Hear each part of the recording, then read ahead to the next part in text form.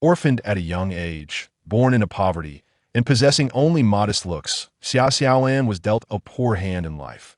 After nearly 2 decades of relentless struggle, she ascended to the ranks of a multinational corporation's executive, finally bringing order to her life's adversities.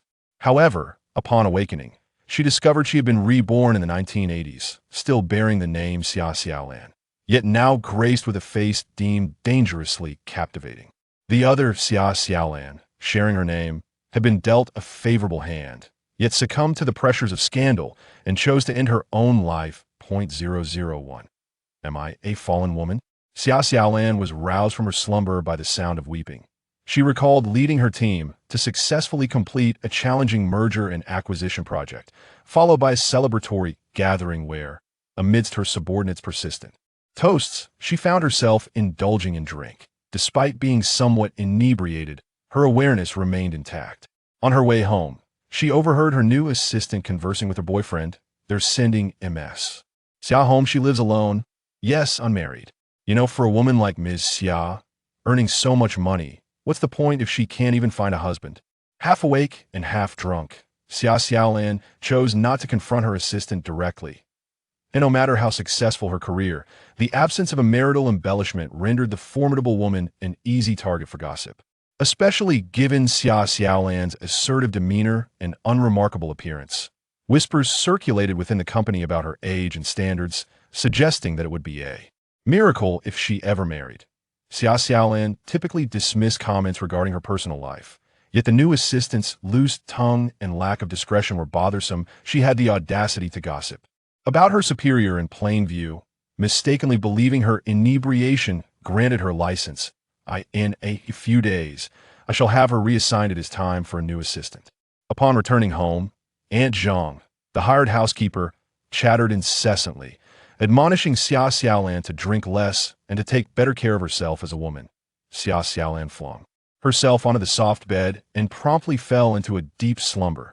She found herself ensnared in a peculiar dream, wherein she morphed into another person, set against the backdrop of the 1980s. In this dream, a series of unfortunate events unfolded, and in a fit of anger, she collided with a pillar. Xia Xiaolan found this amusing, for she was not the type to succumb to despair, given her years of hard work and perseverance. Those dreamlike tribulations seemed utterly trivial. Yet, the dream was strikingly vivid. She could hear a woman weeping softly beside her, the sound piercing her head like a relentless hammer. The blanket, damp and clinging to her, added to her discomfort. She felt as if she were drenched in sweat. At long last, she managed to open her eyes, only to be startled by a face of a sallow hue staring back at her. Xiaolan, you're awake? You scared your mother half to death, woo-woo. Does your head still ache? The gaunt figure with the darkened visage appeared as if a mere gust of wind could topple her. Xia Xiaolan wondered why she had not yet awakened from this dream. The woman's tears flowed freely. Xiaolan, promise me, we won't do anything foolish, okay? Xia Xiaolan nodded absently, and the woman, wiping her tears with her sleeve, managed to reveal a flicker of a smile amidst her sorrowful expression. They'll go prepare something for you to eat. Just wait here. As the woman departed, closing the door behind her, Xia Xiaolan, battling her headache, surveyed her surroundings. The bed was a dark wooden frame, and even the slightest movement of the straw beneath the mat produced a rustling sound. The yellowed mosquito netting was hooked to the bedposts, while the faded quilt bore 4 patches by the bedside.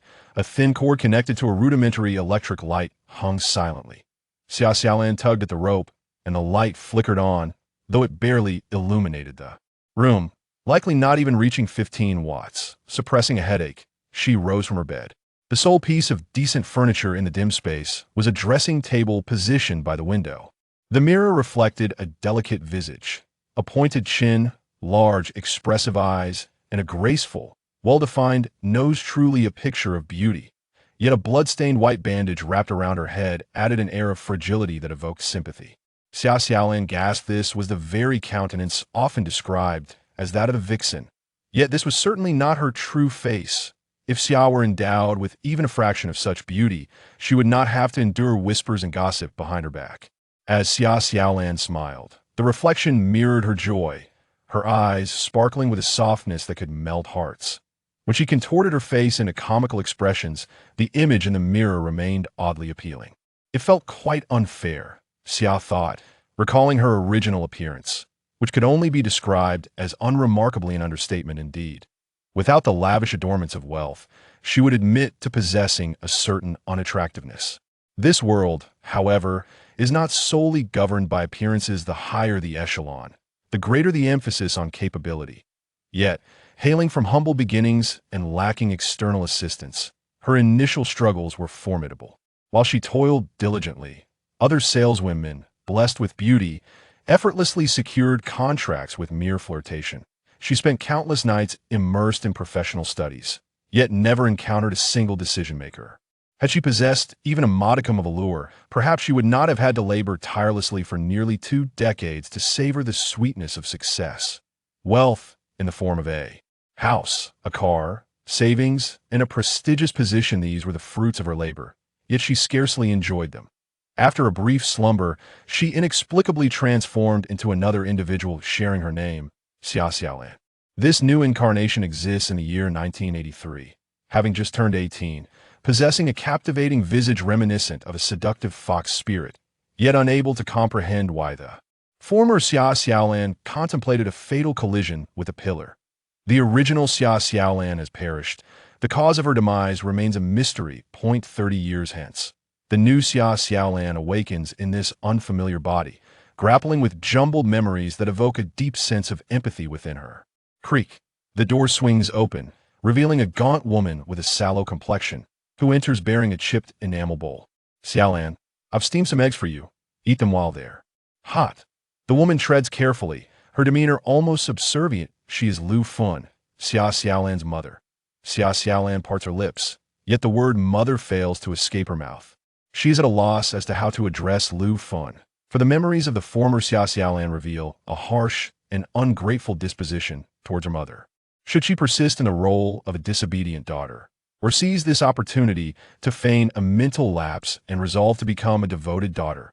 As Xia Xiaolan hesitates, the partially ajar door is abruptly thrust open. Several individuals storm into the room, led by her grandmother, accompanied by 2 daughters-in-law aside from Lu Fun, as well as several grandchildren, their demeanor menacing and intent.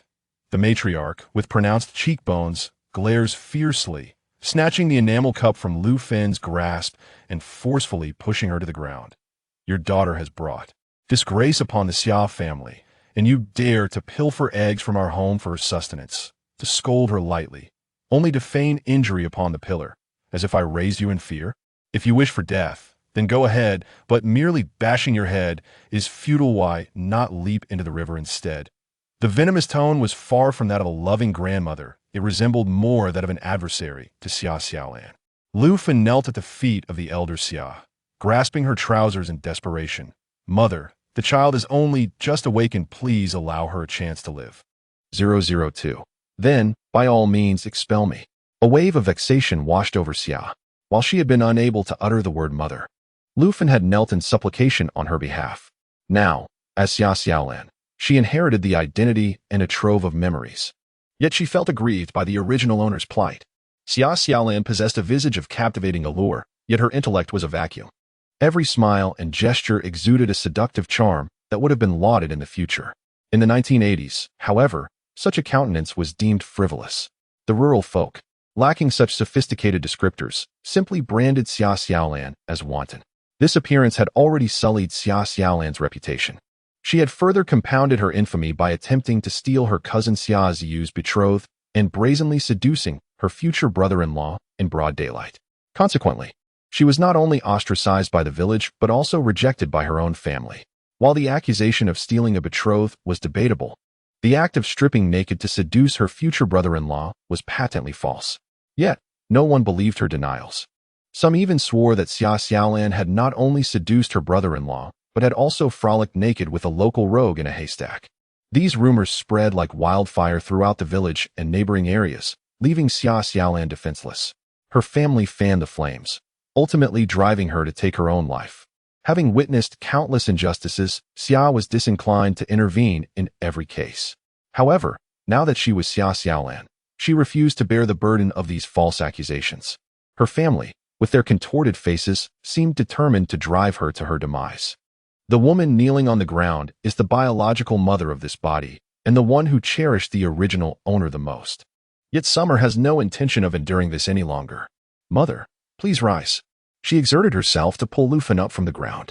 Lufin, afraid of aggravating her wound, did not resist. Uttering the word mother felt less daunting than she had imagined. Summer envied Xiaolan for two reasons. First, her exceptional beauty. Second, the profound love of her mother. In contrast, Summer had lost her parents at a young age and had never experienced such familial affection. She is the formidable businesswoman, Summer, as well as Xiaolan, who tragically took her own life amidst rumors in the 1980s. With no choice but to merge these two identities into one, she listened to her mother's plea. "Xiaolan, heed your mother and sincerely apologize to your grandmother." Lufin's face was etched with sorrow. She had always endured the grievances from her mother-in-law, sisters-in-law, husband, and daughter, preferring to submit and tolerate. Unfortunately, the Xia family took advantage of her meekness. The more she endured, the more they bullied her. The original owner was not without fault in this regard. Suddenly, Grandma screamed, "I have no granddaughter who behaves like a harlot, shameless little wretch, trying to steal my grandson's fiancée." Xiaolan felt a throbbing at her temples. As her position rose over the years, she had not engaged in direct confrontation with lowly scoundrels for quite some time. Nevertheless, her skills in tearing apart beautiful saleswomen and confronting delinquent suppliers for debts remained intact. "Grandmother," with all her might, she shouted, momentarily overpowering the elderly matriarch of the Xia family. "Though you refuse to recognize me as your granddaughter, I shall still address you as Grandma. I hold deep affection for our Xia family. Your disparaging words, calling me a tattered shoe and a little slut, are merely attempts to draw the village's attention to our family's turmoil. I may have lost my reputation, but surely my sisters deserve to marry. Is it truly honorable to be associated with a tattered shoe?" Xiaolan simply did not comprehend the gravity of her situation. Favoritism without strategy only leads to mutual destruction. Why must our family South disunity drive her to the brink? In our rural community, Xiaolan's reputation is tarnished. And which daughter from the Xia family can hold her head high when none have wed? The elderly matriarch was momentarily silenced, and Xiaolan's aunt wore a grim expression. Among the three eldest daughters at home, Xia Xiu, aged 20, not only secured a place in university, but also found a soulmate. Xiaolan, at 18, seemed doomed to remain unwed, while her aunt's eldest daughter, now 17, was on the verge of becoming a bride. The aunt harbored a deep resentment towards Xiaolan. Her teeth clenched as she reluctantly lowered her voice, saying, "How dare you speak? Our Hongxia's future has been jeopardized because of you. Why don't you just disappear?" Xia Hongxia's face was marred with bitterness. Eager to retaliate behind her mother's back, Lu Fun was infuriated, her face flushed with anger. As she interjected, "Xiaolan has only just awakened." The slender figure of Lu Fun shielded her daughter, yearning to argue, yet her timid nature rendered her speechless in the face of confrontation. Xiaolan gently pulled Lu Fun behind her, saying, "Please remain calm. I shall not engage in quarrels. I am one who values reason." Old Lady Xia was filled with a deep-seated resentment towards the debt collector before her, who, oblivious to her ire, surveyed the surroundings and laughed. "Having once collided with a pillar, even the king of hell did not claim me. Now, I intend to live well. If someone dares to disrupt my peace, I shall ensure their discomfort first. You suggest I remain at home, causing discontent among all. Would it not be better for me to move out?" "Move out? To where?" Lu Fun exclaimed, exasperated. "What unmarried girl has the audacity to leave her family home?" Summer Xiaolan, having narrowly escaped a fatal incident, had become even more obstinate, presenting a formidable demeanor that nearly caused old Lady Xia to faint from frustration. Yet, Summer Xiaolan was never one to submit easily. Old Lady Xia was notoriously difficult, and the third aunt was equally harsh. The third aunt wished fervently for Summer Xiaolan to distance herself, lest she bring shame to the family. "Where do you think you could possibly go? Don't tell me you plan to seek refuge at your grandmother's house, only to return in a few days. Moving out would be quite convenient, as the rooms here are limited, and I currently occupy one on my own. If I vacate it, there would be an extra room available," the third aunt mused, eyeing their modest yet tidy home, already contemplating relocating her daughter, Summer Hongxia, who was of marrying age and deserved her own space. "Is there not an old house on the riverbank? One at each end of the village. I shall reside there to spare everyone from my presence," Summer Xiaolan declared, revealing her true intentions. Old Lady Xia was relentless in her opposition. You bring disgrace upon yourself. It is a miracle you are still alive, and you expect me to allocate a room for you? Despite the dilapidated state of the old house by the riverside, plagued by summer mosquitoes and winter chill, and the overwhelming stench from the nearby cow shed, Grandma Xia remained obstinate in her refusal to grant Xia Xiaolan the comfort she sought. She sensed a change in Xia Xiaolan upon her awakening, an elusive transformation that seemed both chaotic and yet structured. Grandma Xia, being quite perceptive, was reluctant to relinquish her control over Xia Xiaolan. With a cheerful demeanor, Xia Xiaolan declared, "Then I shall not move. Having food and drink at home is quite satisfactory. My reputation is already tarnished. I might as well enjoy my life as an old maid. My elder sister, being a cherished university student, would surely not allow me to starve." Xia Xiaolan proved to be a formidable opponent, prompting even the typically silent aunt to exhibit signs of distress. "Are you attempting to entrench yourself in our family?" she lamented. "Oh dear, do not heed their words. Xiaolan, you are merely sulking. How will a young lady survive away from her family?"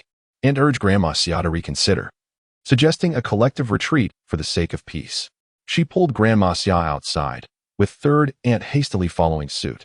Inside, the younger generation regarded Xia Xiaolan with disdain, while Lufan wept quietly. With a heavy sigh, Xia Xiaolan remarked, "Please stop crying. I cannot survive here. I can endure the insults, but the Xia family would never truly harm me. Yet, I refuse to endure this humiliation. Given the chance for a rebirth, why should I live so constrained?" Before long, Grandma Xia and the others returned, asserting, "You can stay in this old house, but whether you thrive or perish is of no concern to the Xia family." Xia Xiaolan, insatiable in her demands, sought to take away the belongings of the family. Grandmother Xia, unable to contend with her brazen attitude, ultimately tossed her a small bag of sweet potatoes, exclaiming, "Begone at once. 003, seeking justice for you. Please support me." Xia Xiaolan stuffed the bag into Lu Fun's embrace, who was in tears. "Xiaolan, how can you leave? What will happen when your father returns?" Lu Fun was bewildered by how things had turned out. Although her daughter was not directly mistreated, she was effectively being cast out to live independently. How could she expect her teenage daughter to survive after being driven from their home? She wanted Xia Xiaolan to admit her mistake, yet feared that it would only upset her further. "You should come with me to live outside. We can talk when my father returns. I can't cook, and I will starve alone." Xia Xiaolan had no intention of abandoning Lu Fun. If she left, the Xia family would surely take the opportunity to bully Lu Fun. She was certain that Lu Fun would soften, so she remained resolute, insisting that Lu Fun accompany her. The Xia family did not stop Lu Fun, likely waiting for Xia Xiaolan's father, Xia Dajuan, to return to deal with the two women. A torrential rain had begun, and the county was concerned that the floodwaters might breach the levees of neighboring towns, prompting the able-bodied men of the Xia family to head out to repair the embankments. Lu Fun, who had always lacked decisiveness, confusedly followed along, clutching a bag of sweet potatoes. Just as Xia Xiaolan stepped outside, she turned back to retrieve the enamel cup filled with steamed eggs. The Xia family's youngest son had been eyeing the eggs and salivating, only to have them snatched away by Xia Xiaolan, causing him to wail uncontrollably. The room erupted into chaos, with people scolding Xia Xiaolan and trying to soothe the child. Upon stepping outside, a rush of fresh air greeted her. There was no smog, no pollution. Only someone returning from 30 years in the future could truly appreciate how precious clean air was. Xia Xiaolan felt invigorated in that moment. During the day, a commotion erupted at the Xia family household, drawing the attention of countless onlookers eager to eavesdrop. Upon spotting Xia Xiaolan and her mother, the crowd made no effort to conceal their stares, openly pointing and gossiping about them. Naturally, Lu Fun was overlooked, as the focus was primarily on Xia Xiaolan. Kicked out of her own home? Serves her right, not even sparing her brother-in-law. And rolling around with a ruffian from the neighboring village in a haystack. What a disgrace for the Xia family. They all share the same surname. Yet her sister managed to get into college while she indulges in frivolity. Xia Dajuan will undoubtedly beat her to a pulp upon his return. She has faced both beatings and scoldings, yet remains incorrigible. Just look at the way she walks, swaying her hips. Xia Xiaolan yearned to give these gossiping village women a good thrashing. Was she swaying her hips? No, she was simply too famished to have any strength. These meddling women tarnished the pleasant atmosphere brought by the fresh air. As Xia Xiaolan surveyed her surroundings, she noted that the pastoral scenery could only be appreciated if one was materially well off. A glance revealed numerous earthen houses, with red brick structures being a rare sight. The lowly dwellings bore mud walls painted with white lime, adorned with slogans from a decade past in red paint. Situated neither to the north nor the south, they were trapped in a province deep within the heart of the nation, a remote village, untouched by the winds of reform and opening. The only escape from this environment lay in education. Xia Xiaolan's cousin had chosen the right path. Xia Ziyu was the sole university student from Day Village in the 30-plus years since the founding of the nation and the restoration of the college entrance examination. It is evident that had Xia Xiaolan not changed her core essence, her life and that of Xia Ziyu would have diverged drastically since Xia Ziyu's admission to university. Even if she had been wronged by Xia Ziyu, what could she have done? One was a female university student of the 1980s, with a promising future, which is why her family regarded her as a golden phoenix. The other, having sullied her reputation and lacking any specialized skills, could only aspire to marry a widower or an old bachelor, contributing nothing to her family's impoverished household. The disparity is as stark as that between clouds and mud. It is no wonder that the Xia family is driven by materialistic and pragmatic concerns. It is human nature. For the sake of their own interests, the Xia family would align themselves with Xia Ziyu. Xia Xiaolan never grasped that their relationship, characterized by mutual exchanges, was merely a step away from being openly acknowledged. And she was the one who encouraged that man to take the college entrance examination. She even borrowed books from her cousin, Xia Ziyu, for him to study diligently and personally escorted him to the county for the examination. After the exam, there were no signs of irregularity. How was it that when the admission notice arrived, he had become Xia Ziyu's officially recognized partner? Was it because she was deemed unworthy of Wang Jianhua? Choosing her cousin was, from a long-term perspective, a sensible decision. A university student paired with another university student is a match made in heaven. Yet, why did they have to trample on Xia Xiaolan before departing? How did the malicious rumors spread throughout the countryside? When Xia Xiaolan sought confirmation from Wang Jianhua, she found only Xia Ziyu in his abode. Xia Ziyu, with her superior reasoning, delivered a few measured words that caused Xia Xiaolan to turn and leave.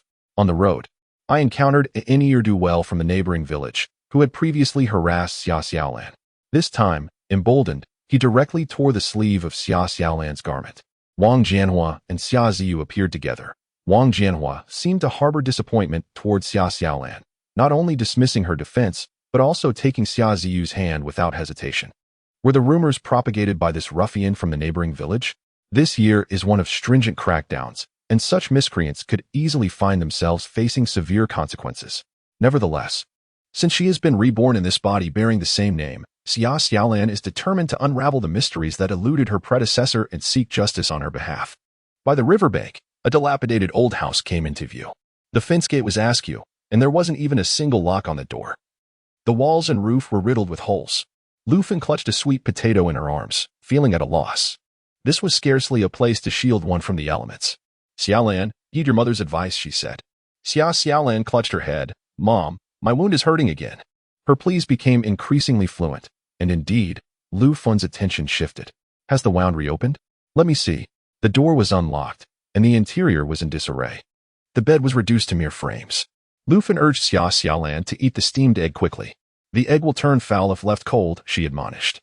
But Xia Xiaolan, reluctant to eat alone, consumed only half before claiming fullness. You eat the rest, it will spoil by tomorrow. Lu Fun held the enamel basin. Her emotions a complex tapestry. Such a scenario had never unfolded. Her daughter, having injured her head, seemed to have developed a sense of empathy. Lu Fun felt both a sense of solace and sorrow.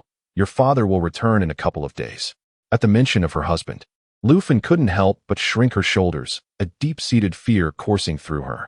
004. Different fates for those with the same surname. Xia Xiaolan's biological father, Xia Dajuan, is a man of action rather than words.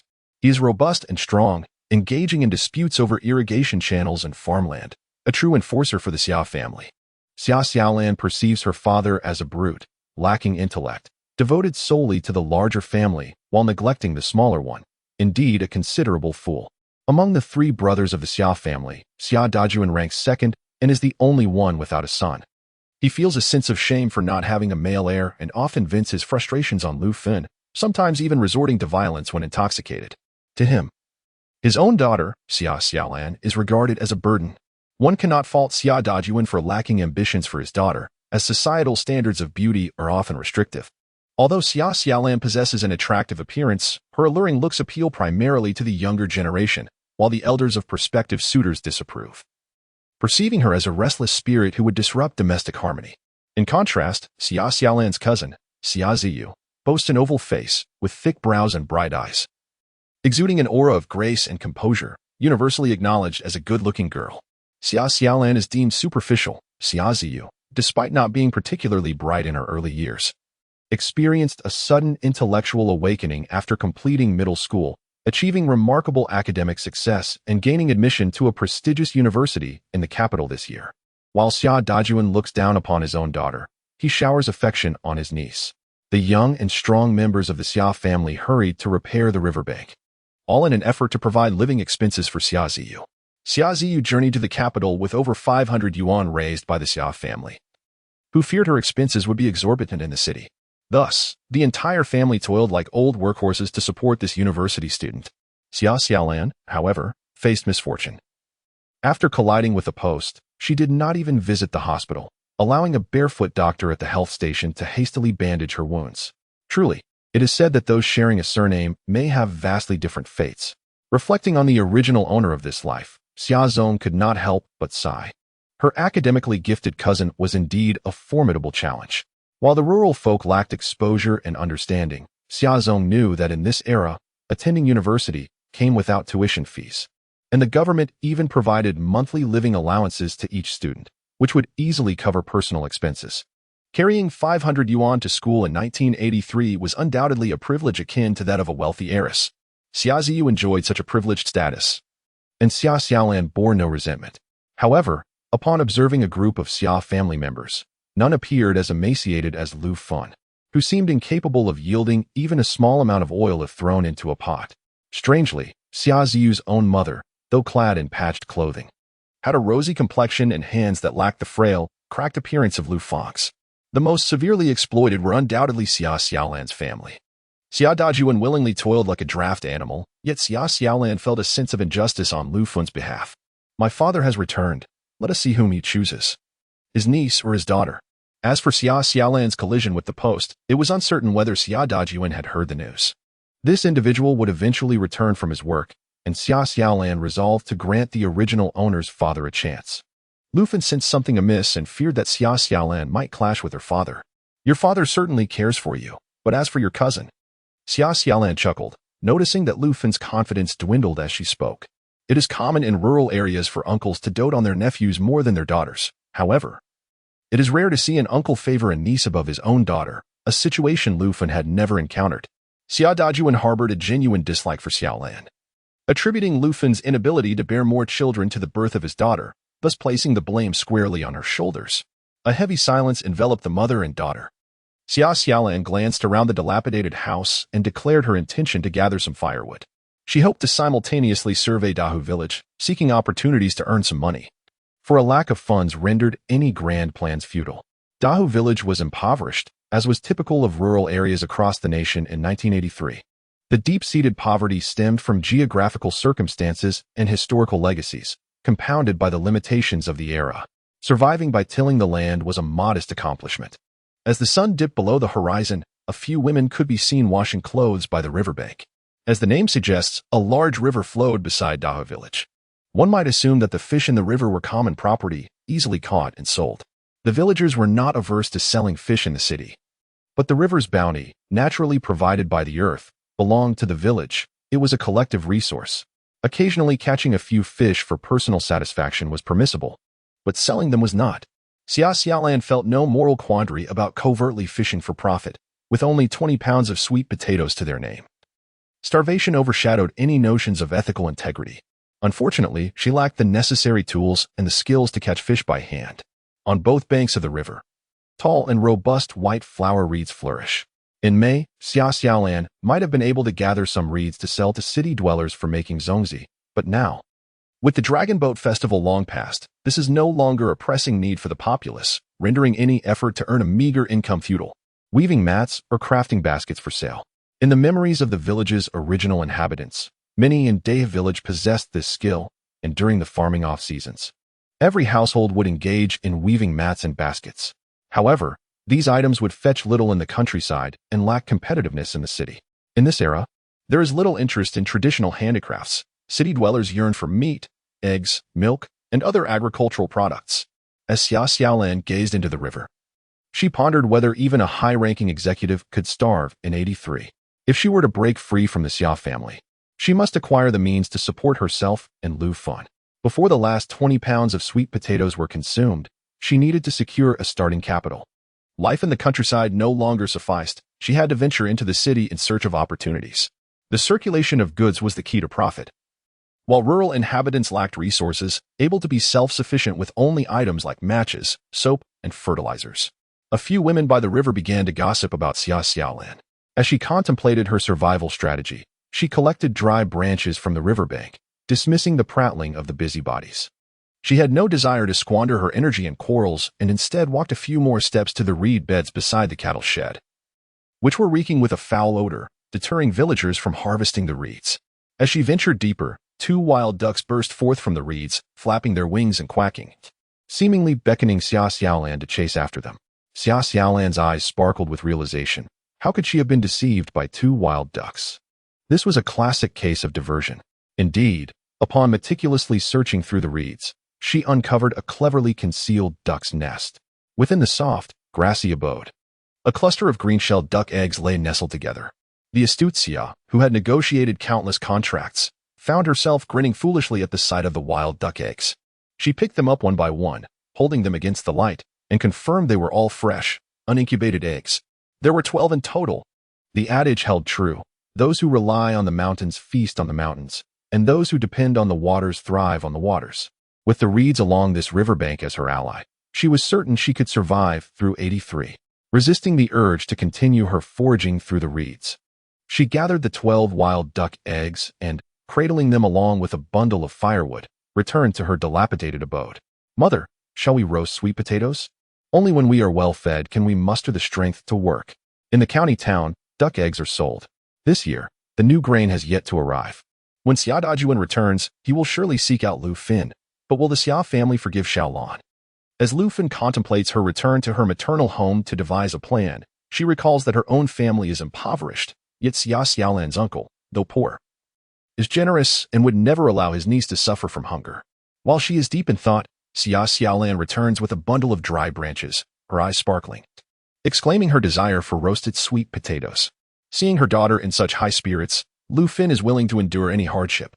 "All right, I shall roast sweet potatoes for you." However, she soon discovers that Xia Xiaolan has cleared the firewood to reveal wild duck eggs. Lu Fin is quite pleased. The wild duck eggs are nearly the size of chicken eggs, evidently gathered from the reeds. With these eggs, Xia Xiaolan can nourish her frail body, which is so thin that the wind could easily topple her. Lu Fin is filled with concern. "I will also boil a duck egg for you." In their dilapidated home, they lack proper cooking utensils, but country folk are not particular. Using an enamel jar to boil an egg will suffice. Yet, Xia Xiaolan stops her mother. "We cannot eat the duck eggs just yet. Our good fortune relies on these wild duck eggs. Right now, the villagers are preoccupied with the grain in the fields and have no time to harvest reeds. I wish to gather more wild duck eggs to sell in the city. Tonight, we will go to the reed marsh. It would be excellent to catch a couple of wild ducks." Lu Fin has never engaged in such activities. The Xia family has not divided their property. The eggs they collect are typically taken to the city by her mother-in-law and elder sister-in-law. It takes 2 hours to walk from Day Village to the county town, and generally, people do not venture into the city without reason. However, Xia Xiaolan is eloquent and persuasive, and Lu Fin, accustomed to yielding to her daughter, finds herself at a loss for words to counter her. Mother and daughter each consumed a sweet potato. Lu Fin contemplated that if she intended to sell duck eggs in the city, she would require at least 2 baskets. She ventured outdoors to gather some reeds and fashioned 2 small baskets. Lacking tools and having not soaked the reeds, she knew they would undoubtedly deteriorate within a month. Lu Fin submerged the reed baskets in the river, weighted down by stones, while she expressed dissatisfaction with her craftsmanship. However, Xia Xiaolan regarded them as woven artifacts. After all, neither of them possessed the skill to create such items. That evening, the mother and daughter planned to engage in egg theft, and after completing the baskets, they hurried off to sleep. The door remained unlocked, propped open with wood, and without a bed in the room. Xia Xiaolan spread clean reeds on the floor. Fortunately, it was August. Otherwise, the drafty, dilapidated house would have surely left them frozen. Without an alarm clock and preoccupied with thoughts, Xia Xiaolan did not sleep long before being stirred awake by rustling sounds. It turned out Lu Fun had retrieved the reed baskets from the water. Sleep a little longer. I will go look for them first, she instructed. The sharpness of the reed leaves against the skin was stinging, and if the wild duck eggs were left there, surely someone would have collected them. It was arduous work, and Lu Fun did not wish for her daughter to suffer. After all, Xia Xiaolan had always been delicate and had not engaged in much farm work. Xia Xiaolan shook her head, insisting they go together. Their search was swift and safe, even without a flashlight, relying solely on the moonlight. Thankfully, the moon shone brightly that night, promising a clear day ahead. With their small baskets in hand, mother and daughter ventured into secluded areas. Upon encountering a reed marsh, they startled wild ducks into flight, and after a painstaking search, they discovered the duck nest was empty. Upon discovering the first nest of eggs, the dog in the cattle shed was startled. The solitary old man Wang, who tended the shed, was quite alert. Who was there? After a brief flicker of the flashlight, Lu Fun positioned herself protectively behind Xia Xiaolan, feeling quite embarrassed. Uncle, it is I. Collecting a few duck eggs to nourish the children. From Dejun's family? Old Wang observed the mother and daughter's heads adorned with straw. The news of Xia Xiaolan being cast out from her home had spread throughout Dehe village, and old Wang held no fondness for her, even without any moral issues. The girl showed no respect towards her elders, rarely addressing anyone properly. However, Lu Fun evoked sympathy. Xia Xiaolan's forehead was still wrapped in a blood-stained bandage. After a moment of contemplation, old Wang handed his flashlight to Lu Fun. Return it to me tomorrow. Lu Fun's eyes brimmed with gratitude. Xia Xiaolan reflected that not all in Dehe village were scoundrels, and she earnestly expressed, "Thank you, Grandpa Wang." Old Wang was somewhat taken aback. He cast a glance at Xia Xiaolan before leading his dog back to the shed, no longer concerned about the pair. With the assistance of the flashlight, the wild duck nests in the area faced misfortune. The mother and daughter spent several hours collecting approximately 70 to 80 wild duck eggs, filling 2 reed baskets. Lu Fun felt a bit dazed. In addition to the eggs, they discovered a nest of newly hatched ducklings, which could be nurtured. Their down feathers had fully developed, bringing joy to Lu Fun. However, Xia Xiaolan pondered the dilapidated house that posed a threat from unscrupulous individuals, shaking her head. Even if we raised them, who knows to whom they might end up being sold? Lu Fun felt a twinge of reluctance. However, both she and Xia Xiaolan found it challenging to even have a meal together, and raising a few wild ducks was certainly too conspicuous. Upon returning home, they meticulously inspected the eggs, and combined with the 12 that Xia Xiaolan had previously collected, they totaled 82 unhatched eggs. Unable to wait for dawn, Xia Xiaolan set off with Lu Fun towards the city, extracting 2 sweet potatoes from the earth, which would serve as their sustenance. The first time Xia Xiaolan tasted roasted sweet potatoes, it was a novelty, a wild delight. Yet after consuming them for 2 consecutive meals, her spirits began to wane. Fortunately, having endured considerable hardships in her childhood, she managed to persevere in such dire circumstances. Had a pampered heiress found herself in the same situation, she would have undoubtedly succumbed to madness on the very first day. Survival, navigating through this era, was a prerequisite for aspiring to a better life. Clinging to this belief, Xia Xiaolan trudged along the road, arriving at the county town just as dawn broke. While Dahu village was impoverished, Qing'an County possessed a certain economic foundation. With a large meat processing plant and an agricultural machinery factory that supported many workers, the cattle raised in Dahu village were destined for the meat processing plant. Even the workers at the meat processing plant, who could occasionally procure some meat, found it difficult to purchase eggs. In the towns beneath Anqing County, there were many pig and cattle farms, but fewer poultry farms. Where could they sell their goods? The 2 large factories in Anqing County boasted affluent workers, and the black market revolved around these establishments. The meat processing plant thrived, with workers flush with cash. As Lu Fun suggested, it would be better to sell nearby the meat processing plant. However, Xia Xiaolan charted a different course. Let us wander outside the agricultural machinery factory. She was more familiar with such factories, and by the time they reached the agricultural machinery factory, the sun had fully risen. In the factory, the workers rode their bicycles, and Xia Xiaolan noticed a few individuals by the roadside, each holding items in hand, suggesting they were fellow vendors. How delightful it was to see someone carrying chickens. another with freshly dug sweet potatoes, and today there were no competitors selling eggs. Just as she found a suitable spot, an elderly woman with a vegetable bag approached her, selling eggs. Xia Xiaolan did not engage in any pretense. She replied, "These are duck eggs, all fresh. And if you're interested, I can sell them to you for less than chicken eggs."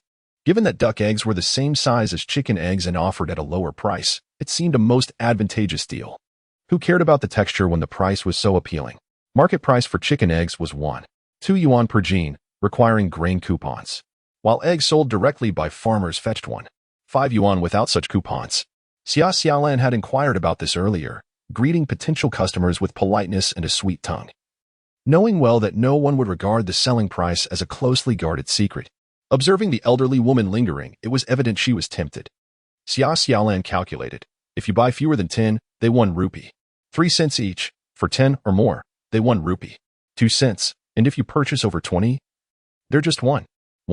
Her tiered pricing left the woman somewhat bewildered. Seizing an opportunity to save was only wise, though she initially intended to buy just a few. The elderly woman ended up purchasing 21. The wisdom of her frugality was not to be underestimated. She was keen on getting a bargain without losing her wits. Xia Xiaolan collected 2 yuan and 3 cents, even rounding off the remaining cent. She handed the money to Lu Fan, who appeared momentarily dazed by the exchange. Several vendors nearby were also observing Xia Xiaolan. This young woman possessed a captivating beauty, and to their surprise, she spoke and acted with remarkable decisiveness. The aroma of the bone broth noodles was intoxicating. "Xiaolan, how did you come to know the art of selling?" Lu Fang, clutching her money, couldn't help but admire her daughter's cleverness. Xia Xiaolan retorted with confidence, "Is there really a need to learn this?"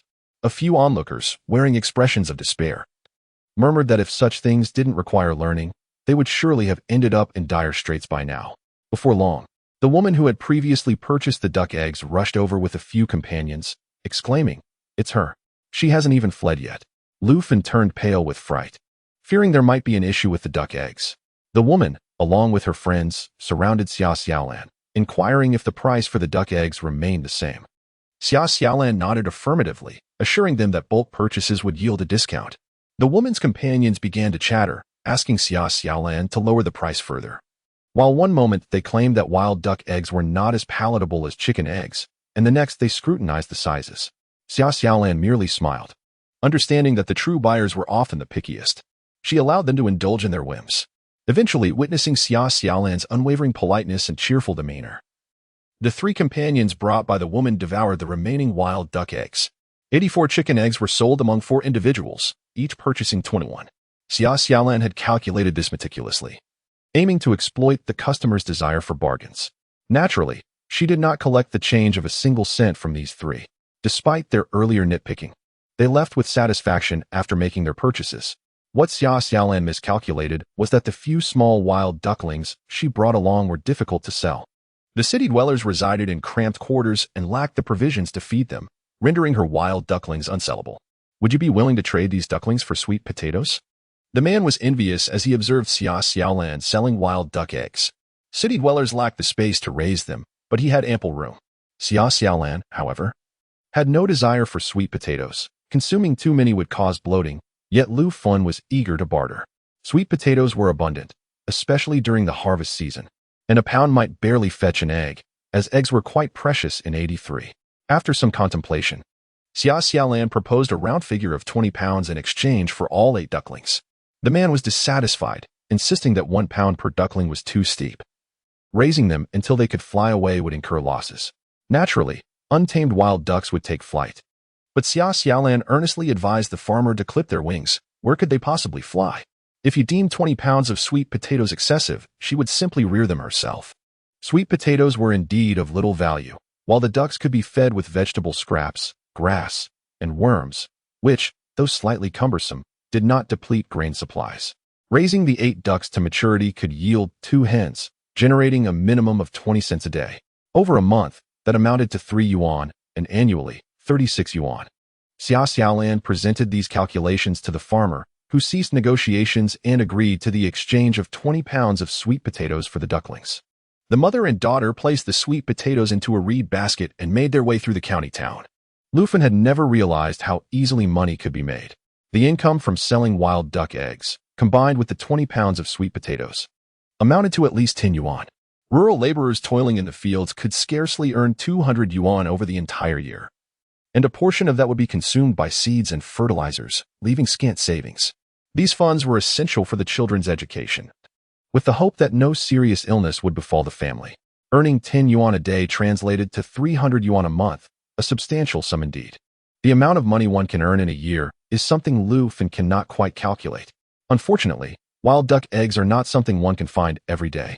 Lu Fan also feels a tinge of regret for that little duckling. After all, it could be nurtured and, with its wings clipped, would eventually lay duck eggs. A prospect that promises longevity. Xia Xiaolan, however, remains patient, aware that Lu Fan is a genuine rural woman with limited knowledge. Shaped by the insular beliefs of the 1980s, an era marked by honesty and a tendency to endure hardships. If she wishes to help Lu Fan escape the confines of that dilapidated Dahu village, she must gradually inspire a shift in Lu Fan's mindset. The duckling may not survive, and time is of the essence. It is prudent to exchange it for the scarce food resources available now. Who can predict how often it will lay eggs once it grows? It is improbable for it to lay eggs every day of the year. Xia Xiaolan explained this in detail, and Lu Fan began to understand. As they wandered through the county town, they purchased essential items such as salt, candles, and matches from the supply cooperative. Each expenditure weighed heavily on Lu Fan's heart, yet their home lacked even the basics. The Xia family had not allowed them to take any bedding or clothing. Consequently, Lu Fan felt a pang of regret over spending money. But her courage had slightly increased. I will retrieve your clothes when we return. Summer may not be cold, but going without a change of clothing or bathing can lead to unpleasantness. Xia Xiaolan had initially intended to buy some quality grain at the grain store, but when asked for ration coupons, she found herself unable to comply and could only purchase overpriced grain. Considering the unguarded, dilapidated house that could hardly hold anything of value, she opted instead to buy a padlock, foregoing the grain. Xia Xiaolan understood that the faster the societal changes occurred, the more opportunities for commerce arose within that upheaval. She was aware that the time when food could only be purchased with ration tickets would eventually pass, and thus she would steer clear of profiting from this, as trading ration tickets was akin to courting disaster. The plethora of opportunities lay in the disparity of information and the rapid societal changes, leaving many bewildered, unable to grasp the situation. She did not need to seize every opportunity. Capturing just one or two would allow her to soar in the 1980s. Xiaolan, shall we head back? Lu Fan felt uneasy in the presence of too many people. Her prolonged stay in the county seat left her feeling uncomfortable. The city dwellers did not necessarily dress any better, their clothes clean and neat, unlike the patched garments worn by her and Xiaolan, which unmistakably marked them as country folk. Xiaolan, who was particularly concerned about appearances, had a few unpatched outfits, but after an incident where the third family's Hongxia rushed in and took all the good clothes, she was left with the patched ones. At that time, Lu Fan had little regard for such matters. She was hoping for the old lady Xia to be benevolent enough to agree to send her daughter to the hospital. Lu Fan wanted to return, while Xiaolan, feeling ravenous, despaired at the thought of a tower walk ahead. Let us have a bowl of noodles before we go. The roadside stall did not require ration tickets, and a bowl of rich bone soup noodles cost only 30 cents. The soup was a milky white, and the noodles were pristine. Lu Fan had forgotten the last time she had such fine food. Auntie, could you please prepare 2 bowls of noodles for us? Xiaolan pulled Lu Fan onto a small stool, the tantalizing aroma of the bone soup wafting into their nostrils. Lu Fan waved her hand, insisting, just 1 bowl, only 1. How could she bear to spend 30 cents on a bowl of noodles? However, Xiaolan disregarded her protests and directly handed the stall's aunt 60 cents. As the matron prepared the noodles, she praised, "Your daughter is truly filial. Dear girl, you are destined for a life of comfort." A hint of a smile graced Lu Fan's darkened visage. However, upon recalling the infamous reputation that Xia Xiaolan had earned across the countryside, her appetite waned at the sight of the fragrant bone soup noodles being served. Suddenly, a large vehicle halted by the roadside. The door of the passenger seat swung open, and a young man clad in military boots leapt out, clutching 2 sizable meal boxes. Drawn by the enticing aroma of the bone soup, he lifted his gaze, and his eyes became fixated on Xia Xiaolan. 007. Is she not looking proper? Gulp. The young man's Adam's apple quivered as he swallowed. Was the noodles too fragrant? Or was it that Xia Xiaolan was simply too beautiful? In such a dilapidated county, how could there be such a stunning beauty? Her fair skin dazzled the eyes, and her gaze shimmered with a glistening allure. With a sharp chin and a seemingly demure blue top, it became indecorous as her ample bosom accentuated her figure. A band of white gauze wrapped around her forehead revealed faint traces of blood, further enhancing her charm. Watching her delicately savor the noodles stirred a longing to transform into the very noodles she consumed. Throughout the day in the county, she had attracted such captivating glances wherever she went. Lufin mistakenly believed that the attention was due to their shabby attire, but in truth, it was all directed at Xia Xiaolan. The noodle vendor, a robust woman, wrapped her bowl sharply, finally snapping the young man back to reality. "Would you like some noodles?" The young man, slightly embarrassed, handed his large takeout container to the vendor, saying, "What do you mean? I was lured here by the aroma from afar. I'd like 2 bowls to take away." His accent revealed he was not a local. Xia Xiaolan frowned. Although she sensed someone was secretly observing her today, none had been as direct and bold as this outsider. She was still adjusting to her current appearance, having lived for decades with an unattractive visage. It was easy to forget how lovely she now appeared. Just purchasing a lock was not enough. She would also need to buy scissors after finishing her meal. The hearty bone broth bubbled away on a small stove, and the noodles, thin and delicate, were swiftly prepared for the young man as 2 orders. Even after paying, he seemed reluctant to leave, turning back repeatedly with each step. Lufin sensed something amiss and quickened her pace in consuming the noodles. The 30-cent bowl was generously filled, and Lufin savored every last drop of the broth. In those times, people's stomachs were devoid of excess, allowing them to indulge heartily. A woman could effortlessly consume a pound of steamed buns in a single sitting. Xia Xiaolan urged Lufin to accompany her to purchase a knife. She had long desired a stainless steel vegetable knife, which appeared to be of superior quality, especially since it was produced in Shanghai. Priced at 5 yuan. Xiao promptly turned away when she learned the cost. The items were indeed of good quality, yet money did not stretch far in her pocket. Upon reflection, even a pair of scissors would suffice. A young man from out of town, holding 2 takeout boxes of noodles, reluctantly returned to his vehicle, spilling the broth in the process. In the driver's seat sat a male driver with a buzz cut and a chiseled face, possessing a rugged charm that would be deemed handsome by any era's standards. "Look at you," exclaimed a companion who had disembarked to buy noodles, unimpressed. "Qingzi, I have never encountered someone so beautiful. If you did, I assure you, you'd be rendered speechless. How many young ladies and brides roam the streets of the capital?"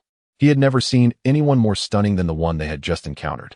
It was not a rigidly handsome appearance, but rather a delicate allure, exuding an air of playful mischief that captivated men. "We agreed beforehand that this would be a one-time venture for you. Learn what you can from this experience.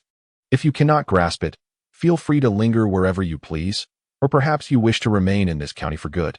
The term lami in Beijing dialect refers to flirting, and Qingzi's somewhat mischievous nature and irritable temperament rendered the young man who had gone to buy noodles hesitant to speak. The 2 individuals slurped up the noodles and drove away in their large vehicle. Their legs, lacking the swiftness of 4 wheels, carried them only a short distance before they fortuitously encountered Xia Xiaolan and her mother. "Qingzi, quick, look!" The young man in the passenger seat was causing quite a commotion. Qingzi cast a brief glance and saw a figure in the distance, clad in a blue-patched outfit, loose and ample, which accentuated the girl's curvaceous form. The skin exposed behind her ears was strikingly fair. What does beauty amount to? Aren't women merely defined by 2 eyes and a mouth? It seemed trivial. The young man lamented deeply. "Well, it seems you're not destined to be with her." However, Qingzi dismissed the matter from his mind.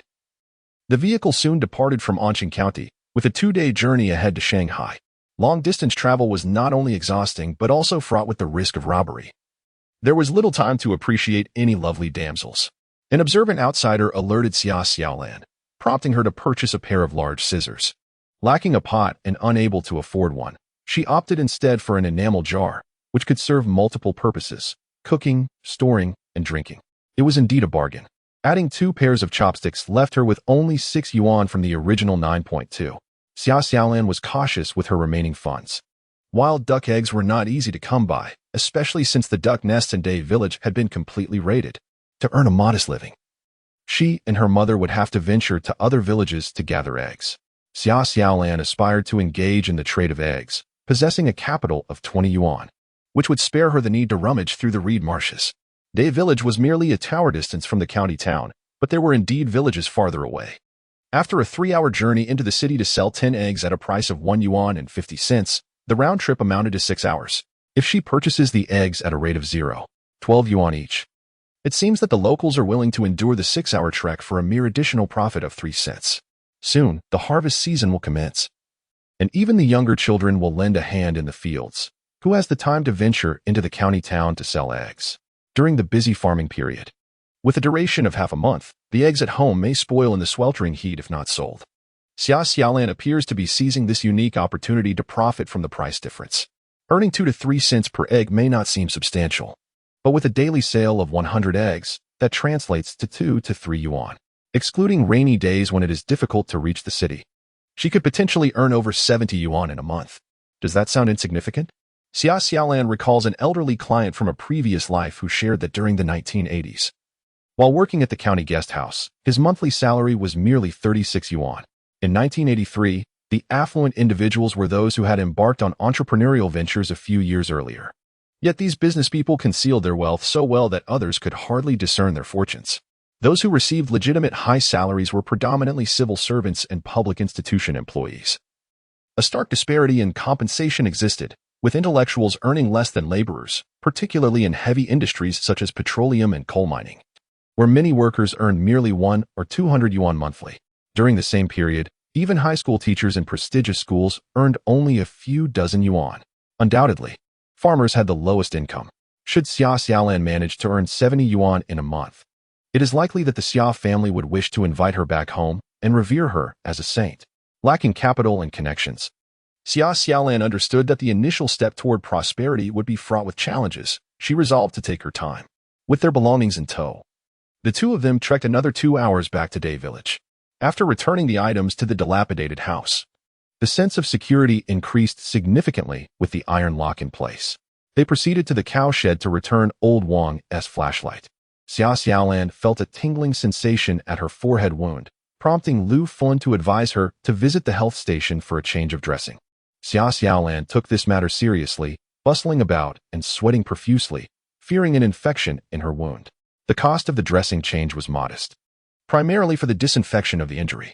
The doctor, exhibiting a sense of medical ethics unlike the gossiping women, carefully examined Xia Xiaolan's wound and reassured her, "Do not worry. It's healing quite well, and it seems unlikely to leave a scar." Xia Xiaolan sighed with relief, expressing her gratitude. As the mother and daughter exited the health station, Lu Feng grasped Xia Xiaolan's sleeve. "Is that your uncle?" The Xia family resided at the village's entrance, where a short man was arguing with old Xia. "Regardless, your family is heartless and vile, having caused the deaths of my sister and niece. If you do not hand them over, I shall reduce the Xia family to rubble." 008. The arrival of her uncle, with his stature and appearance, unmistakably belonged to Lu Yong, Lu Fun's elder brother. In Xia Xiaolan's memories, her uncle Lu Yong had always shown her more affection than her father, Xia Dajuan. After enduring the bullying from the Xia family, at last, someone had come to stand up for Xia Xiaolan and her mother. Overcome by the lingering emotions of the original owner, Xia Xiaolan's eyes welled with tears. "Uncle, I am here." Lu Yong, veins bulging on his neck, was ready to storm into the Xia household. Upon hearing a soft, delicate voice, he turned to see his poor niece. He released the elderly Mrs. Xia and hurried towards her. "Xiaolan, where have you and your mother been?" Lu Yong was a mason, laboring to construct houses during the off-season. He had just returned from Lin County yesterday and had learned of Xia Xiaolan's plight. Today he rushed to Day Village, having purchased white sugar and noodles from the supply store, hoping to bring some dignity to the mother and daughter. The Xia family had accepted his gifts, but informed Lu Yong that Xia Xiaolan and her mother had moved to the old house by the riverbank. Lu Yong then went to the old house to find them, but alas, it was in vain. Suspicion took hold of Lu Yong. Believing the Xia family had hidden them away, he lingered at the Xia residence, demanding that the elderly matriarch produce the mother and daughter. In rural areas, meals are typically served twice a day, once around 9 or 10 in the morning, and again around 3 or 4 in the afternoon. As the Xia family awaited their afternoon meal, Mrs. Xia was eager to send him off, leading to the earlier commotion that ensued outside. Upon hearing the sequence of events, Xia Xiaolan hastened to reassure her uncle, "We are currently residing in the old house by the riverbank. We left in such a hurry that my grandmother only managed to give us 20 pounds of sweet potatoes. We have no pots or pans, and we even forgot to take our clothes and blankets." As fate would have it, just when he was about to retrieve something, Lu Yong unexpectedly encountered his uncle. Upon seeing his niece standing before him, Lu Yong felt a significant weight lift from his heart. Summer Xiaolan, her head wrapped in a gauze bandage, now bore a smaller patch over her wound, appearing less alarming than before. Anger surged within Lu Yong. How could Summer Dajuan allow their family to bully the two women? The notion of moving to the dilapidated house by the riverbank was utterly absurd. That place was so decrepit that even dogs would turn their noses up at it. Clearly, Summer Xiaolan and her mother had been driven out. Old Lady Xia's expression was one of utter distress. Upon seeing the return of Summer Xiaolan and her mother, she initially presumed they had spent a night in the old house and were now returning home to plead for forgiveness.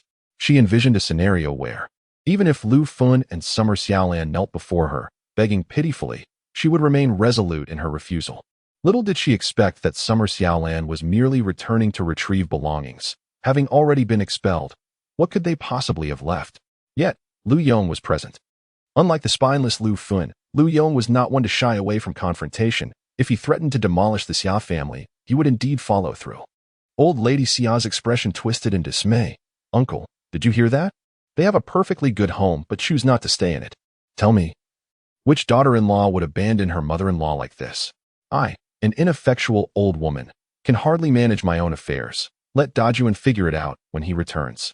The onlookers chimed in, supporting Old Lady Xia. Lu Fin, feeling utterly defeated, curled into herself. Lu Yong reckoned that trusting his sister was less promising than relying on his niece. Summer Xiaolan, having endured trials, now spoke with a clarity that was refreshing. It seemed that the spectators were relishing the drama unfolding before them. This is a matter for our families alone. I would appreciate it if everyone could clear the area and return to their respective affairs. After Lu Yong dismissed the gossiping women, Xia Xiaolan found herself drawn to his decisive manner. Coupled with the residual emotions of the original host, she felt a sense of kinship with her uncle. Uncle, when my father returns, he might beat me to death. What do you suggest I do? Lu Yong retorted with a glare. He wouldn't dare. He held a dim view of Xia Dajuan, believing that a man should protect his wife and children. Lu Yong had always been disappointed in Lu Fin's unwavering support for the Xia family. He had heard the rumors, so how could Xia Dajuan, working in a neighboring village, be unaware? If the Xia brothers, each with arms as thick as a woman's thigh, had stood up for Xia Xiaolan, who would have dared to spread such malicious gossip? Allowing the rumors to spread throughout the villages, damaging Xia Xiaolan's reputation, could have driven a young woman to desperation.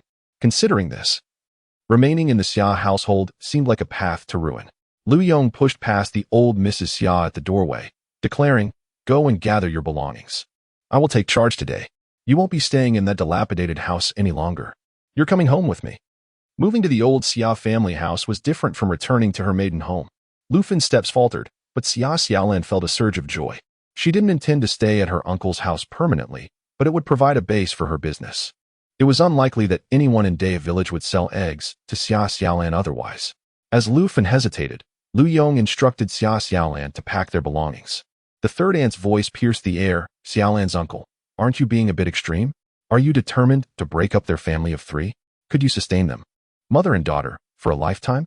It is customary for the maternal family to encourage reconciliation, not separation. Xia Xiaolan is welcome to leave. She is, after all, a pampered young lady. Lu Fin, however, is a valuable asset to the family. Her absence for even a day would burden third aunt with her chores, which she would find arduous." Lu Fin trembled violently, aware that Lu Yong was resolute this time. Her mind was in turmoil, fearing that her family would disintegrate if she followed her brother's advice. Yet, she also pondered why her uncle would champion Xia Xiaolan, while her own father, Xia Dajuan, had not returned. Was there truly no resentment? There was, but years of timidity had stifled her ability to express it. Xia Xiaolan scoffed, "Third aunt, my uncle may not be able to support me forever, but can you? Tell your Hongxia to return my clothes. I'm taking them with me." Third aunt fell silent. With no man to stand up for her, the entire Xia family was no match for Lu Yong's overbearing nature. Xia Xiaolan briskly entered her room, discovering that the shoes under the bed were not hers. In just one night, Xia Hongxia had eagerly moved in. The wooden chest, containing Xia Xiaolan's entire possessions, stood by the bed, secured with a large iron lock. The key hung around Xia Xiaolan's neck, granting her the unexpected opportunity to reclaim it. Xia Xiaolan struggled to carry the chest out. Lu Fin hesitated to gather her belongings, the years of oppression from old Mrs. Xia deeply ingrained in her. Lu Yong, not being a member of the Xia family, would alter the situation if he were to search the house. Yet, Xia Xiaolan dared to proceed. Unperturbed by the darkening countenance of old lady Xia, she went ahead to pack Lu Fun's meager collection of tattered garments. Lu Fun possessed but a few ragged pieces, which caused Lu Yong to frown deeply. "Uncle, we still have some rations left at the old house," he remarked. Lu Yong waved his hand dismissively. "Take it all. I rode here on my bicycle today." Indeed, a brand new 28-bar bicycle was leaning against the wall. Such a bicycle would cost at least 200. Lu Yong, a skilled mason, earned 2 yuan a day. Xia Xiaolan mused to herself. Had her uncle struck it rich? I have undergone a complete transformation. It is no wonder that the members of the Xia family have exhibited such a gentle demeanor today, managing to contain their tantrums within reasonable bounds. The brand new bicycle, worth 28 large, has left the Xia family in a state of astonishment. They have bullied Lu Fun without regard for Xia Xiaolan's well-being simply because no one has stood up for her. Lu Yong had previously intervened. Yet he himself was in dire financial straits, unable to assert himself with any authority. Now, however, he is willing to support Xia Xiaolan and her mother, possessing the confidence to do so. Thus, the formidable women of the Xia family must yield slightly. Old lady Xia remained silent, as Summer Dajuan is expected to return in a couple of days. Once he is back, Lu Fun will surely humble herself and plead for mercy. While Xia Xiaolan can go wherever she pleases, after all, being a disgrace to the family, Lu Fun can leave alongside her. A woman who cannot bear sons is just the right candidate for Summer Dajuan to find a new wife. The Xia family may not be affluent, but they have produced a golden phoenix. Is there any doubt that someone will marry Summer Dajuan? Old lady Xia's thoughts have become clear, and she pays no mind to the tattered clothes Xia Xiaolan has moved out, watching the three depart while muttering, "Once you step out of the Xia family door, returning will be a challenge." With that ruthless Lu Yong gone, others dare to emerge. "Mother, are you truly allowing them to leave like this?" The third family's thoughts linger, still intending to summon Lu Fun back to work. Old lady Xia, filled with self-satisfaction, shares her plans, and the third daughter-in-law, Wang Jingui, naturally offers her flattery. We must find a capable new second sister-in-law. The eldest daughter-in-law, Zhang Chui, is displeased. Her daughter's admission to university is her own achievement. Yet she is expected to manage everyone in the Xia family, including overseeing whom Summer Dajuan marries next. Zhang Chui possesses a notably subdued presence within the Xia family, yet she undoubtedly stands as the most astute among the three sisters-in-law. Lu Fun is akin to a laborious ox, tirelessly toiling, yet failing to endear herself. Wang Jingui resembles a firecracker, quick to ignite but perpetually missing the mark in her attempts to flatter. With a few deft remarks, Zhang Chui deftly redirected the conversation. "I wonder if Ziyu and the others have arrived at school. The child hasn't even bothered to send a telegram. Telegrams are costly. Whether Ziyu is merely frugal or the family is in straitened circumstances remains a mystery.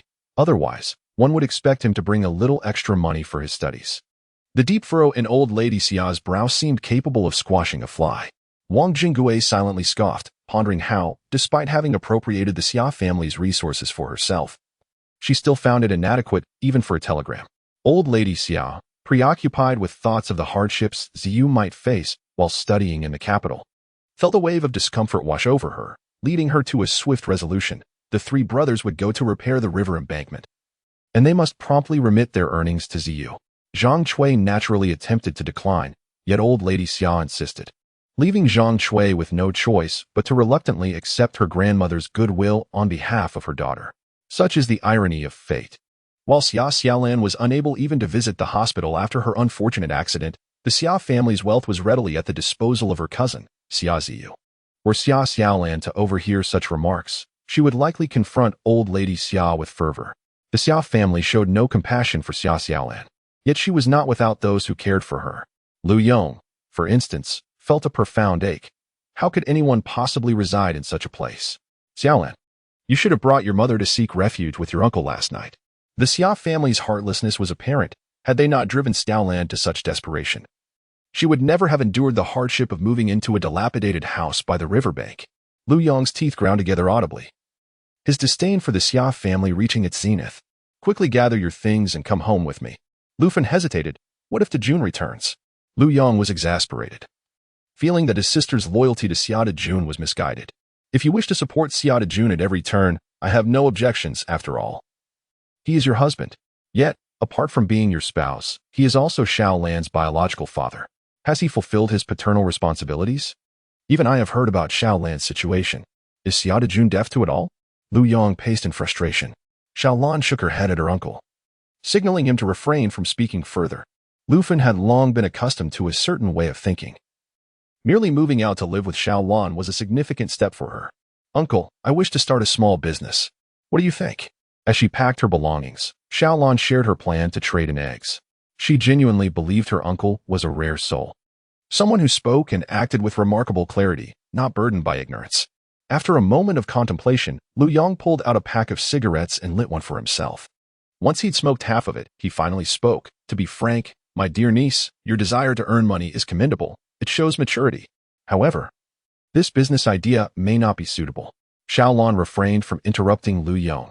She had ascended to a high-ranking position in her previous life not only due to her drive but also because she never underestimated others' intelligence. You may speak. I am listening. She replied.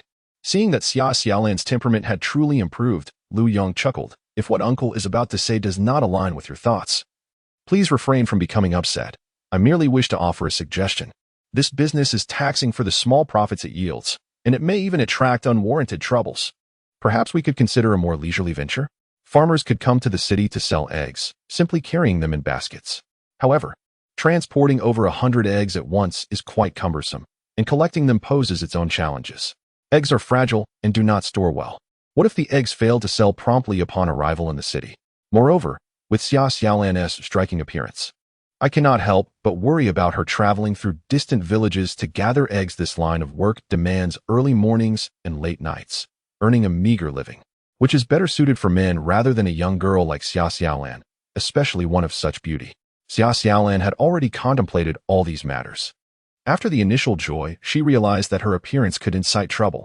In a society where beauty often leads to misfortune, a stunning visage could be a liability rather than an asset. In such times, a beautiful girl from a humble background would be expected to be presented to the affluent. The wealthy could conceal themselves behind grand doors, ensuring their safety through ostentation. Unfortunately, Xiaolan lacked such advantages and could only rely on a pair of scissors for her protection. Lu Yong spoke nothing but the truth, and Xiaolan could only smile wryly. My resources are limited. I can only rely on this egg business to support both my mother and myself. I brought her away from the Xia family not to have her live in fear and hunger, while others give birth to golden phoenixes. I have given birth to a debt collector. I will ensure that she lives a good life in due time. Uncle, I was so naive in the past, causing you both distress. Lu Yong, a robust man, felt a pang of sorrow in his nose, and it was evident that Lu Fan could hardly bear it. Amidst her tears, she protested. Who said you are a debt collector? It matters little how mother is faring. What truly matters is your own well-being. The three closest relatives were on the verge of embracing and shared grief. Seizing this poignant moment, Xiaolan delved into her own psyche, revealing her desire for redemption and a fresh start to her loved ones. Observing his niece's resolute determination, Lu Yong chose not to thwart her aspirations any further. If you wish to venture into this business, you will need a capital of at least several dozen yuan. How much more do you require? Your uncle will assist you. How much more did Xiaolan need? She had a mere 6 yuan in her pocket. A rare look of embarrassment crossed the face of manager Xia. Upon returning, Xia Dajun unexpectedly encountered Lu Yong. Lu Yong chose not to mock her. Who would willingly leave home without a single coin if not driven to desperation? Opting to remain in the Xia household, enduring humiliation for survival is one thing. But a family devoid of a roof to shield them from the elements, where members harbor grievances against one another, cannot truly be called a family. Lu Yong, however, admired Xiaolan's courage. It is often said that nephews resemble their uncles, and he had always favored Xiaolan. Now, he perceived her to possess an abundance of virtues. Reaching into his pocket, Lu Yong produced several notes of currency. Here, take this 50 yuan for now. We should discuss how you plan to manage your business. If the funds prove insufficient, your uncle will provide you with more in a few days. Lu Fan was taken aback. Big brother, where did you acquire this money? A new bicycle, and now you're giving Xiaolan dozens of yuan. Are you unaware of the Lu family's circumstances? They were indeed impoverished, barely making ends meet. In the past, Lu Yong had been somewhat aimless, but in recent years, as the family's situation became dire, he had settled down and apprenticed as a mason. After a year of training and 2 years of hard work, he had mastered the trade, which slightly improved the family's living conditions. However, masonry work was not always guaranteed. and Lu Yong did not enjoy the stability of a fixed-income job. His earnings were inconsistent. Understanding that his sister was somewhat naive, he refrained from elaborating and simply urged Xia Xiaolan to accept the money. "Thank you, uncle. I will consider this as a loan from you." Xia Xiaolan, not one to feign sentiment, acknowledged her lack of resources. With this initial 50 yuan, she could seize the opportunity presented by the busy farming season. After earning some money, she planned to repay her uncle double, feigning independence while her mother continued to suffer. Lu Yong chuckled softly, assisting Xia Xiaolan in securing their belongings to the rear of the bicycle. The entirety of their possessions comprised sweet potatoes, their clothing, and some newly purchased daily necessities. Before they could reach the village's entrance, someone called out to Xia Xiaolan, holding a bowl, "Your father has returned. Xia Dajuan is furious and wants to punish you." The onlookers relished the misfortune, their intentions far from benevolent, as if Xia Xiaolan had desecrated their ancestors' graves. The gate of the Xia residence stood wide open, revealing a burly man emerging. "Where are you headed? Have you and your grandmother had a falling out?" His voice boomed, his arms bulging with muscle. Towering close to 6 feet, this was Xia Xiaolan's biological father, Xia Dajuan. It seemed she had inherited her height from him, and being over 5 feet tall in the 1980s pleased her greatly. Lu Yong, however, offered Xia Xiaolan no chance to respond. Grabbing the sack of sweet potatoes, he unleashed a flurry of blows upon Xia Dajuan, exclaiming, "You scoundrel! I was just contemplating when to settle the score with you, and now you've come to me. Who is fighting? Your wife and daughter are being bullied, and you pretend to be unaware? You wretched man, who do they have to fight against? My sister marrying you was a stroke of bad luck." Despite his shorter stature, Lu Yong, barely 5 feet 7, fought fiercely, leaving Xia Dajuan no opportunity to retaliate. Indeed, it was evident that Xia Dajuan was merely shielding his head with his arms, lacking any genuine intention to confront Lu Yong. "Brother, let us converse amicably." Yet, the retort was harsh. "What nonsense can I discuss with you, you foolish creature? You have lived decades without wisdom, neglecting your own daughter's feelings. I shall take it upon myself to care for her." Lu Fin, in a state of panic, attempted to intervene, only to be firmly restrained by Xia Xiaolan. Xia Xiaolan regarded Xia Dajuan with a discerning gaze, noting his restraint and withholding of retaliation, harboring a glimmer of faith in him. If Xia Dajuan were to strike his brother-in-law, she would find herself at a loss for words. Men are not devoid of temperament. This world is replete with ineffectual individuals. Wise men who prefer intellect over brawn, and those with fiery dispositions who resort to violence at the slightest provocation. The rugged terrain of Qishan County has birthed its share of unruly folk, known for their fierce tempers. However, engaging in brawls outside is entirely different from resorting to violence at home. Xia Xiaolan held a profound disdain for men who resort to domestic abuse. Lu Yong, panting heavily from exertion, found himself pulled apart from Xia Dajuan by the latter's comrades, who finally intervened. Xia Xiaolan's uncles clutched Lu Yong tightly, despite his futile attempts to kick and strike back. Nonetheless, Lu Yong's ferocity had frightened the onlookers from the village. Those who had previously mocked now withdrew, like turtles retreating into their shells. Xia Dajuan's face bore the marks of bruising as he spat blood-tinged saliva, declaring, "I shall not hold this against you. However, I must address Xiaolan's situation. She ought not to quarrel with her grandmother, to the extent that it brings her to the brink of illness." Xia Laotai, a widow raising 3 sons, found her husband unmindful of her needs, yet Xia Dajuan remained obedient to his mother. Xia Xiaolan contemplated that if she were the original owner, she would undoubtedly be infuriated upon hearing such remarks. Her affection for Lu Fin and the sense of kinship she felt towards Lu Yong stemmed from her past life, which was marked by a lack of familial warmth. These 2 individuals had shown her kindness. However, in regard to Xia Dajuan, Xia Xiaolan felt no pangs of sympathy. After all, she had already repaid her debts to the Xia family with her very life. What more could be expected of her? "Uncle, let us depart," she declared.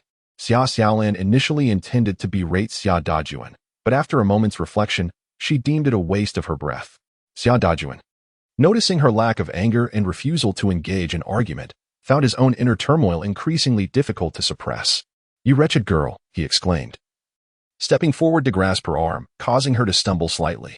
Turning to face him with an expression devoid of emotion, Xia Xiaolan met his gaze and stated, "Grandmother has said that my existence brings shame to the Xia family. A person like me ought to perish immediately. I once sustained a head injury, and my mother begged grandmother to take me to the hospital, prostrating herself until her forehead was bruised. Only then did she manage to summon a doctor to staunch my bleeding. If you believe I lack respect and filial piety, shall I return the life I have salvaged back to the Xia family?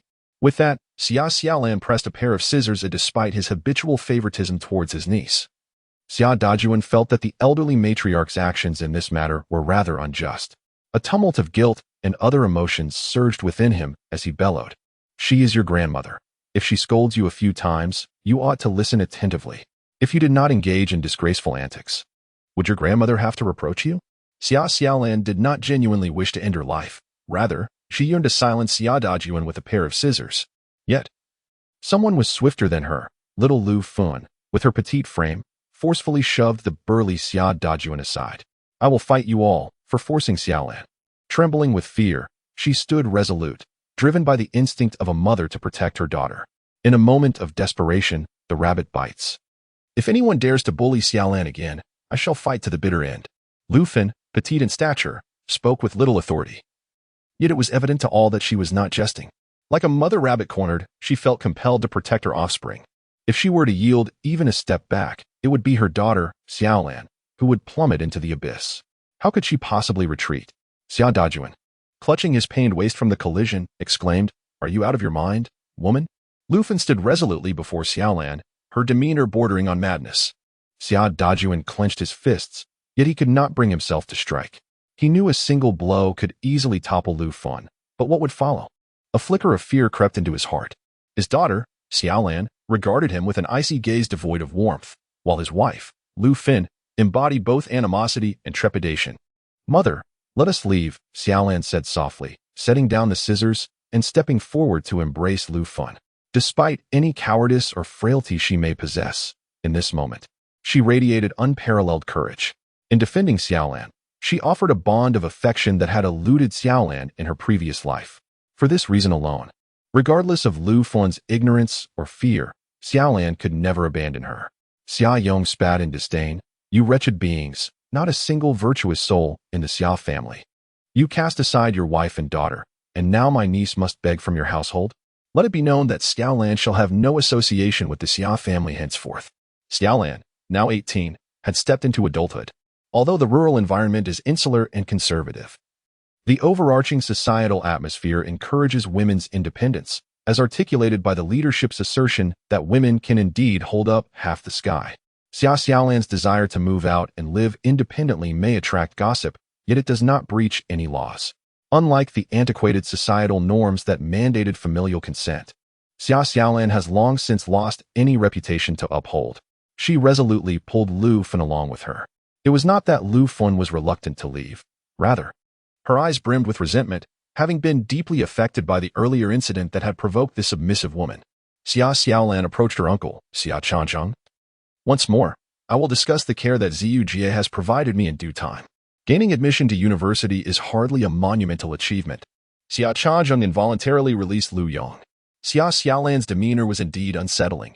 She no longer exhibited the same petulance as before, yet radiated an aura that demanded respect. This transformation was not unwarranted. Having navigated the tumultuous waters of her previous life, she ascended to a high-ranking position within a multinational corporation in the Asia-Pacific region. Her experiences rendered her far more sophisticated than the typical antics displayed by her family. The scissors she wielded symbolized her dual capacity for self-harm or for inflicting pain upon others. Generally, Xia Xiaolan preferred to employ intellect over brute force to resolve conflicts. Having painstakingly achieved her success, why should she sacrifice her precious accomplishments by engaging with trivial matters? However, she was no longer perceived as a valuable gem. At least in the eyes of others, she was seen as an object open to humiliation. If she did not adopt a more assertive stance, would it not invite everyone to trample upon her? Xia Xiaolan possessed a delicate charm, yet suddenly her demeanor turned cold as ice.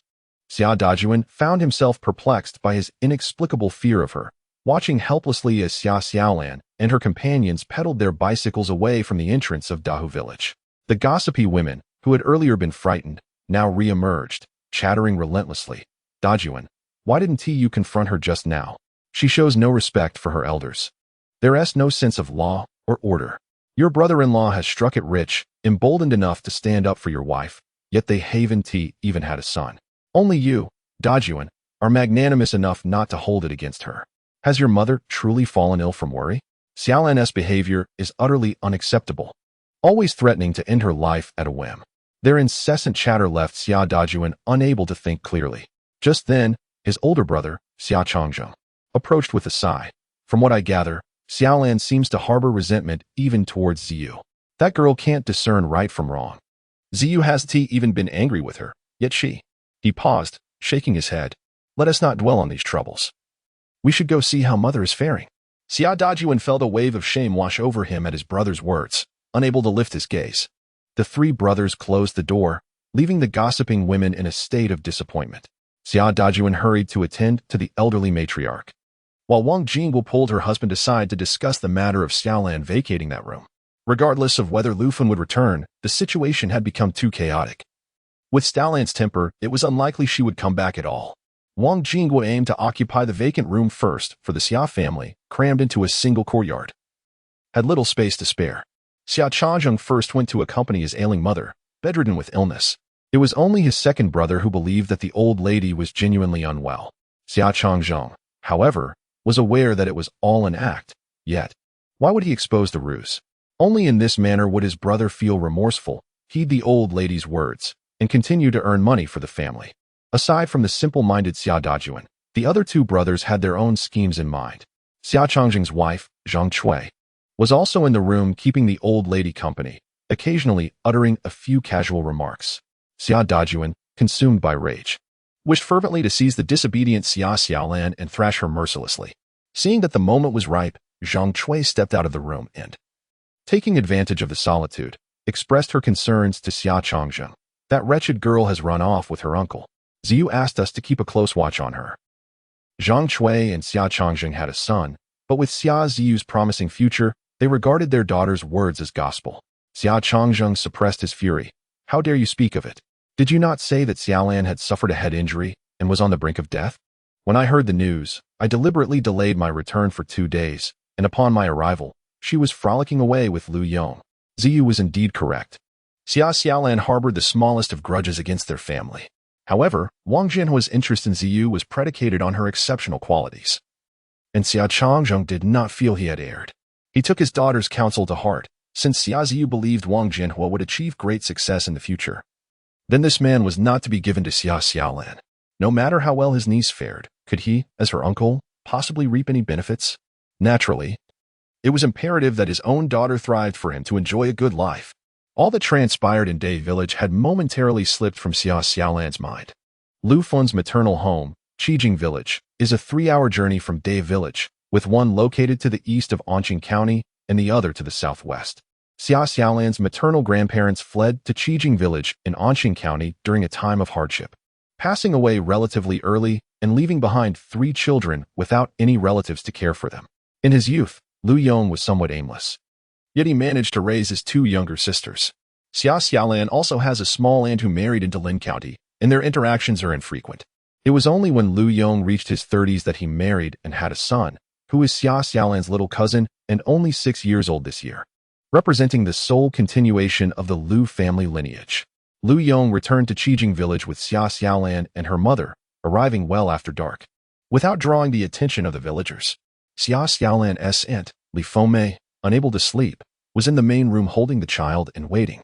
Hearing a noise at the door, she hurried to open it. You're back. How are Xiaolan and the others?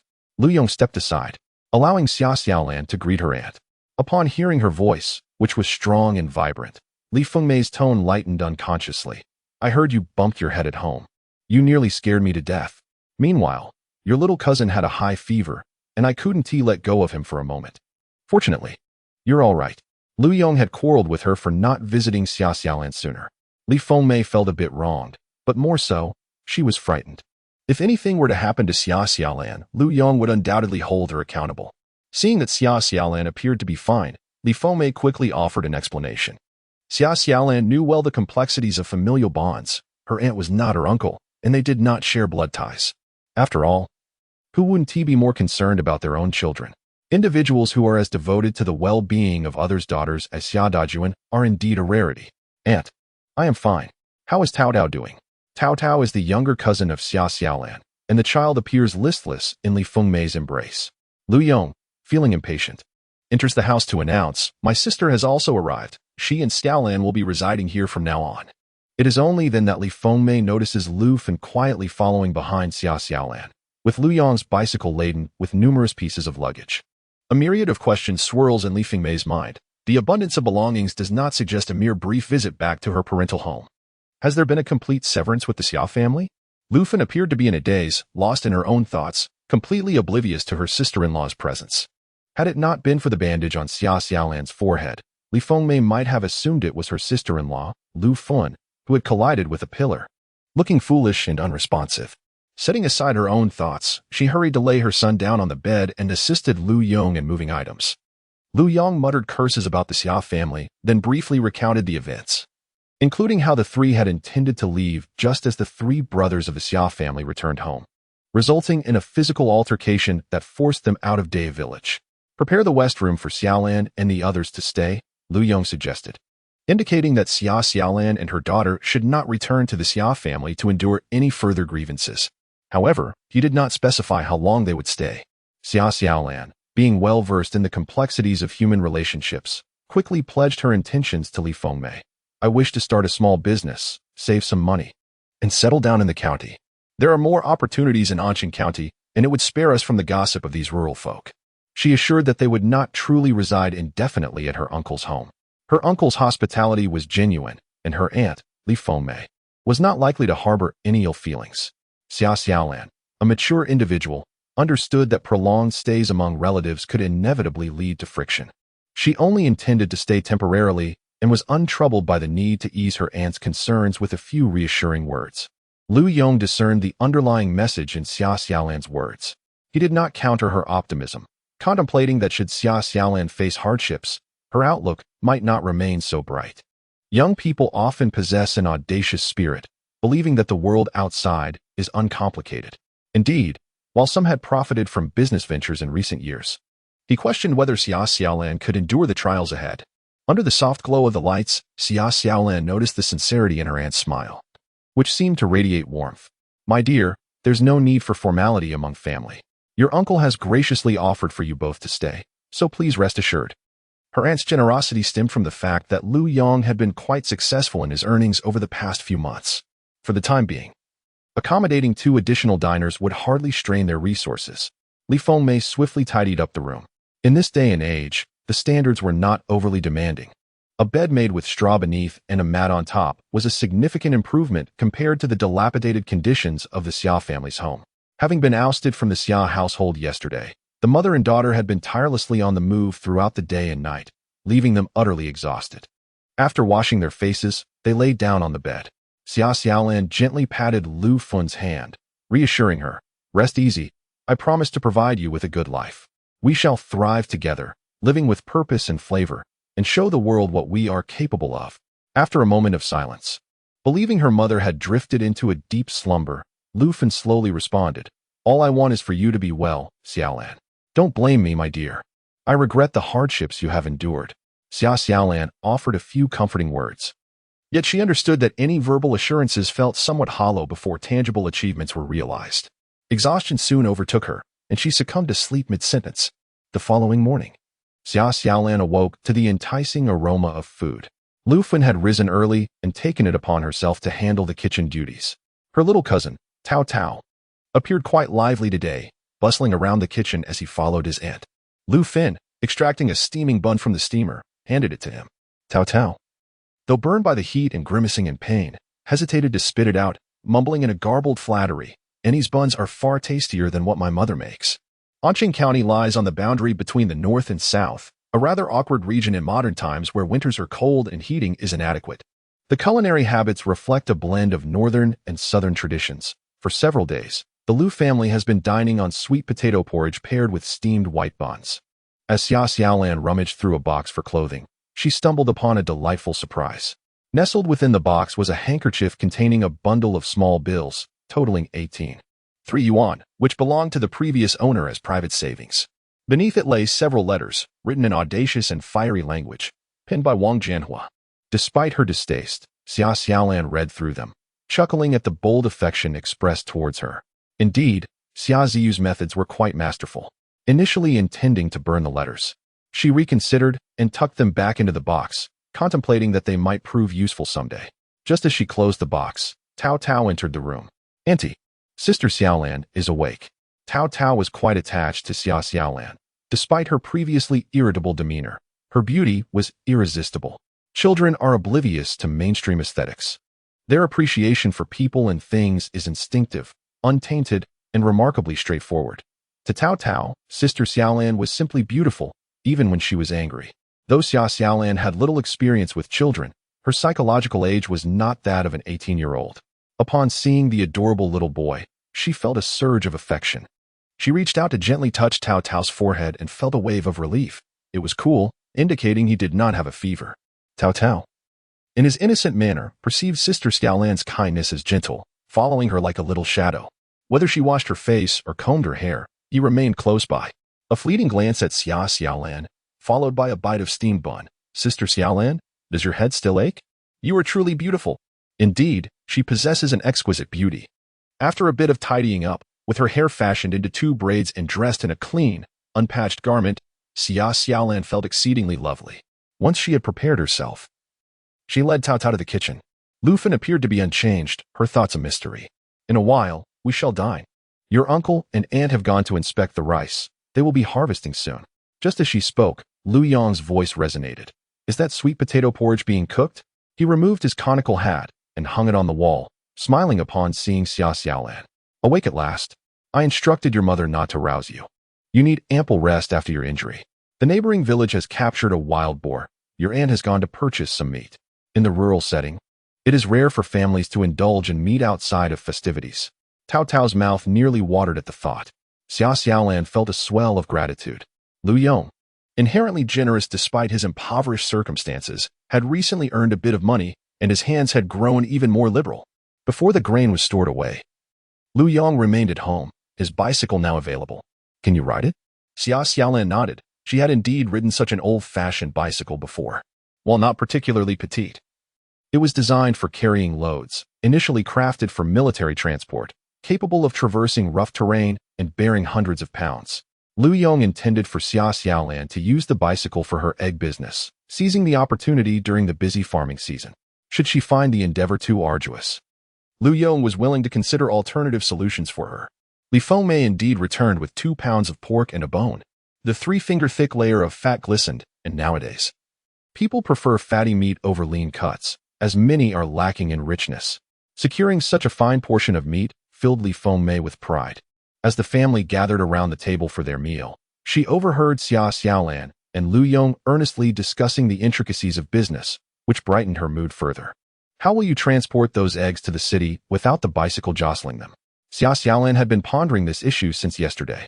In modern times, long-distance transport of eggs involves egg trays, and with smooth roads, they can be transported over great distances. However, given her current modest circumstances, she could not acquire any plastic egg trays, but Xia Xiaolan had alternative solutions. She planned to weave small baskets from reed ropes, just the right size for the eggs. Threading them together, the gaps would be filled with short pieces of wheat stalks and straw, which should serve as a substitute for cushioning foam. Lufin was quite excited, exclaiming, "I can weave. Just show me the design. Mobilize the scouts for labor." Lufin possesses remarkable dexterity. According to Xia Xiaolan, she can craft something quite impressive with just a handful of straw. Observing Xia Xiaolan's initiative, Lu Yong paid her no mind, finishing his meal before heading out to drain the fields. Some of the rice paddies still held water prior to harvesting the grain. It was necessary to let the water out and allow the fields to dry for a couple of days. Draining the fields sometimes yielded other surprises, such as loaches, eels, and even crucian carp, which could be caught in hand-sized quantities. These were wild delicacies coveted in later years, yet during this time, they were regarded rather indifferently. The small, bony crucian carp were a hassle to eat, while loaches and eels required copious amounts of oil to be palatable. Who would squander precious oil on such fare? A mere boil would render them unappetizing, as their earthy flavor posed a significant issue. Xia Xiaolan lamented the situation, recognizing the high protein and low-fat nature of these foods, which went unappreciated by the diners of the 1980s.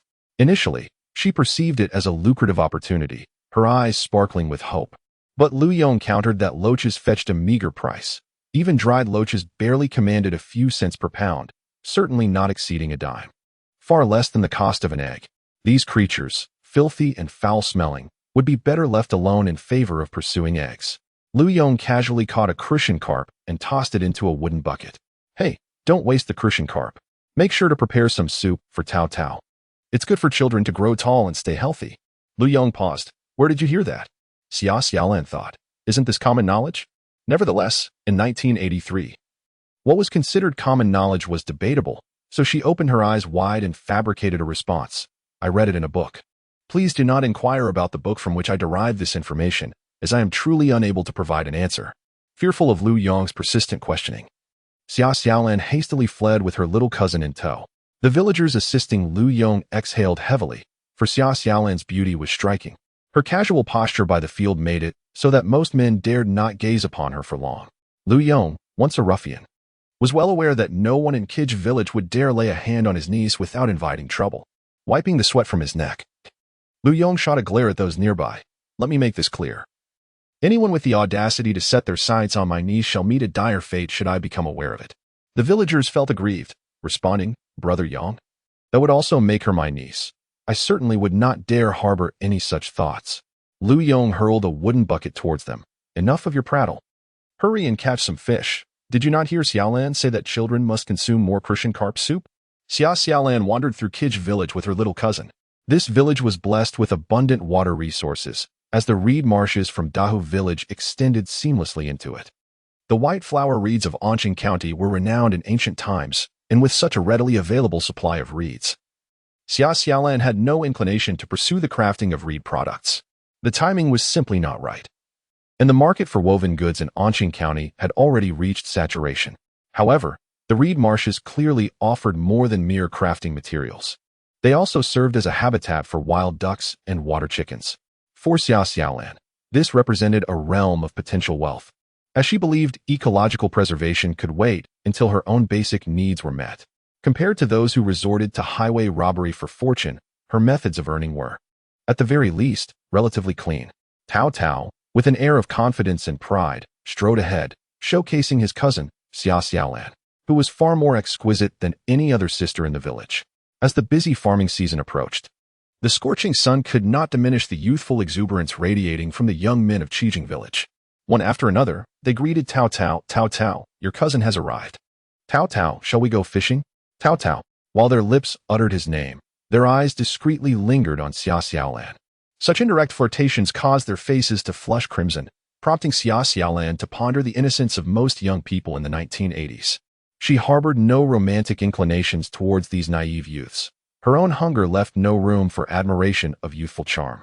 Xia Xiaolan had visited Qijing village before, her name resonating like thunder among the youth, yet she had always maintained an air of haughtiness, dismissing those who sought her attention. Now, she intended to uphold the original intentions of her character.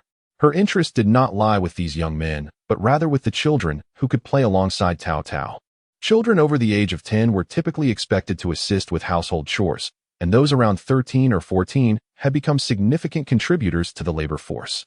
Xia Xiaolan's target demographic consisted of children under 10, known for their mischief and resilience, easily amused. After wandering for a while, Xia Xiaolan finally spotted her intended audience. A few children, slightly older than Tao Tao, approached, giggling as they ran.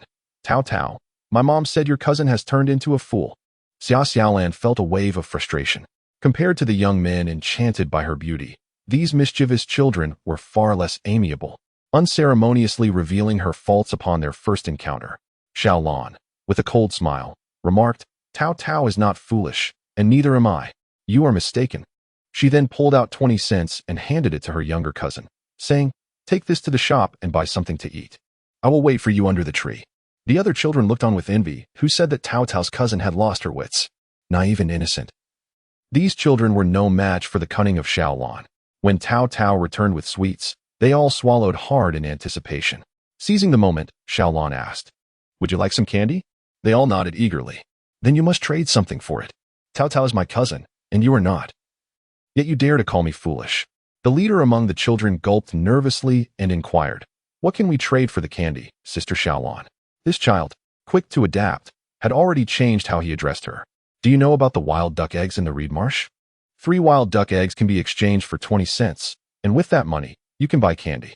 However, you must go in pairs to find the duck eggs and avoid the water's edge. Really? Only a fool would lie. Whether it is true or not, we shall find out.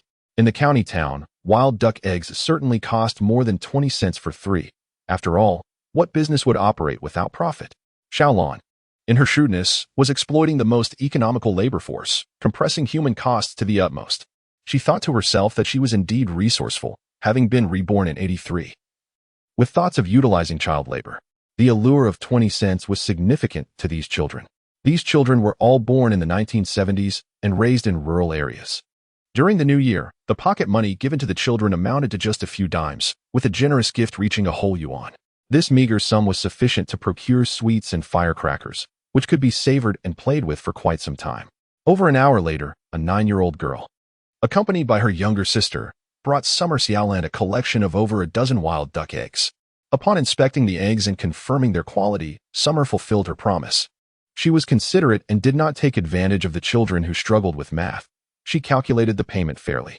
You have brought me 16 eggs, which amounts to 1 yuan and 7 cents. The change was exchanged from the village's small shop. The young girl clutched the money, her excitement rendering her unsure of where to place it. The younger child, drooling at the thought of sweets, followed her sister home, mindful that they could not spend over a yuan without adult permission. Summer called out to her, "If you have chicken eggs at home, you can sell them to me.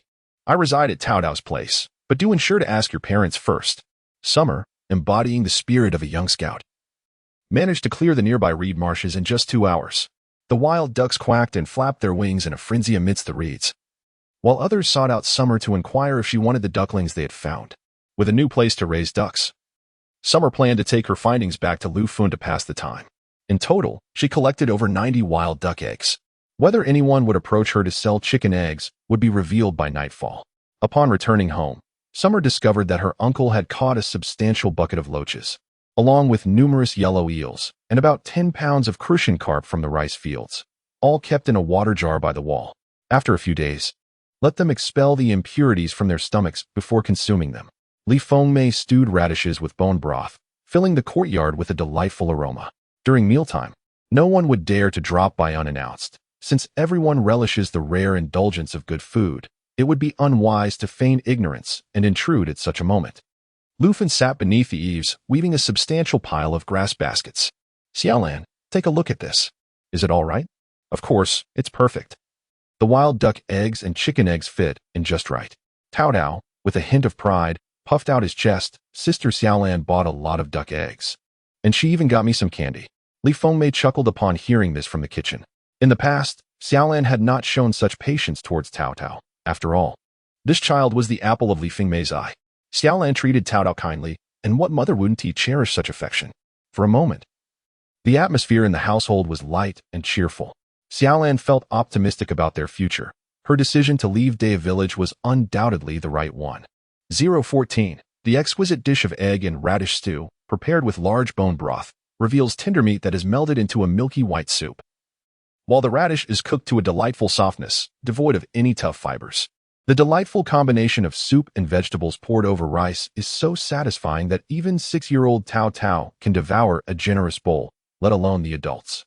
Xia Xiaolan insists on adding stir-fried duck eggs, to which Lu Yong remarks that it is her business acumen, advising her not to make it a habit. Xia Xiaolan contemplates that directly providing living expenses may not be appropriate, so she resolves to supplement her uncle's family table, for one cannot truly indulge without contributing. Freshly harvested tender leeks stir-fried with wild duck eggs exude a fragrance that effectively masks the fishy aroma of the duck eggs. Following Xia Xiaolan's suggestion, a dash of vinegar is added while whisking the eggs, resulting in a dish that is indeed tender and fluffy, rivaling the texture of chicken eggs. When Li Fengmei praises the dish, Lu Fun beams with joy. Despite the whispers that Xia Xiaolan lacks ambition, with a vacant gaze and an unsettled demeanor, Lu Fun has never given up on her daughter. Now, with Xia Xiaolan displaying newfound maturity, how could she not be filled with delight? Xia Xiaolan also finds her uncle's household fare quite commendable. Having tasted many extravagant dishes in her time, she reflects on the prevailing living standards of rural areas in 1983. Recognizing that Lu Yong's culinary standards are indeed elevated. This is closely tied to Lu Yong's financial success and his genuine desire to care for Xia Xiaolan and her mother. After lunch, Lu Yong hurriedly returns to the fields, and this time, even Li Fengmei joins him. While Lu Fun is encouraged by Lu Yong to remain at home and weave more grass baskets. The opportunity for Xia Xiaolan to earn money is fleeting in these couple of days, and he implores her not to hinder her important endeavors. Xia Xiaolan revisited her cycling skills on that new 28-bar bicycle.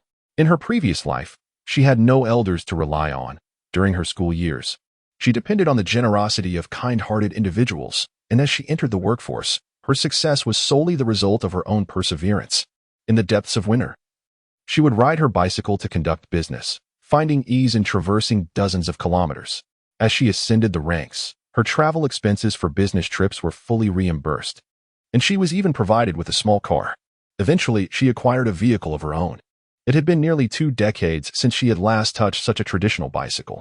Initially, she felt unsteady, but soon her confidence grew, and she rode more smoothly with each passing moment. Tao Tao watched with eager eyes, but at just 6 years old, he was still too small. Thus, Xia Xiaolan could only place him on the back seat, allowing the little boy to embrace her waist as she cycled through the village with him. Along the way, she was hailed by a familiar woman. "Xiaolan, my daughter mentioned that you are collecting eggs. What is the price?" Xia Xiaolan dismounted and called out, "Auntie, I am indeed collecting eggs. With the busy farming season, everyone is too occupied to take their eggs to the county market. The weather is turning bad quickly, so I'm gathering them to sell in town. Naturally, I would like to earn a bit for my efforts. Would 1.2 cents per egg be acceptable to you?" The woman, known as Aunt Chin and the fourth in her family line, furrowed her brow at this. "I heard that eggs are selling for 1.5 cents each in the county." Xia Xiaolan replied with a cheerful smile, "The price of eggs in the county fluctuates frequently. To be candid, there are times they sell for 1.5 cents, and at other times, even less. If they do not sell, or if they get damaged during transport, I risk losing money if I collect too many. One must not engage in business with a mindset that leads to losses. The journey incurs weariness, and besides, Kaijingshan village is rather distant from the county town. Typically, a trip is manageable, but during the busy farming season, back and forth could easily consume half a day. Who has that time to spare? I've sold them. I shall return home to fetch the eggs. Which household does not rear a couple of hens for eggs? The expenses for oil, salt, sauce, and vinegar all hinge upon the income from eggs. In summer, with an abundance of grass seeds and tiny insects, the hens grow plump, and 2 hens can yield over 20 eggs in a fortnight. Aunt Chin Si brought over 20 eggs for Xia Xiaolan, settling the payment immediately. The news of Xia Xiaolan's egg sales swiftly spread throughout the village, marking the inception of her egg business. Lu Fen could not help but hasten her weaving of the straw baskets. Xia Xiaolan spent over a day gathering all the eggs from Kaijingshan village, even delivering eggs from the neighboring village to Lu's family. With a mere 70-odd yuan as her capital, she amassed nearly 400 chicken eggs and 200 wild duck eggs. She needed to retain some liquidity for herself, so Xia Xiaolan decided to pause her efforts for the time being. Lu Fen had never witnessed such a staggering collection of chicken and duck eggs piled together. The baskets brimmed, creating quite an impressive sight. Lu Fen harbored deep concerns, fearing that these eggs might not sell, leaving the family unable to consume them all. Furthermore, who in this day and age could afford to lavishly spend dozens of yuan on eggs? That sum equates to over a month's salary for an urban worker. I shall take 200 chicken eggs and 100 wild duck eggs to the city tomorrow. Had Anqing County not boasted 2 large factories, Xia Xiaolan would not have dared to collect so many eggs. With thousands of workers in these factories, 300 eggs could be effortlessly consumed, provided she could find the right channels. Reliance on retail has proven to be inefficient, and Xia Xiaolan is contemplating the discovery of superior sales channels. Despite the official price of eggs being merely 1.2 yuan per gene, the supply is drastically insufficient. Not all logistics departments of various units can procure these low-priced eggs, suggesting that there are nuances worth exploring. Late at night, even Li Fengmei assists in weaving straw baskets, meticulously trimming the dry straw and stuffing the gaps with husks, ultimately enhancing the stability during transport. Tao Tao, brimming with excitement, struggles to sleep, eagerly awaiting Xia Xiaolan to take him into the city. However, disappointment looms for the young boy, as Xia Xiaolan and her daughter depart at the crack of dawn. Around 5 a.m., their journey is deemed safer, given Xia Xiaolan's striking beauty, which leaves both Lu Fun and Lu Yong feeling uneasy. Riding bicycles significantly reduces their travel time, and upon arriving at the location where they previously sold duck eggs, daylight has just begun to break. The small market outside the agricultural machinery factory appears exceedingly desolate, with locals preoccupied with their fieldwork, leaving no time to sell goods in the county town. As soon as Xia Xiaolan secures her bicycle, she is recognized by a familiar customer. Her conspicuous appearance and efficient demeanor render her unforgettable to those who have dealt with her before. "Oh, are you here to sell eggs again? Auntie, are you buying eggs today? I have chicken eggs. I still haven't finished the duck eggs I bought a couple of days ago." Xia Xiaolan seizes the opportunity with this potential customer, asserting that duck eggs make for delicious century eggs and salted duck eggs. Yet when it comes to steaming or frying, chicken eggs are the preferred choice. She lifts her basket, revealing neatly arranged chicken eggs, as if beckoning, "Come and eat me," causing the ant to involuntarily swallow hard. She indeed pickled the wild duck eggs she purchased last time into salted eggs. Perhaps she should buy a few chicken eggs as well? Xia Xiaolan noticed her interest. "I sell chicken eggs for 15 cents each, but since you are a regular customer, I can offer them to you at 14 cents. The wild duck eggs are still priced as they were a couple of days ago. In state-owned stores, chicken eggs cost 1.2 yuan per gene, with a weight allowing for approximately 8 to 10 eggs per gene, making them cheaper than Xia Xiaolan's offering. However, they must have a sufficient supply. As affordable eggs are hard to come by, the auntie succumbed to Xia Xiaolan's persuasion and ultimately purchased 10 eggs. As the workers began to arrive on their bicycles, Xia Xiaolan's business started to flourish. With her poised demeanor, she attracted glances from passers-by, and whenever someone looked her way, she would inquire if they wished to buy eggs.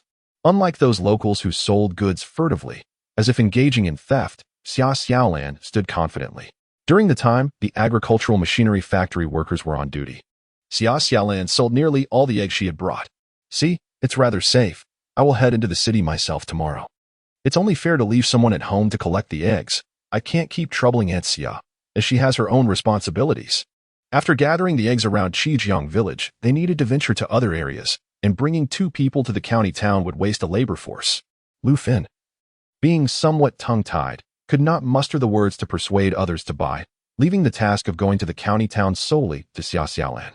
By a little past 9 in the morning, Xia Xiaolan had sold all the eggs, planning to relocate outside the meat processing factory the following day.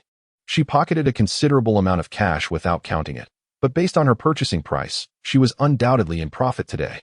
Despite her utmost caution, she still crushed a few eggs, an unavoidable loss. The busy season of harvesting rice has arrived, and Xia Xiaolan's egg trading business is flourishing. Some have dubbed her the egg she-sure. With this reputation, she has caught the attention of those with ulterior motives.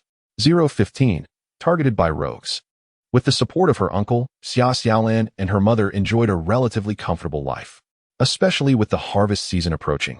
As every household in the village hurried to gather their crops, the Xia family found themselves overwhelmed with work in the fields, leaving no opportunity for trouble to brew in Qijiu village. Xia Xiaolan ventured into the city to trade eggs, and within a mere 2 days, her business began to flourish. She possessed a forthright manner and was exceptionally attractive, adhering to principles in her dealings while displaying generosity within those boundaries. The workers from the agricultural machinery factory and the meat processing plant were well aware of the new egg vendor outside the factory, who offered exceptionally fresh eggs. Initially, she made daily trips to Anqing County, and in just 2 days, she sold nearly 2,000 eggs. Although the relentless cycling between the countryside and the county was arduous, her efforts bore fruit, yielding an average profit of about 10 yuan per day. With minimal capital and lacking connections, Xia Xiaolan could only nurture her myriad ideas for profit gradually. Earning this modest sum was more than satisfactory for Lu Fun. As evening descended, Xia Xiaolan returned home, and the mother and daughter began to tally their daily earnings. They poured the contents of their cloth bag onto the table, revealing a plethora of loose change, 1 yuan notes, 5 jiao coins, the smallest denomination being the fin notes. Xia Xiaolan vowed that she had never encountered such a quantity of fractional currency in her lifetime. Lu Fin meticulously organized the money, feeling as though she were in a dream. Is money truly this easy to earn? Did others not realize this? Lu Fin's inquiry was significant, indicating that she had begun to ponder deeper questions. Xia Xiaolan merely smiled in response, knowing that money can be made. Not everyone possesses the capability to engage in such business. Xia Xiaolan, despite her losses, demonstrates remarkable resilience in starting anew. Having once attained a high-ranking position in a multinational corporation, such minor setbacks cannot possibly deter her. However, For a rural individual born in 1983, a loss of nearly 100 yuan represents a significant sum, one that takes many months to accumulate. Such an amount, lost in an instant, poses a considerable challenge for those with limited resources who can hardly withstand multiple financial misfortunes. Xia Xiaolan carefully sets aside her funds, aware that the egg business may soon become less viable. She recalls her intention to ask her uncle for assistance in gathering eels, as she aspires to transport them to the provincial capital for sale. In Lu's rice fields, one can effortlessly procure dozens of pounds of loach, crucian carp, and yellow eels. Indeed, these resources are abundant in the countryside. However, improperly prepared loach can carry an unpleasant earthy taste. The crucian carp, once highly esteemed, has fallen out of favor. Who among today as populace desires to consume it? With its oily texture, numerous bones, and scant meat, it cannot even claim a place among the four major fish, reflecting its unpopularity. The phrase "like fish crossing a river" often symbolizes a trend, evoking the sheer number of crucian carp. In contrast, yellow eels are prized for their nourishing properties and consistently command high prices, even rivaling the cost of pork. Yet, selling them in Anqing County proves challenging, unless one transports them to the provincial city. As crucian carp and loach are sold at meager prices, Xia Xiaolan opts not to expend effort on them. Instead, she instructs Lu Yong to inform the people of Keej village that, alongside egg collection, she is also interested in acquiring yellow eels. Nonetheless, the villagers are currently preoccupied with harvesting rice, and aside from a few children bringing in small quantities for sale, substantial business remains elusive. Xia Xiaolan is not in a hurry. Yellow eels can be caught until October. Even the crucian carp and loach, often dismissed by others, have their culinary uses that she appreciates. Xia Xiaolan's culinary skills are rather average, yet her extensive experience is remarkable.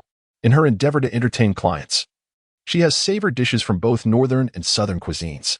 Previously, Lu Yong had brought home loaches and crucian carp, which he had thoroughly cleaned of silt. With a drizzle of cooking oil in the pan, he gently fried the crucian carp until both sides turned golden brown, then simmered it on low heat with water. The fish meat became tender and infused the broth, which required a bit of effort. However, Xia Xiaolan ensured that everyone at home enjoyed the fish soup. She particularly cared for Lu Fin and Tao Tao.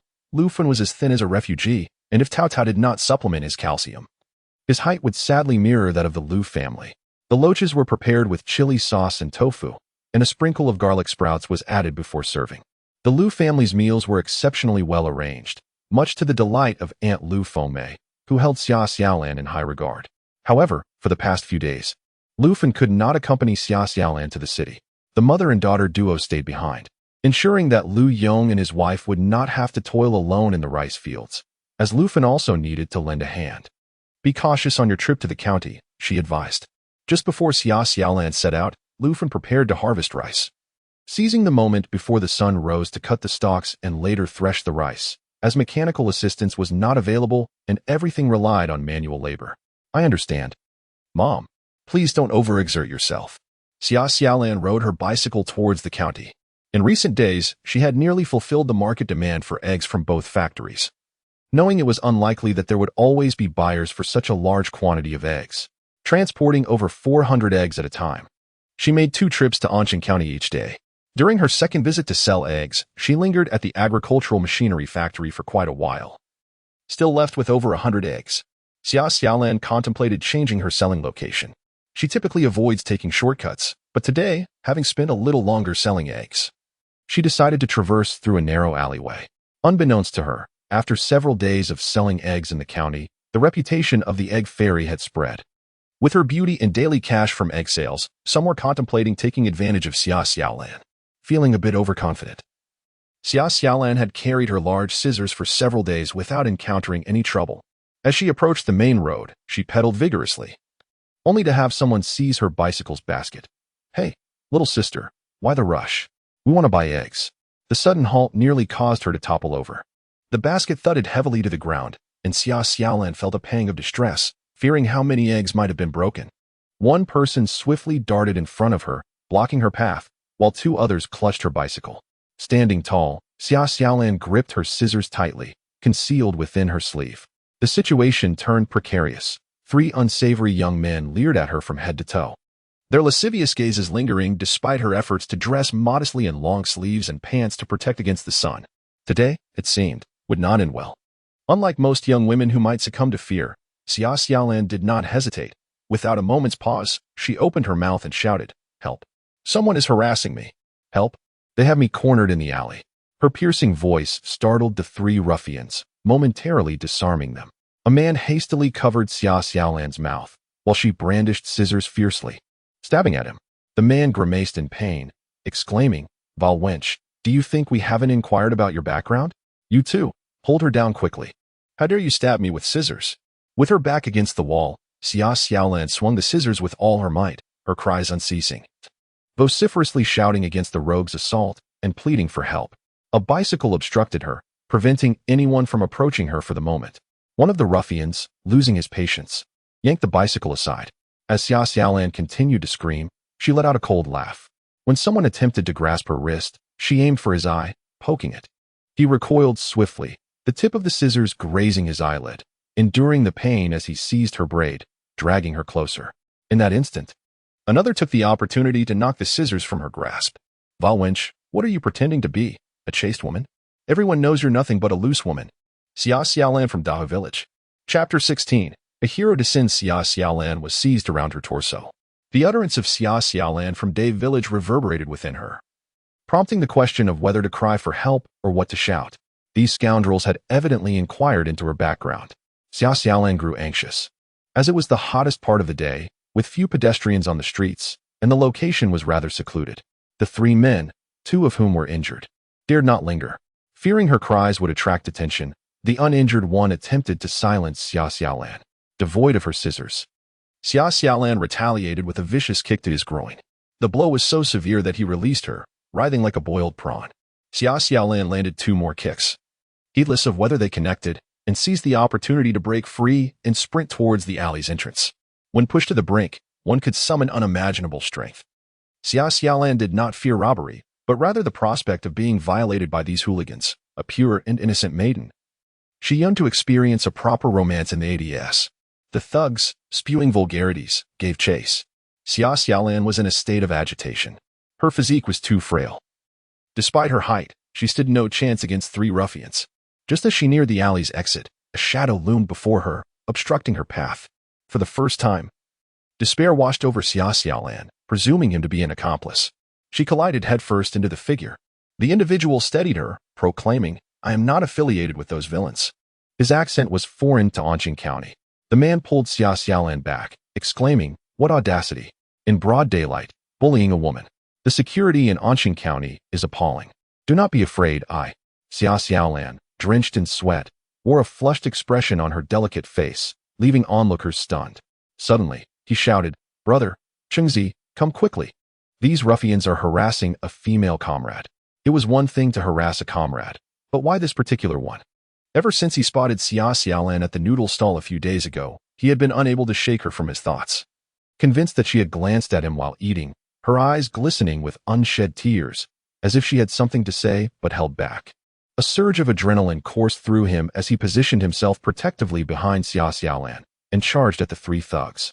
Xia Xiaolan breathed a sigh of relief. It appeared someone had come to her rescue. She recognized him as the young man from the noodle stall who had been watching her. The sound of approaching footsteps echoed from the alley's entrance. Another young man appeared, his strides confident, and he possessed an exceptionally lively demeanor. His crew cut complemented his striking features, exuding a roguish charm that was undeniably captivating. Zhou Qing's eyes met Xia Xiaolan's, and despite her sweaty visage and labored breaths, her astonishing beauty could not be concealed. Zhou Cheng was not one for flowery descriptions, yet he found Xia Xiaolan utterly enchanting, leaving him somewhat parched. Kong Wei was right. This small place, Anqing County, concealed a rare gem. It was no wonder Kong Wei had incessantly praised her during their journey to Shanghai, and now, amidst the fray, he fought with reckless abandon.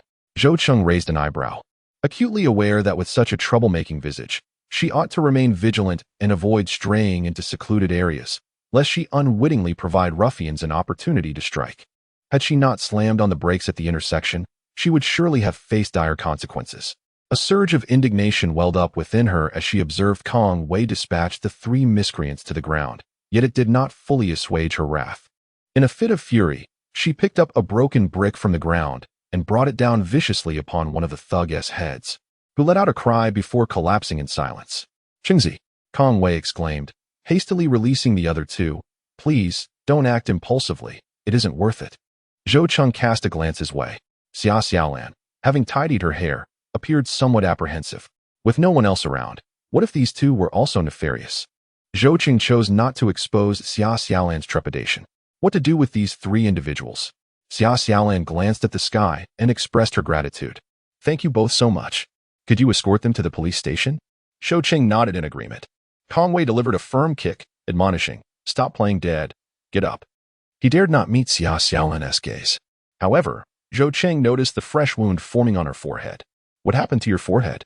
Zhou Cheng inquired. Xia Xiaolan thought to herself, this person shows no restraint. Yet, in light of her benefactors, she refrained from displaying a poor attitude, merely muttering, "I fell accidentally." The more Zhou Cheng regarded that injury, the more it displeased him. The once flawless visage now marred by a wound was quite bothersome. He wondered if it would leave a scar. Kong Wei bound three individuals, one of whom was still spewing foul language. "She is nothing but a loose woman. Others can indulge, but we cannot touch?" The men, all of masculine stature, boasted, "Let us all enjoy together." In response, Kong Wei delivered a forceful kick to the offender's face, causing several teeth to shatter, ultimately silencing the verbal onslaught. However, the atmosphere remained palpably uncomfortable, and Xia Xiaolan's expression darkened as she righted her bicycle, which had sustained considerable damage. Each egg she collected earned her merely a penny. Under the blazing sun, she traversed various villages to gather eggs, making 2 trips to Anqing County daily, rising at 5 in the morning and not resting until 9 or 10 at night, with no breaks in between. Consequently, her daily earnings barely surpassed 10 yuan, and this mishap meant her entire day's labor had been in vain.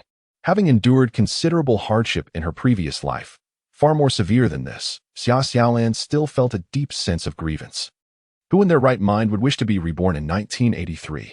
After 2 decades of relentless struggle, she awoke to find it all vanished. With eyes glistening with tears, Xia Xiaolan fiercely kicked the rogues several times.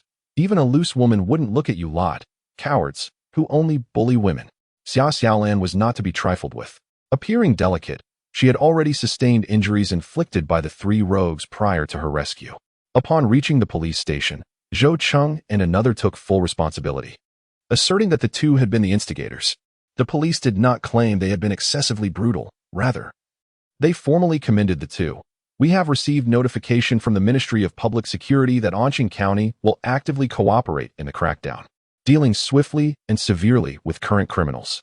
The 2 comrades displayed remarkable courage, and we shall present a banner of commendation to their respective workplaces. Kong Wei pondered to himself. What workplace did he and Qingzi possess?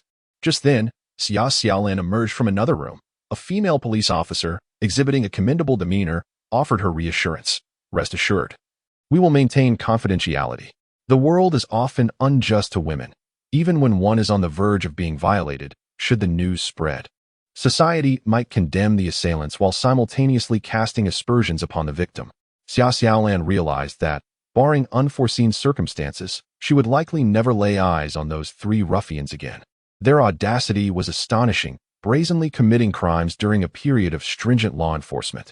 These 3 undoubtedly believed that even if they were to harm her, they would be too concerned about their reputations to report the incident. Alas, they were gravely mistaken.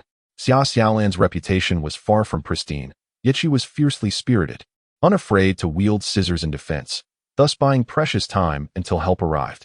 Upon exiting the police station, it was already 6 in the evening. Xia Xiaolan felt a sense of urgency but refrained from being impolite, insisting on treating her 2 saviors to a meal. A modest repast at the street vendor selling noodles. Strapped for cash, she could hardly afford to take them to a restaurant. A banquet at a state-run establishment would cost no less than 20 yuan, whereas she could only manage a simple bowl of noodle soup, perhaps with a couple of fried eggs added for good measure. Kong Wei, with his effervescent personality, was quite extroverted, while Zhou Cheng, possessing a somewhat sinister appearance, was rather taciturn. In fact, Zhou Cheng seemed more like a villain than the 3 ruffians, exuding an aura of mischief that contrasted sharply with Kong Wei, who could easily dispatch 3 foes yet showed a distinct respect towards Zhou Cheng. Setting down the bowl, Kong Wei eagerly attempted to pay, but Xia Xiaolan obstructed him, insisting, The kindness you both have shown me cannot be repaid with just a bowl of noodles. Today, allow me the honor of treating you both." Kong Wei muttered under his breath that he had never been invited to a meal by a girl before. Zhou Qing laid down his chopsticks and remarked, "You can repay us another day. It is rather late now, and I will escort you home." The last statement was directed towards Xia Xiaolan, and in his gaze, Zhou Cheng held an intriguing glimmer. Xia Xiaolan, having never been oblivious to the ways of the world, recognized that Zhou Cheng harbored affection for her, a sentiment he did not attempt to conceal. She understood well the superficiality of appearances. Indeed, it was challenging for men to harbor aversion towards her face, which was perhaps why she found herself embroiled in such predicaments today. Zhou Qing and Kong Wei were her saviors, and Xia Xiaolan, with a heart unburdened, refrained from being overly sentimental. "Am I being too much of a bother?" "Not at all," they replied. "After several days of long travel, we too require a respite. We shall take you home, and then return to the county." Kong Wei opened his mouth in surprise. Zhou Cheng had never displayed such patience when conversing with young ladies. Countless girls chased after him without so much as receiving a glance in return. Earlier on the road, they had not mentioned stopping in Anqing County. They were laden with goods and wished to return to the capital promptly. This journey had been anything but tranquil. Kong Wei cast a furtive glance at Xia Xiaolan. And indeed, she was breathtakingly beautiful. Had she truly enchanted the aloof Zhou Qing? He dared not voice his thoughts and quickly added, "It's no trouble at all. Just think of how unsafe it is for you to be walking alone at this hour. What if those ruffians have accomplices? Rest assured, we are certainly not malicious individuals. After all, the police station has kept records of us. If we continue to decline, it would seem as though we are treating our benefactor as a wolf to be guarded against." Xia Xiaolan glanced at the large Dongfeng truck, uncertain of where she should sit. Zhou Qing handed Xia Xiaolan's bicycle to Kong Wei, instructing, "You go to the back and keep an eye on the cargo." Kong Wei's heart sank, yet he dared not oppose Zhou Qing and could only place Xia Xiaolan's bicycle in the truck bed. The truck bed was filled with boxes, and Kong Wei struggled to squeeze himself in. Xia Xiaolan contemplated suggesting that she could sit in the rear compartment, but perhaps they did not trust her given the cargo. She settled into the passenger seat, and the Dongfeng roared to life. Leaving the provincial road, the path to Qijiong village was in disrepair, with the wheels often brushing perilously close to the roadside. Xia Xiaolan frequently directed Zhou Qing. The vehicle was indeed much faster than a bicycle. What would take 2 hours on foot or 1 hour by bike, the Dongfeng accomplished in merely half an hour. "My home is just ahead. The village road is inaccessible by vehicle, so please drop me off here," Xia Xiaolan indicated towards Qijiong village. As they traveled, the fields were alive with activity. Before nightfall fully set in, the laborers needed to transport the threshed rice home. The sacks were heavy, relying solely on the strength of people to carry them, while wisps of smoke rose from the village chimneys. During the busy farming season, the villagers who usually had 2 meals a day would certainly require 3 substantial meals, for who could manage the labor otherwise? Xia Xiaolan had initially planned to return early to prepare dinner, but her visit to the police station had delayed her. She felt a twinge of anxiety, which did not escape Zhou Qing's notice. As she alighted from the vehicle, he suddenly inquired, "Will you still be going to Anqing County tomorrow?" After the events of today, it would leave most young girls utterly terrified, perhaps even deter them from continuing their business endeavors. Even if they were to sell eggs again, they would likely take a few days to recover their composure. However, Zhou Cheng sensed that Xia Xiaolan was not an ordinary girl, despite her seemingly delicate appearance. She possessed considerable courage. Without a moment's hesitation, Xia Xiaolan replied, "Of course I will."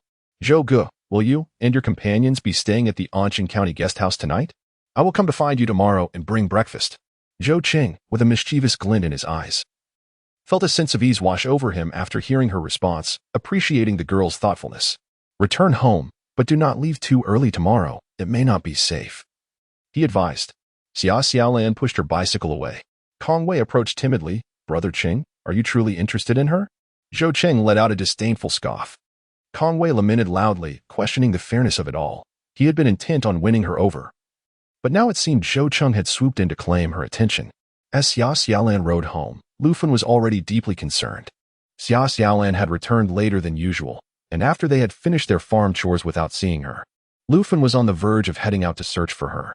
Just then, Xia Xiaolan arrived. Although she had tidied herself up, the lingering odor of the eggs was unmistakable. "I fell on the way and had to push the bicycle back. Many of the eggs broke," Xia Xiaolan confessed candidly.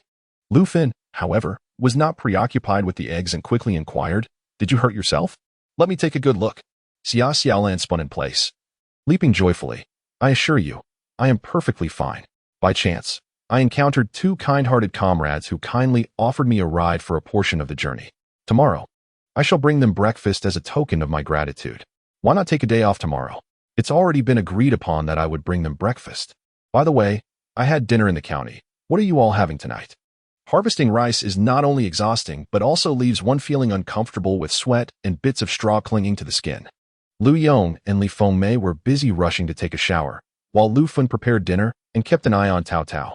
Upon returning, Xia Xiaolan promptly urged him to wash up. Tao Tao circled around Xia Xiaolan, pleading, Sister Xiaolan, when will you take me to the county to have some fun? His eager gaze resembled that of a little Pekingese, and Xia Xiaolan couldn't resist pinching his cheek. Sister is busy making a living. There is no time to play with a little rascal like you. However, if you behave, I shall bring you a gift tomorrow. Tao Tao's eyes sparkled with excitement. He yearned to visit the county, desiring to stay close to Xia Xiaolan. Yet, his father had warned him that Sister Xiaolan was off to conduct business and advised him not to be a nuisance. Nevertheless, the promise of a gift from Xia Xiaolan made Tao Tao content. He extended his hand, declaring, I don't believe you. You said you would take me to the city, but then you sneaked off this morning. Let us make a pinky promise. Tao Tao stretched out his pinky, and Xia Xiaolan had no choice but to hook her pinky with his. As they intertwined their pinkies, their thumbs rested against each other. Pinky promise. If one of us breaks it, they shall be a little dog for 100 years. Lu Yong had just finished his shower when he playfully chided, You little rascal. What impudence! Who do you call a puppy? Summer Xiaolan is the puppy, and does that not make me, her uncle, the big dog? Lu Yong chased the children around playfully, while Summer Xiaolan stifled her laughter and intervened. Uncle, I'm just playing with Tao Tao. It's fine. We're merely amusing the little ones. Exhausted from a day's labor, Lu Yong feigned a chase, but was immediately amused by Xiaolan's words. You speak with such maturity. Yet you are still a child yourself. An 18-year-old young lady is already of marriageable age. Nevertheless, in Lu Yong's eyes, Xiaolan remained merely a half-grown child. It was unfortunate that she was born into the Xia family, with biased relatives and a foolish father who refused to support her uncle, leaving her to shoulder the weight of familial responsibilities. Lu Yong sighed. Did you truly take a tumble today? I am not your mother. The more time they spent together, the more Xiaolan perceived her uncle Lu Yong as astute. She did not conceal her thoughts and recounted the events of the day. Those people had inquired about my background beforehand. Is it true that my bad reputation has spread to the county? Xiaolan sold eggs. But did she introduce herself as Summer Xiaolan from Dahu village to every stranger? Lu Yong felt a sense of foreboding, suspecting something amiss. I shall inquire in the city tomorrow and extend my gratitude to the two benefactors you mentioned. You, my dear girl, think that treating them to a couple of meals suffices? As for the farm work, no worries, I'll have others assist. It won't hinder the urgent harvest. Lu Yong went out for dinner, while Xia Xiaolan conversed with her mother about assisting others with breakfast. She was merely a talker. Frying a couple of dishes was a novelty for her, but when it came to steaming buns, she couldn't even manage the dough properly. The flour she used was not the self-rising kind from 83, and even using alkaline dough was a feat. More often, she relied on old yeast, which Xia Xiaolan struggled to measure correctly. Li Fengmei interjected, saying, The radishes pickled a few days ago are sufficiently sour. Chop some pork to mix in and prepare sour radish and pork dumplings to take along. Pure meat filling? That had not even crossed my mind. As long as it has a hint of meatiness, it would suffice. Nowadays, which household can afford pure meat filling? That would be far too extravagant. 018. Pickled radish and pork dumplings. Anqing County lies at the confluence of northern and southern culinary traditions, resulting in a unique blend of dietary habits influenced by both regions. While rice is predominantly consumed, wheat also plays a significant role in the local diet. The area devoted to wheat cultivation is only slightly less than that of rice. Each year, during the grain tax season, wheat remains an essential staple. In rural households, flour is often ground by hand, used to make steamed buns, dumplings, and other delicacies. Although the color of these homemade products may not be as visually appealing as those made from high-quality flour, the texture lacks the fine delicacy of premium flour. Yet the authentic flavor of wheat is more pronounced. Xia Xiaolan's aunt is adept at preparing pickled vegetables. The primary ingredient is the vibrant red-skinned, white-hearted radish, which is marinated in a brine consisting of salt, brown sugar, and occasionally a hint of red chili pepper. resulting in a sweet and tangy flavor with a slight spiciness that tantalizes the palate. This delectable accompaniment to meat is enough to make one's mouth water at the thought. The task of kneading the dough falls to Lu Fin, while Xia Xiaolan takes charge of preparing the filling. To accomplish this, she rises an hour earlier to wash, chop, and prepare 2 pounds of dumpling filling in the kitchen. With only a limited amount of meat available, Xia Xiaolan manages to fill 2 enamel jars with dumplings, consuming only a few herself, leaving the remainder for the still sleeping Tao Tao. She feels a bit embarrassed, stating, "I'll buy some more meat when I return today." Although meat can be quite expensive, consuming a pound a day is not beyond their means. Xia Xiaolan understands the importance of saving money. Yet she believes that one should not earn without spending. While she can forego the allure of fine clothing and refrain from purchasing cosmetic creams, she cannot allow her family to go hungry. Li Feng may urge her to leave, saying that your uncle was already waiting for you at the door, so hurry up. There's no need for you to buy meat. I had the butcher reserve half a pig's liver for you yesterday. Return home early with your uncle. Lu Yong's rice is almost harvested, and today he will need to seek assistance from others. Li Feng is sure to prepare a sumptuous dinner tonight. Lu Yong had already packed the eggs and was waiting for her, pushing his bicycle. Sit carefully on the back seat, facing away from me. And be cautious not to crush the eggs in the baskets on either side. Your mother was heartbroken last night while cleaning up the broken eggs. Dozens of eggs were ruined. How could she not feel sorrow? These eggs are not wild duck eggs picked up for free. They were all collected at a cost. Xia Xiaolan, who traverses the countryside, also endures hardships. They say the 1980s were filled with opportunities, but even the most lucrative ventures require effort and diligence. Xia Xiaolan held 2 enamel jars in her arms, settling herself securely on the back seat. Lu Yong chuckled, "You didn't have enough dumplings for breakfast, did you? Just hold on. Your uncle will treat you to something delicious when we reach Anqing County." Xia Xiaolan thought to herself that Lu Yong, upon arriving in the county town, would not only inquire about news, but would also sincerely thank Zhou Cheng and Kong Wei. Regardless of the occasion, expressing gratitude often involves treating others to a meal. However, the meal Lu Yong planned would certainly be more elaborate than a simple bowl of noodle soup. She felt uneasy about borrowing from her uncle again and making him incur further expenses.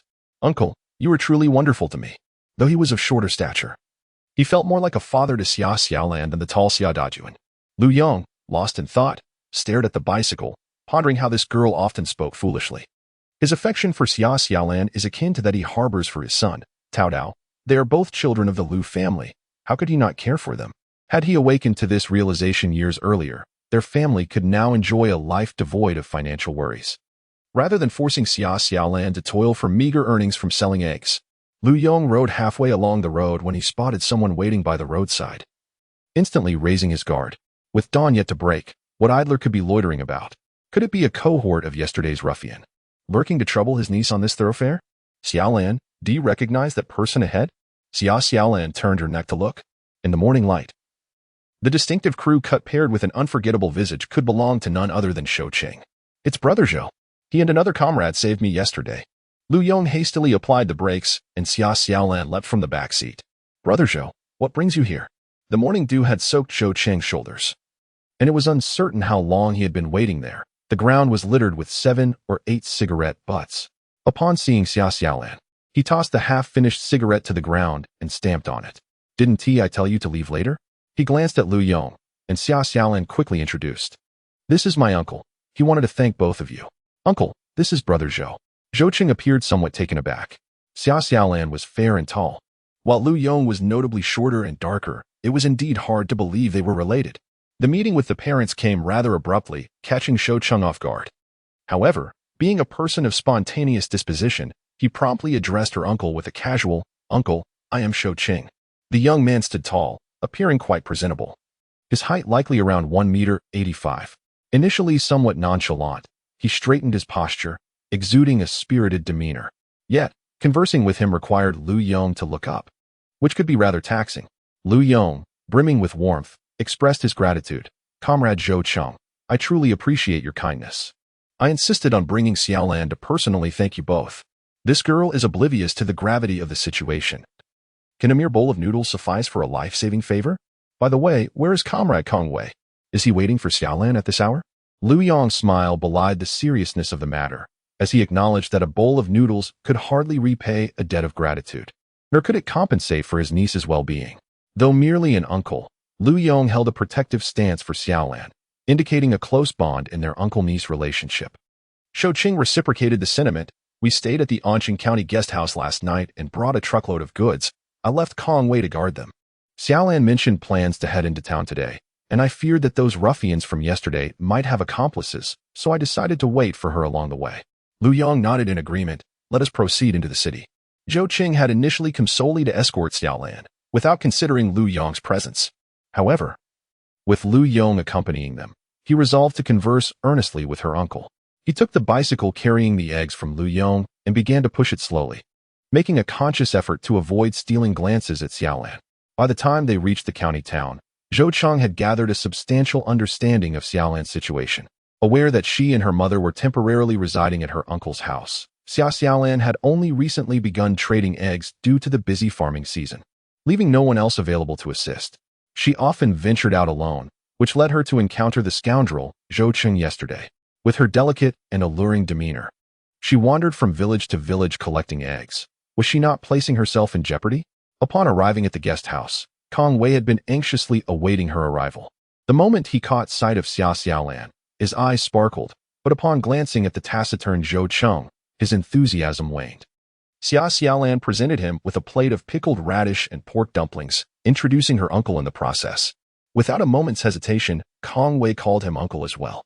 Zhou Cheng cleared his throat, admonishing him, "What are you calling him? You should address him as Uncle Lu." Lu Yong remained silent, fully aware of Zhou Cheng's ulterior motives, which he made no effort to conceal. Xiaolan could only feign ignorance. Zhou Cheng's intentions were glaringly obvious. Just the day before, he had accompanied her home, waited for her alone at the intersection in the morning, and inquired about her family situation, insisting on calling her uncle as well. If one were to claim that he lacked decorum, it was evident he distinguished between propriety and familiarity by prompting Kong Wei to address Lu as uncle. With a man showing her favor, Xiaolan felt a sense of novelty. In her previous life, she had been consumed by the relentless pursuit of a livelihood, her mind solely focused on her career, leaving no room for romantic endeavors. Lacking both beauty and a privileged background, she had never experienced a young man ardently pursuing her. The closest she came was a client who recognized her intellect and wished for her to become his daughter-in-law.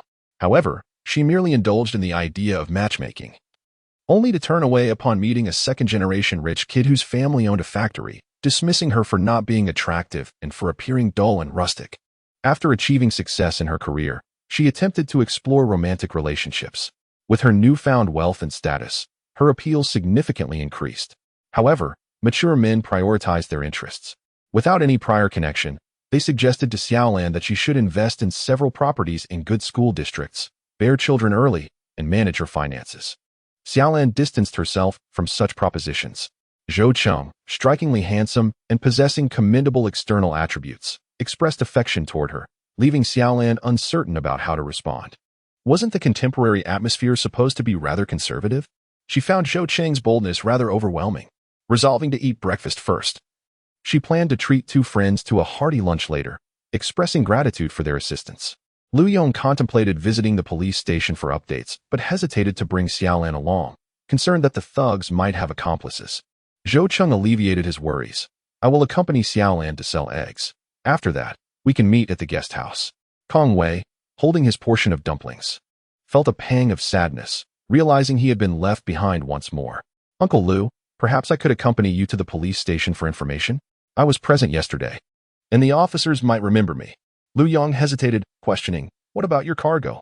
In these times, long-haul transport was invariably profitable, and Lu Yong was uncertain whether these two were independent operators or simply drivers for hire. Regardless, the bond between the individuals and their vehicle was inseparable. Even if they stayed at the guest house, they would have to take turns sleeping in the vehicle. At night, they guarded against rodents, while daytime brought a sense of security, as the back of the truck was secured with a locked fence. Upon noticing the Dongfeng vehicle parked in the courtyard of the guest house, Lu Yong observed that the rear compartment was thoroughly secured with steel bars as thick as an infant's wrist, and a large lock hung ominously from it. A sense of unease washed over him.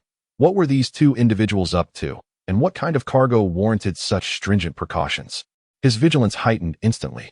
Zhou Qing remained silent, and Xiaolan hastily interjected to diffuse the tension. "I'll take it upon myself to sell the eggs. The factory area is bustling with people. It's broad daylight, and nothing untoward should happen. I appreciate your kindness, Brother Zhou. Zhou Cheng said nothing, simply gazing at Xia Xiaolan, his penetrating stare nearly rendering her transfixed. Suddenly, Kong Wei spoke with unusual gravity. Uncle Liu, I believe we ought to investigate this matter further, especially considering those ruffians from yesterday. He half-dragged, half-led Liu Yong away. In the yard of the guest house, only Xia Xiaolan and Zhou Cheng remained. Let us depart.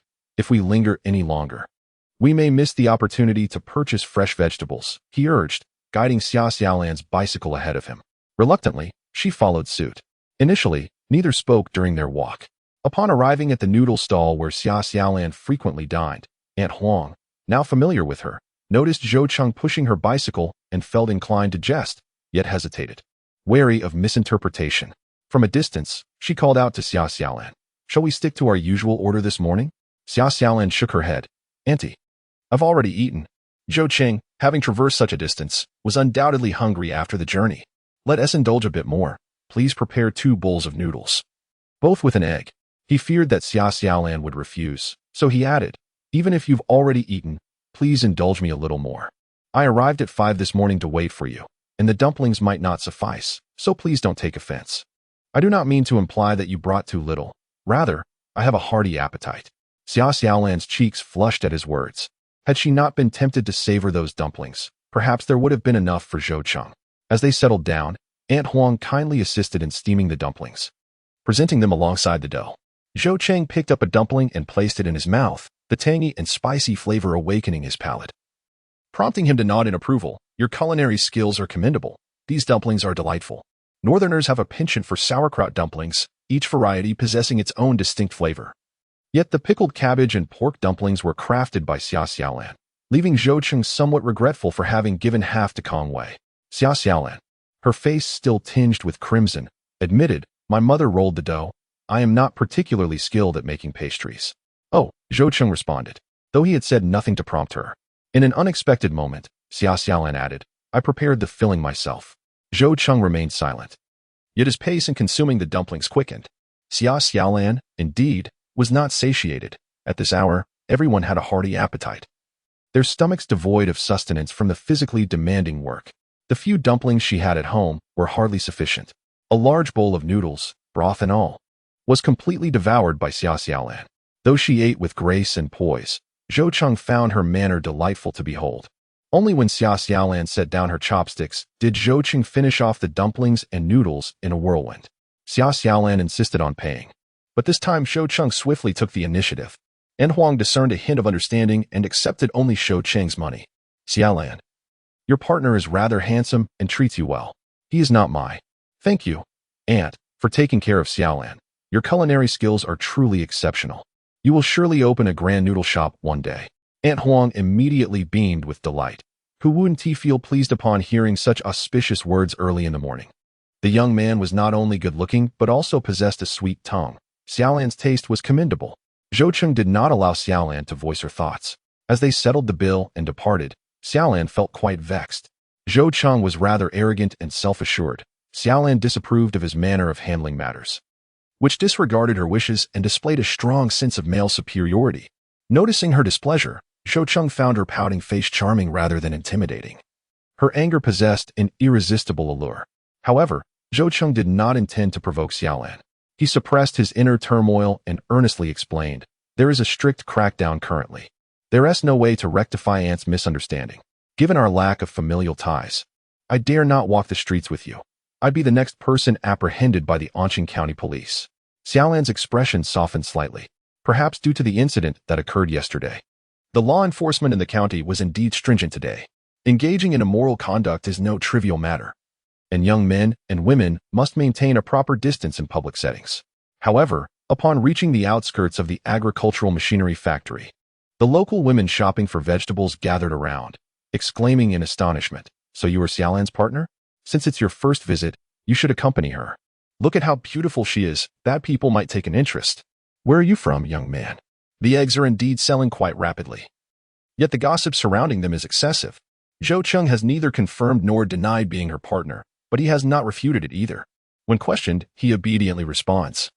And soon enough, The local aunties purchasing eggs are all aware that Xia Xiaolan has entered into a relationship with a gentleman from the capital, one who drives a luxurious car and possesses a household registration in the city. A regular customer pulls Xia Xiaolan aside and exclaims, "Goodness, such conditions are remarkable.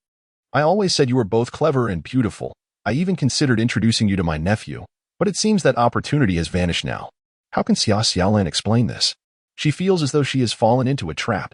She would inevitably become your sister-in-law. Xia Xiaolan once believed herself to be sufficiently popular. How mistaken she was. In the realm of same-sex rivalry, her sweet tongue paled in comparison to the flourishing business that surrounded Shou Cheng.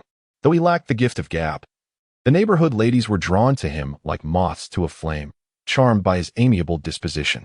If not for Xia Xiaolan's striking visage, their own daughters and nieces would have seemed insignificant. Perhaps some would even seek to introduce suitors to Shou Cheng.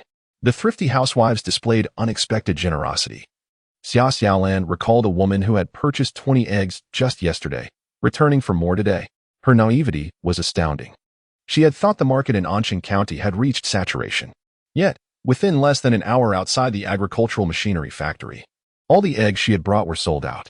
Xia Xiaolan pondered whether it might be inappropriate to abandon Zhoucheng and return to Qijiang village for another supply of eggs. After departing from the factory, Zhoucheng hesitated, seemingly wrestling with his thoughts. At last, unable to contain himself, he inquired, "How much do you earn from selling a single egg?" "1 cent," she replied. Sensing his disdain for the business, Zhoucheng identified himself as a driver, though Xia Xiaolan remained skeptical. His attire was rather unrefined, yet the watch adorning his wrist was an exquisite Rolex. In later years, Rolex would be dubbed the watch of the nouveau riche, but in the 1980s, due to gold restrictions, many high-end watches encased in gold were not imported. Rolex stood as a premier class among imported timepieces. It was likely that few in Anqing County could even recognize such a watch. Xia Ziyu departed for school, taking with him the entirety of the Xia family's meager savings, amounting to just over 500 yuan. In stark contrast, Zhoucheng adorned his wrist with a Rolex, the most basic model of which sold for over 800 yuan in 1983. Is this indicative of a truck driver's spending capacity? The cost of Shou Cheng's watch equated to the sale of over 80,000 eggs for Xia Xiaolan. If she were to earn merely 10 yuan a day, abstaining from food and drink, it would take her nearly 3 months to afford the basic Rolex model. As a self-employed individual, her earnings were modest, while an ordinary town worker would toil for 2 years to save 800 yuan. This realization dissipated much of Xia Xiaolan's previous discomfort. The disparity between her and Shou Cheng's circumstances was stark. Shou Cheng did not express disdain under the sweltering sun. Both were already perspiring by 10 in the morning. The arduous nature of egg trading weighed heavily on her, contemplating business opportunities alongside Xiao Wei. Zhoucheng had already begun to consider ways to assist Xia Xiaolan, despite their acquaintance being less than 24 hours old. He did not suggest that entrepreneurship was inherently negative, for that would be akin to saying one should not indulge in luxuries, yet he wished to offer Xia Xiaolan a path less burdensome. As a young woman, she was strikingly attractive, and the rigors of egg trading were too taxing. "Once I have saved enough capital, I will certainly inquire if Brother Kong Wei would consider a partnership." Xia Xiaolan swiftly interrupted Zhoucheng. She possessed a vision that transcended her era. Should she rely on a man's pity for sustenance? She appreciated Zhoucheng's intentions and recognized the opportunity before her, yet she was unwilling to exploit it shamelessly. This was not akin to sharing a bowl of noodles with a stranger. She would feel no peace in accepting a handout from someone with whom she had no prior connection. Zhoucheng nodded slowly. Although Xia Xiaolan appeared delicate, she possessed an inherent pride. Lacking experience in courting women, Zhoucheng surmised that Xia Xiaolan would not appreciate his presumptuousness. He decided it prudent to wait until he had amassed sufficient resources before proceeding. The avenues with Xiao Wei would not be easily severed. Initially, he intended to take Kong Wei on a trip to the Shanghai market, planning to relinquish the business thereafter. However, upon reflection, he realized that traveling from the capital to Shanghai would necessitate passing through Anqing County, where Xia Xiaolan resided. For the time being, he could not afford to abandon his business entirely. If he were to remain absent for too long, the local vendors, such as Aunt Huang selling noodle soup and Sister Ma selling eggs, might take it upon themselves to find Xia Xiaolan a suitor. Zhoucheng refrained from pressing the matter, and Xia Xiaolan felt considerably relieved. Upon their return to the guest house, they found Lu Yong and Kong Wei had already arrived. Lu Yong exchanged a glance with Xia Xiaolan, and pulled her aside to converse. Zhou Qing tossed a cigarette to Kong Wei and inquired, "So, what have you found out?" Kong Wei hesitated, but under Zhou Qing's penetrating gaze, he could no longer keep secrets. "Uncle Lu and I went to the police station. And those three rascals are still locked up." While Uncle Lu was ingratiating himself with the officers, "I slipped 2 packs of Hong Shuangxi to the old guard and went in alone to give those 3 scoundrels another beating. They claimed." Kong Wei's voice dropped to an almost inaudible whisper. "They claimed that Xiao Lan is notorious in Dai village as a promiscuous woman, caught in broad daylight rolling in the hay with a layabout from another village, and was even seen undressing to seduce her future brother-in-law. Her family is set on punishing her, and she pretended to seek out Qingzi to escape.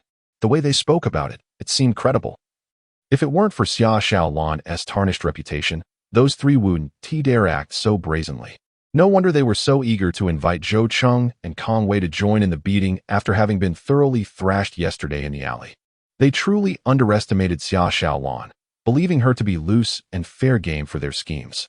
Kong Wei found it hard to accept. Yet Lu Yong's grim expression hinted that he had caught wind of something, causing Kong Wei to waver in his beliefs. Observing Zhou Cheng attending to Xia Xiaolan's every need stirred a complex mix of emotions within Kong Wei, prompting him to voice his concerns. Xia Xiaolan was indeed stunningly beautiful. Even though Kong Wei was aware of her dubious reputation, he still found it difficult to look at her beauty directly. However, it was unacceptable for someone like Zhou Qing, who had never been in a relationship, to become entangled with such a girl. If he were to fall for Xia Xiaolan, one could only speculate how the Zhou family would handle the situation. And it was certain that they would first seek to flay him, the informed party. Zhou Qing silently finished a cigarette, and Kong Wei, believing that he would be furious at being deceived by such a promiscuous woman, was taken aback when Zhou Cheng discarded the cigarette and instead laughed. "Xiao Wei, do you think I'm handsome?" Kong Wei nodded vigorously. The young girls in the compound all chased after Brother Qing, unable to deter him. Zhou Qing's good looks were universally acknowledged. "Is he wealthy?" Kong Wei nodded again, recalling their recent trip to the Shanghai market, where in merely half a month, the profits had been substantial. This endeavor was one that Brother Cheng had chosen to pass on to him. This could hardly be termed as wealth. Others were even poorer. Zhou Qing exhaled the last puff of smoke, feeling both handsome and affluent, revealing his interest in her without reservation. If she truly were as despicable as the rogue claimed, wouldn't she be vying for a catch like him? Unfortunately, Xia Xiaolan, far from being seduced, remained indifferent even to Zhou Qing's advances. "What?" Kong Wei exclaimed. His mouth agape. Zhou Cheng smirked coldly. "You better adjust your attitude. She will inevitably become your sister-in-law." Meanwhile, Xia Xiaolan and Lu Yong had concluded their conversation and approached with a troubled expression, causing Kong Wei's demeanor to shift dramatically, akin to the swift transformations in Sichuan opera. He was convinced that the foreign notion of Cupid striking him with an arrow had indeed struck Brother Qing. With heartfelt sincerity, Xia Xiaolan's mood could hardly be described as pleasant. Lu Yong had made the acquaintance of a police officer at the station, who had relayed some valuable information. The 3 perpetrators would undoubtedly face severe penalties for their brazen crimes. However, their families had caused quite a commotion at the police station that morning, and it remained a mystery who had concocted such a nefarious scheme, suggesting that Xia Xiaolan would be dragged into the mire. The female ruffian was also subject to sentencing, firmly asserting that Xia Xiaolan's conduct was scandalous, insinuating that she had seduced the 3 men, only to turn against them when their advances failed. Furthermore, the statements obtained by the police indicated that the 3 individuals had been lured by someone's words.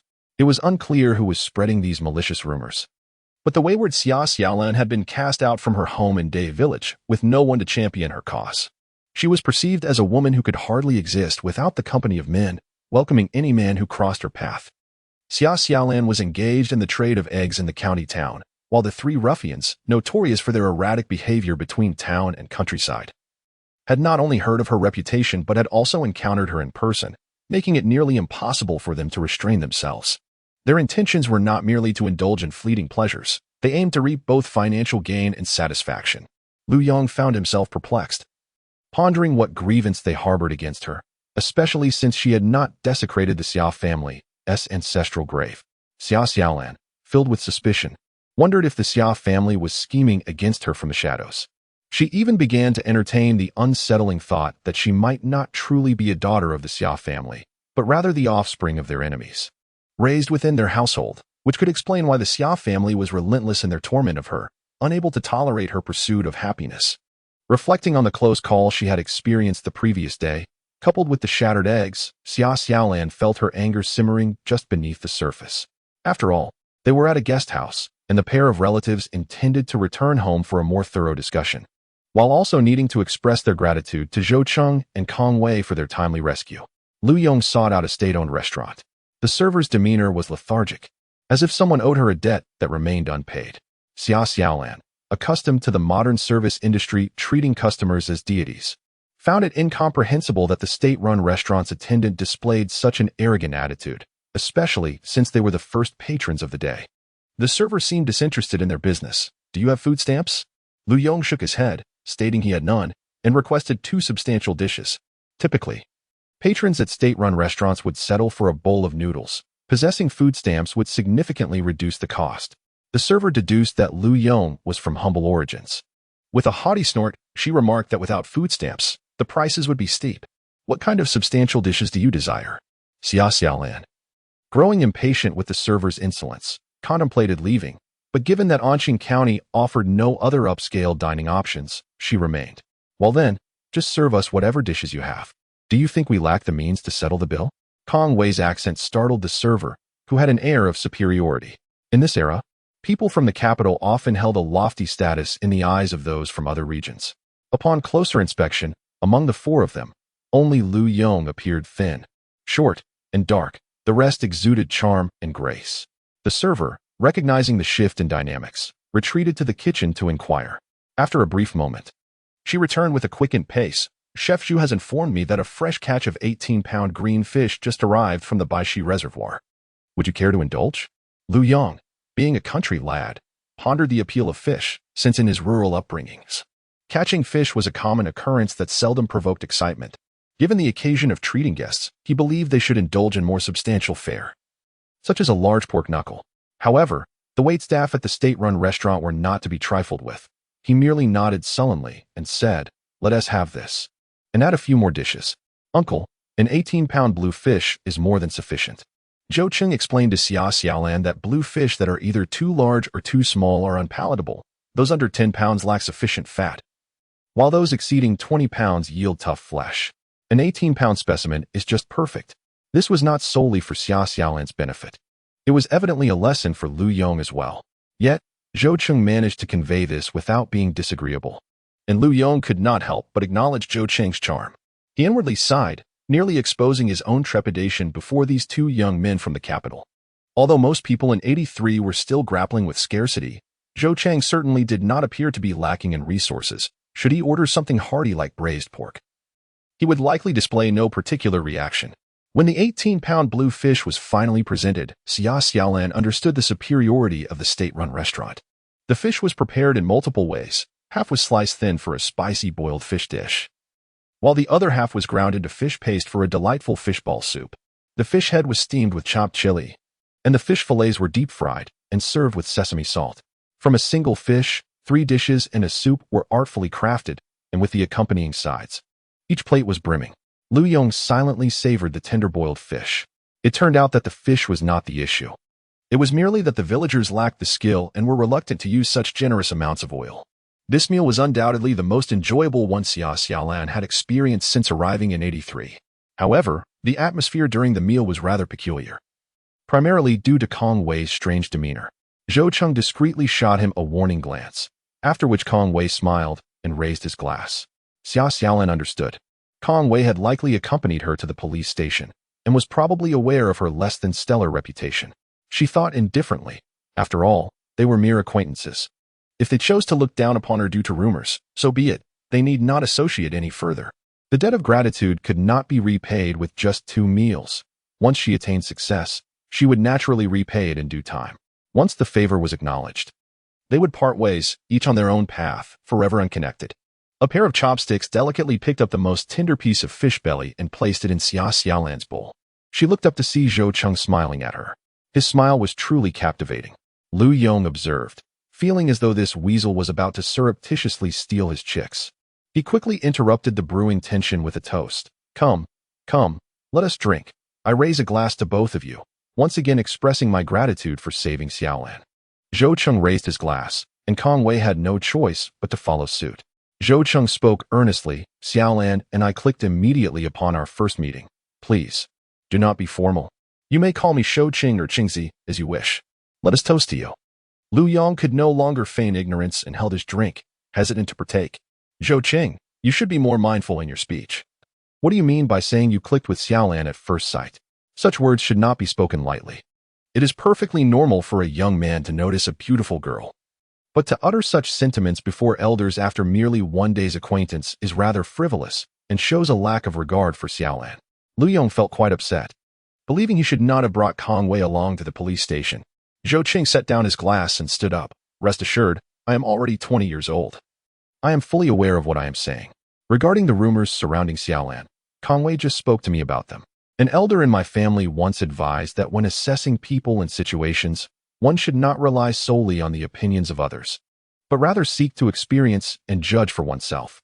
As for Xiaolan, I have my own perceptions of her. To take a step back, even if I were to be deceived by the facade that Xiaolan presents, it would be a pitfall I willingly chose to embrace. And no one else should be held accountable for that. I express this not out of any ulterior motive or to coerce Xiaolan into a romantic relationship with me. I simply wish to convey my genuine desire to befriend her. Even if Xiaolan has had a past relationship with someone else, Zhou Qing would not be concerned. Regardless of whom she may have liked before, I firmly believe that her affections will undoubtedly be directed solely towards him in the future. Are you involved in smuggling? Zhou Qing's words were impeccable, leaving Lu Yong speechless. Xiaolan pondered. This person is merely 20 years old. Has she truly caught the attention of such youthful charm? Zhou Qing's youth served as a reminder to Xiaolan of her own age, a mere 18, with a wealth of vibrant youth to relish. Joy enveloped her. The big head carp is indeed delightful, and the chefs at the state-run restaurant are remarkable. Isn't it only natural for the waitstaff to possess a touch of arrogance? Reflecting on those time-honored establishments in the future, the owners were seldom of amiable temperament, yet patrons flocked to them nonetheless. The gossamer thin fish slices were tender and devoid of any fishy scent, and with a hint of regret, Xiaolan set down her chopsticks. Although the fish was delectable, Zhou Cheng's manner of speaking necessitated her to voice her stance. Brother Zhou, please take a seat to converse. Standing felt overly formal, akin to proposing to her uncle. I can discern your sincerity, and I too wish to share my thoughts. I am acutely aware of my tarnished reputation, which you have likely heard about. Some matters must be resolved by myself. Only by becoming stronger can I withstand the mud that others may sling, correct? I still reside with my mother at my uncle's house. I mention this not to elicit your sympathy. I am aware of your desire to assist me. However, I shall not contemplate personal relationships for the time being. I aspire to cultivate a healthy and lasting connection from a position of independence. Thank you, Brother Zhou. No matter how delicately phrased, her words were a clear rejection. Kong Wei instinctively shrank back, fearing that Zhou Cheng might overturn the table. After all, has Brother Qing ever faced such a denial in his life? Moreover, Brother Qing did not seem to mind Xiaolan's ambiguous reputation at all. Kong Wei had anticipated a dramatic confrontation, but to his surprise, Zhou Qing merely observed Xiaolan for a moment before genuinely taking a seat. I understand your perspective. Our acquaintance is still in its infancy, and there is no rush. Please, do not feel any psychological burden. Let us interact as friends should. He suggested. Let us indulge in some fish. The chef at this establishment possesses remarkable skills. Kong Wei was nearly taken aback in disbelief. Had he truly accepted her? Was he not the slightest bit angered? If Kong Wei had been rejected, he certainly would not have been so calm as to sit down once more to enjoy a meal. However, it appeared that Zhou Qing and Xiaolan had indeed cleared the air between them, both behaving quite naturally. Zhou Qing exhibited great generosity, while Xiaolan was decidedly unself-conscious. It was curious. Xiaolan was the most proud and charming girl Kong Wei had ever encountered. Yet she had grown up in the countryside and possessed a refreshing candor typical of city girls from the capital. No, she was unlike those city girls. While they often spoke in a coy manner, addressing each other in a casual and familiar tone, they would suddenly feign modesty in front of Zhou Qing. Xiaolan, on the other hand, was straightforward in her demeanor while maintaining a respectful disposition. The term neither servile nor overbearing suddenly sprang to Kong Wei's mind. He felt the urge to sip a bowl of fishball soup to calm his nerves. With the two young individuals having clarified their relationship, Lu Yong found it inappropriate to intrude further. After all, Zhou Cheng would not remain in Anqing County indefinitely. He would eventually depart. Lu Yong contentedly indulged in the fish. A magnificent 18-pound catch, and the four of them devoured it entirely. At one point, Zhou Cheng excused himself to smoke a cigarette, and upon his return, he had already settled the bill. This time, Lu Yong felt a bit embarrassed. It was a trivial matter. It mattered little who treated whom, as long as those dining together enjoyed themselves. Zhou Cheng spoke casually, for he was indeed not lacking in funds. Yet, in this era, where one must meticulously budget even for a simple egg, Zhou Cheng's generosity was quite a rarity. The restaurant staff discreetly observed him, thinking how affluent this man from the capital was. How delightful it would be if he were her partner. However, upon seeing Xia Xiaolan, the waitress hesitated to claim superiority, knowing it would be futile to pursue someone else's beloved. After leaving the restaurant, Zhou Cheng inquired about Xia Xiaolan and Lu Yong's plans, offering to give them a ride. Xia Xiaolan declined, stating, "I need to buy a few things. I have already delayed you both for a day. There is no need for a ride." The car consumed fuel, and transitioning from luxury to frugality was no easy feat. Xia Xiaolan had only just begun to adapt to life in 1983. She was not yet at the stage of enjoying the convenience of being chauffeured.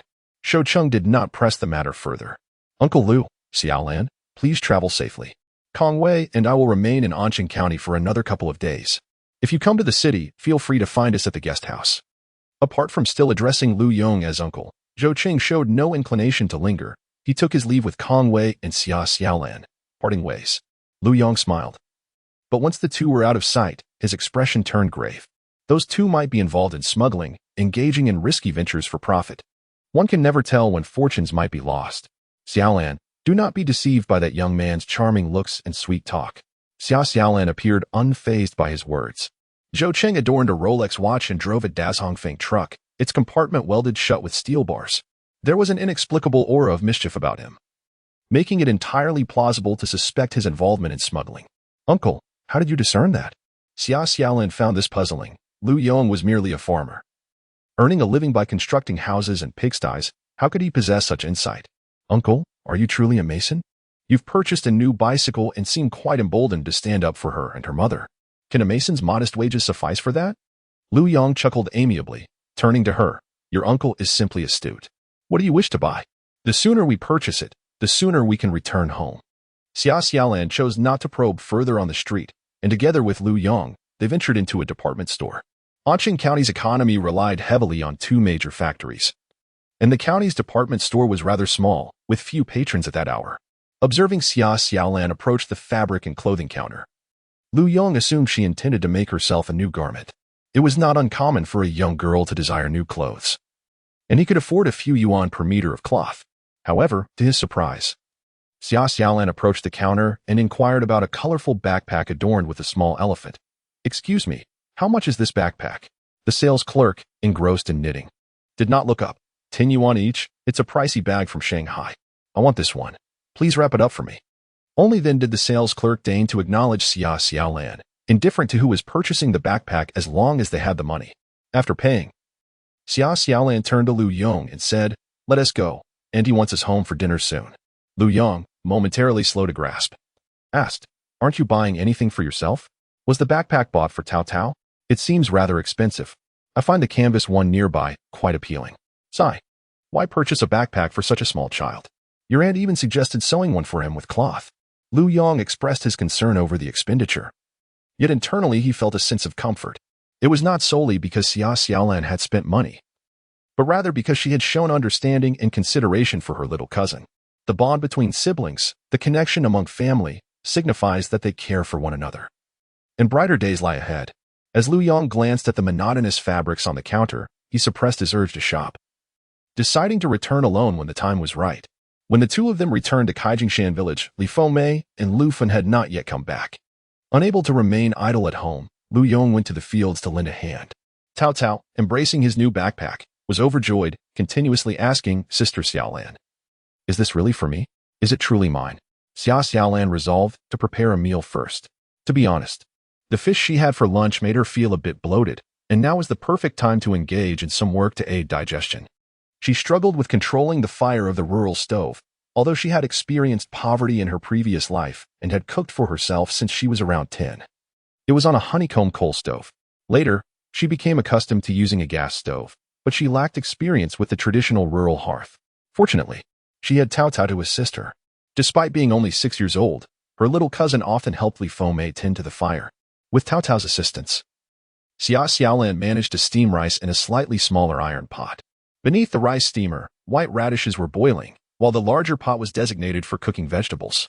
Li Fengmei had arranged for half a portion of pig liver to be delivered, a dish that required considerable skill, which Xia Xiaolan did not dare attempt. Nevertheless, the household also had crucian carp, loaches, and other ingredients available.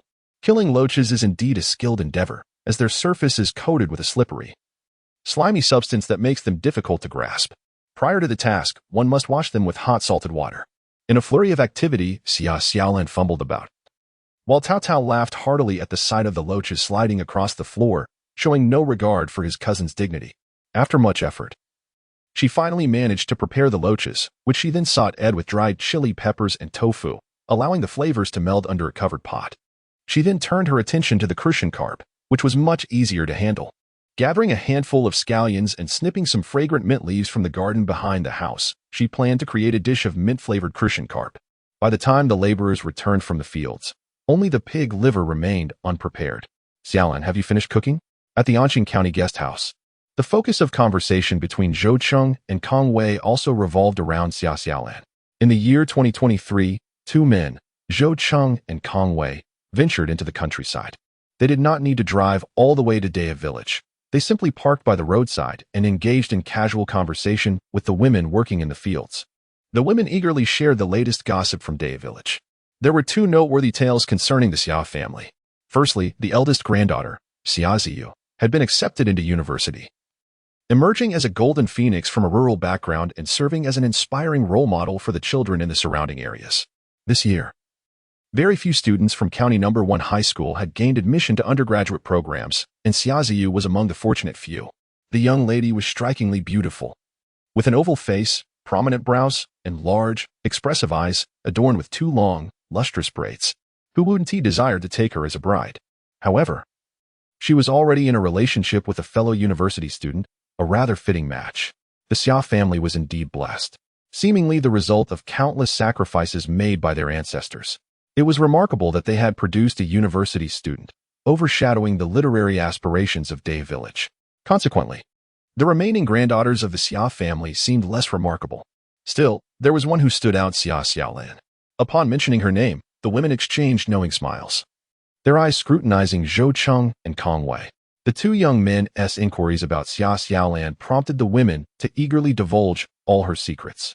The Xia family remained united, with three brothers residing together in a large courtyard. Collectively, these three siblings had 6 children, 3 daughters and 3 sons. Xia Xiaolan was the second eldest, her older sister being the illustrious Xia Ziyu. The 3 brothers of the Xia family include the eldest, Xia Changjing, his father, Xia Dajuan, and his younger uncle, Xia Hongbing. Xia Changjing has a son and a daughter, with the most promising being his son, Xia Ziyu. Xia Dajuan and his wife, Lu Fun, have raised a single daughter over the years, the troublesome Xia Xiaolan. Xia Haobing, on the other hand, has 1 daughter and 2 sons. Now, to clarify the members of the Xia family and delve into the affairs of Xia Xiaolan, she is merely a disruptive presence, delicate and unwilling to engage in any labor. As one would not expect a daughter raised in the countryside to embody the traits of a young lady, unlike her cousin, who was academically inclined. Xia Xiaolan stumbled through junior high without furthering her education, lacking the motivation to strive for success, yet adept at reaping the benefits of others' hard work. In recent years, the county saw the arrival of the last batch of educated youth, with one assigned to Dahu village. This young man was quite well-rounded and eager to improve himself, and it is said that he managed to balance work with his studies. Naturally, individuals of similar backgrounds tend to connect, and thus the male educated youth became a couple with Xia Ziyu. This year, both succeeded in gaining admission to university, showcasing their achievements in front of their parents, which stirred a hornet's nest with Xia Xiaolan. Jealous of her cousin's university acceptance and her choice of a commendable partner, Xia Xiaolan attempted to steal him away. Seizing the opportunity in her cousin's absence, she boldly stripped bare in an attempt to seduce her future brother-in-law. The earnest young man, however, remained steadfast and escorted his unclothed sister-in-law back home. Disheartened by her failure to ensnare her future brother-in-law, she resorted to an affair with Zhang Erlai from the neighboring village. Despite her unsuccessful seduction, her cousin did not blame her, but the rumors spread like wildfire, prompting elder family members to scold her. In a fit of despair, she resorted to self-harm, but her attempts were feigned, and ultimately, she was expelled from the Xia household. Even her mother was implicated, and the two of them returned to their family home together. The Liu family was indeed unfortunate. These individuals not only indulged in gossip, but also elaborated on the details with vivid descriptions. The women spoke, and the men toiling in the fields laughed. The disgraceful antics of Xia Xiaolan had become a delightful topic to alleviate their fatigue. Kong Wei found it unbearable. He could hardly fathom that the young woman who had captivated him upon their first encounter at the noodle stall had such a tumultuous past. She was akin to the bold women of the capital, truly formidable. Even the female rascals understood the importance of preserving their reputations, unlike Xia Xiaolan, who carelessly engaged in scandalous affairs that were common knowledge. Could she not exercise a modicum of discretion? As for the incident involving her seducing her brother-in-law in broad daylight, did they really have to do it in such an open manner, unable to wait until nightfall? Kong Wei dared not glance at Zhou Qing's expression. Zhou Qing sat silently by the roadside, listening. Both of them squatted there until their legs grew numb, until the gossip concerning the Xia family finally concluded. After absorbing the tales in silence, Zhou Qing beckoned Kong Wei to get into the car, remaining mute throughout.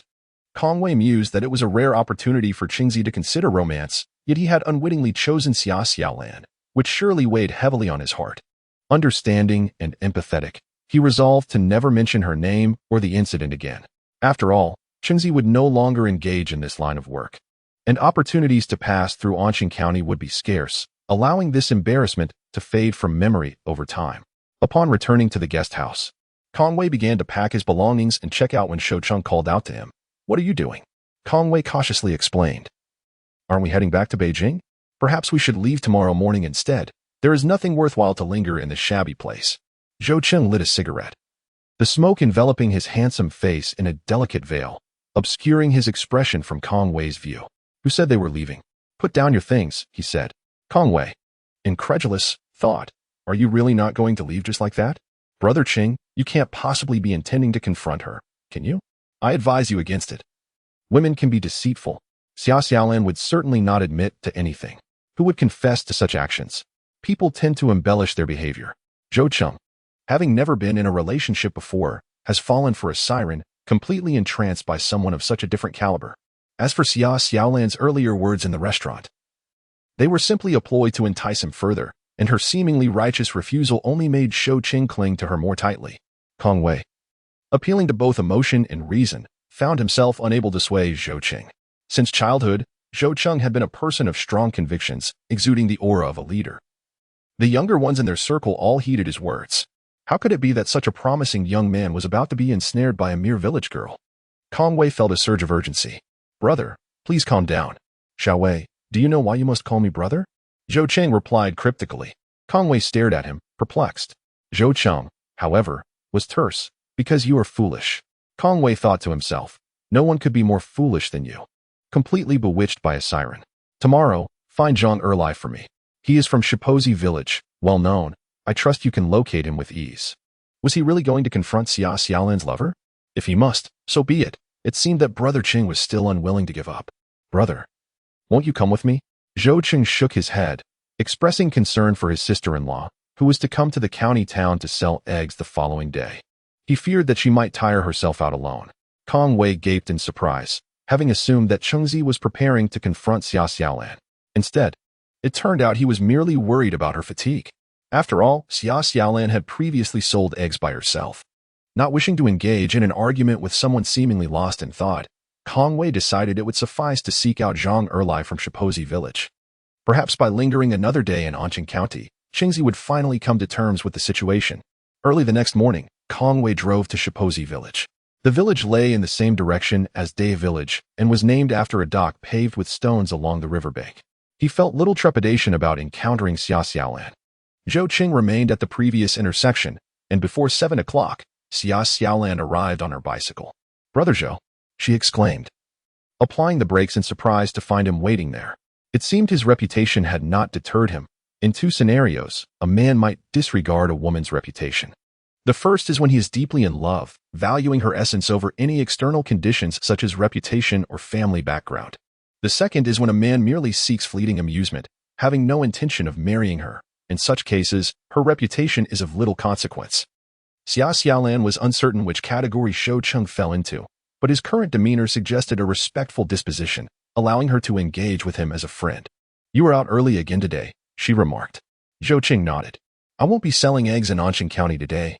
I deliberately set out early to explore the provincial capital." 024. Journeying with Zhou Cheng to the provincial capital?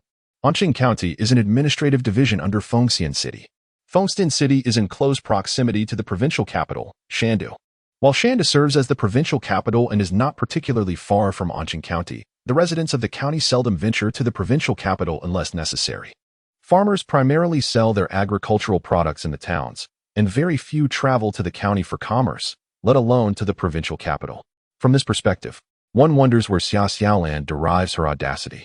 "I believe the egg-selling business in Anqing County can still last a few more days. Why the urgency to head to Shandu?" Zhou Cheng, too, possesses considerable courage, harboring no objections to Xia Xiaolan's actions, yet he finds her methods perplexing. Xia Xiaolan enjoys conversing with astute individuals. After her rebirth, her first seamless interaction was with her uncle Liu Yang, followed by Zhou Cheng. Zhou Cheng does not perceive the egg reselling business as sustainable in Anqing County for long. He even speculated that it could last only a few more days. Xia Xiaolan candidly explained her intent to observe the market conditions in Shandu, as she had brought other goods that were difficult to sell in Anqing County. Zhou Cheng took her bicycle and peered into the back basket, discovering one side covered with straw and eggs, while the other side was lined with waterproof plastic, concealing a half crate of wriggling items. "Eels?" Zhou Cheng smacked his lips, recognizing the value. Xia Xiaolan had undoubtedly selected them with care. The eels in the basket were all the thickness of a man's thumb, perfectly plump during this season, on par with large catfish weighing around 20 pounds. When prepared skillfully, eels can surpass catfish in culinary appeal. This item is rather difficult to sell in Anqing County. Zhou Cheng's words trailed off midway. He intended to inquire why she consistently chose such troublesome ventures. Reselling eggs was arduous enough, and now she was delving into the sale of aquatic products, both of which were far from easy endeavors. However, recalling the news he had learned yesterday that Xia Xiaolan had been cast out of her home and was likely destitute, he understood that aside from her uncle's support, the Xia family was almost wishing for her demise. Profitable and effortless business ventures required capital and connections, neither of which Xia Xiaolan possessed.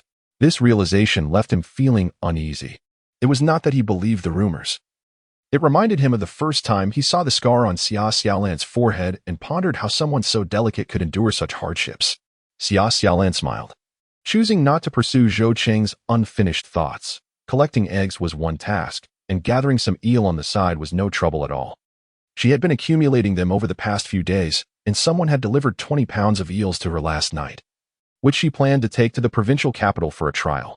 "Do you know the way to the provincial capital?" Zhou Cheng inadvertently touched upon Xia Xiaolan's Achilles heel. She was merely a naive village girl, having ventured no further than Anqing County and had never been to the commercial hub. "With my mouth, I can ask for directions," she replied. The road signs nowadays were not as numerous as in later times, but as long as the general direction was correct, she could inquire further. Zhou Cheng found himself pondering whether to label Xia Xiaolan as foolish or merely brave. Why were people reluctant to travel far these days? The transportation was inconvenient. There was a lack of economic foundation, and additionally, the roads were rather perilous. As they journeyed from the capital to the bustling city of Shanghai, it was notorious that no one ventured out alone. The roads were fraught with peril, and many fell victim to highwaymen. A mere moment of inattention could result in the loss of both person and vehicle. However, since the onset of summer this year, a rigorous crackdown had begun across the regions, significantly improving public safety. Zhou Cheng pondered the thought of Xia Xiaolan needing to traverse between Qijiang Village and Xanadu daily, and he felt an overwhelming reluctance to leave Anqing County. "Let us be off. I know the way. Today, I shall escort you," he declared. "But brother Zhou, do you not have your own matters to attend to?" "I am imposing upon you," she replied, concern lacing her tone. Zhou Cheng, fabricating a tale, insisted that his companion Kong Wei had gone to visit a relative nearby and had taken the car, rendering them unable to depart today. "I shall accompany you to Xanadu.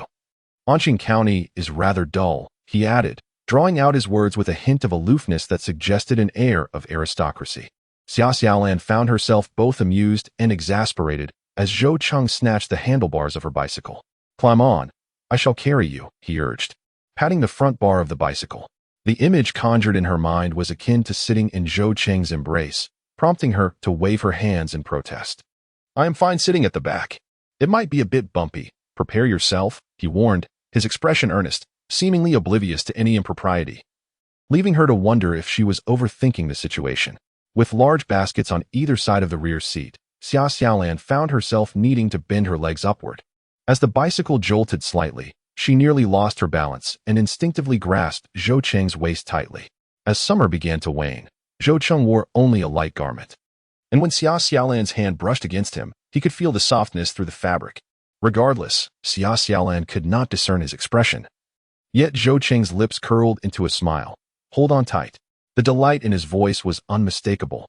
Xia Xiaolan pressed her lips together, perpetually feeling as though she were being playfully teased by a youthful charmer. By the time they arrived at Shandu, 2 hours had elapsed. Zhou Cheng had not eaten breakfast and had been waiting for Xia Xiaolan on the road, and now his stomach was growling with hunger.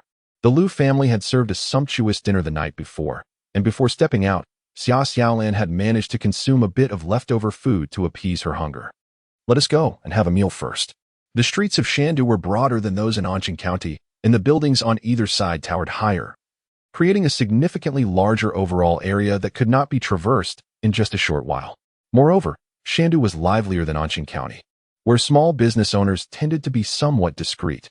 In the bustling city, the street vendors were quite unabashed. One street was entirely dedicated to food: lamb noodles, meatball soup, tofu pudding, spicy soup, soup dumplings, and various local delicacies were abundant, alongside familiar fare such as noodles, rice porridge, and soy milk with fried dough sticks from all corners of the nation. Xia Xiaolan inhaled deeply, her internal organs clamoring for sustenance. She lamented her misfortune.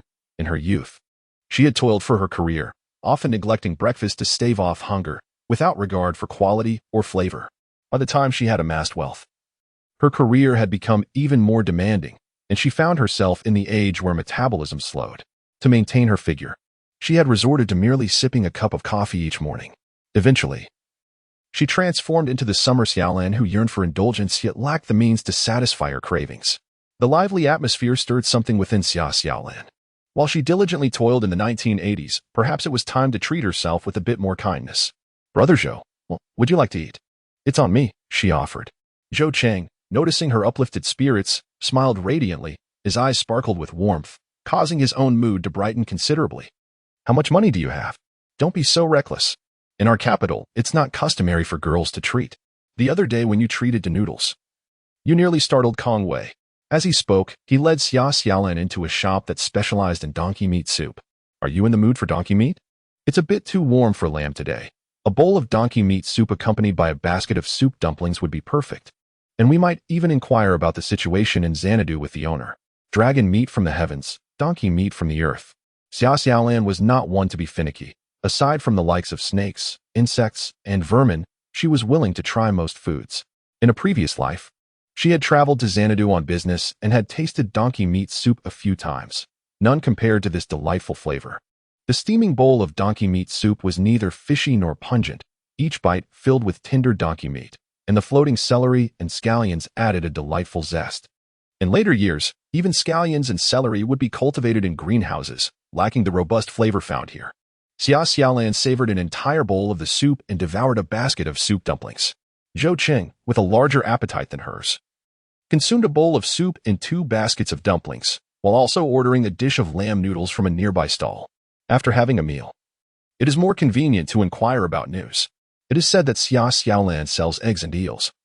While the proprietor of the donkey meat soup chuckles, if you walk to the end of the street, you will find a shop that sells eel noodles. On busy days, they require over 10 kilograms of eels. Just beyond this street, a right turn leads you to the agricultural market. In the small area of Anqing County, even with a couple of factories sustaining the workers, there is limited purchasing power. However, the situation is quite different in the commercial hub. Zhou Cheng pushed his bicycle while Xia Xiaolan approached the owner of the eel noodle shop to inquire if they needed eels. The proprietor, after glancing at the eels in her basket, promptly purchased 15 kilograms without hesitation. Pork costs only 4 yuan per kilogram, while eels are priced at 1 yuan per kilogram. How many people in the county would be willing to spend money meant for pork on eels? Yet, in the commercial center, where a bowl of noodles is topped with a scoop of eel strips for merely 0.7 yuan, there are those who can afford such luxuries without a second thought. Eels are indeed profitable. Xia Xiaolan acquires them in her village for 0.8 yuan per kilogram and can earn 0.3 yuan per kilogram. And they are more resilient than eggs. Thus, she promptly resolved to cease her egg business and focus solely on selling eels, as this venture could still yield profits for another 2 months before November. Observing the excitement twinkling in her eyes and the smile on her brow, Shou Cheng urged her to remain composed. You must seek out a major buyer. A single eel noodle stall cannot possibly consume all of your stock. A good temperament does not imply the absence of temperament. In a small eel noodle shop, even if Xia Xiaolan can utilize 20 kilograms of eels in a single day, the journey to the provincial capital consumes over 2 hours, making the round trip a total of 5 hours just to procure 20 kilograms of eels for Xanadu. It hardly seems worthwhile. In Anqing County, she can earn around 10 yuan a day selling eggs. It would be unreasonable to travel further only to see her earnings diminish by nearly half. However, if she could sell over 100 kilograms of eels each time she visits Xanadu, even traveling there every 2 days could yield 400 to 500 yuan a month. Admittedly, 400 to 500 yuan is not particularly impressive. After saving diligently for 2 months without any expenditure, she still could not afford a Rolex like the one Shou Cheng possesses. Xia Xiaolan gazed longingly at the bustling Xanadu of 1983, a city brimming with opportunities, yet lamentably devoid of capital. Not only in Xanadu, but throughout the vast expanse of the nation, the clarion call of reform and opening up has resounded. Those with audacity, like Shou Cheng who dare to engage in smuggling, have quietly amassed considerable fortunes. Xia Xiaolan recognized her own shortcomings, yet she was filled with determination. Thus, she resolved to inquire one shop at a time. Could it be that there is only one shop in Xanadu selling eel noodles? If not a noodle shop, then perhaps a restaurant. The scar on her forehead had begun to heal, resembling a delicate pink bud adorning her skin. Xia Xiaolan's complexion was remarkably fair. Despite her daily excursions under the scorching sun, she remained unblemished. Her voice was particularly sweet, even when she spoke with determination. It resonated in Shou Cheng's ears like a gentle coquetry. Shou Cheng, in high spirits, found himself inexplicably drawn to this seemingly trivial venture. Infected by Xia Xiaolan's enthusiasm, let us give it a try. With the tenacity of Xia Xiaolan, it is certain that she will eventually extricate herself from the oppressive environment of the notorious Lu Yin village, even without external assistance. Walking alongside the radiant and vivacious Xia Xiaolan on the bustling streets of Xanadu, Shou Cheng felt an overwhelming sense of relief coursing through his very pores. Though they had yet to hold hands, the tumult of emotions within him was nearly bursting forth from his chest, such a sensation he had never encountered in his 20 years of existence. Together, they made their way to the agricultural market. Xanadu, expansive as it is, boasts significant markets both in the south and north of the city. Xia Xiaolan had chosen the one in the southern part. By this time, it was already 10 a.m., and those who had come to purchase morning vegetables had long returned home. The few who still frequented the market at this hour were either affluent or leisurely. Xia Xiaolan needed precisely such clientele.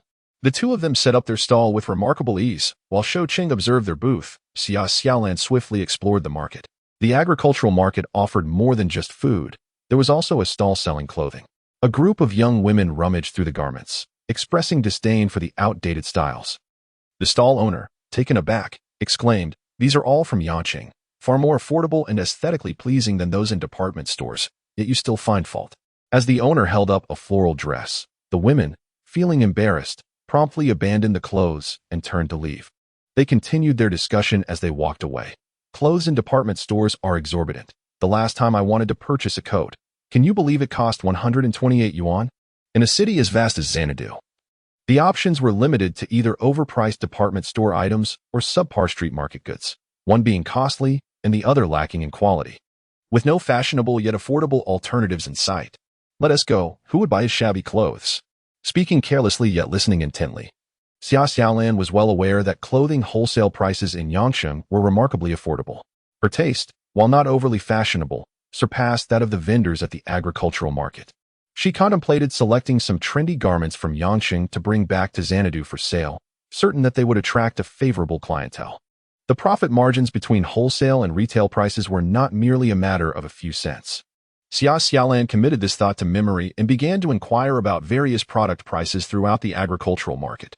Once she had a reasonable understanding of the pricing, she returned to the makeshift stall she shared with Zhou Cheng. The agricultural market permitted anyone to set up a stall, provided they did not obstruct pathways, and paid a modest market management fee. Larger stalls incurred higher fees, while smaller ones paid less. Xia Xiaolan had no intention of arguing about such matters. It was only natural to pay a fee for occupying space to earn a profit. Having promptly settled the fee, she found Zhou Cheng had already opened for business. He had somehow procured paper and a pen, neatly inscribing the prices: eggs at 0, 15 yuan each, and eel at 1, 2 yuan per pound. Zhou Cheng's handwriting mirrored his appearance, vibrant and lively. A small crowd of women surrounded him, their intentions ambiguous. It remained unclear whether they wished to purchase eggs or seek a bargain. Why are you selling eggs individually when others sell by weight? The eel is rather pricey. Pork is only 1, 4 yuan today. For just a bit more, I could buy a pound of fatty meat. Young man, from your accent, you don't seem to be from Xanadu. Do you have a girlfriend? Zhou Cheng, growing impatient with the throng of women, spotted Xia Xiaolan's return and gestured towards her. My girlfriend is back. She is the one selling, while I merely oversee the stall. Xia Xiaolan shot him a glare. The elder sister tasked with introducing a match for Zhou Cheng was profoundly disappointed. You young people certainly have a penchant for such features. A round face signifies good fortune, she remarked, inadvertently bestowing upon Xia Xiaolan the label of being unlucky. Xia's tone turned somewhat frosty as she replied, Sister, are you still buying eggs? Look at these. Each one is remarkably large. If you prefer not to negotiate, we can settle on $1.50 per pound. Large eggs certainly do not amount to 10 per pound. The elder sister persisted in her argument. Eggs vary in size. If someone picks the larger ones, it is unfair for those who end up with the smaller ones. Xia Xiaolan readily agreed, asserting that those who arrived early had the privilege of selecting the larger eggs. Before the elder sister could respond, others had already crowded her out, eager to choose the bigger ones, leaving the newcomers with only the smaller options. Xia Xiaolan repeatedly emphasized the principles of handling eggs gently and refraining from shaking them vigorously, allowing them to select as they pleased. In her pursuit of securing the order, Xia Xiaolan had endured considerable indignities, yet this did not render her a pushover. Criticism of her merchandise was acceptable, but personal attacks were intolerable. She chose to disregard the comments about her supposed lack of fortune and greeted her genuine customers with warmth. Sister, would you like to purchase some yellow eels? Admittedly, they are a bit pricey, but they are highly nourishing. With autumn approaching, preparing a yellow eel stew would be a delightful way to nourish your family. While pork is delicious, a change of flavor is essential, isn't it? Xia Xiaolan would not be the one to kill the eels. In those days, shopping typically involved woven baskets and cloth bags, as plastic bags were not yet commonplace. Killing eels made preservation difficult, and discerning diners knew that eels should be cooked while still fresh and bleeding for optimal nourishment. Zhou Cheng was nearby, lending a helping hand. Despite her delicate appearance, Xia Xiaolan possesses an inherent resilience. She is unafraid to venture into business and to wield a pair of scissors to defend herself against thugs. She does not merely seek to ingratiate herself with customers, but stands firm on her principles, refusing to yield an inch when they are challenged. Though she missed the early market, the bustling population of Xanadu ensures a steady flow of visitors to the agricultural market throughout the day. On this occasion, Xia Xiaolan brought with her 500 eggs and 38 pounds of yellow eel to Xanadu. After selling 15 pounds of yellow eel to a noodle shop, the remaining stock was sold out in less than 3 hours. The profits from the 38 pounds of yellow eel exceeded those from the 500 eggs, leading her to contemplate the potential of this business venture. Brother Zhou, if you are not too busy, I would like to take a stroll around Xanadu. In her somewhat tumultuous career, Summer Xiaolan sought to inquire where an abundance of eels might be found. After a flurry of activity, her flushed cheeks resembled enticing pink peaches. Zhou Cheng found her captivating in every aspect. However, Summer Xiaolan preferred him to be less overt in his admiration, prompting him to discreetly divert his gaze. She nodded in agreement. It wasn't solely about eels. The countryside harbored numerous treasures. A casual inquiry could unveil new opportunities. Farmers often struggled to save money, as the purchasing prices for agricultural products were inherently low. After selling to the state, resources were primarily allocated to large cities. In regions with insufficient supplies, even those with money found it challenging to procure goods. Town workers were not all affluent. managing monthly expenses was a struggle for many. Summer Xiaolan was keenly searching for opportunities arising from the imbalance of information between buyers and sellers. Zhou Cheng's happiness flourished in tandem with hers, and even under the fierce autumn sun, he felt no fatigue. Yet, Summer Xiaolan's business endeavors were not without obstacles. She approached several noodle stalls, only to find them disinterested in consistently purchasing eels. Besides her efforts, others were already supplying eels. This commodity was elusive in the urban markets, and neighboring farmers occasionally ventured into the city to sell. If Summer Xiaolan aspired to dominate this supply market, she would first need to oust her competitors. However, as a solitary young woman, she lacked the strength of Shou Qing and Kong Wei. Resolving issues through force was not a feasible option. Competing on price was equally unwise. Undercutting prices would disrupt market order, creating unnecessary difficulties for herself. Others sell in a scattered manner, likely relying on their own efforts, which merely requires time and energy without financial costs. However, Xia Xiaolan's eels are procured. She profits from the price difference, and the lower the price she negotiates, the slimmer her profit margin becomes. Is retail the only avenue available? Selling to state-run restaurants? Once a business carries the state-owned label, the staff therein regard others with disdain, and they would not extend any favors to Xia Xiaolan simply because of her beauty. When Zhou Cheng noticed her distress, he was tempted to suggest that she abandon this venture altogether, allowing Kong Wei to transport goods from the south to Anqing County every fortnight, which would be more advantageous than her selling eels. Surely, this business could sustain for another 2 months, but come November, catching eels would become increasingly difficult. She does not genuinely intend to remain in this trade forever, so why overthink it? Once she accumulates sufficient capital, she could have Kong Wei bring back clothing to sell. Xia Xiaolan, skeptical, inquired, "How do you know I want to sell clothes?" Zhou Cheng couldn't help but chuckle, recalling how she had been fixated on the stall owners at the market, as if she wished to take their place. Selling clothes is indeed a promising endeavor, especially since garments are quite affordable in Yanqing. There was something Zhou Cheng had left unsaid. Xia Xiaolan's unwavering gaze on the vendor might have led him to mistakenly believe she held an interest in him. Thus, he had jokingly claimed that Xia Xiaolan was his girlfriend. Her striking beauty posed a challenge, necessitating vigilance wherever he went. As for having Kong Wei bring back clothes, Xia Xiaolan shook her head. It was not that she was unwilling to seize any opportunity. Rather, she harbored doubts about the aesthetic judgment of straight men. She insisted on personally selecting her clothes in Yanqing. Although there were still trains from the commercial city to Yanqing, the conditions were somewhat inferior and the journey took longer. Zhou Cheng understood her determination and did not press the matter further. When he suggested dining at a restaurant, Xia Xiaolan resolutely declined. She aimed to be as comfortable as possible within her limited means, yet dining out for every meal exceeded her current circumstances. Although Zhou Cheng often covered the expenses, she felt no inclination to indiscriminately spend his money. Consequently, Zhou Cheng could only settle for a few buns. On their way back, Xia Xiaolan wandered into the farmer's market again, where some spare ribs remained unsold. At this moment, people preferred fatty cuts, while lean meat was subject to scrutiny. Ribs, containing both meat and bone, were even less desirable. Nonetheless, Xia Xiaolan fancied them and purchased the remaining 2 kilograms of spare ribs. Zhou Cheng was aware that Xia Xiaolan was currently staying at her uncle's house. Otherwise, he would have shamelessly taken the opportunity to sample her home-cooked meals. He reasoned that it was for the best, as her delicate complexion was ill-suited to the rigors of cooking. Perhaps, in the future, he might consider hiring a cook. After all, the prominent businessmen in the South employed domestic help, and even officials in the capital had household staff. Why shouldn't he? This was a person he hadn't even held hands with yet. Yet on the 3rd day of their acquaintance, he found himself pondering marriage. The chairman once stated that love without the aim of marriage was mere frivolity. Zhou Cheng was enamored with Xia Xiaolan and, naturally, began to contemplate a future together.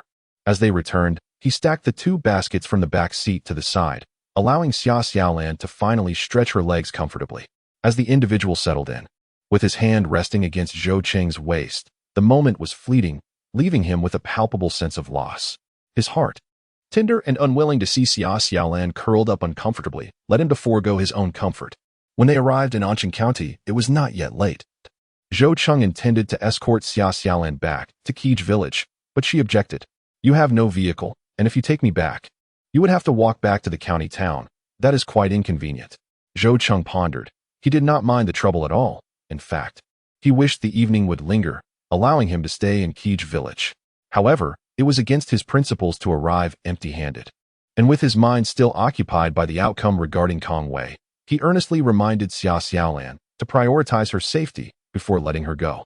Once Xia Xiaolan had ridden a dozen meters away, Zhou Qing recalled, "Are you going to Xanadu tomorrow?" "No. Tomorrow I will only make one trip to Anqing County to collect goods from other villages." With that, Zhou Cheng felt a sense of clarity. Upon his return to the guest house, he found Kong Wei squatting beside a large vehicle, smoking, with a man cowering next to him, his face bruised and battered. Already subdued by Kong Wei, this man was Zhang Erlai from Shipozi village, known for his dominance in the village, and it was unusual for him to yield so easily. However, under the fierce blows from Kong Wei and the intimidating presence of a dark firearm pointed at him, Zhang Erlai was nearly paralyzed with fear. In light of the recent crackdown, he had believed himself to have committed an offense that warranted arrest by undercover police. Yet, Kong Wei had brought him back to the county town, not to the police station, but directly to the guest house. Zhang Erlai's anxiety only intensified. "Brother Qingzi, you have returned." That little rascal was so frightened that he nearly wet his trousers, and the stench was unbearable. No wonder Kong Wei kept a considerable distance from Zhang Erlai. "Take him back to the room. It's inappropriate for you to linger in the courtyard of the inn. After all, they are not from Anqing County, and a formidable dragon cannot easily suppress a local serpent." Zhou Cheng prefers to maintain a low profile. Since Kong Wei has brought him back, he must have his own reasons. The enigma surrounding Xia Xiaolan's tarnished reputation may very well be unraveled through Zhang Erlai. Zhou Cheng's gaze had grown rather somber. Zhang Erlai mistakenly believes Kong Wei to be formidable, unaware that he has entangled himself with a genuine harbinger of calamity. 027. Interrogation of Zhang Erlai. A suite is generally a standard afforded only by the leadership of an organization during business trips. In establishments with poor performance, even the leaders would hesitate to occupy a suite costing 15 yuan per night. The suite at the Anqing County guest house remains unoccupied for the majority of the year, with Zhou Cheng and Kong Wei being among its few inhabitants. The room features pale yellow floor tiles and deep red solid wood furnishings, illuminated brightly. And it even houses a 14-inch television. Zhang Erlai has never encountered such an opulent room and is even more perplexed by the backgrounds of Kong Wei and Zhou Cheng. What could the police possibly want with him in this guest house? If it weren't for the police, who possess firearms, Zhang Erlai would feel even more unsettled. Zhou Cheng had spent the entire day outside, and though he felt comfortable with Xia Xiaolan, returning home drenched in sweat left him feeling quite uncomfortable. Glancing at Zhang Erlai's lewd demeanor only intensified his foul mood, prompting him to think that such a person should not be allowed to sit on any chair, lest he soil the guest house's furniture. "You just sit there and properly confess your issues," he ordered. Kong Wei switched on the ceiling fan, and the whirring blades helped to dissipate some of the stifling heat. Zhang Erlai, with an ingratiating smile, pleaded, "Comrade, I truly do not comprehend what you wish me to confess. Could you perhaps enlighten me?" Zhou Cheng cast a sidelong glance at Kong Wei. Kong Wei, recognizing his brother Qing's discontent, responded with excessive flattery. "Isn't it about the future sister-in-law? I will leave that matter for Brother Cheng to decide. Once I locate this scoundrel, I will bring him in." No wonder Zhang Erlai was utterly bewildered. Zhou Cheng, having been placated by the future sister-in-law that Kong Wei spoke of, lit a cigarette for himself and nodded towards Zhang Erlai. "Now, enlighten me about the matter concerning Xia Xiaolan." Zhang Erlai's heart raced. Did the two of you wish to indulge in this? Whenever that woman Xia Xiaolan was mentioned, it inevitably led to Zhang Erlai's proudest moments. He spoke animatedly, nearly bursting into a dance. But before he could finish his tale, Zhou Cheng delivered a forceful kick, sending him crashing into the corner, where he lay still for a considerable time. Zhou Cheng, his face twisted with fury, seized Zhang Erlai by the hair and lifted his face. Blood streamed from Zhang Erlai's mouth, yet he lacked the strength to struggle, as Zhou Cheng's kick had likely injured his internal organs. "Now, will you speak properly? I demand the truth. Those who lie before me shall not receive a second chance." Did boasting lead to demise? Zhang Erlai had previously scoffed at this notion. The rumors of his affair with Xia Xiaolan had once elevated his status. Now, he realized the peril of boasting. Tears and snot streamed down his face as he stammered. I swear, I have never touched Xia Xiaolan." Zhou Qing held onto his hair tightly. "Where there is smoke, there is fire. The rampant rumors about you and Xia Xiaolan must stem from something. Speak. Have you wronged her in any way?" Zhang Erlai's gaze shifted, evading the question, unwilling to confess. In a fit of rage, Zhou Qing slammed his head forcefully against the ground, then cocked his pistol with a chilling click. his fierce demeanor akin to that of a ravenous wolf, truly ready to pull the trigger. Zhang Erlai knocked his head repeatedly, exclaiming, "Do not kill me. I beg you. I will tell you everything. 2 years ago, I visited Kaijingshan village to see relatives, and upon laying eyes on Xia Xiaolan, I was instantly captivated by her beauty. At that time, I flirted with her a little, but a certain young man surnamed Wang, a local intellectual, intervened on her behalf. Afterward, I found myself with little opportunity to approach Xia Xiaolan, merely wandering around Kaijingshan village. However, Xia Xiaolan was quite spirited, and I never gained any advantage. Eventually, Zhang Erlai hesitated in his speech, and as Kong Wei raised a stool to strike him, he decided to spill everything in a fit of desperation. Later, someone slipped a note through my window, claiming that Xia Xiaolan wanted to meet me and that she harbored feelings for me. They suggested that I should, consummate our relationship to appease her family's concerns about my lack of ambition. Fearful of further punishment, Zhang Erlai divulged all he knew. At this juncture, he seemed to harbor his own grievances, recounting how he sought out Xia Xiaolan, only for her to deny the existence of any note and to scold him for his presumptuousness. When I held on to her, that insufferable Wang appeared again to thwart my efforts. Listening to their incessant chatter, I realized that Wang was actually Xia Xiaolan's cousin's fiancé, and he had been whispering sweet nothings to her, likely leading to their clandestine affair. Zhang Erlai surely felt incensed, realizing that the opportunities he had missed were now seized by another. Furthermore, Xia Xiaolan's ambiguous relationship with her future brother-in-law, while she pretended to be a paragon of virtue in front of him, only fueled Zhang Erlai's discontent. In the surrounding villages, rumors began to circulate regarding Zhang Erlai's involvement with Xia Xiaolan. When questioned, he merely smiled and did not refute the claims, leading others to take the gossip as truth. As the tales grew increasingly outrageous, Zhang Erlai found himself in a state of trepidation, fearful that Xia Xiaolan might report him to the authorities. Fortunately, no one from the Xia family spoke out, and to his dismay, Xia Xiaolan, in a moment of despair, resorted to self-harm. Zhang Erlai endeavored to distance himself from the situation, simultaneously attempting to tarnish Xia Xiaolan's reputation by alleging an affair with her future cousin-in-law. The more he discredited her, the more favorable the circumstances became for him. With a swollen eye, Zhang Erlai furtively observed Zhou Cheng's expression. No matter how eloquently he spoke, he could not deceive Zhou Cheng, nor could he fool Kong Wei. It baffled him that Xia Xiaolan would choose to pursue Zhang Erlai instead of her devoted brother, Zhou. How could one speak such baseless lies without a shred of shame? The note left on Zhang Erlai's windowsill was certainly not placed there by Xia Xiaolan. Kong Wei comprehended the situation. There was someone orchestrating these events with the intent to ruin Xia Xiaolan. Zhou Cheng, visibly displeased, coldly inquired of Zhang Erlai which hand had touched her. Trembling, Zhang Erlai denied any contact, claiming he had merely torn her sleeve. It was indeed such a cowardly individual who had driven Xia Xiaolan to her desperate act, inciting Zhou Cheng's fury to the point of laughter. Very well. Kong Wei feared Zhou Cheng might impulsively retaliate against Zhang Erlai. Brother, don't act rashly. We cannot afford to spill blood in this territory. Look at my loose tongue. We shouldn't resort to violence anywhere. Let us handle this without dirtying our hands. Leave it to the authorities. Zhang Erlai was utterly terrified. He had discerned a hint of the truth. Xia Xiaolan was likely entangled with formidable men, and these two individuals before him had come to exact vengeance on her behalf. Turning to the police station, that would seal his fate. A wave of treachery washed over Zhang Erlai. If he were sent to the police, Xia Xiaolan's notorious reputation would be solidified, and he would undoubtedly regale anyone he encountered with tales of his entanglement with her. Zhou Cheng dragged a box from beneath the bed, and upon opening it, he was astonished to find it brimming with cash. He extracted several stacks of bills and stuffed them into Zhang Erlai's arms, who mistakenly assumed it was a hush money. This was a windfall. The thick bundle surely amounted to thousands. Yet, Zhou Cheng handled the money with such ease, hinting at the substantial fortune still hidden within the box. Zhang Erlai, emboldened by greed, had not yet uttered a word to request more funds when Zhou Cheng's next statement plunged him into despair. Xiao Wei, instruct the guest house to call the police station. We have apprehended an embezzler. In this narrative, Zhou Cheng and his companions reside in the most luxurious suite of a guest house, equipped with an introduction letter from a prestigious institution in the capital. When Kong Wei spoke with the guest house staff, they were taken aback. Especially since there were no surveillance cameras at the time, the circumstances surrounding Zhang Erlai's entry remain a mystery.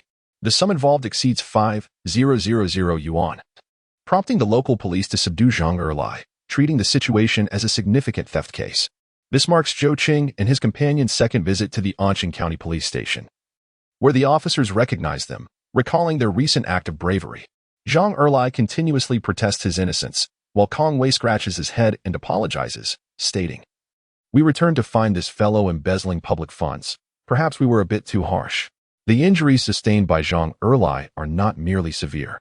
They clearly indicate an intention to inflict grave harm. Nonetheless, the police tend to trust the brave citizens.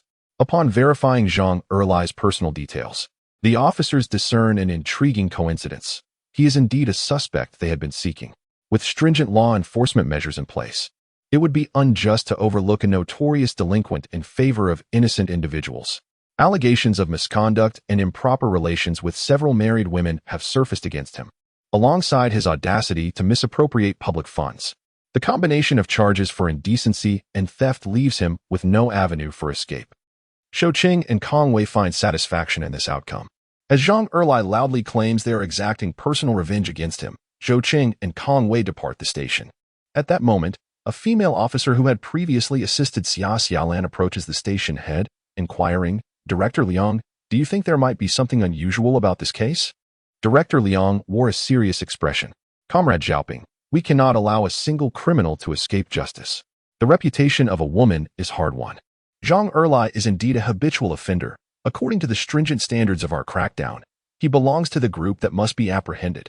We need not delve into further details." Zhang Erlai spoke in a disjointed manner, alternately claiming that Zhou Cheng and another individual had set him up with a suitcase of money, and then asserting that these two men were armed. However, the credentials of Zhou Cheng and Kong Wei hail from a highly reputable institution in the capital, and it is quite normal for them to carry a substantial sum of cash while procuring supplies in the city. There was certainly something amiss. Coincidentally, Zhang Erlai suggested that this matter stemmed from Xia Xiaolan. Director Liang gazed intently at Zhang Erlai. "Since he has confessed, it is imperative that we solidify this case." Zhang Erlai dared not speak further. If he were to claim an affair with Xia Xiaolan, it would only add to his charges. Xia Xiaolan remained unaware that Zhou Cheng had resolved a significant adversary on her behalf. Zhang Erlai was also one of the instigators behind Xia Xiaolan's tragic decision to end her life, a fact that Zhou Cheng could uncover. As for the involvement of Xia Xiaolan's cousin and prospective brother-in-law, Zhou Cheng was yet to ascertain the extent of their participation. Nonetheless, he harbored no fondness for the highly praised university student, Xia Ziyu. Xia Xiaolan rode her bicycle home, her spirit visibly uplifted. The rice fields belonging to the Liu family had been entirely harvested, and with the recent favorable weather, a few more days of drying would yield the grains ready for storage. After finishing their own rice fields, Liu Yong and Li Fomei, who had been helping the Liu family, were ready to return the favor to the villagers, leaving the task of sun-drying the rice to Liu Fun. Each village possesses its own drying ground, where, at dawn, every household spreads out their drying mats, pouring the freshly harvested rice onto them. The rice must be evenly spread out in a thin layer to effectively evaporate any excess moisture. Every couple of hours, they must turn the rice under the sun, and during this time, the drying grounds are always bustling with people. The residents of Kijing village are not immune to gossip. It is rare for a married woman to return to her parental home for just one night without tending to her in-laws' agricultural chores during the busy season. Liu Fan had stayed at her parents' home for several days with Xia Xiaolan, and Xia Dajuan had not visited even once. Was it possible that the couple was embroiled in a conflict that made cohabitation untenable? Liu Fan, who would never retaliate even after being beaten, surprisingly exhibited such boldness. She must have found someone to rely upon. The gossip mongers of Kijing village are not as harsh as those from Dahu village. Liu Yong is not easily intimidated, and Liu Fun is considered one of their own, prompting the villagers to defend her. Moreover, Xia Xiaolan's thriving business, dealing in eggs and eels, has made her quite the popular figure. Who wouldn't sell a few items to her? Xia Xiaolan operates her business with transparency, making no claims of unprofitability, yet her earnings stem from hard work. Additionally, Xia Xiaolan possesses a knack for socializing. If any household needs something brought from the county, they can count on her to handle it efficiently. It is no wonder that children are often seen catching eels to sell to Xia Xiaolan. Apart from the modest acquisition price of 80 cents, Xia Xiaolan always carries and enjoys snacks, a piece of candy and a small handful of melon seeds, endearing herself to the village children who adore her immensely. Anyone who dares to speak ill of Sister Xiao would surely incite a chorus of tears and protests from these little mischief makers. Your Xiaolan is quite capable. She spends her days collecting eggs, making several trips between the village and the county town, earning quite a tidy sum. Are you envious? I dare say. Not even your daughter, let alone your son, could endure such toil. Children who understand their responsibilities make the lives of their mothers much sweeter. Lu Fan chuckled as she spoke. These villagers may exchange a few sarcastic remarks, yet their malice is minimal. Lu Fan now sees hope in her life. Although she continues to work at the Lu household, she feels no weariness whatsoever. When a family unites in purpose, life flourishes. A stark contrast to her experiences at the Xia residence.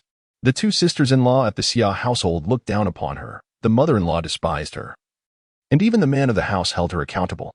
Lu Fan could only endure, attempting to placate everyone, yet one must realize that in this world, taking a step back only invites further bullying. Retreating 2 steps may lead to being trampled into the ground. The villagers do not shower Lu Fan with compliments without reason.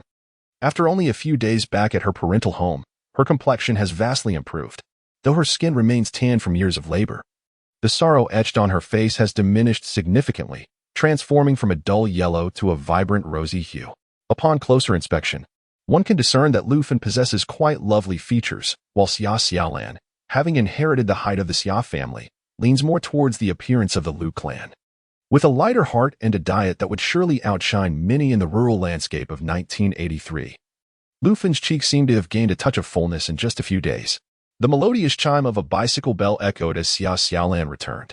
Her voice, sweet as honey, greeted everyone at the grain-drying yard before she turned to Lu Fan and said, Mom, I will head home to start steaming the rice and then come back to help you. Delicate and tender, Xia Xiaolan was a cherished daughter, and Lu Fan, reluctant to let her toil, advised her to stay. Your uncle and the others will be finishing up soon. You should just cook at home and keep an eye on Tao Tao.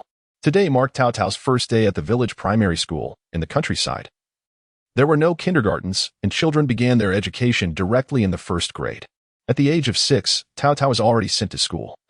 A clear indication of the family's affection for him. Some children, even in their early teens, remained at home, playing aimlessly while helping with household chores and working in the fields. Schooling was not uniform in age, and not every child completed elementary school. Many were eliminated at that stage, and further filtering occurred in junior high. In 1983, having a high school student in a rural household was a mark of education. Xia Xiaolan had completed junior high, which was no small achievement. It is easy to imagine how precious it was in 1983 for Xia Ziyu to leap from the countryside to university. Obtaining an urban household registration and becoming a state cadre after graduation, Tao Tao proudly showcased his new backpack all day long, with classmates eager to touch it after class.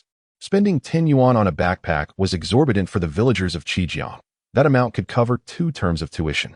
Sister Xiaolan, I missed you, Tao Tao exclaimed, rushing over like a firecracker and clinging to Xia Xiaolan's leg, refusing to let go. Xia Xiaolan purchased sweets and a backpack for him, filling Tao Tao with an unprecedented sense of happiness. In Tao Tao's heart, Xia Xiaolan was the most cherished person, even surpassing his own parents in significance. In the future, let you live in an apartment. Xia Xiaolan pulled the little rascal aside. Don't try to charm me. I still have to cook. Tao Tao couldn't help but lick his lips. Xia Xiaolan's culinary skills were not particularly exceptional, yet every time she prepared a meal, it was either meat or fish. He had never tasted any pickled vegetables or similar dishes. Tao Tao's mouth watered at the thought, and upon seeing Xia Xiaolan retrieve the chopped ribs from the basket, he wished for her to reside there forever. Who could compare to his sister Xiaolan? Xia Xiaolan continued to assign Tao Tao the task of tending the fire and steamed a few eggs, as the Lu family never lacked eggs. After some contemplation, she decided against braising the ribs and opted for a sweet and sour preparation instead. In recent days, the Lu family's supply of oil and seasonings had diminished rapidly. However, Xia Xiaolan consistently replenished them. Lu Yong also stated that the family should enjoy better meals, and Li Fengmei had not objected. Even the sugar was purchased by Xia Xiaolan. Preparing sweet and sour ribs was not a difficult endeavor for her.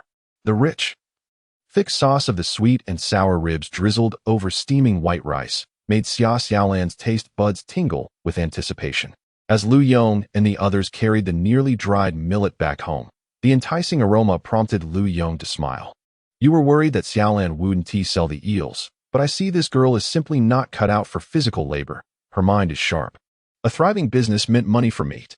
It seemed Xia Xiaolan's endeavors were quite successful today.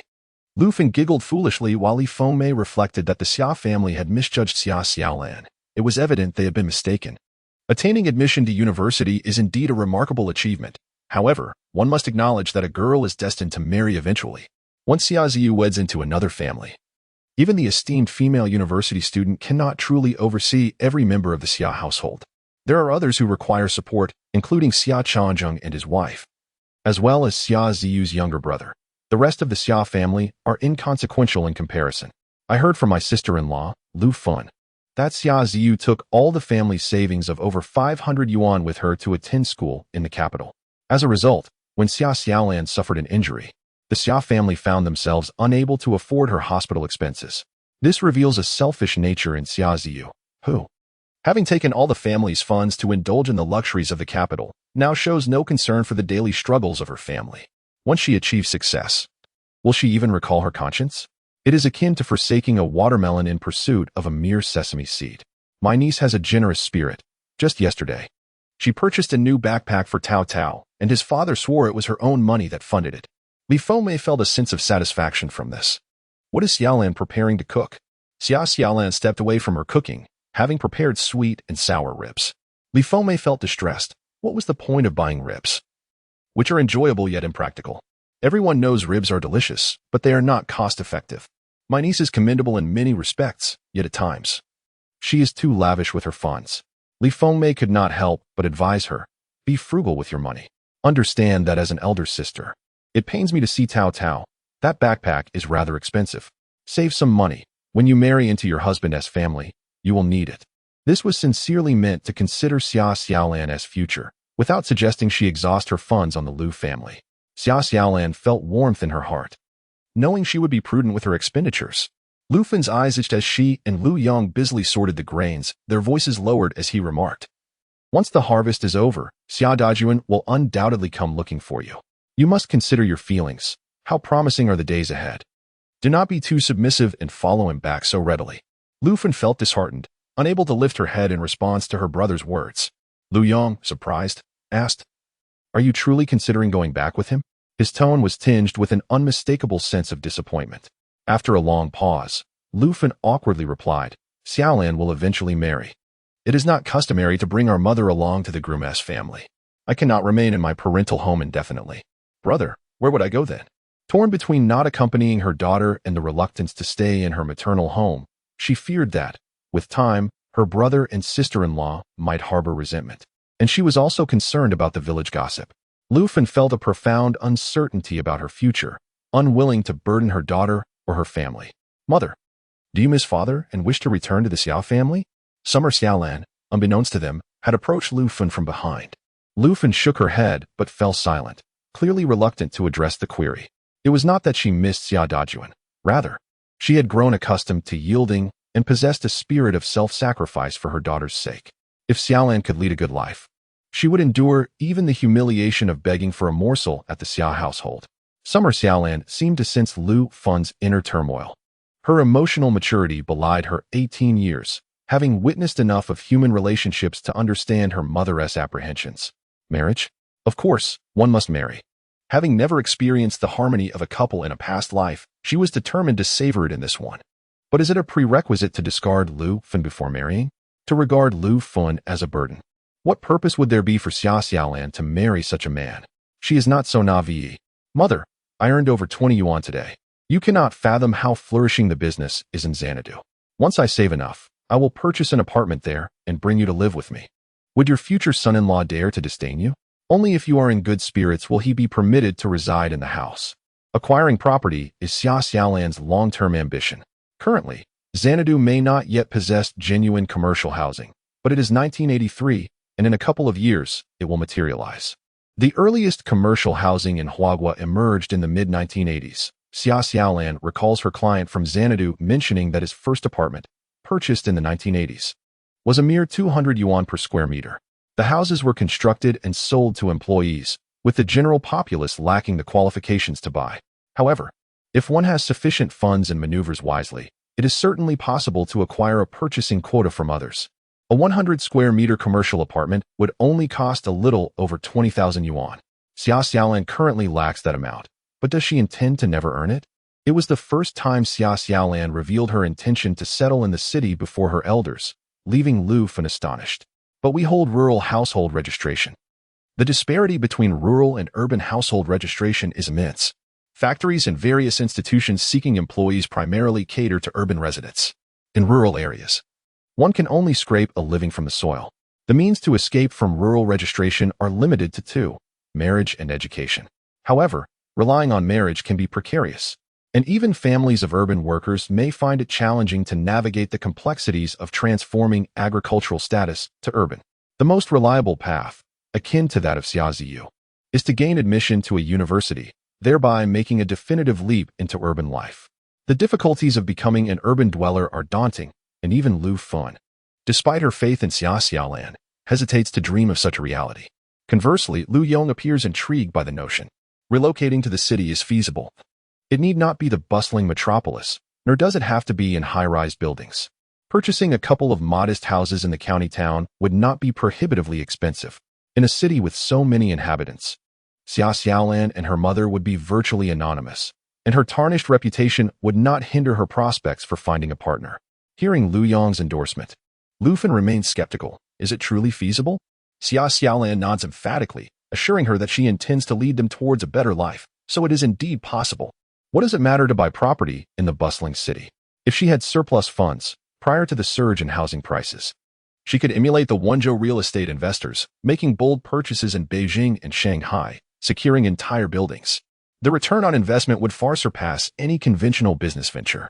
As Zhou Qing departed, it seemed that the future painted by Xia Xiaolan was so captivating that Lu Fen found herself torn between disbelief and an undeniable yearning to believe. Life in the countryside was undeniably harsh. Although the implementation of household production contracts had improved the farmers' conditions compared to the hardships of the 1960s and 70s, they remained a far cry from the comfortable existence characterized by electricity and telephones, particularly in the rural areas of Anqing County, which lacked the economic advantages of coastal regions. There were neither cash crops nor a plethora of township enterprises. Lu Fen, lacking the ability to analyze the broader economic landscape, needed only to observe the daily lives of the villagers in Dai and Qijing to gauge the reality of their existence. The future that awaited Xia Xiaolan in the countryside was all too apparent. Given Xia Xiaolan's tarnished reputation, Lu Fen hesitated to envision her finding a suitable partner. Yet, Xia Xiaolan's words ignited a spark of hope within Lu Fen. After all, she and Lu Yong were siblings, sharing a similar mindset. If they were located far away, who would be aware of Xia Xiaolan's infamous reputation? With her daughter's capabilities, unburdened by the weight of notoriety, why should she not secure a good match? Lu Fen felt a significant weight lift from her heart, leaving her little time to ponder the matters of the Xia family. The arrival of Xia Dajuan posed no concern for her. She had no intention of returning. The Xia family had not been divided, regardless of her contributions. Any earnings would ultimately be sent to Xia Ziyu.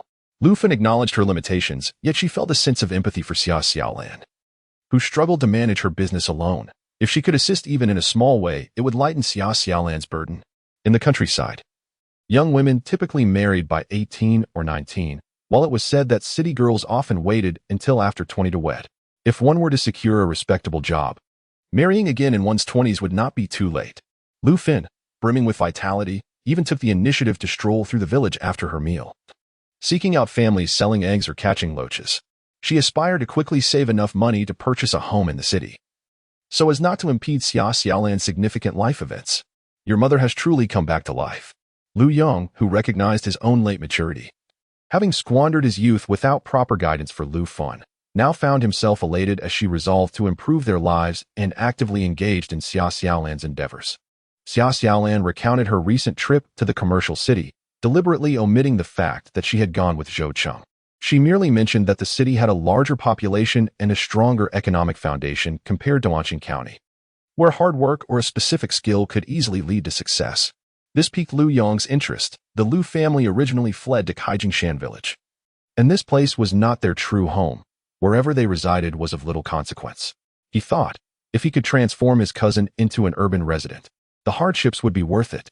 After some contemplation, Lu Yong announced his intention to venture out soon. Xia Xiaolan speculated that he was off to seek financial opportunities, refusing to believe that Lu Yong was merely a mason. What, then, was her uncle truly engaged in? Xia Xiaolan's curiosity intensified. However, before Lu Yong departed, he expressed concern for Xia Xiaolan and her mother, fearing that the Xia family might cause trouble again. Additionally, those three rascals seemed to be lurking, giving him an uneasy feeling. No, he decided, he must wait until those three were sentenced before he could leave. Xia Xiaolan too felt a sense of curiosity. She sensed that the invisible threads were nearing their connection. The following day, Xia Xiaolan did not venture into the city. Instead, she traversed the surrounding countryside for the entire day and gathered a considerable amount of eels and eggs. On the third day, she arrived at their usual meeting spot at the intersection, where she encountered Zhou Cheng once more. However, today Zhou Cheng was not alone.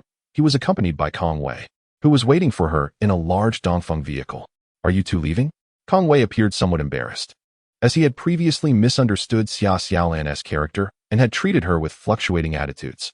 The young man felt awkward in her presence. He truly felt remorseful for the sour radish and pork dumplings that Xia Xiaolan had prepared for him. Zhou Cheng leapt from the vehicle, stating, "We just received a telegram from Beijing. We have lingered in Anqing County for quite some time, and now we must return. But do not worry. I will come back again." Xia Xiaolan felt flustered by the youthful man's teasing. Being with Zhou Cheng was not uncomfortable. His mannerisms and interactions were quite to her liking. He earnestly expressed his intention to return. She pondered what could possibly attract him to Anqing County. She decided to let things unfold naturally, as she had no time to contemplate personal feelings at the moment, and she did not harbor any dislike for Zhou Cheng. "Please be careful on the road. Drive safely. I shall host you again when you return to Anqing County." Xia Xiaolan spoke with a generous tone, and Zhou Cheng smiled slightly, saying, "Just wait. When I return to Anqing next time, I will bring you something nice." He did not allow her to refuse, leaping back into the vehicle and waving goodbye to her. The mighty Dongfeng roared to life as Kong Wei leaned out of the window, a broad grin on his face. "Goodbye, sister-in-law." Had it not been for the erudition of General Xia, there would surely have been a considerable embarrassment. The Dongfeng veered off in another direction, departing from Anqing County en route back to the capital. Through the rearview mirror, Kong Wei observed Xia Xiaolan standing for a moment before cycling towards the county town. He pondered, "Brother Ching, why didn't you inform sister-in-law that you resolved the troublesome Zhang Erlai on her behalf, performing a good deed without taking credit, and being separated by distance? What if Xia Xiaolan finds herself pursued by someone else?" In Kong Wei's view, such matters ought to be promptly communicated to Xia Xiaolan, as it would surely win her favor. Furthermore, he and Zhou Cheng had originally intended to leave yesterday, but after waiting for Xia Xiaolan to enter the town for most of the day, Zhou Cheng delayed their departure until this morning. "Do you have a girlfriend?" Zhou Cheng retorted. "Aren't men supposed to silently solve problems? Those who boast are simply ignorant. I don't want Xia Xiaolan to recall unhappy matters. I never sought recognition for my deeds." Kong Wei shook his head, chuckling. "Those girls are such a hassle. If I dared to pursue a relationship today, my grandmother would send me to the Civil Affairs Bureau tomorrow. Thankfully, the marriage law has been revised, allowing me to linger for a couple more years." Kong Wei was merely half a year younger than Zhou Cheng, and by the calendar, he had just turned 20. As a posthumous child, his father had perished during the Vietnam War, leaving his grandmother nearly blind from weeping. When Kong Wei was born, she found solace in him, cherishing him as her most precious treasure. Yet she was also urging him to marry soon, hoping to continue the Kong family lineage. Isn't it true that a man at 20 and a woman at 18 can marry? Zhou Cheng contemplated how perfectly matched he and Xia Xiaolan were. Having encountered her precisely when he turned 20, it was not a waste at all. As long as Xia Xiaolan consented, they could wed at any moment. Kong Wei, pressured by his grandmother to marry, was a novice in many respects but had become an expert in marital law. 3 years prior, the regulations were amended, stipulating that men must be at least 22 and women at least 20 to marry, which was indeed a lifesaver. Kong Wei beamed with joy until he suddenly sensed that the atmosphere had shifted. Why was Qing Ziji not cheerful? A bold conjecture struck him. Could it be? They had only known each other for a few days. Such haste in matchmaking seemed implausible. Although he referred to Xia Xiaolan as sister-in-law merely to please Zhou Cheng, he understood that the rumors surrounding her reputation were merely slander. However, this was not common knowledge. How could Xia Xiaolan possibly marry into the Zhou family when Zhou Cheng was so infatuated? Yet, Kong Wei would remain silent. He had no intention of hastily playing the villain.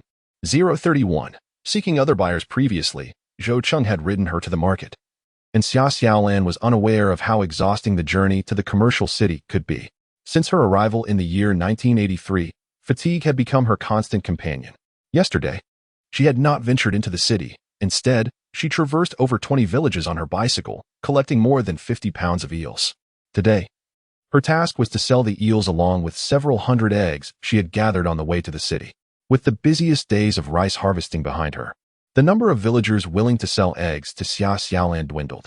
Moreover, centered around Shijing village, she had combed through the surrounding villages countless times, and the villagers needed time to gather their eggs.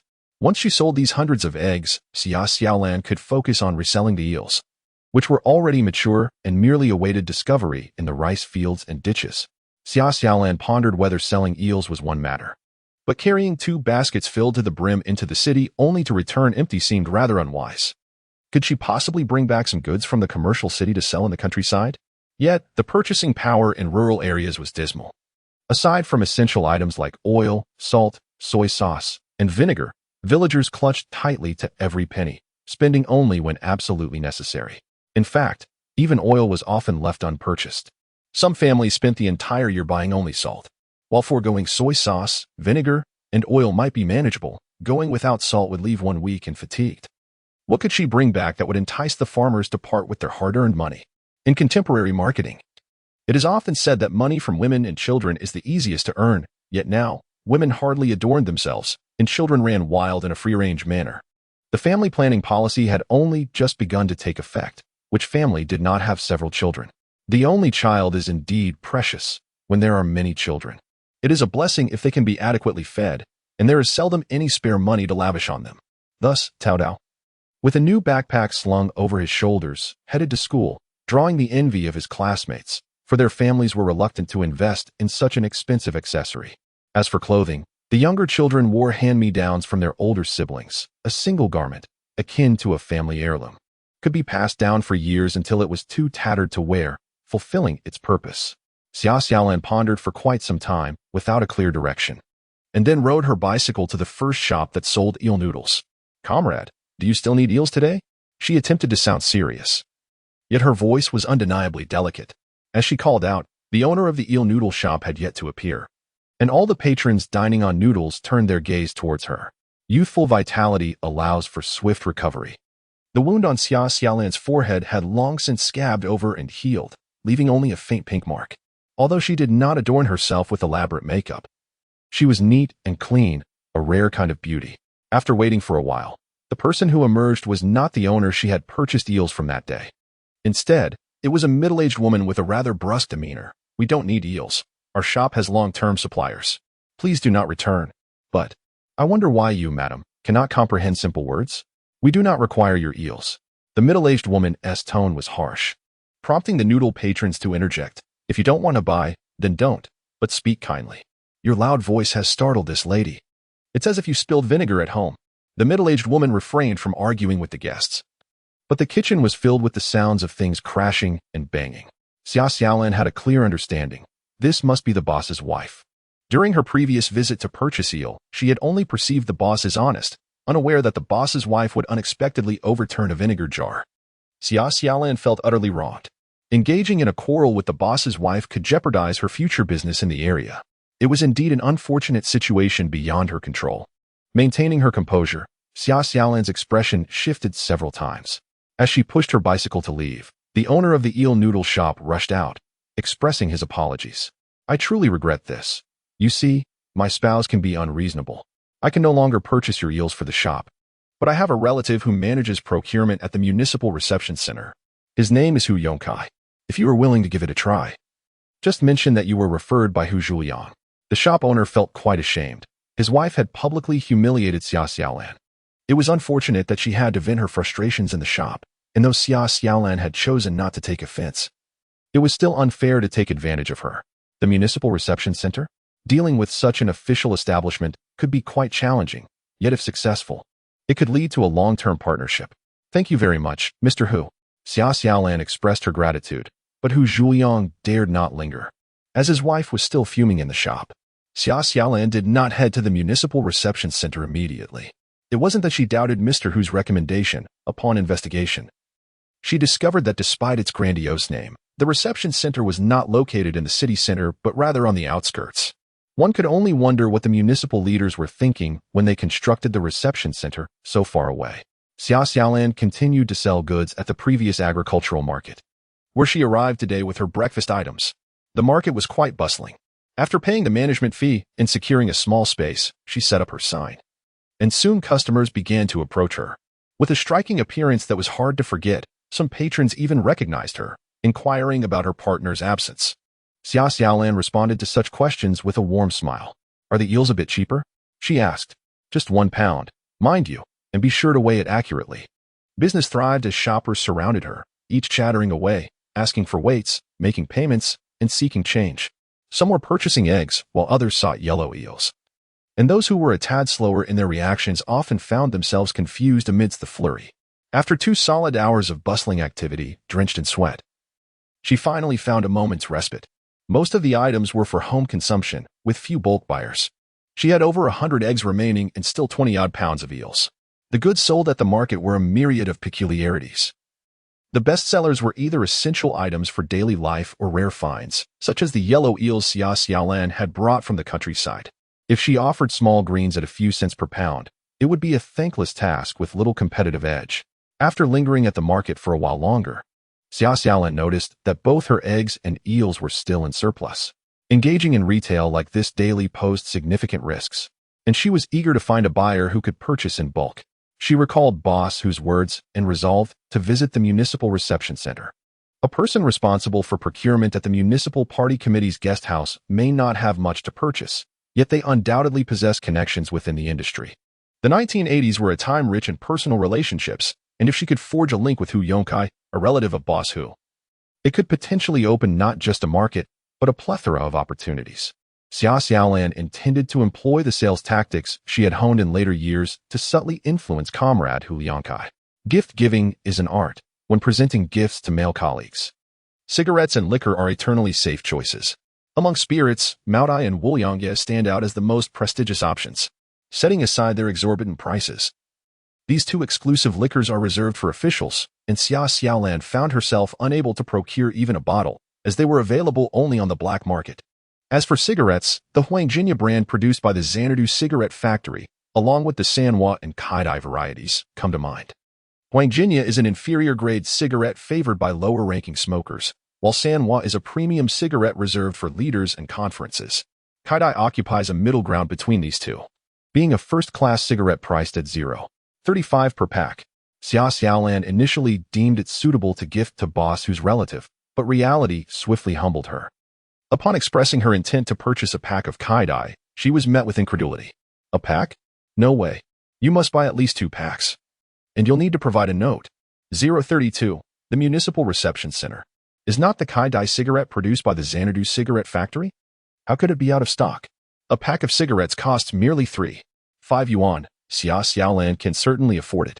Despite her insights that far exceed those of her era by 30 years, she remains oblivious to the cigarette market of 1983. Tobacco is a state monopoly. Taking Kaidai as an example, the Xanadu cigarette factory has a predetermined quota for its annual production. The Kaidai cigarettes produced are not solely sold within Xanadu, or even throughout the province. Rather, they are distributed nationwide, making it difficult for the locals to procure them. If one wishes to buy, connections must be established, and one must be prepared to pay a premium. It is quite challenging for residents of Xanadu to purchase even a couple of packs, let alone Xia Xiaolan, who requests a whole carton. Nowadays, cigarettes are not sold by the carton unless a government meeting convenes, and special approval is granted by the leadership for the purchase of such coveted items. The Daqianmin produced in Shanghai is also priced at 0.35 yuan per pack, which is the brand favored by Xia Xiaolan's uncle, and it commands considerable prestige in the remote village of Qijiang. The Daqianmin boasts a substantial reputation nationwide, being one of Shanghai's best-selling cigarettes. Yet, while Xia Xiaolan can obtain Daqianmin in Xanadu, she finds herself unable to acquire Kaidai. The prospect of tobacco reselling undoubtedly promises significant profits. This notion burgeoned in Xia Xiaolan's mind, an idea she could not suppress. with tens of thousands of cases of cigarettes distributed across the nation. The tobacco industry exhibits pronounced regional characteristics. Apart from a few particularly renowned brands, individuals across different locales harbor their own preferences for cigarettes. The people of Xanadu have firmly recognized 3 brands from the Xanadu cigarette factory, while the neighboring cities may favor their locally produced options. The residents of Xanadu find it difficult to acquire colorful butterfly, which might be languishing in poor sales elsewhere. What if the colorful butterfly allocated to other regions were to be retrieved and sold back in Xanadu? Xia Xiaolan felt a dizzying confusion. Are you still purchasing cigarettes? A sales clerk snapped her back to reality. Xia Xiaolan nodded. Then please fetch me a pack of Daqiamin. A pack of Daqiamin was indeed available. However, without a cigarette coupon, the standard price of 0.35 yuan per box was inflated to 0.5 yuan. A concession made only due to the high production volume of Daqiamin. Otherwise, acquiring them would have been out of the question. Holding the cigarettes she had painstakingly acquired, it took Xia Xiaolan some time to regain her composure. Indeed, the tobacco industry was highly lucrative, but she needed to find the right connections. This was not a private transaction, but rather one that required official endorsement. Although Xia Xiaolan was unable to achieve this in the short term, it did not preclude her from eventually meeting such individuals. She would begin to cultivate her network, starting with Hu Yongkai. Initially, her intention was to find buyers for eels, yet that did not confine her to exclusively selling eels. Riding her bicycle westward, Xia Xiaolan noted that the western suburbs had once been wasteland, but following the 1950s, large industrial enterprises such as state cotton mills, grinding wheels, coal machinery, and dyeing factories gradually established themselves in the western outskirts of Xanadu. Consequently, the Xanadu Municipal Committee decided to construct new office buildings in the west. With the relocation of the office, it was only fitting to also build a municipal guest house. In 1963, the municipal reception building was completed, and now, 2 decades later, its exterior remains well preserved. The 5-story structure is adorned with a colonnade that encircles it, while the eaves jut outward, creating a harmonious and aesthetically pleasing composition, complemented by the glazed tiles and intricate carvings atop. This area has thrived for 2 or 3 decades. Far from the desolation that Xia Xiaolan had envisioned, locals simply refer to it as the western suburbs to distinguish it from the bustling city center. Of course, there is no lively street filled with snacks or a vibrant farmer's market here. Visitors to the municipal reception are either attending meetings or on official business, primarily diligent employees from various institutions and government officials. Xia Xiaolan arrived on her bicycle, lacking an introduction letter, and despite her beauty, she was dressed in the attire typical of a peasant. While the reception did not explicitly bar peasants from entering, without an introduction letter, dining or lodging was out of the question, utterly impossible. When she claimed to be searching for a relative, the staff instructed her to wait at the back entrance. After a while, a short man in his 30s emerged from the rear. He bore no remarkable difference from the individual Xia Xiaolan had encountered in this era, save for his notable corpulence. In 1983, a scarcity of wealth often resulted in a prevalence of lean figures, making this procurement officer from the municipal reception a rather fortunate exception. With his round face, his small eyes widened in confusion as he failed to recognize any familial connection to Xia Xiaolan. Given her striking appearance, he would surely remember even a distant relative upon meeting. Xia Xiaolan did not allow him the luxury of contemplation. My name is Xia Xiaolan, and Uncle Zhu Liang sent me to find you. Hu Yongkai pondered for a moment about Hu Zhuliang, the vendor of eel noodles. They were relatives, yet the families did not frequently interact. Hu Yongkai held a modest position of authority, which made him wary of unsolicited requests for assistance. Summer Xiaolan promptly handed him a bag, seeking a small favor from Hu Ge. Upon glimpsing the contents, Hu Yongkai's eyelids flickered. What a trivial matter. Yet she presented a large box of cigarettes. His initial instinct was to decline, however. Summer Xiaolan quickly dispelled any unnecessary thoughts by directly discussing her intention to enlist Hu Yongkai's help in facilitating the acquisition of eels. If you find it agreeable, I have brought some samples. What samples? They were clearly remnants from the agricultural market. Hu Yongkai understood that acquiring a few items was not a significant endeavor, and that Summer Xiaolan's offering of cigarettes was rather excessive. The eels she presented were of considerable size, truth be told, meeting the acquisition standards.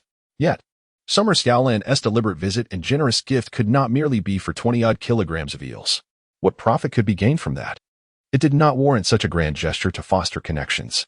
Out of respect for Hu Zhuyang, who had introduced Summer Xiaolan, and in light of the cigarettes, Hu Yongkai candidly expressed, despite the size of the guest house, the quantity of eels as a culinary ingredient is minimal. Whether the attendees are leaders or ordinary officials, the daily meal allowance is merely 1 yuan. I could assure you that I would procure the eels you brought this time, but with such a daily influx, the guest house could hardly consume them all. The hospitality standards for all guests encompass not only the accommodation of leaders at various levels visiting Xanadu, but also the venues for major meetings organized by the municipal government and the municipal party committee, including the People's Congress. Regardless of the rank of the officials, the meal standards remain consistent, with each individual's daily expenses covered by the treasury amounting to 1 yuan. While diners are required to contribute merely 1 jin of grain tickets, a meal priced at 1 yuan undoubtedly ensures ample sustenance, including meat and vegetables.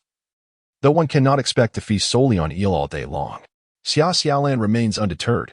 Hu Yongcai's words carry meaning beyond the surface. Noting that consuming over 20 jin daily is unfeasible, what about every few days? In business, investment is crucial.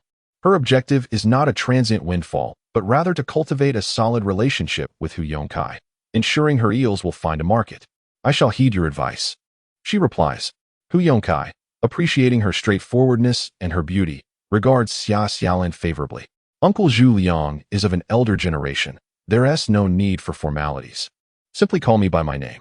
Xia Xiaolan promptly adapts. Brother Hu. Hu Yongcai smiles broadly, his eyes narrowing into slits. Please wait here. I will summon someone to weigh the eels. In the realm of reincarnation, a woman possesses 2 chances to be reborn. Hu Yongcai did not express any intention to purchase Summer Xiaolan's eggs. It is not that he is miserly. The eels served daily at the guest house cannot guarantee a consistent weight, while eggs are a staple. However, the guest house, being a state-run establishment, is not akin to the common folk who must pay exorbitant prices for eggs. If Hu Yongcai were to buy Summer Xiaolan's eggs, it would not be a boon for her, but rather a financial loss. With over 20 pounds of eels, Hu Yongcai could effortlessly lift them with one hand. Yet he preferred not to soil himself with the dampness and odor.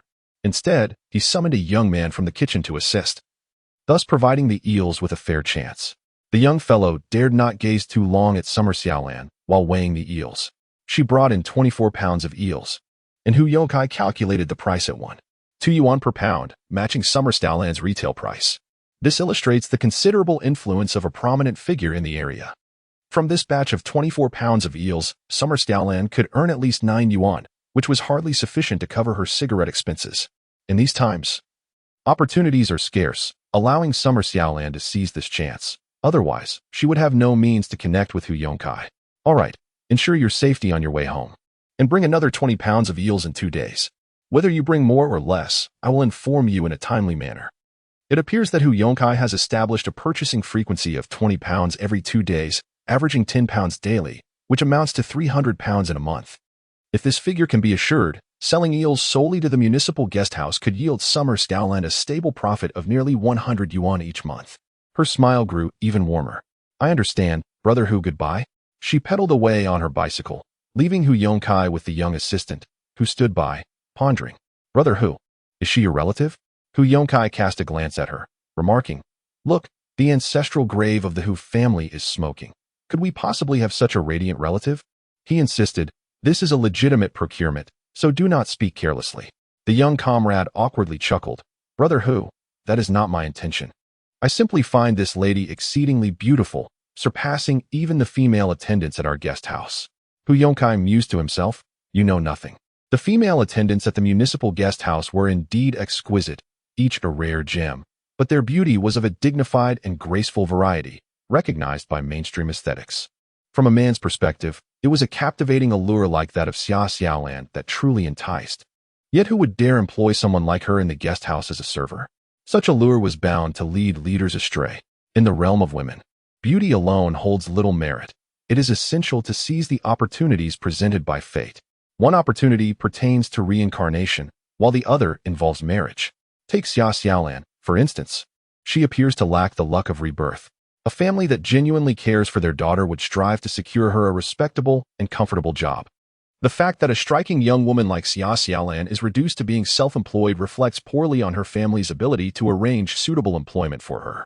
With her looks, Even if her educational qualifications are modest, she could certainly find work as a sales clerk in a department store.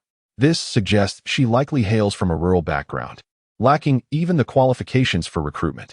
As someone engaged in logistics and procurement, Hu Yongkai, a seasoned veteran within the organization, had nearly pieced together the nuances of Xia Xiaolan's origins. He did not express any disdain for Xia Xiaolan. In fact, her beauty was striking, and one could never tell when she might seize an opportunity to rise again, Hu Yongkai mused. This young woman was undoubtedly calculating. For in such a vast city as Shangsanshi, she chose to sell her wares at the municipal reception center. It was a place frequented by various leaders and officials. Who could say when she might soar to great heights? Xia Xiaolan remained unaware of Hu Yongcai's perceptions of her, as long as there was business to be done. His opinion of her was inconsequential. She quietly peddled her goods, approaching potential customers along the way to inquire if they desired eggs. After circling the bustling city, she finally managed to sell all of her remaining 100 eggs. Despite her careful handling, a few eggs inevitably broke, as the absence of foam and plastic trays left room for mishaps. However, she had resolved not to continue trading eggs. They had become a secondary commodity, which lightened her spirits considerably. At home, they also raised numerous loaches and crucian carp, while Li Fengmei cultivated a variety of vegetables in her garden. After a brief survey, Xia Xiaolan found herself uncertain about what vegetables to purchase aside from pork. Thus, she decided to continue buying meat. The afternoon's meat stall lacked the fatty cuts, leaving only lean meat available. In truth, lean meat was quite delicious. After her initial meals of sweet potatoes and subsequent stay at the Liu household during the busy farming season, where the food was notably abundant, she no longer felt the pangs of hunger. Xia Xiaolan purchased 2 pounds of meat along with several seasonings. Aunt Li Fengmei's culinary skills are quite adequate, however. The family's cooking primarily consists of salt and vinegar, occasionally enhanced with homegrown scallions, ginger, and garlic. They lack any exotic spices, such as star anise, Sichuan pepper, or bay leaves, which Summer Xiaolan often brings along. Once one has filled their belly, a pursuit for flavor naturally ensues, and within reasonable means. Seeking a better quality of life fuels the motivation to earn further. It is indeed prudent to visit the commercial city every other day. Today, the sun shone brightly, and the Liu family's rice was nearly ready to be harvested. Summer Xiaolan earned over 20 yuan today, and her spirits were high as she returned to Kaijington. Upon arriving home and securing her bicycle, Lu Yong greeted her with delightful news. Zhang Erlai from Shipozi village had been criminally detained, and a severe sentence was expected. While Summer Xiaolan sold goods in the commercial city, Lu Yong had ventured to Anqing County during the day. He could not rest easy knowing that 3 thugs had escaped punishment. As it happened, Anqing County was conducting a crackdown, parading various criminals who had been apprehended recently. Their identities displayed on placards as they were led around the streets with loudspeakers announcing their offenses. Lu Yong fortuitously encountered this operation. Although he did not know Zhang Erlai personally, the placard bearing the name clearly identified him as hailing from Shipozi village. Lu Yong had long harbored intentions to deal with Zhang Erlai, but with the recent intensity of the crackdown, he wished to spare his acquaintances from entanglement. Little did he expect that before he could act, Zhang Erlai would be apprehended in this sweep. It is no wonder that Summer Xiaolan felt displeased. The wretched creature made 2 attempts to violate Xia Xiaolan. The first time, the original owner was rescued by Wang Jianhua, and the second time became the catalyst for the rumors that emerged prior to the original owner's collision with the pillar. Xia Xiaolan, in her despair, was further propelled by the influence of others, with Zhang Erlai playing a significant role in this turmoil. Despite the fact that she had never engaged in any improper conduct with Zhang Erlai, who would believe her when the rumors had spread like wildfire? As if many had witnessed her in a compromising situation with him amidst the haystacks, Xia Xiaolan was still contemplating how to exact her revenge, only to discover that Zhang Erlai had already been apprehended. For what reason had he been captured? Xia Xiaolan felt a wave of anxiety, if it were due to misconduct. What if Zhang Erlai insisted on dragging her down with him? The severe crackdown in 83 was not solely aimed at men. There were young women who had faced execution for similar transgressions. It was unthinkable to have to rush to a hospital for a medical examination to prove her innocence. Lu Yong's dark and lean features relaxed as he faced charges of burglary, with the police reporting that the amount involved was substantial, ensuring a heavy sentence this time. 034. Li Fengmei's brainwashing prowess led to a significant burglary. 2 pivotal points allowed Xia Xiaolan to breathe a sigh of relief. How audacious of Zhang Erlai to dare commit such a crime at this juncture, He is truly courting disaster. Xia Xiaolan harbored no concerns that he might fabricate lies to implicate her. Would Zhang Erlai truly resent the gravity of his own charges? This news filled the entire family with joy.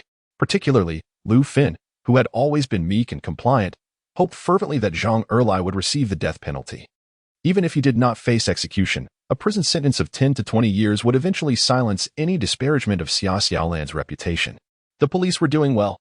All these villains deserved to be apprehended. As Lu Fin spoke, tears streamed down her face. How could Xia Xiaolan have ever been drawn to Zhang Erlai, a second-rate individual who, nearing 30, had yet to find a wife? In her past, Xia Xiaolan was delicate and competitive, yet she possessed discerning taste. Unfortunately, only Lu Fin believed in her daughter. The others in the Xia family did not defend Xia Xiaolan and instead accused her of tarnishing the family name with her reckless behavior. Behind the scenes, Li Fengmei comforted her sister-in-law, suggesting that the Xia family would eventually regret their actions. She believed Xia Xiaolan had the potential for greatness. Was attending university the only measure of success compared to her cousin? The Xia family's adoration for Xia Ziyu only served to exacerbate their mistreatment of Xia Xiaolan. Lu Fin was simple-hearted, while Li Fengmei was somewhat shrewd. After all, how else could Lu Yong, with his lack of ambition, have matured after marrying her? It was rumored that Xia Xiaolan had enticed her future brother-in-law. If Li Fengmei were to have her say, she would assert that if Xia Xiaolan and Xia Ziyu were compared, the man would undoubtedly prefer Xia Xiaolan. A single hand cannot clap. Had Xia Xiaolan not felt that her cousin was encroaching upon her territory, she would not have brazenly escalated the situation. It is not uncommon for two sisters to vie for the affection of a partner in rural areas. Who wouldn't desire to marry a suitable match? The distinction lies in the fact that the Xia family did not administer equal reprimands, but instead sided entirely with Xia Ziyu. Such is the power wielded by a Golden Phoenix University student. Li Fengmei anticipated that the Xia family would likely send someone, and she persistently drilled Lu Fin with the notion that she must not succumb to fear when Xia Dajuan arrived. If you do not bolster Xiaolan, the Xia family will take advantage of her. Li Fengmei had never held much affection for her sister-in-law Lu Fin, although technically a sister-in-law. Lu Fin was nearly of the same age. Lu Yong had only married in his 30s, and Li Fengmei was a second wife herself by that time. Lu Fin was already wed. The two had seldom interacted and shared little emotional connection. Lu Yong had previously discreetly supported Lu Fin, as their lives had been fraught with hardship. Although Li Fengmei never voiced her discontent, she harbored it nonetheless. After all, Lu Fin's clumsiness made her incapable of endearing herself to her sister-in-law. The fact that she bore a daughter with peculiar features only deepened Li Fengmei's reluctance to embrace them. Their interactions were merely a matter of familial obligation, meeting twice a year to maintain the semblance of kinship. When Lu Yong unexpectedly brought his sister and niece back from the Xia family, Li Fengmei had her reservations. Yet she refrained from opposing it, not wishing to create discord between husband and wife. Of course, Lu Yong's recent financial success also played a role. He had been frequently away over the past 6 months, providing Li Fengmei with a substantial amount of money, which allowed for a slightly more comfortable household. Accommodating 2 additional diners was manageable. If one were truly destitute, even if it strained the marital relationship, Li Fengmei would not simply voice her grievances. She would undoubtedly employ sarcasm to drive away Xia Xiaolan and her mother. Moreover, Xia Xiaolan and her mother were certainly not idle guests. Lu Fin undertook numerous household chores, while Xia Xiaolan proved to be generous, possessing the acumen to engage in business and earn money, willingly spending it at home. Within less than half a month of moving into the Lu household, Li Fengmei finally began to regard them as her own. When considering one as family, it is essential to express heartfelt sentiments. Li Fengmei recognized Xia Xiaolan's ambition. She would not remain in her uncle's home indefinitely. Given her swift earning potential, the likelihood of settling in the bustling business city or purchasing a modest house in the county appeared quite promising. The only hindrance was Lu Fin. Everyone feared Lu Fin's soft heart. Should Xia Dajuan return, Lu Fin might retreat back to the Xia family, enduring a life of humiliation and hardship. In such a scenario, no matter how capable Xia Xiaolan was, the Xia family would have leverage over her vulnerabilities. Li Fengmei observed Xia Xiaolan's filial piety towards Lu Fin with keen interest. If a daughter could be ungrateful to her own mother, what could one expect in terms of her treatment towards her uncle? As Li Fengmei washed the dishes, she nodded in agreement with her thoughts about Lu Fin. The life the mother and daughter led in the Xia household was not one of starvation. With such a large family and ample farmland, they should not have gone hungry. However, The matriarch of the Xia family imposed filial duty, preventing her 3 sons from dividing their household. All agricultural yields were managed by her, and the distribution of grain after paying taxes was solely at her discretion. With 12 members in the Xia family, including men, women, and children, there were only 4 actual laborers. The widow, having raised her 3 sons, was not required to toil in the fields. In the household of Xia Changzheng, there exists a son and a daughter, the latter being Xia Ziyu. For the majority of the year, she resides in the county town for her studies. Upon entering high school, she has garnered praise as a promising student. Grandmother Xia prohibits her cherished granddaughter from engaging in labor, believing that it would impede her academic pursuits. With the approval of Grandmother Xia, the eldest daughter-in-law, Zhang Chui, has also ventured to the county town to care for Xia Ziyu. Meanwhile, Xia Changzheng's younger son is merely 10 years old and is far from being a source of labor. In contrast, the family of the 3rd son, Xia Haobing, is blessed with 3 children. His eldest daughter, Xia Hongxia, at 17, ceased her education after completing the 2nd year of junior high, opting to assist her mother, Wang Jinggu, with household chores such as cooking and tending to the chickens, avoiding any strenuous tasks. Xia Hongxia's younger brothers are not of age either. The elder has yet to complete elementary school, while the younger is the same age as Tao Tao, thus contributing little to the family's labor force. Only Lu Fen's family, along with Xia Dajuan, stands as a significant source of labor within their households. Lu Fen, embodying the strength of a man, partakes in all manner of hard labor. Their family boasts 2 laborers, yet whenever Grandmother Xia distributes provisions, they receive the least. With Xia Ziyu's acceptance into university, a sense of urgency has arisen among the 3 families, clamoring for living expenses. They openly express concern over their smaller family size, claiming it burdens the collective, especially since there are no sons to eventually establish families of their own. Xia Dajuan, in his earnestness, has emptied his savings, contributing a substantial sum of 300 yuan. The harvest from the fields has been surrendered to the public, and this money has been amassed by Xia Dajuan through various odd jobs. As Lu Fen contemplates these matters, her eyes brim with tears. With Xia Ziyu heading to university, does this mean her daughter will not need to marry? Their resources are entirely depleted, leaving them unable to afford even a few new quilts, basins, or water bottles, which diminishes their prospects of marrying into a good family. These troubling thoughts had previously been too daunting for Lu Fen to entertain, a reflection of her long-standing habit of enduring hardship in silence. Constantly admonished by Li Fengmei, Lu Fen felt it was utterly unjust. After all, Xia Ziyu was not an orphan. He had parents. Even in the capital, Xia Changzheng had only contributed a little over 100, while Xia Hongbing had merely offered a token sum of exactly 100.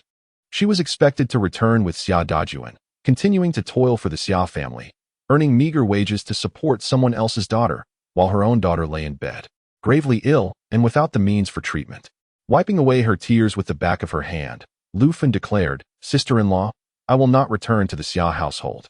The family meeting of the Xia family unfolded with Lu Fen expressing her reluctance to return home. Coincidentally, the Xia family was deliberating on the matter of her and her daughter. The Xia household, comprising over 10 members, was abundant in numbers yet deficient in labor. The 3 brothers of the Xia family toiled relentlessly to complete the river embankment, only to return home to the demanding agricultural season, with no respite in between. Even their robust bodies could not endure the strain. With Lu Fen, the industrious yet modest contributor, absent, Zhang Chui, who had scarcely worked for years, was compelled to labor in the fields, while Wang Jinggu from the 3rd household found it difficult to indulge in idleness. Meanwhile, Elder Xia and Xia Hongxia busied themselves with cooking and childcare at home, and the entire family, exhausted beyond measure, gathered all the harvested rice into the granary, collectively feeling that this year's farming was particularly arduous. Xia Ziyu had taken away the family's savings, and the money earned by the 3 brothers from their labor on the embankment was once again sent to her. The family finances were alarmingly tight, with little to no meat in this year's autumn harvest provisions, leaving them devoid of energy to work. After much effort, as the grains were finally stored, the Xia family could at last convene for a family meeting to discuss the matters concerning Xia Xiaolan and her daughter. Dajuan, what are your thoughts? They have been away at Lu's for quite some time, not returning during the busy farming season, seemingly not considering themselves part of the Xia family. How can we continue like this? Elder Xia's face was etched with worry. Possessing her own wisdom, she wore different masks in the presence of others. Before her beloved granddaughter Xia Ziyu, She was the affectionate and generous grandmother. Indeed, the elderly matriarch of the Xia family has not always bestowed affection upon Xia Ziyu. Her rural mindset, steeped in the preference for sons over daughters, naturally inclined her to favor her 3 grandsons. However, after Xia Ziyu completed junior high, she seemed to undergo an awakening. Every word she spoke and every action she undertook resonated deeply with the old lady's heart. With her academic prowess and promising future, Xia Ziyu gradually captured more of the matriarch's affection, to the extent that by the time Xia Ziyu confirmed her admission to university, she had eclipsed even her grandsons in the old lady's esteem. Before the second daughter-in-law, who failed to bear a son, and the shameful Xia Xiaolan, the matriarch was a harsh and unyielding figure. How could she establish her unquestioned authority without exerting pressure on the less favored members of the Xia family, such as Lu Fun, in the presence of her son, particularly her second son, who was strong yet not particularly astute? The matriarch assumed the role of a devoted and caring mother. While she was not a paragon of virtue, she always justified her harsh actions as being in the best interest of Xia Dajuan and the entire Xia family. Her maternal instincts were fervent. She fretted over Xia Dajuan's lack of a son to carry on the family name and worried that the delicate and frivolous Xia Xiaolan might never find a suitable husband. Thus, she encouraged Xia Dajuan to extend kindness towards the promising Xia Ziyu while insisting that Lu Fan work harder, compelling the couple to contribute more to the family. This way, she believed that her nephews would one day show filial piety towards Xia Dajuan and his wife. In Xia Dajuan's eyes, this was indeed the image the matriarch projected. He was not oblivious to the grievances Lu Fan endured at home, yet he had grown accustomed to it, thinking it would be bearable for her in time. He also felt that it was rather excessive for the family not to take Xiaolan to the hospital this time. But the family truly lacked funds. That stubborn girl was far too headstrong. Upon seeing something good, she would attempt to seize it, utterly disregarding her own reputation. Could the family not even voice a couple of words? The more magnanimous Ziyu was, the more Xiaolan ought to adopt an apologetic demeanor. These were the thoughts swirling in Xia Dajuan's mind. Yet on that day, when Xia Xiaolan pressed a pair of scissors against her neck, insisting on leaving the Xia family, Lu Fan forcefully pushed him aside for the first time. Xia Dajuan couldn't help but question whether he had erred in his judgment. The relentless urgency of harvesting rice had left him utterly exhausted, and the family meeting that followed the grain storage rendered him speechless. When old lady Xia inquired if life could still be manageable, Xia Dajuan felt as though his dignity was being trampled underfoot. He could not father sons and faced ridicule in the countryside for lacking heirs. Was he to be incapable of asserting authority even over his wife and children at home? I will have them return to apologize to their mother. In this family meeting, the younger generation of the Xia family was absent. Xia Hongxia crouched outside the window, eavesdropping. Her second uncle still wished for Xia Xiaolan and the others to return, which incensed Xia Hongxia to the point of chest pain. By what right did Xia Xiaolan act so arrogantly? Her appearance was hardly respectable, unworthy even to assist her elder sister. And returning to the Xia family would only complicate her own prospects for marriage. Xia Hongxia refused to acknowledge this. While she disparaged Xia Xiaolan's looks, she was, in truth, envious of them. Xia Dajuan's words plunged the Xia family into silence. It was clear that Xia Dajuan wished to continue living this life, for the time being, with no plans to change his wife. Wang Jingui felt a bit anxious. She had no objections to Lu Fan's return. But Xia Xiaolan must not come back and tarnish her daughter's reputation. Whenever she attempted to speak, her husband, Xia Hongbing, would glare at her. Zhang Chui gently tugged at Xia Changjing's sleeve, who nodded in a tone reminiscent of an elder brother. Every family experiences its share of conflicts. Let Xiaolan return and apologize to her grandmother. After all, we remain a family. This girl is utterly oblivious to the gravity of the situation, disregarding her reputation.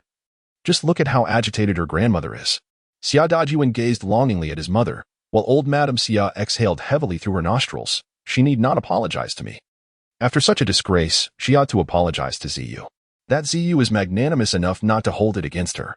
This statement held weight. Given that Ziyu and Wang Jianhua's relationship had become public, it was inevitable that they would marry after graduation. Families are interconnected. And how could Xiaolan truly sever ties with her sister and brother-in-law? Being young and naive, she constantly sought to compete with Ziyu. Yet even when she erred, she stubbornly refused to acknowledge her mistakes. How could the family possibly favor her? Xia Dajuan sensed that the old lady had softened, and his heart settled instantly. He readily agreed. I will go to the Xia family tomorrow to bring them back. She must write a letter of apology to Ziyu. If one letter is insufficient, then two shall suffice, until Ziyu forgives her. Zhang Chui recognized that it was her moment to step in. Unlike Wang Jingui, who was rather boisterous, Xia Dajuan held her in high regard as a sister-in-law. Ziyu bore no ill will towards her, yet given Xiaolan's temperament, it was perhaps better to bring her back. Leaving her at the Lu household could lead to trouble. The child was still young, and with proper guidance, she could certainly be steered back on the right path. The virtuous individuals have all been manipulated by Zhang Chui, leaving Wang Jingui thoroughly dissatisfied with her presence at home. Who would dare to approach for a marriage proposal for our Hongxia?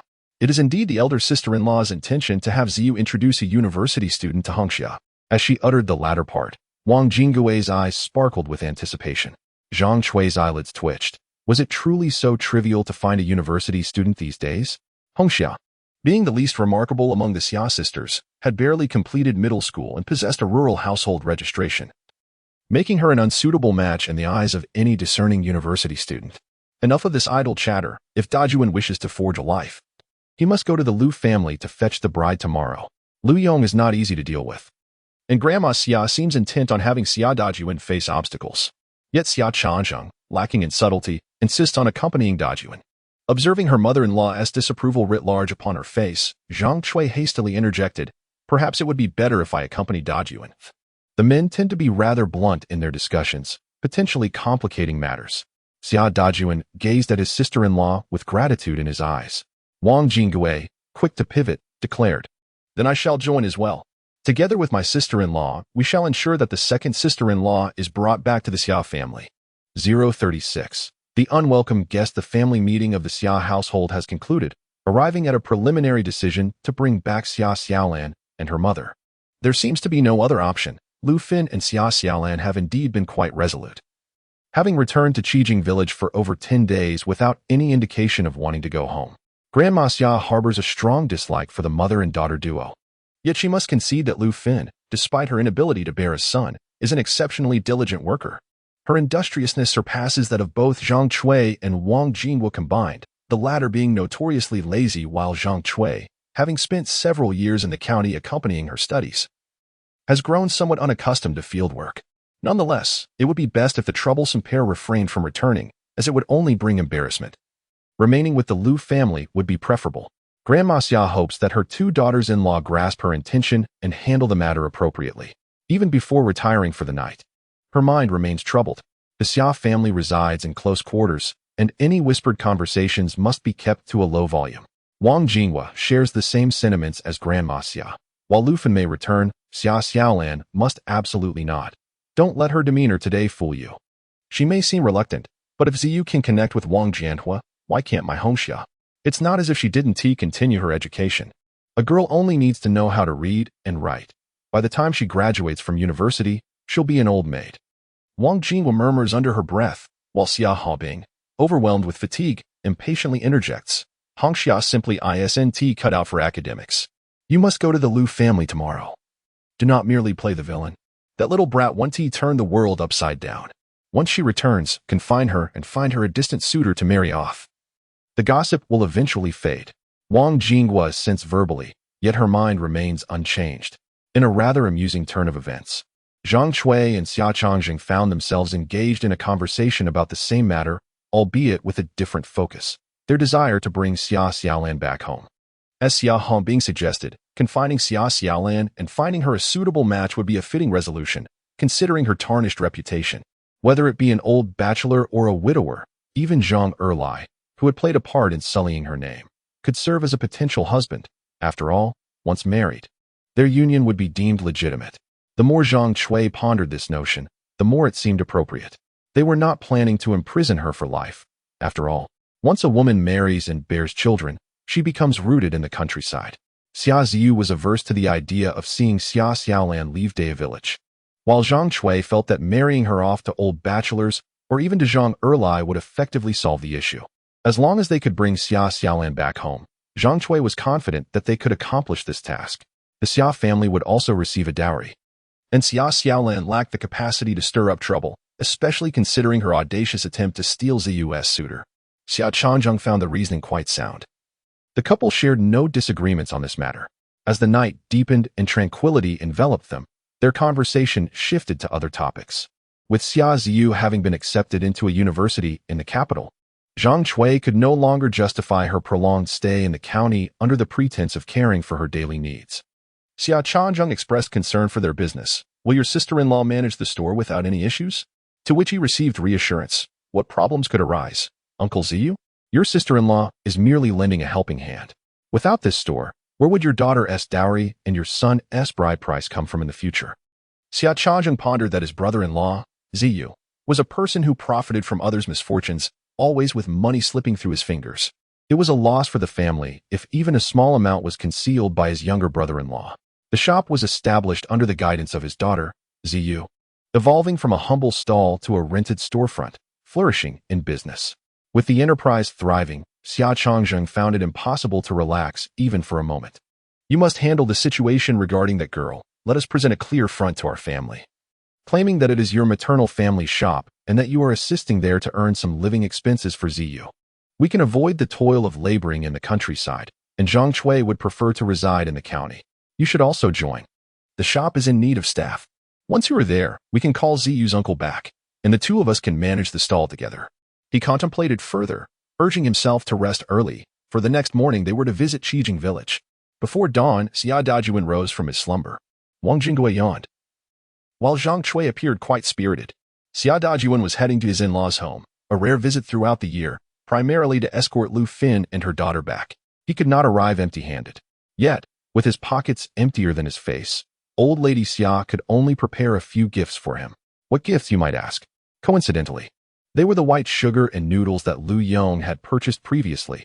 The noodles had been consumed, but the sugar remained untouched, which Xia Dajuan now carried along. At such times, gifts exchanged were often the same batch of items. I send you some, you send me some, resulting in merely a few packages circulating among them. A custom they had all grown accustomed to. However, returning the exact same items was rather uncouth. The items brought over needed to be slightly adjusted.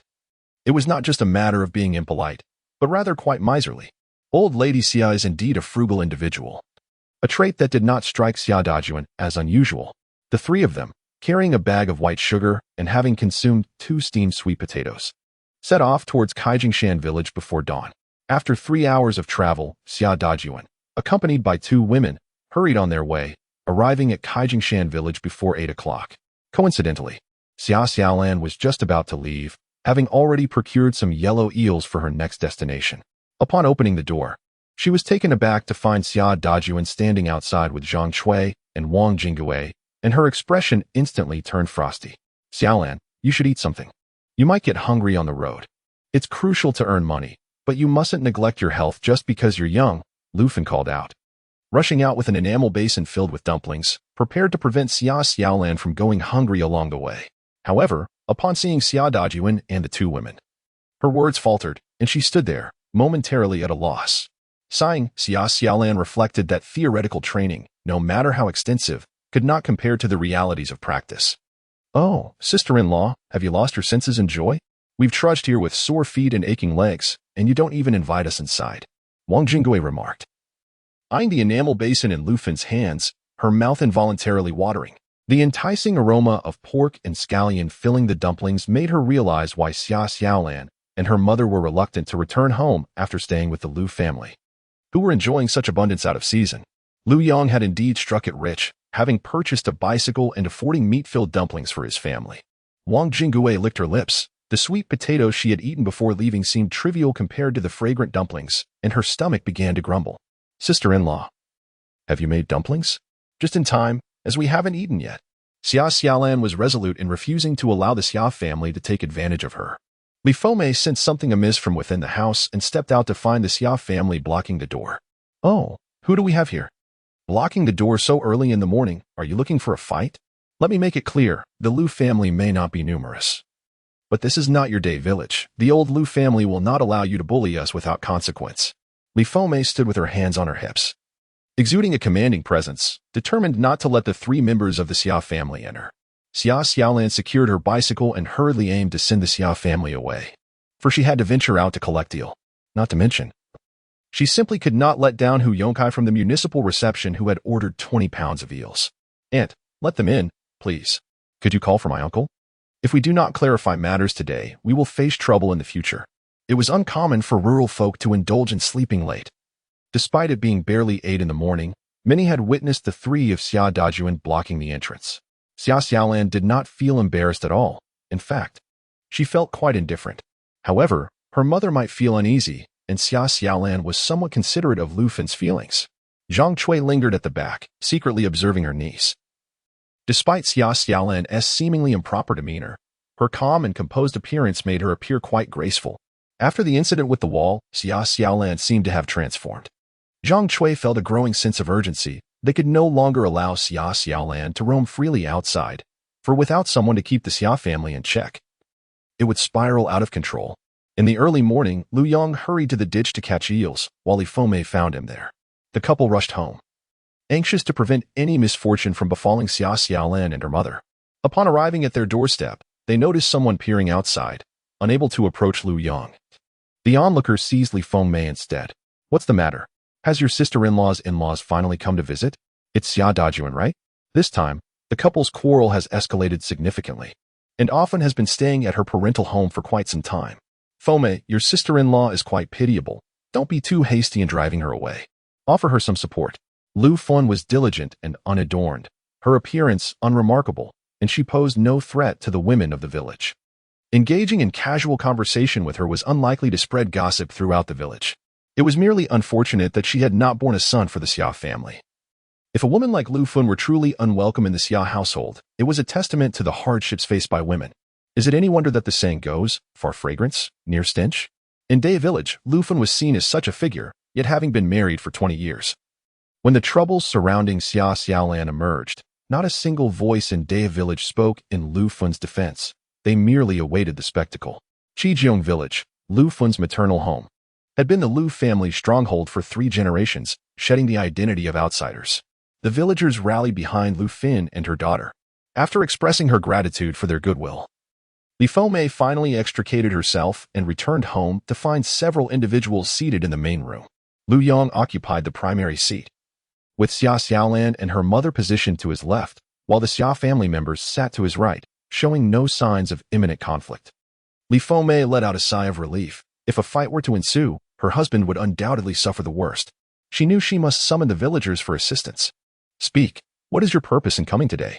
Was there a lack of clarity in our previous discussions? Lu Yong's gaze was laced with disdain. The 2 women from the Xia family dared to show their faces, as if he were oblivious to the fact that Lu Fen had often been cornered by her 2 sisters-in-law during her time at the Xia household. Zheng Cui, a silent yet vicious creature, and Wang Jinggue, the foremost attack dog of the old matriarch Xia, were both far from virtuous. Xia Dajuan glanced at Lu Fen, who was preoccupied with counting ants, seemingly indifferent. It had been over 10 days since they last met, and Lu Fen no longer showed the same concern for him as before. She hadn't exchanged a single word with him.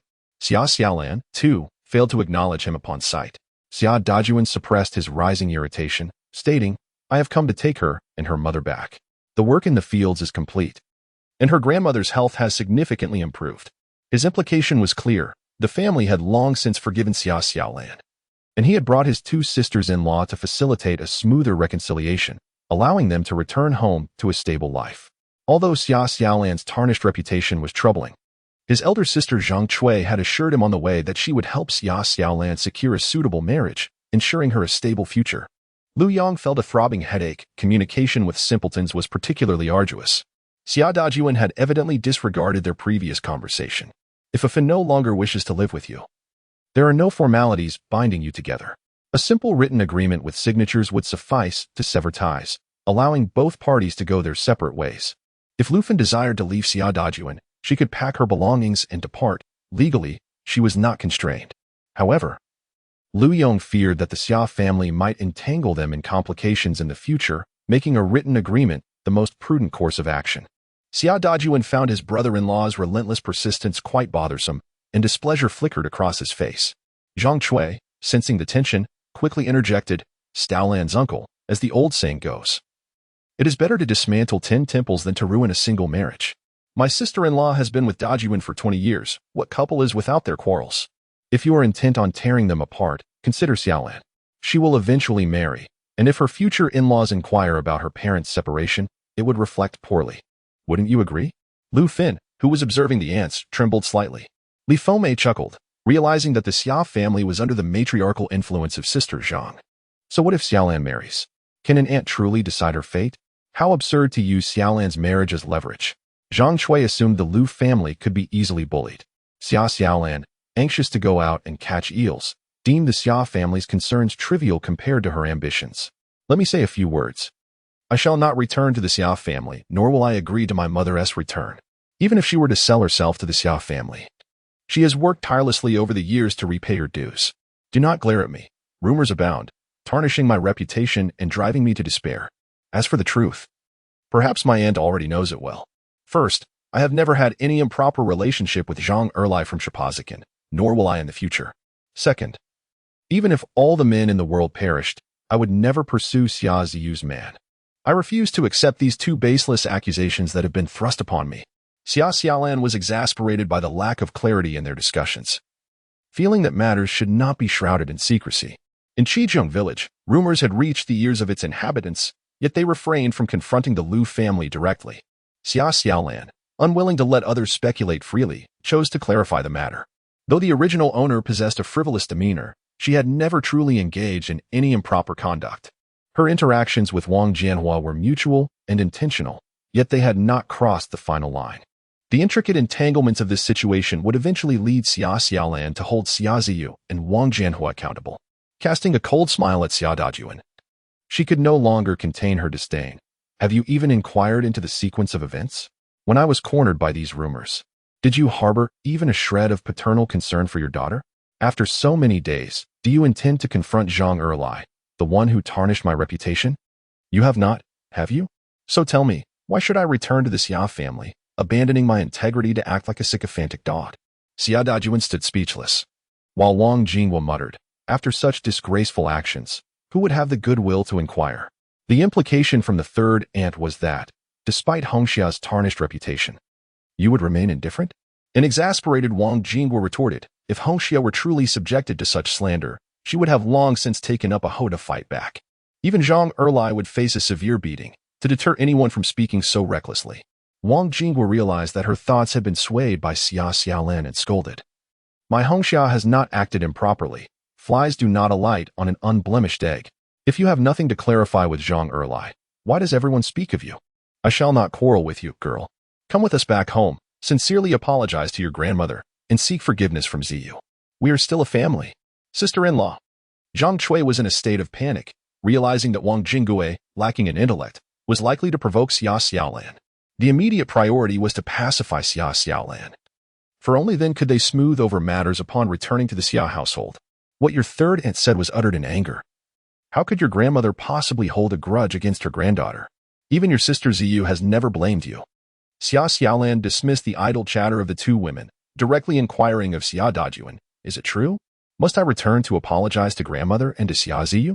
Zhang Chui desperately signaled to Xia Dajuan, who hesitated for a moment before conceding his thoughts. Your grandmother has fallen ill, and while your sister does not bear a grudge, you cannot simply act as if nothing has transpired.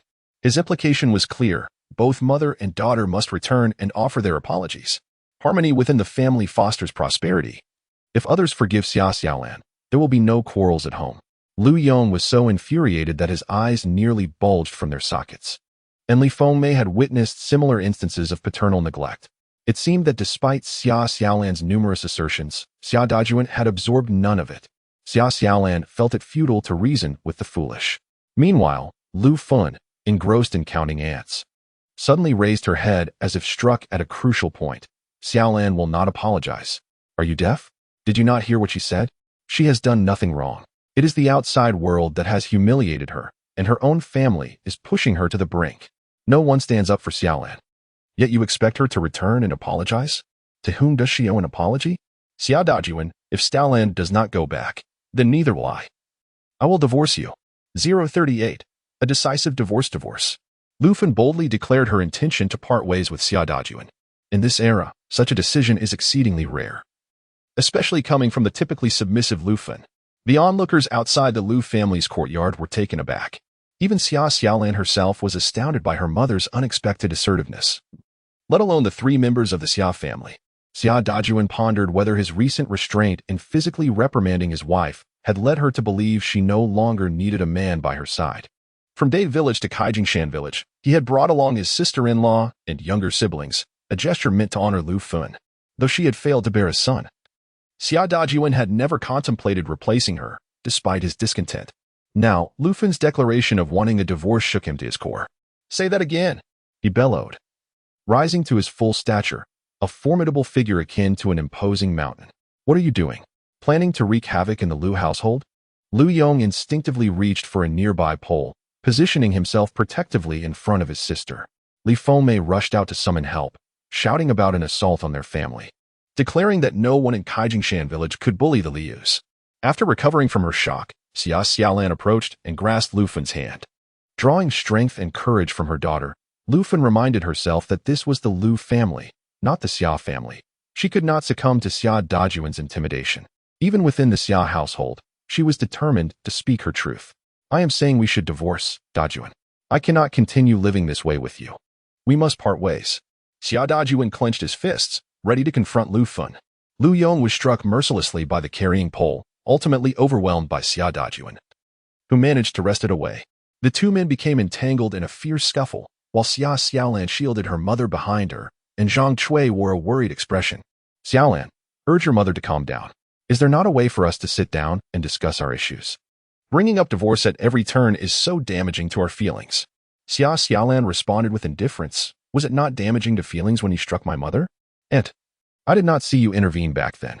Zhang Chui wanted to argue that it had long been an accepted norm for women to endure such treatment.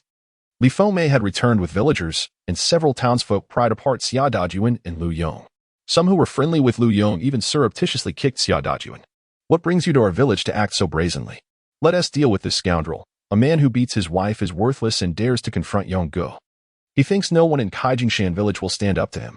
Uncertain of how Li Fengmei had summoned them, the villagers grew increasingly incensed and collectively gave Xia Dajuan a thorough beating. Outnumbered, Xia Dajuan found himself on the ground, while Lu Fun tightly grasped her daughter's hand.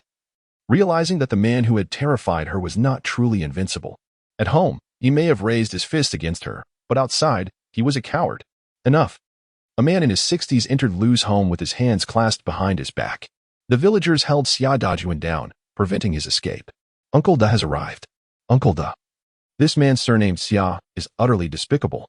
Do not speak." Uncle Da replied confidently. "I surely have a plan." Uncle Da, known as Chun Wangda, is the village chief of Qijing Village. The surname Chun is prominent in this village, and Chun Wangda has held his position for many years, earning considerable respect within the community. In his youth, he served in the military. Although he did not achieve any significant accolades, he is undoubtedly a true revolutionary. While he is content to remain a humble village chief, one cannot help but wonder where his former comrades have ascended to in their careers, even beyond Qijing Village. Qin Wangda holds a noteworthy reputation in the township and the county. He has even been elected as a representative to the County People's Congress. And during Lu Yong's aimless days, he dared not act too brazenly in Qin Wangda's presence. "Uncle Da, welcome. Please, take a seat," Lu Yong urged, offering Qin Wangda a place of honor. Qin Wangda graciously accepted the invitation and, once seated, turned to Lu Fin. "Though your family came here as refugees and are not of the Chen lineage, after decades in Qijing Village, you are indeed a part of this community. With your parents no longer with us, I humbly assume the role of an elder today and shall advocate for you. Lu Fin. Do inform Uncle Da whether you intend to divorce your husband." Lu Yong rubbed his hands together, his eyes glistening with unshed tears. The villagers have never regarded their family as outsiders. They have always shared in the land and benefits that were rightfully theirs. With Chun Wangda stepping forward to support Lu Fun, Lu Yong felt immensely grateful. Lu Fun, too, shared this sentiment. Logically, after being married for 20 years and not bearing the Qin surname, Chun Wangda could have easily chosen to remain uninvolved. "Uncle Da, I wish to divorce. I kindly ask you to serve as a witness." Chun Wangda nodded and remarked, "I shall only concern myself with this matter this once. Should you one day harbor regrets, Uncle Da shall merely regard you as a couple who have rekindled a broken bond and found happiness. Seeking my assistance thereafter would be an impossibility. Lu Yong, fetch paper, ink, and a seal. Let us finalize the documentation today." Xia Dajuan, his voice strained as he stood firmly, bellowed, "I do not agree." She came into our Xia family as a bride. Living she belongs to us, and dead she shall remain our ghost. She is my wife." Zhang Chui and Wang Jinggui were taken aback by the turn of events. They were unfamiliar with the circumstances surrounding Kaijingshan village. Yet Qin Wangda's demeanor indicated he was not to be trifled with. They had intended to persuade Lu Fin and her daughter to return. Yet the conversation had veered towards divorce. "Xiaolan, do urge your mother to reconsider. She is currently in a fit of anger. How will a woman fare alone after a divorce? Her household registration remains in Dai village. And the two of you possess not a single plot of land in Kaijingshan village. How can farmers survive without land?" Zhang Chui's concern did not stem from a genuine interest in Lu Fun and Xiaolan. Rather, she sought to retain control over the two. Qin Wangdao remained unfazed, noting that relocating their household registration back was hardly a challenge. "Your former sister-in-law seems quite worried. Rest assured, their registration will be moved back. And Kaijingshan village will naturally allocate land to them, even if Xiaolan had little desire for land and no intention of staying in the countryside long-term." Qin Wangda's words filled her with gratitude. He was indeed providing them with support. Looking at the villagers who had restrained Xia Dajuan and those peering in from outside the courtyard, it was evident that while Qin Wangda's proposal to allocate land to Lu Fin and her daughter might not be universally welcomed, no one voiced immediate opposition. The esteemed Qin Wangda held considerable influence, and the residents of Qijing village understood the necessity of supporting Lu Fin and her daughter during this time, presenting a united front without faltering. Xiaolan need not utter a word. With Qin Wangda's intervention, the matter was promptly resolved. A written agreement was prepared. And from the onlookers emerged a young man whom Xiaolan recognized as Qin Qing, the village chief's grandson and a high school student. Upon seeing Xiaolan, his face flushed, yet he stood tall and composed, exuding the demeanor of an educated individual. This is no jest. In the rural landscape of 1983, a high school graduate was regarded as a learned person. Qin Qing had unfortunately failed the college entrance examination this year and intended to assist his family with farm work before returning to school for another attempt. High school graduates were not assigned jobs. Thus, Qin Qing faced two paths: to repeat his studies in hopes of attending university or to return to his village and become a farmer. As Qin Wangdao recited a line, Qin Qing diligently transcribed it. The agreement, composed in triplicate, bore resemblance to a contemporary divorce settlement, though Lu Fun and Xia Dajuan possessed little more than two dilapidated rooms, rendering the division of assets rather trivial. Xiaolan had no obligation to choose whom to follow. Being over 18, she was beyond anyone's control. Zhang Chui offered abundant counsel, yet Lu Fun remained unmoved. Xia Dajuan refused to affix his signature or thumbprint. However, Qin Wangdao disregarded his reluctance and guided Xia Dajuan's hand to the paper. Lu Fun received the agreement, glanced at Xiaolan, and then at her brother and sister-in-law, noting their lack of opposition.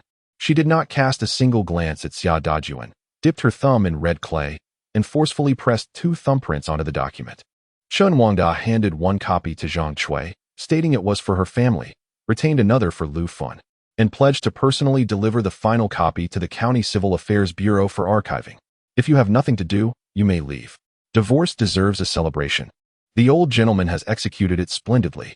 Authoritarianism was never a quality that Xiaolan admired, for she, too, had once held a leadership position and understood that sometimes strength is necessary. Gratitude is owed to Grandpa Chun. In her rebirth, she encountered numerous scoundrels. Yet she also met many virtuous individuals: the solitary old Wang from Dahe village who tended to the cattle shed, Zhou Qing and Kong Wei who came to her aid, Hu Zhuliang, the vendor of eel noodles from the bustling city, and the present-day village chief Chun, who stood up for her and her mother. These individuals were strangers to her, bearing no familial ties, yet they extended their hands in assistance, unlike her uncle Lu Yong. Xiaolan silently cherished their kindness. Qin Wangdao regarded her with approval, acknowledging her as a good child, and advised her to cherish her life with her mother. As Xiaolan embarked on her entrepreneurial journey, Qin Wangdao observed her closely. Contrary to the rumors that painted her as frivolous and delicate, she was resilient, earning only what was rightfully hers in business. Qin Wangda openly expressed his confidence in her, assuring that she and her mother would find their footing upon returning to Kaijingshan village. "Uncle Da." Lu Fin's eyes teetered on the brink of tears as she clutched the document, pondering the severance of ties between her and the Xia family. She struggled to articulate her feelings. Married to Xia Dajuan at the tender age of 16, she had spent more years in the Xia household than in her own family. Initially, The couple had shared a decent relationship, but somehow, their lives had devolved into their current predicament. Her own hardships were bearable, but she could not endure watching her daughter Xia Xiaolan continue to be bullied. Sister-in-law Li Fengmei was right. It was through her that the Xia family could manipulate Xia Xiaolan.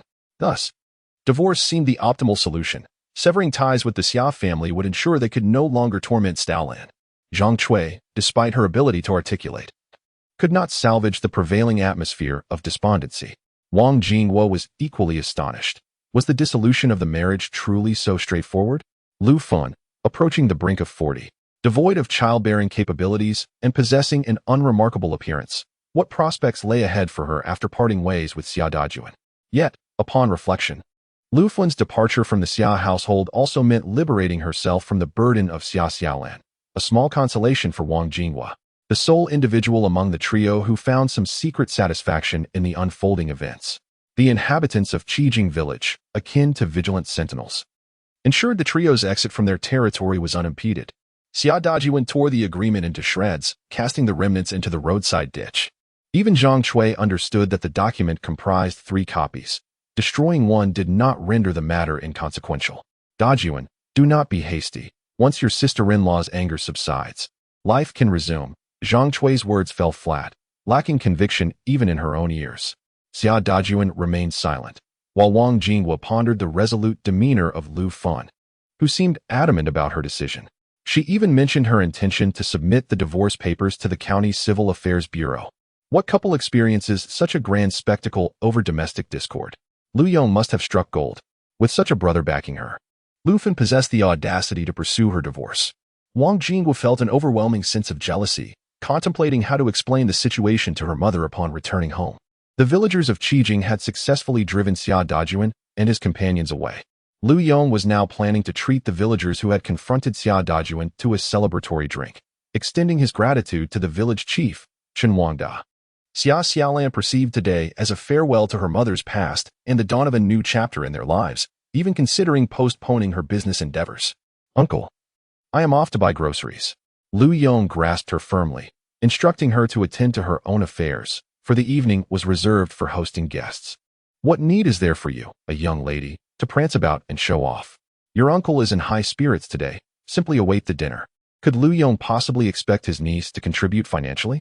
Let alone the fact that Xia Xiaolan is currently facing her own hardships, even if she were affluent. The meal would undoubtedly be on Lu Yong's tab. Li Fengmei had no objections either. The couple ushered Xia Xiaolan out the door. Lu Fun, still reeling from her recent divorce, was at a loss for what to do at home. Thus, Xia Xiaolan decided to take her mother along to gather eels. Once they departed, Li Fengmei opened the chest by her bedside, and Lu Yong followed suit. How much do you have left? He inquired. Most of Lu Yong's earnings had been handed over to Li Fengmei. He had ventured out 3 times in 6 months, bringing home a total of around 700 or 800 yuan on 2 occasions. Moreover, Lu Yong had purchased a new bicycle, which meant he had contributed over 1,000 yuan to the household during that period. Without needing to count, Li Fengmei replied, there remains 690 yuan. Over the past 6 months, she had only spent a little over 100 yuan, which included medical expenses for Tao Tao and various household expenditures, including fertilizer. Lu Yong frowned, not out of disdain for Li Fengmei's spending habits, but rather because he felt his earnings were insufficient. Zhang Erlai has been apprehended, and today I sent the Xia family away. I shall be leaving shortly. Do not be stingy with the money. Spend it wisely where it is necessary. Do not concern yourself too much with appearance, but do not skimp on meals. Xiaolan is correct. Let Tao Tao enjoy more bone soup to promote his growth. I shall heed your advice. Tonight, we must certainly gather 3 tables of guests. What criteria should we follow for the invitation? For each table, we ought to prepare at least 4 or 5 meat dishes. The rest, I leave to your discretion. I shall venture to the county to procure some wine. How much meat do you intend to buy? Li Fengmei quickly calculated in her mind that as long as one is willing to use oil, both Crucian carp and loach could be delicious, and there are plenty of them in the water tank at home. Who says these aren't meat dishes? It's become increasingly difficult to find good quality meat in the city. The sweet and sour ribs that Xia Xiaolan prepared the other day were delightful. Perhaps we could enhance the ribs by adding some potatoes for a braised dish to present at the table. Let us purchase 3 pounds of meat, 2 pounds of ribs. And if there is pig liver available, we should get that too. If not, we shall manage. Lu Yong, upon entering the city, would undoubtedly buy wine and cigarettes. This is essential for hosting a meal. Additionally, we ought to acquire some sugar and sunflower seeds as snacks. Li Fengmei handed Lu Yong 50 yuan. That amount should suffice for 3 tables of guests. Lu Yong borrowed a bicycle in the village and promptly set off for Anqing County. Meanwhile, the famished Xia family, now 3 in number, returned to Day Village. They set out with great confidence, yet returned disheartened. Their route home led them through Shipozi village. As they passed through, Xia Dajuan felt an overwhelming urge to shrink his head in embarrassment. Zhang Erlai, the subject of rumors regarding his association with Xia Xiaolan, hailed from Shipozi village. Xia Dajuan felt humiliated. Who wouldn't he feel awkward? They had to lower their heads while traversing Shipozi village. Suddenly, Xia Dajuan recalled Xia Xiaolan's composed assertion that there was absolutely no connection between her and Zhang Erlai, and she had questioned whether he, as her father, had ever confronted Zhang Erlai about these rumors. Xia Dajuan hesitated and halted his steps. Sister-in-law. Who was it that first spread the rumor of an improper relationship between Xiaolan and Zhang Erlai? Zhang Chui's eyes flickered. How could one trace the origins of such matters? Someone in the village had witnessed the incident and spoke up. When inquiries were made of Zhang Erlai, he too confessed. If there were truly nothing amiss, would Zhang Erlai have admitted to it? Wang Jinggui stood firmly by his sister-in-law's side, asserting that his uncle's daughter, Xia Xiaolan, was simply too stubborn. Unwilling to acknowledge her misdeeds, they had discarded the little worn shoes. It was imperative they did not retrieve them. Wang Jinggui and Zhang Chui engaged in a heated exchange, thoroughly ensnaring Xia Xiaolan in a quagmire of accusations, weaving tales with unwavering conviction. In the end, Zhang Chui had no choice but to invoke the name of Xia Ziyu. Xiaolan and Zhang Erlai were seen tussling on the road, and Ziyu bore witness. However, he has not uttered a word about it. Indeed, the rumors proliferated after Xia Ziyu and Wang Jianhua departed for school. Xia Dajuan harbored no doubts regarding his niece. Xia Xiaolan's refusal to acknowledge her biological father left Xia Dajuan deeply disappointed. Her reckless entanglements had tarnished the reputation of the Xia family, and she continued to spew lies with brazen audacity. All 3 yearned to depart from Shipozi village swiftly, yet fate intervened, and they were halted by a familiar voice. It was a resident from a neighboring village. Who among them was not acquainted? With a look of intrigue, the individual remarked, Dajuan, are you aware that Zhang Erlai has been apprehended? They are conducting a crackdown, and I doubt he will escape this time. Zhang Erlai has been captured? A daring thought suddenly sparked in Zhang Chui's mind. Would the authorities only target the men involved in these illicit affairs while disregarding the women? If Xia Xiaolan were to be imprisoned for several years, she would be left with no chance of redemption. Zhang Chui could no longer afford to put on a facade. She grasped the man's hand tightly and demanded, has Zhang Erlai revealed the whereabouts of my niece? Will the authorities come to apprehend her? In the midst of familial discontent, Xia Dajuan was taken aback by the unexpected accusations directed at Xia Xiaolan. Although he harbored feelings of disappointment towards her, he never anticipated that she would be implicated in any wrongdoing. Zhang Chui, typically the most prudent among them, seemed to have lost her composure, inadvertently entangling Xia Xiaolan in a web of allegations. A hint of embarrassment flickered across her face as she lamented her haste, fearing that Zhang Erlai might spread falsehoods. Despite Xia Xiaolan having no connection to that ne'er-do-well, the villagers of Shipozi, however, remained skeptical. Who could forget that the Xia family was known for their timidity? Even when their daughter faced adversity, they hesitated to confront Zhang Erlai. The 3 strong brothers of the Xia family allowed him to run rampant, while their daughter was left to suffer in silence, an absurdity indeed.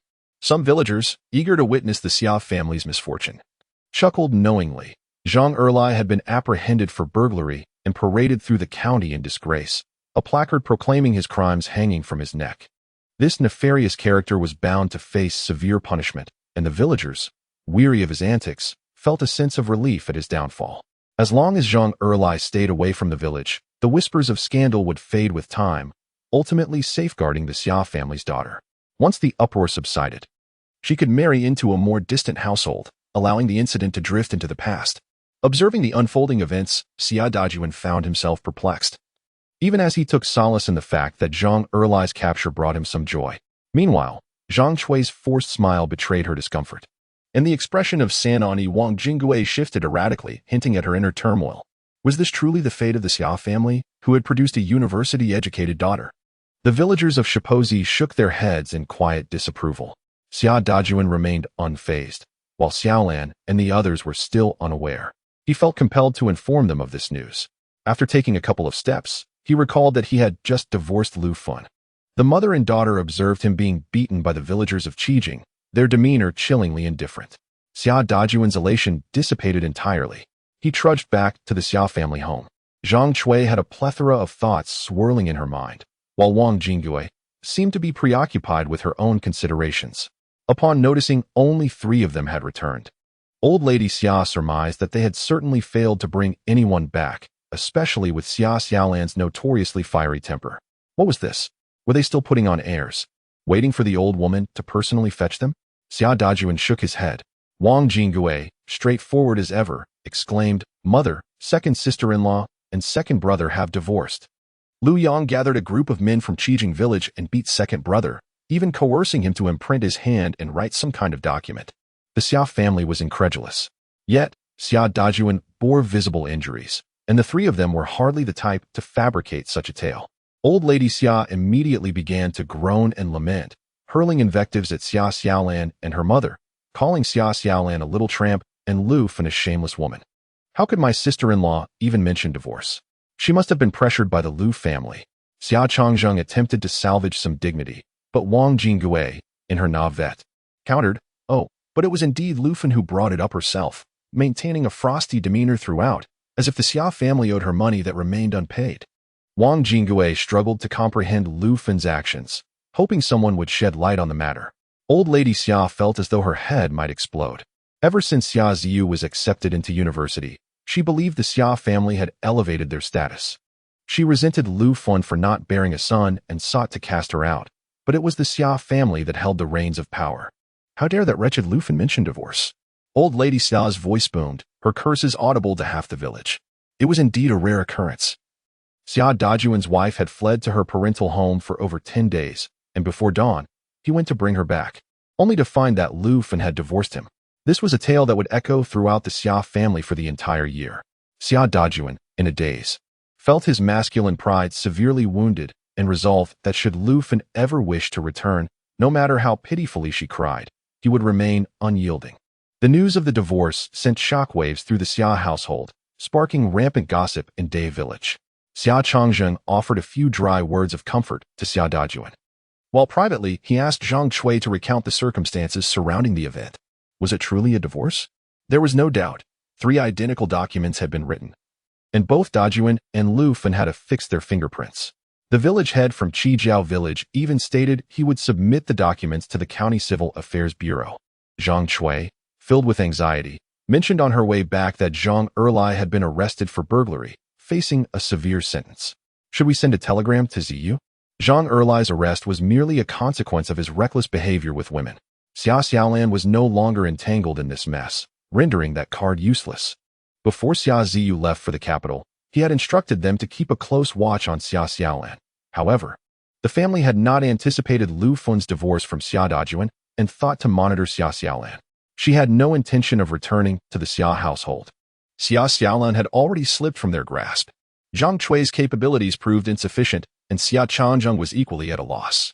Tomorrow, I shall concoct an excuse to venture into the county, where I will send a telegram to Ziyu and further inquire about Zhang Erlai's situation. The Xia household was in a state of chaotic commotion. In Lu's family of Qijiao village, with the assistance of neighbors, Li Fome arranged 3 banquet tables to treat those who had generously offered their help today with food and drink. Of course, the invitation extended beyond just the men. Women were also to be included, and it was mutually understood that children would not accompany them. The family planning policy had only been in effect for a couple of years, resulting in a scarcity of only children. Indeed, if the household's children were summoned, 3 tables would not suffice. In the main room, 1 table was set, with Chun Wangda occupying the seat of honor. He had not brought many guests, just his elderly wife and his grandson, Chen Qing.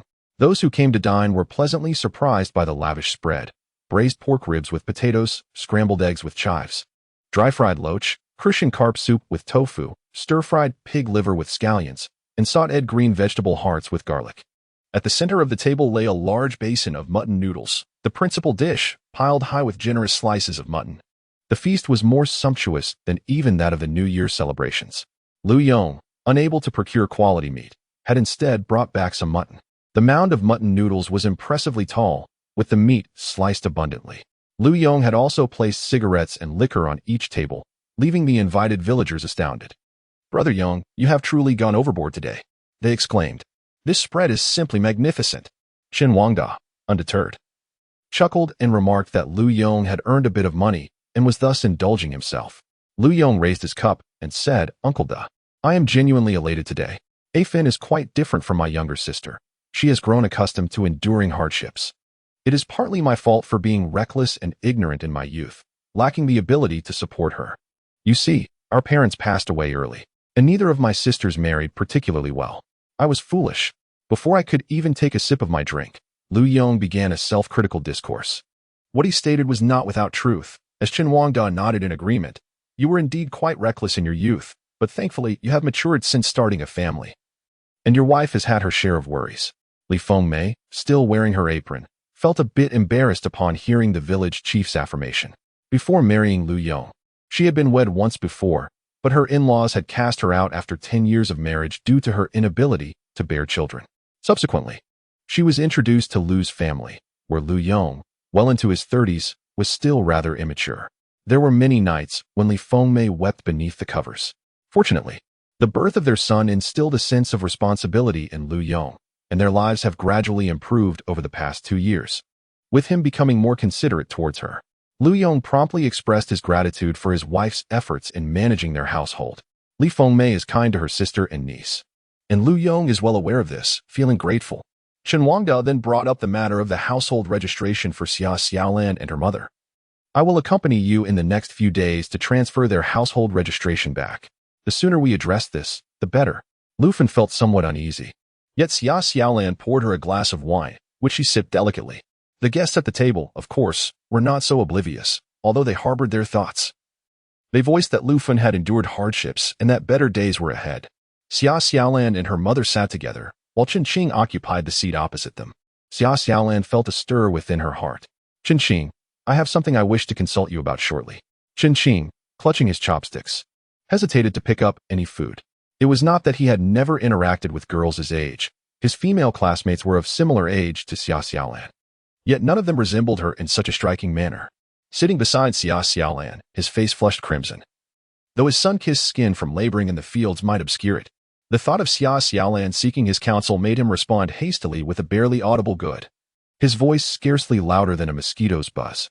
"Xiaolan, come over and converse with the esteemed uncles and elders." Lu Yong called to her. Xia Xiaolan joyfully ran over, leaving Chen Qing gazing at her retreating figure, his heart racing fervently. 041. Am I eligible to participate in the college entrance examination of 1984? Chen Qing, who abstains from alcohol, was seated at a table with a group of aunts and sisters-in-law. As Xia Xiaolan rose, Chen Qing gazed at her dreamily, prompting Aunt Chen Si, who often interacted with Xia Xiaolan, to jest. "What is this? Are you hoping to marry, Aunt Si?" "That's not the case at all," Chen Qing hastily protested, relieved that Lu Fen and Xia Xiaolan were not present. Aunt Chen Si chuckled. "When your uncle was your age, we already had children. There's no shame in wanting to marry." Chen Qing's face flushed crimson, aware that the village aunties enjoyed teasing the young man, albeit without malice. Gradually, he regained his composure, stating, "I still have to focus on my studies. If I do not gain admission to university, I won't be able to find a partner. Gaining entry to university is no small feat." Chen Qing himself is a repeat student, competing not only with fresh graduates but also with those who have repeated for over 2 years. This year, a total of 1.67 million candidates are sitting for the examination nationwide, with 390,000 being admitted to both specialized and general institutions. This may seem like a high acceptance rate of 23, suggesting that 23 out of every 100 candidates could secure a place at university, yet Chen Qing remains at risk of failing due to his inadequate performance. In truth, this acceptance rate has its intricacies. Since the implementation of the pre-examination selection system in 1980, any candidate, be they a fresh graduate or a repeat student, who does not pass the preliminary examination is ineligible to register for the formal college entrance exam. The preliminary examination has already eliminated over 60 of candidates, resulting in the reported 23 acceptance rate. Anqing County is a small town in the southern part of Hunan Province. which is renowned for its rigorous college entrance examinations. With a large number of candidates and a low acceptance rate, the competition is exceedingly fierce. Under such circumstances, rural students who manage to gain admission to university are indeed rare gems. This is why Xiaoziyu is so precious, and it is also the reason why Chen Qing, after failing the exam, resolutely decided to retake it. He is left with two choices, either to continue striving for a university education or to return home to work as a farmer. Presently, Chen Qing finds himself with no other alternatives. In these times, even vocational school graduates are assigned jobs, and one can only imagine the prospects for those with college diplomas, whether associate or bachelor's degrees. High school students, on the other hand, seem to linger in a liminal space, neither here nor there, akin to an unwanted stepchild. For those with urban household registrations, failing to gain university admission still provides the option of factory employment. Chen Qing feels cornered when the topic of examinations arises. And Chen Si refrains from jesting. Chen Qing is a bright student from Uncle de S family. Should she utter any frivolous remarks that might disrupt his academic focus, not only would Chun Wangda react, but her own husband would certainly not spare her either. Contemplating the college entrance examination, Chen Qing's youthful aspirations began to wane. After finishing his meal, he set aside his bowl, eager to return home to study. Yet, recalling Xia Xiaolan's earlier request, he patiently awaited her arrival. Xia Xiaolan, too, had been preoccupied with thoughts of her own, seizing a moment to converse with Chen Qing. She wished to inquire about the college entrance examination. Do you intend to participate in next year's exam? Chen Qing was taken aback. He had presumed that Xia Xiaolan intended to pursue a career as a self-employed individual. Indeed, but I have only completed junior high school. I am uncertain whether I can transfer to the senior year. Brother Chen Qing, could you please inquire with the school on my behalf? Xia Xiaolan's age posed no issue, as many fresh graduates were older than she was, not to mention the repeat students. However, it has been several years since the restoration of the college entrance examination, and now more individuals are following a conventional path, completing their senior year before participating in the exam. Xia Xiaolan had not touched a textbook for 2 or 3 years after graduating from middle school, and her academic performance had been subpar. Suddenly, she expressed a desire to take the college entrance examination. Chen Qing, reluctant to dampen her enthusiasm, recognized that ambition is undoubtedly commendable. I will inquire at the school for you. Even if you can transfer in, you will certainly need to take an examination. Chen Qing, wishing to prepare Xia Xiaolan for the reality ahead, conveyed this information in advance to ease her concerns. Noticing her apprehension, her eyes, misty and glistening with unshed tears, were profoundly moving, evoking a surge of compassion in Chen Qing, who impulsively offered, "Let me lend you a set of high school textbooks. You can review them in advance. So if the school requires an exam, you will be prepared."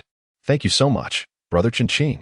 "Not at all," he replied, feeling as though he were being pursued by a dog, and hurried away. Xia Xiaolan had indeed taken the college entrance examination before. At that time, her academic performance was not lacking.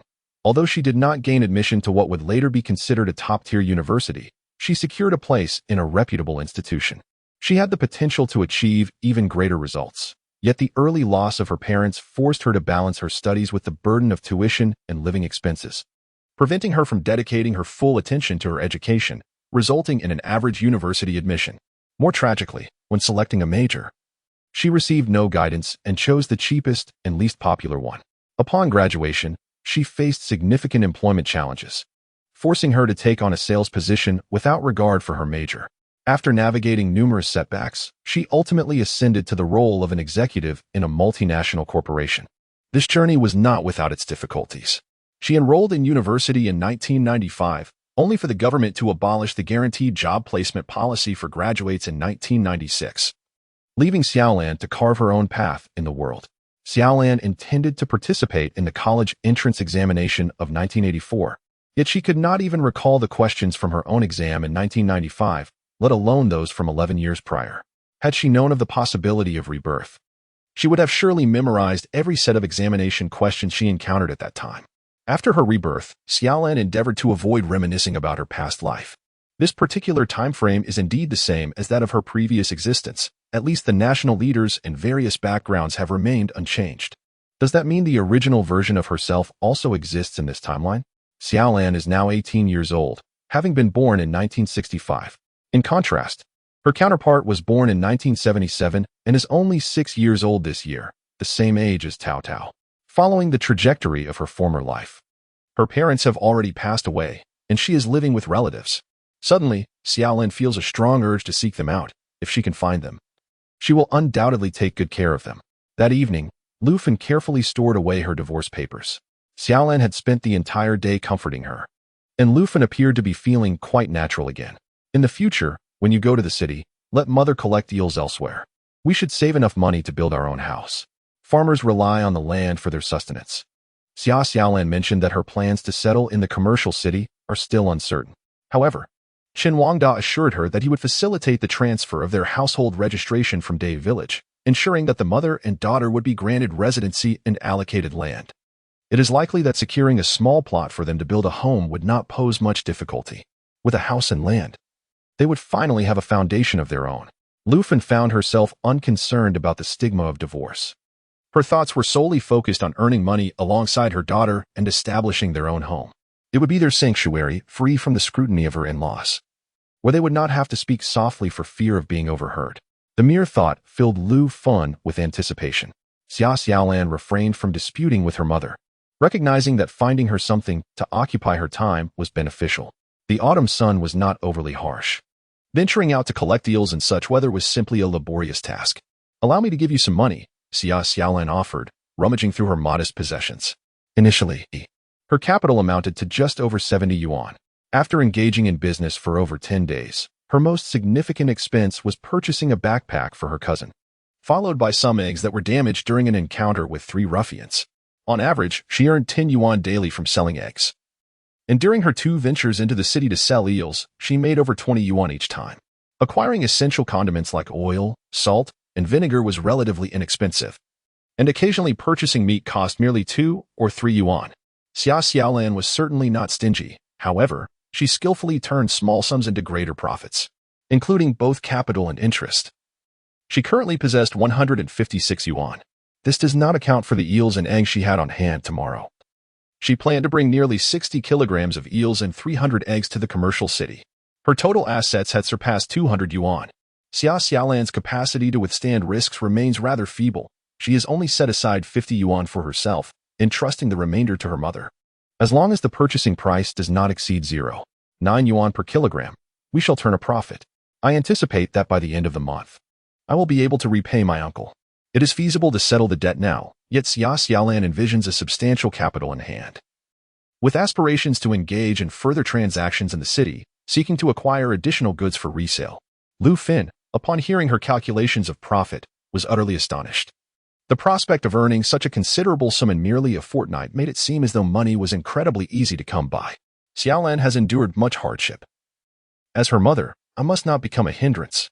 In mid-September, the sweltering heat of summer had receded. University students, exempt from participating in the autumn harvest, found themselves ensconced in their ivory tower. The Capital Normal College, located on the West 3rd Ring Road, is often confused with the Capital Normal University due to its name. While it may not rival the university, it remains a notable undergraduate institution under the jurisdiction of the capital city, and gaining admission is a formidable challenge, particularly given the educational standards and faculty resources available in Anqing County. Xia Ziyu from Daha Village and the educated youth Wang Jianhua both secured spots at the same college.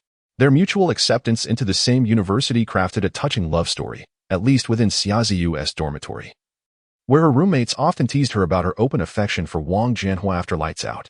They jestingly referred to him as Old Wang from Xia Ziyu's family, noting that Wang Jianhua, having just turned 25, was indeed older than most freshmen. Nevertheless, his tall and handsome stature complemented Xia Ziyu's elegant, oval face, inciting envy among her roommates. Despite receiving a generous allowance from home, Xia Ziyu lived a remarkably frugal lifestyle, firmly believing that Wang Jianhua was a promising investment. To nurture such potential, one must be willing to make sacrifices. Wang Jianhua, being a rural educated youth, had a complex family background, necessitating Xia Ziyu to be prudent with her finances. Simple in her ways, diligent in her studies, and possessing a graceful demeanor, she quickly endeared herself to her classmates and made a favorable impression on her teachers within just half a month of enrollment. Upon entering university, Xia Ziyu found everything around her to be refreshingly novel. The sweat she had shed in her pursuit of higher education had finally borne fruit, and her relationship with Wang Jianhua was progressing positively. However, the troubling matters back home weighed heavily upon her, diminishing her comfort. Shortly after her arrival at school, she received a telegram from her family bearing distressing news. Her cousin Xia Xiaolan had attempted suicide by colliding with a wall, though she survived the ordeal. Half a month later, another telegram arrived, succinct yet laden with significant implications. Lu Fan was divorced, mother and daughter had moved away, and Zhang Erlai had been apprehended for theft. Given that telegrams were charged by the word, Xia Ziyu understood that her parents, despite having earned some money, were reluctant to expend it unnecessarily. Upon receiving the telegram, her spirits plummeted. What kind of person was her second aunt? She was utterly ineffectual, a veritable punching bag, who, unable to bear a son for her husband, would meekly follow his every command. How could she possibly dare to mention divorce? It was evident that this decision had not originated from her uncle. Otherwise, the telegram would not have merely stated Lu Fan, which underscored the party initiating the divorce. It seemed that Xia Xiaolan's tragic incident had precipitated long-standing family tensions. Despite her lack of fondness for Xia Xiaolan, Xia Ziyu had never wished for her demise. Their lives had diverged completely, allowing her to adopt a gracious demeanor as a successful individual. Yet, her dissatisfaction lingered. What irked her was her parents' lack of decisiveness. It was so simple in theory, so clear in instruction, yet they allowed matters to spiral out of control. Zhang Erlai was apprehended for theft, and Lu Fan divorced, prompting the mother and daughter to vacate the Xia residence. How, then, could she maintain an iron grip on Xia Xiaolan's destiny? It was certain that Xia Xiaolan and her mother had relocated to Qijing village. Lu Fan's maternal family was sparse, with only a sister who had married and seldom visited, while her sole brother took considerable care of Xia Xiaolan and her mother. Reflecting on their association with Lu Yong eased Xia Ziyu's concerns. Lu Yong was at ne'er-do-well, and Lu Fan possessed no prospects for remarriage. Confined to the countryside, the disgraced Xia Xiaolan was unlikely to amount to much. While a woman may gain fleeting advantages through beauty, intellect remains paramount. Discarding the telegram, Xia Ziyu recalled that Wang Jianhua's morning class was full, with the law professor notorious for extending lectures. She hurried to the cafeteria with 2 lunchboxes. In the small flower bed of the corridor, she did not wait long before Wang Jianhua emerged from class, greeted with envy by a few of his acquaintances. "Jianhua, your girlfriend prepared your meal again. You two seem quite close, don't you? You lucky fellow. Where did you find such fortune?" Xia Ziyu greeted them with poise, and after a few playful jests, they departed. "We finished late. You can start without me." "Why wait?" Wang Jianhua was a quintessential northerner, tall with prominent features and striking eyes, embodying the visage of a handsome young man, yet there was an unmistakable air of aloofness about him. Xia Ziyu gazed at him with a blend of tenderness and joy, and after a brief moment, she declared, "We are indeed a couple. If I'm not thinking of you, who else could I possibly have in mind?" Wang Jianhua found himself at a loss for words. The two settled down beside a flower bed, where Xia Ziyu handed him her lunchbox. Upon opening it, Wang Jianhua noted the stark contrast within. One half was a generous serving of fluffy white rice, while the other half was a glistening portion of braised pork. In contrast, Xia Ziyu's lunchbox contained nothing more than steamed buns accompanied by stir-fried cabbage. One meal exemplified the high standards of the school cafeteria, a feast that even teachers might hesitate to indulge in, while the other represented the most frugal fare, a humble pairing of buns and cabbage. Even the aloof Wang Jianhua felt a twinge of compassion. His relationship with Xia Ziyu had commenced unexpectedly. He had never intended to be disloyal. Yet, he found himself bound to Xia Ziyu by a sense of responsibility. Initially, Wang Jianhua was quite reluctant, for his affections lay with Xia Xiaolan. However, as he spent more time with Xia Ziyu, his heart, once as unyielding as stone, began to soften. Xia Xiaolan was capricious, often embroiled in quarrels that required Wang Jianhua to placate her. In stark contrast, Xia Ziyu was gentle and understanding, meticulously managing his life and showing profound concern for his family. "You should have the meat. I want to eat it," Wang Jianhua insisted, nudging the braised pork towards Xia Ziyu. She refused, playfully lifting her own lunchbox and evading him with a smile. "I prefer vegetarian." Indeed, Xia Ziyu's affection for him was genuine. Touched, Wang Jianhua declared, "If you don't eat, then neither will I." The two found themselves in a stalemate until, in the end, Xia Ziyu relented and took 2 pieces of the braised pork. Thus unfolded the tender and affectionate daily life of 2 university students in love. Xia Ziyu would never mention the telegram she received. The affairs of Dahu village were best left in Dahu village. This was the capital, a realm far removed from her impoverished rural origins, and she had exerted great effort to escape that life. How could she ever return? Nor would she bring up Xia Xiaolan in front of Wang Jianhua. Foolish women always cling to certain memories, and the more one obsesses over a man, the harder it becomes to forget him. Now, she was by Wang Jianhua's side every day, and with the passage of time, she would undoubtedly occupy his entire heart. Xia Xiaolan. She had become inconsequential. After finishing their meal, Wang Jianhua seemed to recollect something. We sent money to the farm. My father received it. Ziyu, you have done a great service for our family. Xia Ziyu felt a tinge of shyness. That modest sum of money hardly constituted a significant contribution. Yet it could indeed improve her uncle's living conditions. Xia Ziyu had brought 500 yuan from the Xia family to the capital, yet she lived simply, as she had sent all her funds to Wang Jianhua's family, while Wang Jianhua had been sent to Dahu village as a sent-down youth. His parents remained in even harsher conditions at the farm.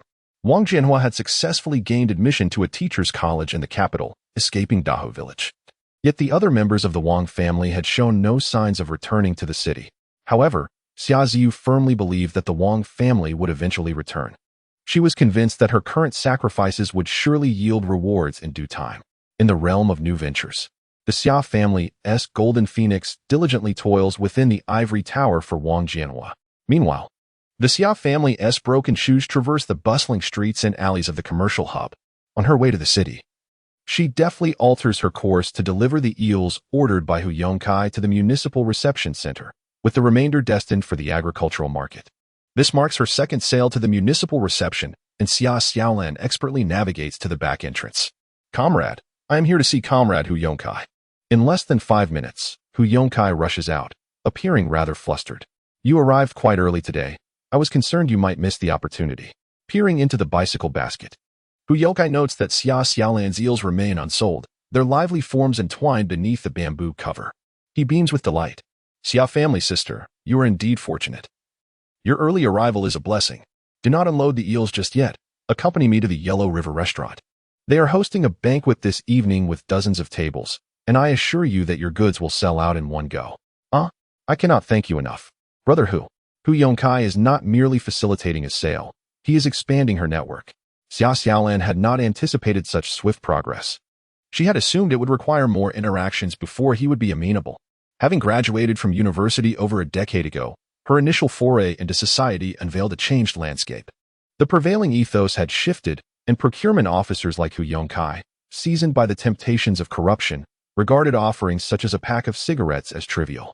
However, in 1983, it was rare to encounter someone as generous as Xia Xiaolan, whose gifts of 2 cigarettes and a bottle of liquor could solidify a job opportunity. With a casual gesture, a cigarette was offered, and Xia Xiaolan handled this matter with remarkable generosity. Upon returning home, Hu Yongkai contemplated the situation, realizing that having received a gift necessitated his assistance in resolving the matter. Xia Xiaolan was not requesting anything overly complicated. She simply sought a reliable buyer for her eels.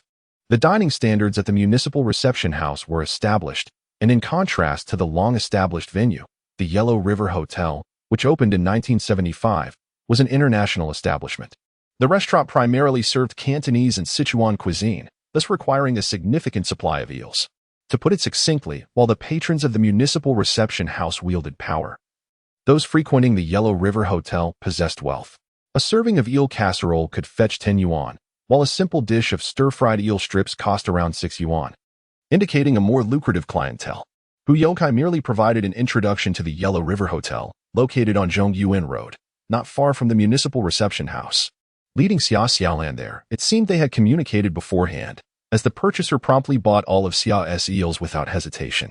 This individual, familiar with Hu Yongkai, did not boast about reserving eels as Hu did, yet was quite straightforward. In the future, if you have goods, come here first and just ask for Zhu Fong. Zhu Fong, a proud individual, was fortunate to have secured a position at the Yellow River Hotel, thanks to his family's connections. Both were engaged in procurement, and he and Hu Yongkai from the municipal reception house shared a friendly rapport, mutually benefiting from their interactions. Yesterday, after work, Hu Yongkai sought Zhu Fong's advice, inquiring if the Yellow River Hotel was interested in purchasing eels, as he had a relative recently selling them. Naturally, the Yellow River Hotel had a demand for eels, as it specialized in Cantonese cuisine, and without eel casserole on the menu, how could it be deemed authentic? Such a trivial matter, if he fails to accomplish it. Wouldn't it be an embarrassment before Hu Yongkai?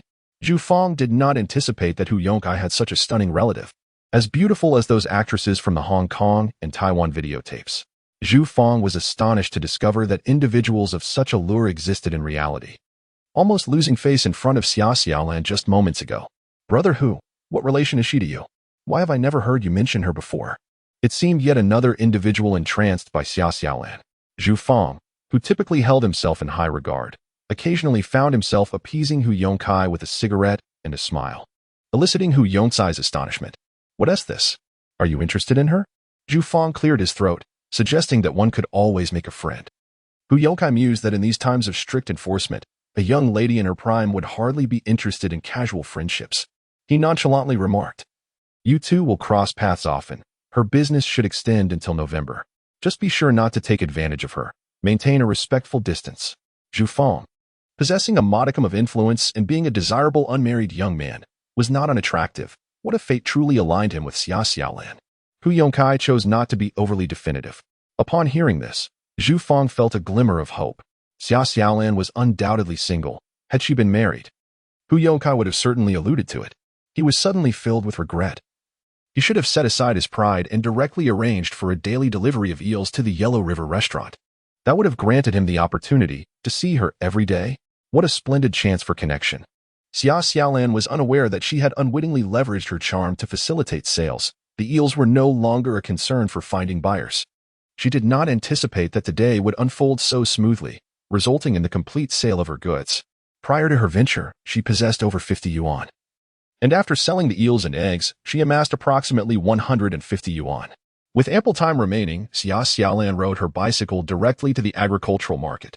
Beyond the market, situated on the outskirts of the city, lay an oil mill. Xia Xiaolan was reluctant to return to Kaijingshan empty-handed. She aspired to make a profitable detour. Contemplating the rural market, she discerned that the only items capable of extracting money from farmers were those that could yield them profit. What does Anqing County possess? The two largest factories are the agricultural machinery factory and the meat processing plant. Xia Xiaolan could not engage with the agricultural machinery factory. But due to the presence of the meat processing plant, numerous farmers in the vicinity of Anqing County raised pigs. No household would be extravagant enough to retain an entire pig for the new year. Even if they had someone slaughter it, most of the meat would be sold, leaving only scraps and offal for personal consumption. More often, entire pigs were sold directly to the Anqing County meat processing plant, as pig farming likely represented the farmer's most significant source of income aside from tilling the fields. If a pig was too lean, farmers would fatten it up. The Liu family also raised 2 pigs, and Xia Xiaolan overheard her aunt, Li Fengmei, mention her intention to purchase some oil cakes for the pigs. However, she had not found any after 2 trips to the town market. Intrigued, Xia Xiaolan inquired about the nature of these oil cakes. The oil cakes were the byproducts remaining after oil extraction. After pressing rapeseed, some oil residue remained. When fermented, this byproduct served as feed for fattening pigs, and a small addition to their diet would promote rapid growth. Li Fengmei, having made 2 unsuccessful attempts to encounter a vendor of oil cakes, demonstrates that such delicacies are indeed available for sale, albeit with no guarantee of a consistent supply. With an existing market, profitability is assured. The surrounding areas of Anqing County lack sufficient oil cakes, yet the bustling market city offers them in abundance. Xia Xiaolan does not specifically venture forth to procure oil cakes. Rather, she completes her task of selling eels and casually collects some to take back. She need not make a special trip to the market, as she traverses various villages daily to gather eels, simultaneously offering the oil cakes to local villagers who rear pigs. Her keen observational skills regarding her surroundings serve her well. Otherwise, how would Xia Xiaolan have discovered the presence of an oil extraction factory in the direction of the agricultural market? She bicycles over to that location, and the significance of her to Qianmin becomes evident. Xia Xiaolan has mastered the art of socializing with cigarettes. One single cigarette felt too conspicuous, so she hurriedly purchased another pack, this time breaking it into loose cigarettes. Upon entering the oil extraction factory, the aroma was irresistibly enticing. However, the security guard at the entrance remained vigilant, promptly calling out to Xia Xiaolan from a distance. The oil factory is a sought-after establishment, especially in these times when oil is in such short supply. Similar facilities such as sugar factories, alcohol distilleries, and meat processing plants are all closely linked to the daily lives of the populace, offering excellent benefits. "Excuse me, do you sell the oil residue produced here?" Xia Xiaolan inquired naturally while extending a cigarette to the guard. The man, in his 40s, was caught off guard by her gesture. Xia Xiaolan, a strikingly beautiful young woman, exudes warmth and generosity. One cannot refuse a smiling face. Thus, the guard found himself unable to decline her offer of a cigarette, and consequently, he could hardly refuse her request. The oil residue from the oil mill is undoubtedly for sale. What else would they do with it? The meat processing plant solely focuses on purchasing live pigs and other livestock for slaughter. They do not engage in pig farming themselves. Large-scale pig farms are relatively few, and the oil mill's residue is also sold in small quantities. However, this small quantity refers to more than 100 pounds, but less than 1,000 pounds. Ordinary farmers cannot simply show up at the oil mill to purchase a few pounds of residue. They would likely be denied entry. At 3 cents per pound. How much would you like? The oil residue at the mill is piled high like a small mountain, priced at merely 3 cents per pound. Li Fengmei previously purchased oil residue at 8 cents per pound. Each pound of residue yields a profit of 5 cents. Meanwhile, Xia Xiaolan only earns 2 cents per egg. Furthermore, the residue can be casually loaded into the basket on the back of a bicycle with minimal loss, as long as Xia Xiaolan can carry it. She can buy as much as she desires. After weighing her physical capacity, Xia Xiaolan curbed her greed and decided to load 300 pounds for now. The oil residue is in short supply. With such minimal capital, had Xia Xiaolan discovered this sooner, she wouldn't have had to start by trading eggs. Yet, without engaging in egg trading, how could she have gradually expanded her business from Anqing County to Shandong City, ultimately uncovering this lucrative venture? With an initial investment of around 10 yuan, she could achieve a profit of 15. Although transporting 300 jin of oil residue back home was arduous, the robust quality of the 28 Deng bicycle from the 1980s proved invaluable. Otherwise, Lu Yong's bike would likely have been worn out by Xia Xiaolan. Without Lu Yong's financial support and bicycle assistance, how could Xia Xiaolan have transported eggs and eels to sell in Shandong City? That would have been an insurmountable challenge.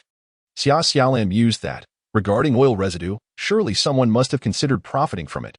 Perhaps they simply lacked the means of transportation. Upon acquiring the oil residue, she felt elated, for she no longer had to return empty-handed, effectively utilizing both trips.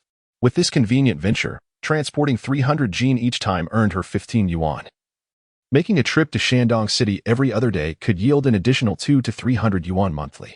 Moreover, her eel business had secured a new major client, allowing her to focus solely on these two products without the need to carry eggs into the city. She anticipated earning nearly 600 yuan each month. By November, she would have enough capital to wholesale clothing in Yanqing. With sufficient funds, the opportunities for business in 1983 were boundless. During her leisure time, she would review her studies, preparing to take the college entrance examination in July of the following year, which was Xia Xiaolan's short-term goal. The pace of earning money remains frustratingly slow. I must focus on my university entrance examination, for I need to have a sum of money in hand before the Lunar New Year.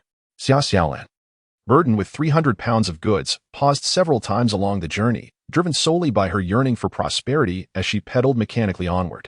Although she was a university student in her past life, she had no comprehension of the difficulty of the college entrance examination questions from 1984, nor could she recall how much of the knowledge she had once acquired.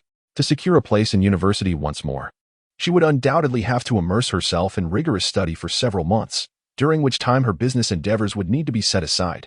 Without incoming revenue, she required savings sufficient to sustain herself for half a year.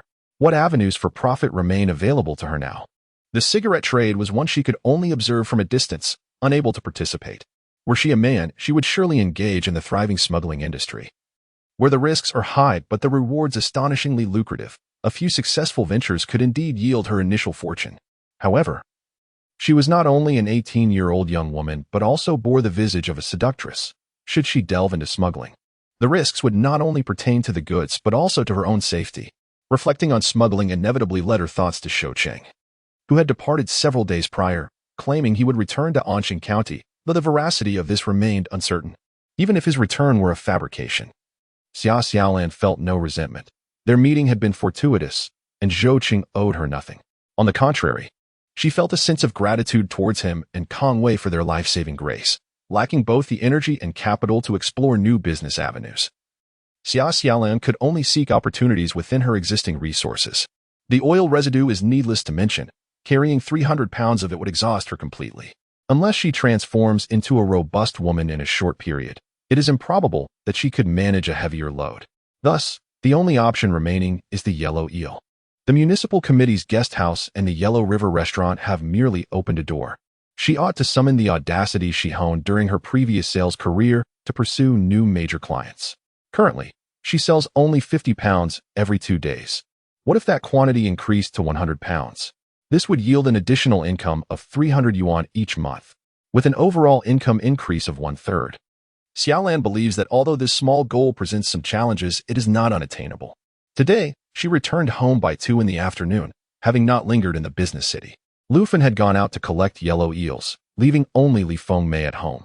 They had prepared a considerable amount of dishes for last night's banquet. But the guests were all hearty eaters, so there was hardly anything left. Li Fengmei was simmering carve soup in a clay pot on the stove, waiting for her son to return from school to enjoy it. Upon hearing some noise, she noticed Xiaolan had returned. "Why are you back so early today?" Fortune smiled upon me. All the items were purchased by the restaurant. Li Fengmei caught a familiar scent and realized Xiaolan did not return empty-handed. She brought back 2 full baskets of oil residue. Overcome with surprise and delight, she asked, "Where did you acquire this?"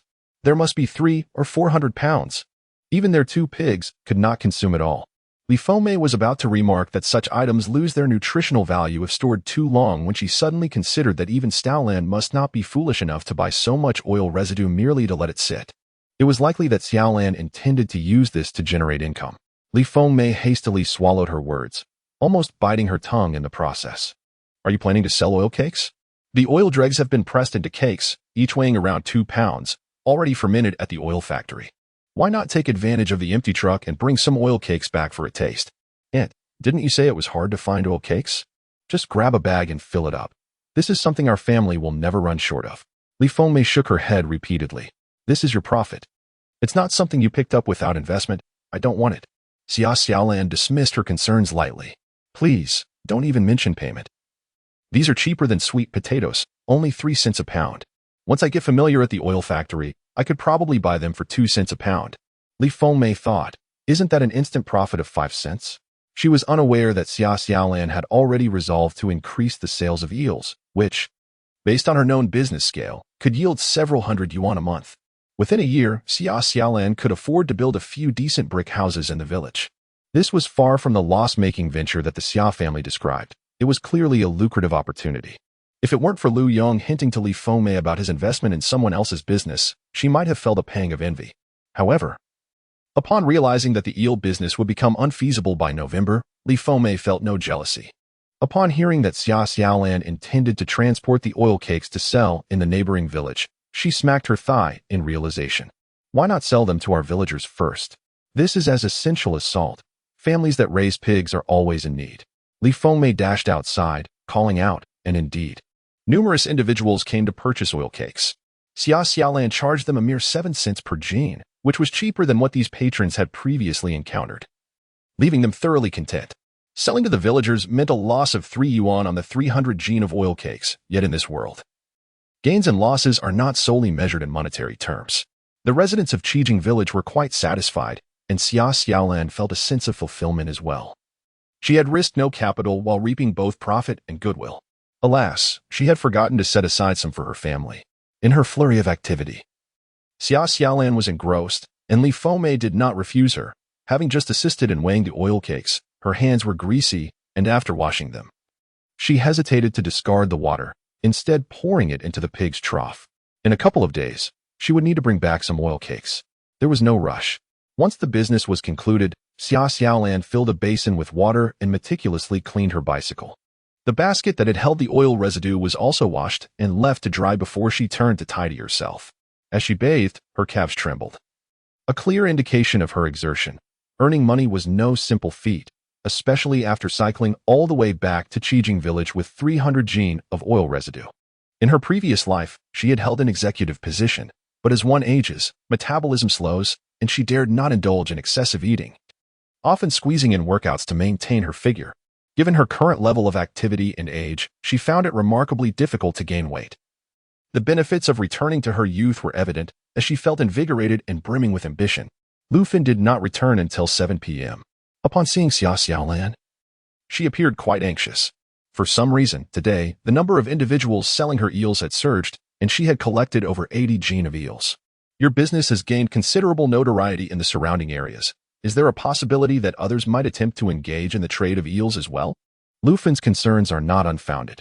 Xia Xiaolan is pleased that her mother is capable of independent thought.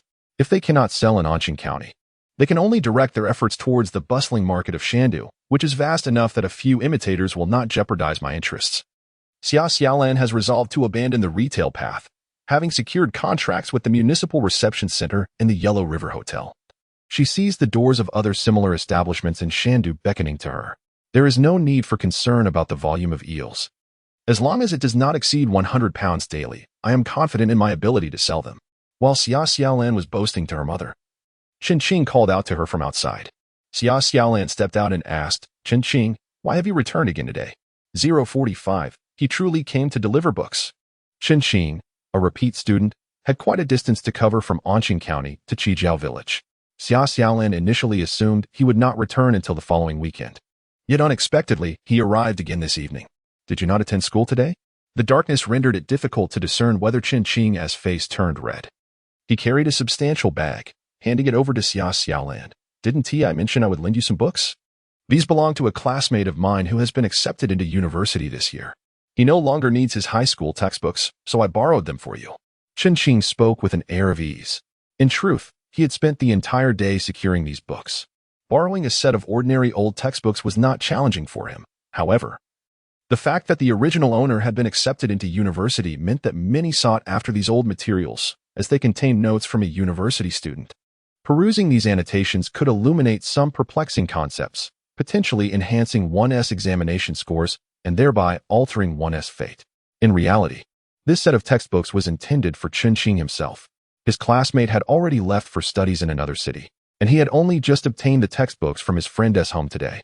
Yet, after some contemplation, he chose to lend the annotated textbooks to Xia Xiaolan. Aspiring to attend university, Xia Xiaolan's academic background remained a mystery to Chen Qing, having never attended high school. She undoubtedly needed these textbooks with university notes more than he did.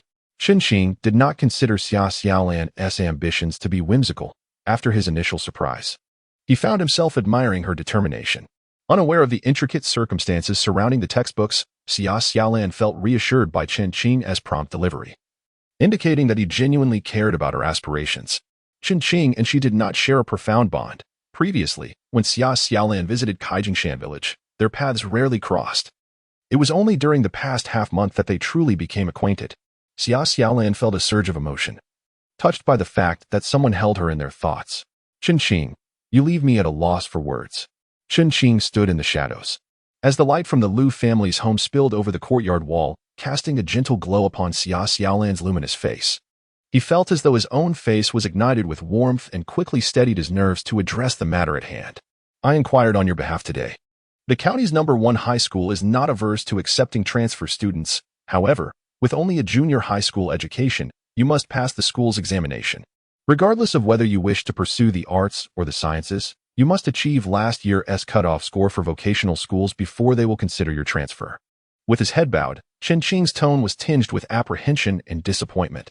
He was anxious, feeling as though he had failed in his efforts. Presently, high school students preparing for the college entrance examination are categorized into 4 tiers: key universities, regular universities, vocational colleges, and junior colleges, to maintain a high admission rate. The county's #1 high school imposes score restrictions on repeat students from other institutions.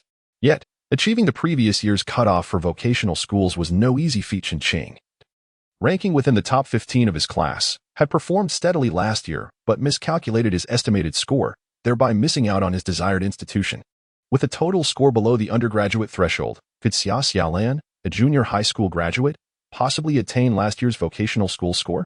Being a student himself, Chen Qing lacked connections to facilitate this endeavor and could only adhere to the school's regulations. Xia Xiaolan remained silent for a prolonged period, and Chen Qing grew anxious. "Do not worry. I will speak to my grandfather when I return home." He may be able to find someone in the county town. Even if you cannot get into County Number 1 high school, you will surely be admitted to County Number 2 high school. Although the educational quality at County No. 2 is somewhat inferior to that of County Number 1, it is still a viable option if there are no alternatives. Xia Xiaolan regained her composure and quickly clarified. You misunderstand me, Brother Chen Qing. I do not wish to trouble Grandfather Chen with this matter. It is not that I am being aloof, rather. I feel that if I cannot even meet the admission scores for junior colleges, there is little point in participating in next year's college entrance examination. By the way, what is the admission score for science programs in our province this year? Was it merely a figment of her imagination? Or was it true that the uninitiated are often fearless? It seemed that Xia Xiaolan's assertion about needing to surpass the junior college cutoff score was as simplistic as selling eggs in the county town. However, selling eggs is not the same as pursuing an education. This year's admission score for science programs is 350 points, with a total score of 690. Xiaolan, I recommend that you study the arts instead. The subjects in the arts require more memorization, unlike the sciences, which include physics and chemistry. Generally, when girls study sciences and encounter subjects like physics and chemistry, their minds feel as if they have been coated in a layer of pig fat. In truth, even Chen Qing himself felt befuddled when faced with such questions. He was genuinely trying to advise Xia Xiaolan, yet she seemed not to absorb his counsel. Is there a specific date for the entrance exam? Next Monday. Then I shall review these books and prepare for the exam next Monday. You have 7 days, and you, a middle school student, intend to take the entrance exam for County Number 1 high school? Chen Qing found himself at a loss for words. He nearly fled in disarray. Xia Xiaolan was brimming with confidence, while Chen Qing feared that the upcoming entrance examination on Monday would prove to be a setback for her. As Xia Xiaolan entered the house carrying a heavy load of books, her family gazed at her with eager anticipation. The sky had darkened, and Chen Qing sought out Xia Xiaolan, the two of them whispering together for quite some time by the wall. Upon returning indoors, Xia Xiaolan still bore a large bundle, making it difficult for her family to avoid misunderstanding. Lu Fan hesitated to voice her thoughts. She believed that Xia Xiaolan was not particularly suited to be in a relationship with Chen Qing. It was that she thought Xia Xiaolan was unworthy of him. Rather, the mother and daughter had yet to establish themselves in Qijing village. If Xia Xiaolan were to associate with Chen Qing, the villagers would undoubtedly claim that she was trying to climb the social ladder. Lu Fan wished to shield Xia Xiaolan from such gossip, as they had only just managed to leave Dai village and find a place to settle down here. What kind of family was Chen village chief from, after all? Furthermore, Chen Qing was determined to pursue higher education. If he were distracted by a relationship with Xiaolan, even Uncle Do would not approve of her, let alone how the rest of the Chen family might react. Lu Fan was in a state of anxious turmoil, unsure of how to articulate her concerns appropriately. Lu Yong signaled for his sister to remain calm and took the initiative to ask, "Is it Chen Qing from Uncle Da's family? I saw that lad heading to school today. Why is he back in the village, and what did he bring you?" Xia Xiaolan placed the large bundle of books on the table, exclaiming, "Chen Qing is truly a good person. He brought me review materials. Since you all have seen him, I won't hide it any longer. I wish to participate in the college entrance examination next year and was just inquiring whether Chen Qing could help me transfer to the county's No. 1 high school." "What? The college entrance examination?" Cough, cough, cough. Li Fengmei was drinking water when she suddenly choked, her face flushing crimson.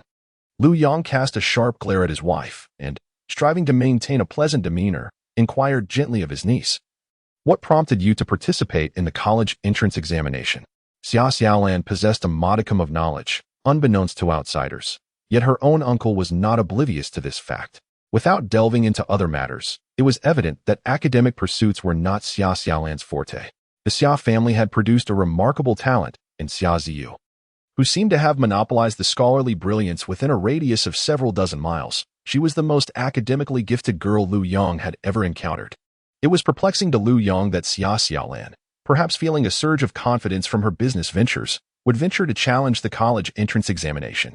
Xia Xiaolan confidently replied, "One must have an urban household registration. It will facilitate future endeavors, such as purchasing a home. Isn't it true that only by passing the university entrance exam can one obtain such a registration?" Lu Yong retorted, "My dear daughter, is gaining admission to university truly that simple? Your tone suggests it is akin to buying a packet of salt. If it were so easy, wouldn't the eldest grandson of village chief, Chen, have succeeded as well? Count the number of university students around. Otherwise, Why is Xiaoziyu's status as a university student so esteemed? Others attend 3 years of high school and still cannot pass, resorting to retaking the exam. Retaking is a long-term battle, and even a second attempt does not guarantee success. You are merely a junior high school graduate. Lu Yong felt a sharp pang of frustration. Supported by all, Lu Yong suffers from a toothache. Although Lu Fen believes her daughter possesses countless admirable qualities, she remains skeptical. They may not comprehend the nuances of admission rates, yet rural folk have their own methods of discernment, primarily observing how many individuals from their vicinity gain entry into universities. Following the restoration of the college entrance examination, Xiaoziyu was the sole candidate from Day Village to succeed, while Wang Jianhua was not originally from Day. He was merely a sent-down youth temporarily residing there.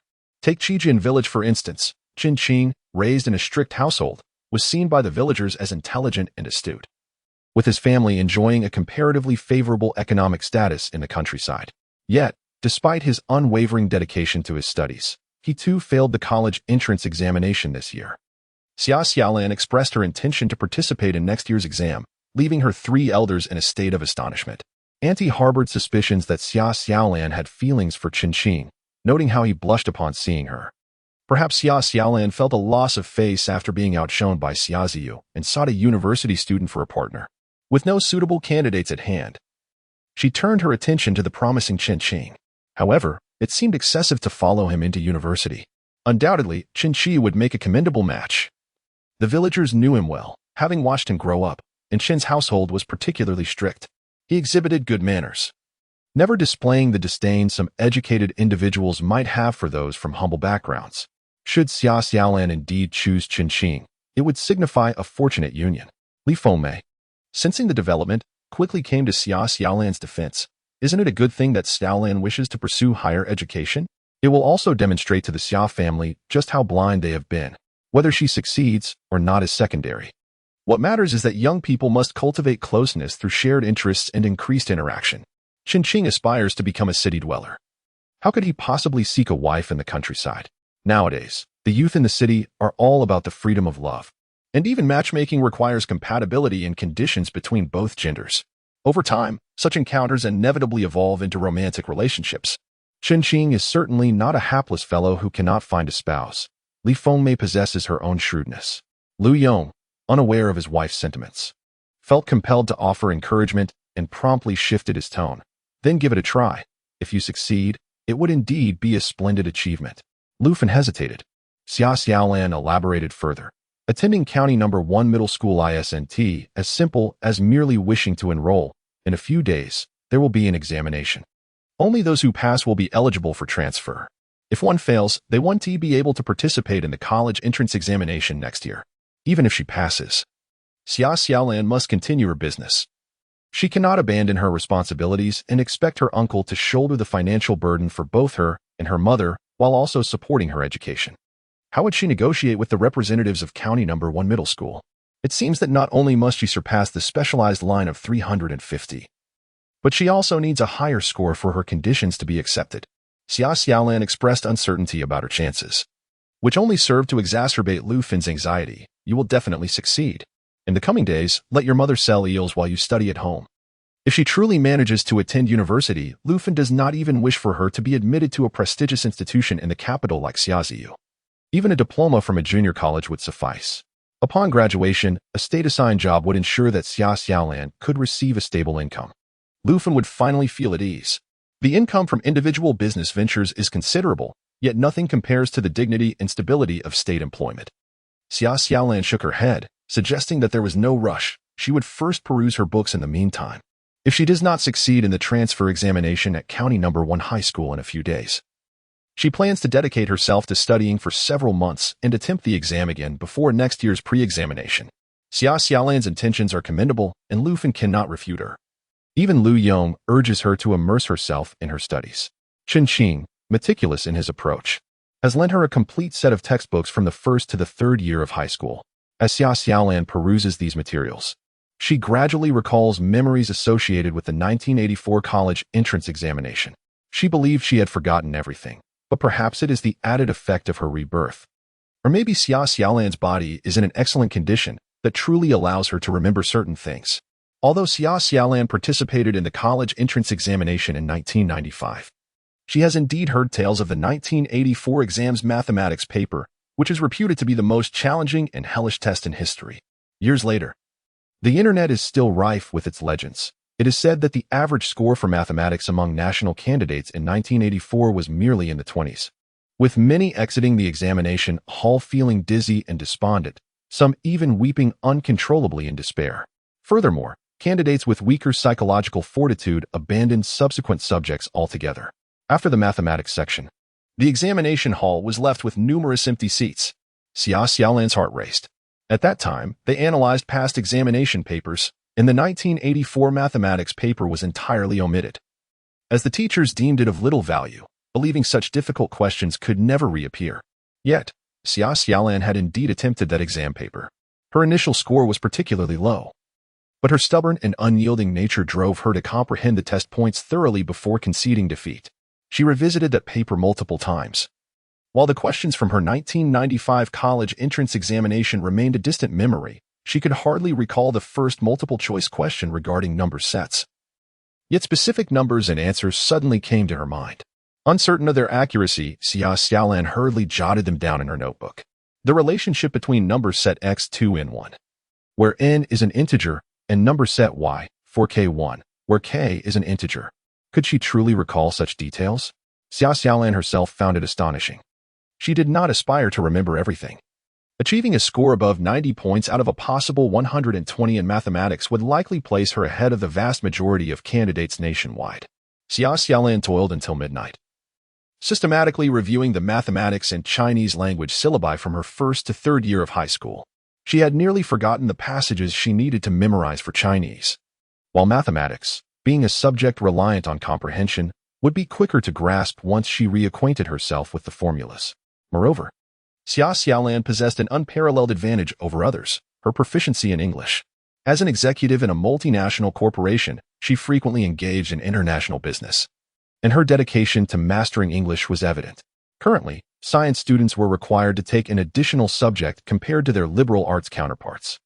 Both Chinese and mathematics were scored out of 120, while English, physics, chemistry, and politics were each scored out of 100, and biology out of 50, culminating in a total of 690 points. Xia Xiaolan needed to secure at least 350 points to gain admission to the prestigious County No. 1 high school. Having forgotten much of her language recitations, Xia Xiaolan nonetheless felt somewhat confident in mathematics. English and mathematics were the two subjects in which she found it easiest to score well. Before retiring for the night, she resolved to review her English lessons for the following day. As for physics, chemistry, and biology, she was uncertain of how much she still remembered. Political science was a subject she need not think about. Why was it still considered part of the scientific examination? Xia Xiaolan truly could not comprehend this, as she recalled that during her university entrance exams, it was a subject exclusively for liberal arts students. As she drifted into slumber, her mind lingered on mathematical formulas, and she found her sleep unusually restful. Upon awakening, Li Fengmei informed her that today Lu Fin and Lu Yong had gone out to collect eels. "Your uncle has taken the bicycle, so you should stay home and study," she relayed, representing the consensus of the household. With a 3-to-1 majority against her, Xia Xiaolan had no retort and thus spent the entire day engrossed in her studies. In the evening, Lu Fun and Lu Yong returned home with their haul of eels, and even Cao Cao was subdued, forbidden from making noise that might disturb Xia Xiaolan. The family moved about with great care, mindful of her studies. Xia Xiaolan thought to herself that failing to pass the transfer examination to County No. 1 high school would indeed be unacceptable. In the days that followed, Xia Xiaolan delivered eels to the commercial city every other day, conveniently returning with oil residue. She had no need to concern herself with any other matters. Even the oil residue she brought back was sold by Lu Fun in nearby villages. The dual pressures of divorce and Xia Xiaolan's desire to continue her education propelled Lu Fun into rapid maturity. Though Lu Fun was less adept at selling than Xia Xiaolan, the fixed pricing of the oil residue alleviated her burden of finding buyers, as local farmers raising pigs were in need of it. Xia Xiaolan's task of delivering eels was equally straightforward. Comrade Zhu Fong, the purchaser at the Yellow River restaurant, was truly a kind-hearted individual. Upon learning that Xia Xiaolan was seeking additional outlets for her eels, he readily offered his assistance. He indeed helped her establish connections with 2 other reputable restaurants in the city, both of which were well regarded, though perhaps not quite on par with the Yellow River restaurant. The municipal reception house ordered 20 pounds, the Yellow River restaurant 50 pounds, and the other two establishments each ordered 20 pounds. Thus, every other day, Xia Xiaolan was tasked with delivering a total of 110 pounds of eels, with a profit of at least 40 cents per pound. She could earn approximately 45 yuan from the 110 pounds. During her return journey, she loaded 300 pounds of oil residue, netting her around 18 yuan per trip. After gifting 2 packs of cigarettes to the security guard at the oil extraction plant in the cellar of the oil residue, the price indeed dropped to 2 cents per pound. The seller was quite strict, allowing payment only for 300 pounds. So she could take only as much as she could carry. Xia Xiaolan's physical limitations prevented her from transporting more. Otherwise, she could have easily managed 400 pounds. By carrying an additional 50 pounds without incurring extra costs, she could earn an additional 4 yuan. In reality, each trip transporting oil residue allowed her to earn at least 20 yuan. In just 2 days, Xia Xiaolan earned 65 yuan, and her monthly profit amounts to over 900 yuan. She intends to allocate a modest sum from this profit to nurture relationships. So let us consider her profit to be 900 yuan. At the oil factory, she could easily substitute her uncle or anyone else to handle the operations. The gatekeeper only recognizes her bicycle and merely requires a word from her. However, she needs to provide a thorough explanation for the delivery of eels, as her relationships are not yet warm enough to allow for such substitutions. For instance, Comrade Zhu Fang, who is in charge of procurement at the Huanghe restaurant, greets Xia Xiaolan with great enthusiasm each time she delivers goods. Although Xia Xiaolan is somewhat emotionally oblivious, she is certainly not dense when it comes to understanding others' feelings. If she were truly socially inept, she would not have maintained her previous executive position. Zhu Fang's demeanor is relatively courteous, yet their encounters have been brief, and he has donned different attire on each occasion. He has even changed his hairstyle, and during their third meeting, he subtly showcased his new watch and the pristine leather shoes he wore. A man, in pursuit of a partner, naturally seeks to highlight his virtues. Zhu Fang evidently believes that his advantageous family background sets him apart from others. It must be acknowledged that he is not foolish, Xia Xiaolan, through her diligent efforts in reselling eels, undoubtedly faces economic challenges. Zhu Fang's display of superiority is quite targeted.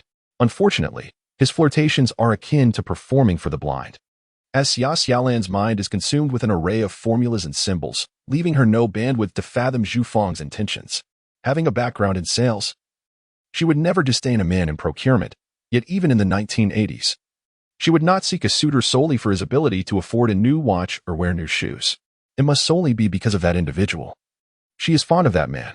In her pursuit of financial gain, Xia Xiaolan cannot shatter Comrade Zhu Fang's sentiments. Previously, she referred to those attractive saleswomen as mere vases. But now, she comprehends their reality. Life is arduous for everyone. Xiaolan, please arrive early the day after tomorrow. A friend has gifted me 2 movie tickets, and I wish to. I apologize, but I must ask my uncle to deliver goods that day, as I have some matters to attend to. Zhu Fang, eager to invite Xia Xiaolan to the cinema, was interrupted, yet he quickly shifted his focus to the essence of her words. Your uncle is coming to deliver? That is quite acceptable. An uncle is a close elder. If he can hold a title in front of Xiaolan's uncle, does that not bring him slightly closer to her? Despite having met Xia Xiaolan only 4 times, Zhu Fang is utterly captivated by her. He has never encountered a girl of such striking beauty. Xia Xiaolan is stunning, and regardless of how many times they meet, her exquisite, radiant allure leaves Zhu Fang's throat parched, and the visual impact remains undiminished. Her gaze sparkles like rippling water, her waist delicate, and her bosom ample. Such an extraordinary enchantress, yet she speaks and acts with utmost seriousness.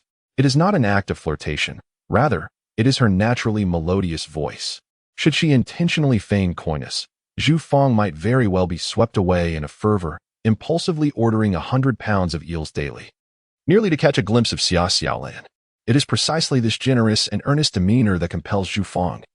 Despite resembling a flamboyant peacock intent on capturing Xia Xiaolan's attention, to refrain from uttering any frivolous remarks towards her. The manner in which one treats others invariably reflects back upon oneself. This principle applies to interactions with ordinary individuals. Zhu Fang, a rather self-assured young man, nonetheless falls within the realm of the commonplace. Xia Xiaolan, on the other hand, cannot simply endure the teasing of others while pursuing her livelihood. After all, She is a reincarnated soul, possessing a certain dignity. Yes, my uncle was here to see me off. I hope it's not an inconvenience. Zhu Fang would not dare to claim it was a bother. As Xia Xiaolan smiled and bid him farewell, Zhu Fang's spirit seemed to accompany her departure. When he finally regained his senses, Xia Xiaolan had already vanished down Zhongyuan Road on her bicycle. Zhu Fang felt a twinge of regret for neglecting to inquire about her purpose. In moments when assistance could have been offered, what better way to demonstrate his capabilities than through a touch of earnestness? Xia Xiaolan devoted a week to revisiting her high school textbooks. She temporarily set aside her review of Chinese and political studies, and since English required no revision, her primary focus remained on mathematics, physics, chemistry, and biology. Given the relatively minor weight of biology in the overall scoring, her week was predominantly spent consolidating her understanding of mathematics, physics, and chemistry. Upon revisiting the high school curriculum, she was astonished to discover that fragments of knowledge she thought lost lingered in her memory, awaiting the right moment for revival. For instance, the mathematics examination paper from 1984. Despite the many years since her graduation, still resided in her mind, patiently waiting for an opportunity to be rekindled, allowing her to recall a significant portion of it. The knowledge across various subjects is akin to this. She gradually dedicates time to review and is always able to revisit and refresh her memory of what she learned in her past life. Xia Xiaolan is confident in her abilities, yet Qingqing harbors considerable concerns. While Xia Xiaolan perceives her efforts as a review for Qingqing, it appears as if Xia Xiaolan is embarking on her studies anew. The complexities of high school knowledge diverge significantly from that of middle school. Xia Xiaolan's performance in middle school had not been particularly outstanding, and without the guidance of a teacher, Qingqing fears that she may find high school textbooks incomprehensible, leading her to abandon the idea of taking the entrance exam for County No. 1 high school altogether. As the appointed day arrives, when Xia Xiaolan appears at the school gate on her bicycle, Qingqing finally breathes a sigh of relief. The scar on Xia Xiaolan's forehead has faded to a mere faint mark, which she cleverly conceals beneath a fringe she has cut herself. The contemporary trend of airbangs sported by young girls on social media, paired with Xia Xiaolan's naturally photogenic face, bestows upon her an added touch of innocence. What can she do if her looks are unconventional? After all, she is striving to be a respectable person. Xiaolan, you've arrived. Qingqing vouches for Xia Xiaolan, allowing her entry through the school gate, guarded by the watchful gatekeeper. Xia Xiaolan did not request her family to accompany her for the exam. Lu Fen insisted that she wear new clothes made from fabric purchased by Lu Yong in the county. Li Fomei borrowed a sewing machine from a neighbor to craft the outfit, although the style of the clothing is not particularly trendy. Xia Xiaolan understands her family's reluctance for her to wear old garments to County No. 1 high school, fearing that she might be looked down upon. In her previous life, no one had ever cared for her in such a manner. Today, Xia Xiaolan is brimming with confidence. Even when Qingqing introduces her to the teachers at County No. 1 high school, she does not falter. The young female teacher did not place much importance on this examination. She merely pointed to a desk in the office and said to Xia Xiaolan, "The papers are over there. You may complete the questions on your own." 048. The attitude towards the examination papers is acceptable. Teacher Sunday. With people coming and going in the office, how can this be considered an examination? Qingqing wanted to negotiate with Teacher Sun, but Xia Xiaolan intervened. "You should return to your class. I will take my time with the papers here. If I work quickly, I might just make it in time for the dining hall." Teacher Sun cast a glance at Xia Xiaolan. It was now 9 in the morning, and the cafeteria at County No. 1 high school opened at the earliest by noon, closing at 1 in the afternoon, with a maximum of 4 hours. How many subjects could Xia Xiaolan possibly complete? Leaving midway was not an option. All the papers were laid out on the table. Teacher Sun was concerned that Xia Xiaolan might memorize the questions and then go out to inquire about the answers. Xia Xiaolan was indifferent. It seemed lunch was out of the question. No matter how capable she was, it was impossible to finish 7 subjects' papers in 4 hours. "Then I shall bring you lunch at noon, passing it through the window," Qingqing suggested, fearing Xia Xiaolan would decline, and hurried off. "Thank you, Teacher Sunday." Teacher Sun would certainly have to supervise from beginning to end, and it was hoped that Qingqing would remember to bring a meal for Teacher Sun as well. Considering Xia Xiaolan's junior high education, it was evident that Qingqing must have exerted considerable effort for this opportunity for her at the prestigious school. The young Teacher Sun assigned to monitor Xia Xiaolan naturally felt that this was a waste of time, and it was only natural for her to be in a discontented mood. Upon hearing Xia Xiaolan's words, Teacher Sun felt a bit more at ease. "If you need to use the restroom, just let me know. There are clean cups there. And you can pour yourself some water. Xia Xiaolan nodded and took a seat. The desk was immaculately organized, with nothing but 7 examination papers adorning its surface. Xia Xiaolan retrieved her own fountain pen and ink, initially unfolding the English test. It was exceedingly simple. The first question required distinguishing the pronunciation of words. Presenting 4 options: form, word, born, and torn. Xia Xiaolan was on the verge of tears, touched by the thought that perhaps the heavens had granted her a return to 1983, a chance to become a victor in life. With half a year to spare, she could directly partake in the college entrance examination of 83, leaving no room for the tale of Xia Ziyu soaring to greatness, while Xia Xiaolan wallowed in the depths of mediocrity. She drew a line beneath the word. Completing the English paper took her a mere 20 minutes. Subsequently, she pulled out the mathematics exam. As students came and went in the office, Xia Xiaolan immersed herself in her work, her pen flying across the page, much to the astonishment of Teacher Sunday. Wasn't it said that a middle school graduate could tackle the papers meant for third-year high school students? Just then, as Xia Xiaolan felt the urge to use the restroom, Teacher Sun stood up to accompany her, locking all of Xia Xiaolan's test papers in the drawer before they departed. Upon returning, Xia Xiaolan was engaged with the Chinese exam, leaving many straightforward recitation questions unanswered. Teacher Sun subtly shook her head. With such a level of proficiency, did Xia Xiaolan truly aspire to transfer to the county's first high school and participate in next year's college entrance examination?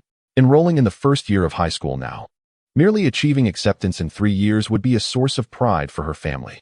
Teacher Sun, shaking her head, accompanied Xia Xiaolan until they finished at the restroom, harboring little hope for the girl's examination results. By noon, Xia Xiaolan had completed her English, mathematics, and Chinese studies. The math problems were not particularly simple. She could not discern the answers at a mere glance. Many formulas and concepts had slipped her mind, necessitating extensive drafts to compute the results. Although she struggled with the recitation portion of Chinese, she managed to perform adequately on the reading comprehension segment. Composing an essay also consumed a fair amount of time. "Xiao Sun, aren't you going to have lunch? Shall I keep an eye on things for you?" A cheerful male teacher entered, expressing concern for the young teacher. "Sunday. Teacher Zhao, you should go eat. I'll join later," Sun replied. Whether Xia Xiaolan could answer the questions correctly was one matter. From Sun's perspective, the girl had been diligently focused on writing, which was commendable. Sun intended to wait for Xia Xiaolan to write for a bit longer before escorting her to the cafeteria for lunch. In these times, teachers certainly did not possess much money, but treating Xia Xiaolan to a couple of buns in the cafeteria was manageable. As for the exam papers, they could be securely locked away, and Sun planned to take the key with him, ensuring he kept a watchful eye on Xia Xiaolan, preventing any potential interaction that might lead to cheating. While Teacher Zhao attempted to persuade him, Sun remained steadfast in his responsibilities. The two were at an impasse when Xia Xiaolan was about to speak up. Just then, Chen Qing called from the window, "Teacher Sunday." "Ah, hello, Teacher Zhao." He had brought lunch for Xia Xiaolan from the cafeteria. It was no wonder Chen Qing's tutoring was commendable. He exhibited higher emotional intelligence than many boys his age, and even remembered to bring a meal for Teacher Sun as well. Concerned about staining her exam paper, Xia Xiaolan appreciated that Chen Qing had chosen buns without any soup. "Teacher Sun, you've worked hard. I brought you something too." Teacher Sun was resolutely determined to give the meal ticket to Chen Qing. Teacher Zhao interrupted, saying, "Xiao Sun, you should eat.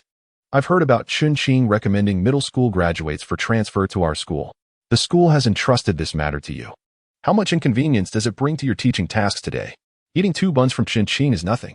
However, Teacher Sun would not listen and insisted on handing the meal ticket to Chen Qing before accepting the buns.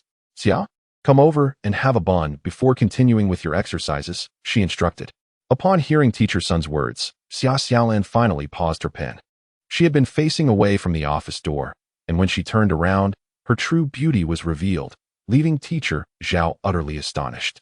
He had never encountered such a beautiful girl before. Teacher Zhao, who had been struggling to find a suitable partner, had developed a fondness for the newly arrived Teacher Sun after just a few years of work.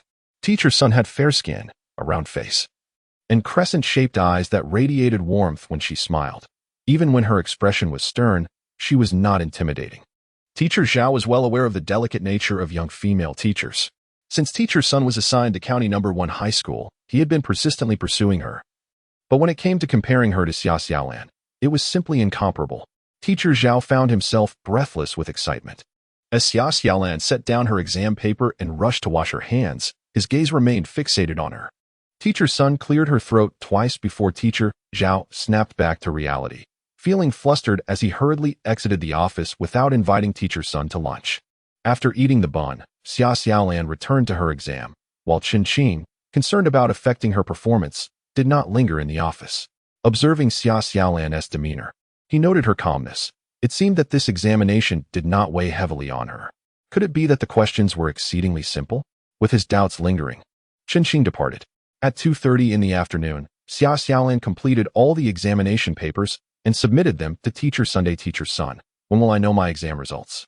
Teacher Sun thought to herself, given the numerous blank spaces on your Chinese paper, it would be a miracle if you passed. Chinese is currently the subject where students find it easiest to score points. However, Xia Xiaolan maintained a commendable attitude while answering and did not create any disturbances during the process, which made Teacher Sun not dislike her. Please leave your home address. Doesn't Qin Qing know you? If you pass, he will convey the message to you. What else can I do? Xia Xiaolan nodded. Thank you for your assistance, Teacher Sunday. Goodbye. She wanted to inform Qin Qing that a test was being organized in his class. From a distance, Xia Xiaolan waved at Qin Qing before heading home. After all, she was determined to pass the entrance examination for County No. 1 High School, and she was grateful for the opportunities that Qin Qing provided. After successfully transferring her household registration, Xia Xiaolan returned home quietly after completing her exams. She donned a new outfit, while her family members wore old clothes. Determined, she ventured to the supply and marketing cooperative to purchase some fabric, intending to craft garments for her family. In the countryside, it has become customary for individuals to wear clothes tailored by local seamstresses. Young women and wives alike possess this skill, opting to buy fabric and sew their own attire to save money, with few resorting to ready-made garments. In the past, even fabric was rationed, and without fabric coupons, one could not procure cloth, regardless of wealth. Dual-income families were not extravagant enough to frequently outfit the entire household, as economic constraints and the scarcity of fabric tickets made such indulgences impractical.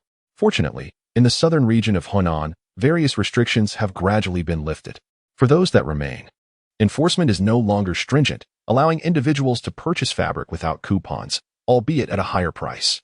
Xia Xiaolan refrained from buying extravagant satin. It was neither practical nor suitable for rural life.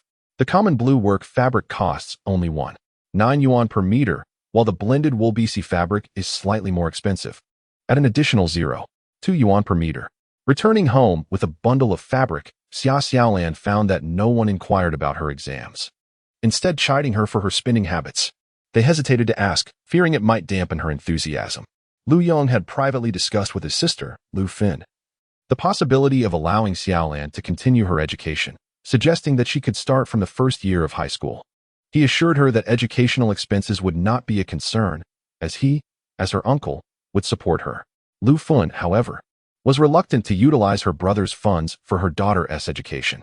She believed that she could learn from Xiaolan's entrepreneurial endeavors, asserting that even if Xiaolan pursued her studies, she could manage to support her, although she acknowledged that her business acumen did not rival Xiaolan's. The business of selling eels, even if it meant resorting to extreme measures against Lu Fin, would ultimately reveal her lack of connections to the municipal hospitality establishments.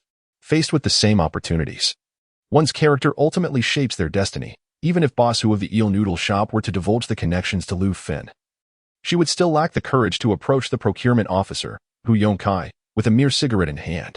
However, Lu Fin believed that the trade of selling oil residue was within her capabilities.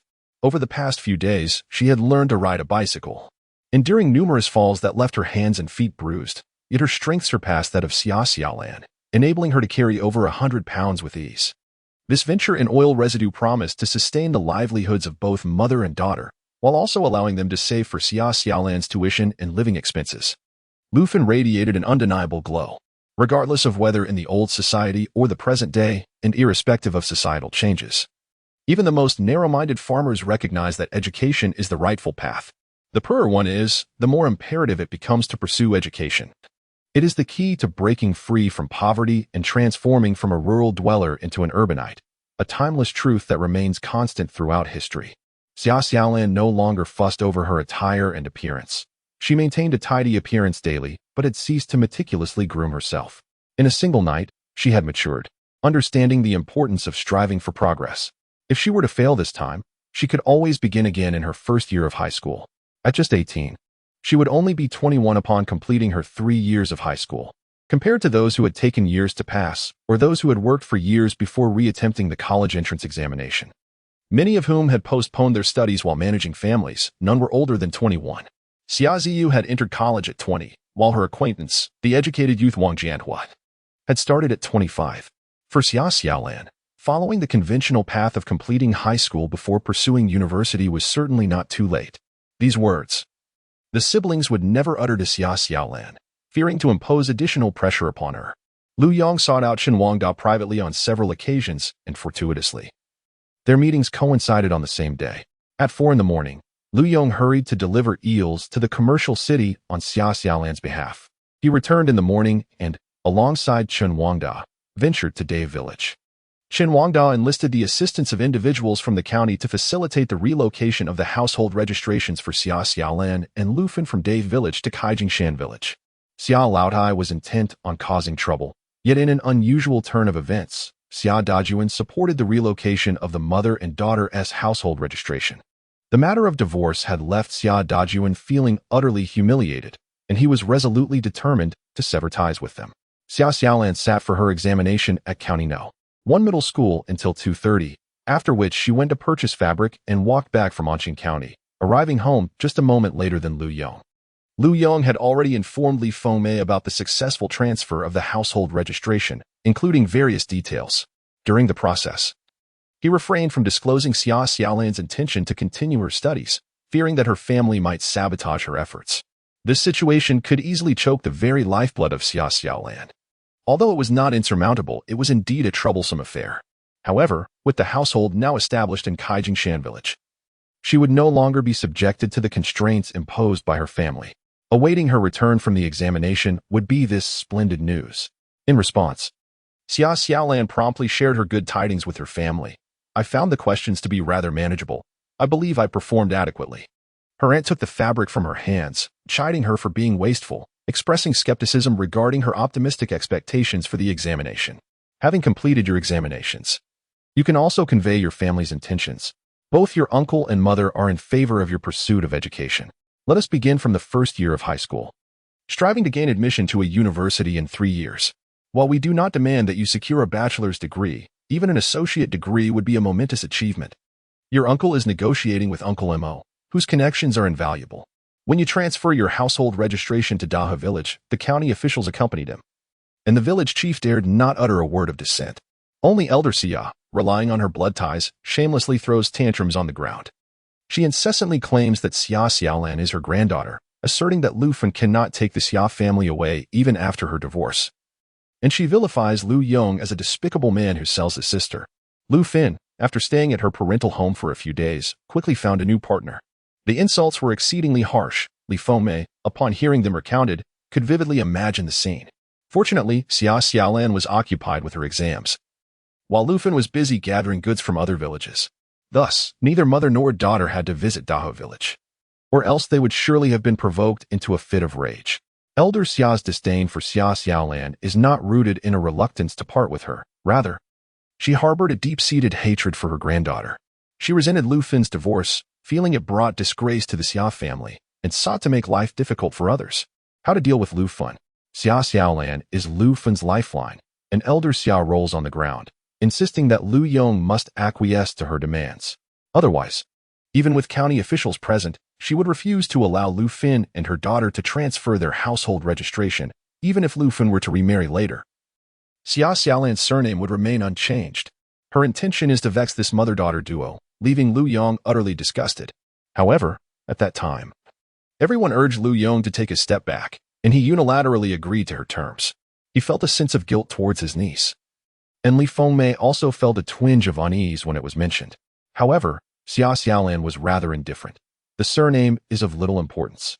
I have grown accustomed to this name. Although she bore the surname Xia, it was not derived from Xia Dajuan, rather. Both the surname and the name Xia Xiaolan were remnants of her previous life, wholly unrelated to the Xia family. Xia Xiaolan paid no heed to the sordid thoughts of the elderly Mrs. Xia and refrained from engaging in any arguments with Li Fengmei. While her family wished for her to start from the first year of high school, Xia Xiaolan believed it to be a waste of time. She was confident that she would score well above 350 points, and once the notification from the county's first high school arrived, her family would naturally come to know. "Aunt, the fabric is here. You can decide what to make with it. I have new clothes already, and this is all for you four." Upon mentioning this, Li Fengmei clutched her chest, lamenting her extravagance, to which Xia Xiaolan responded with a chuckle. 050, did you cheat? Xia Xiaolan exuded confidence.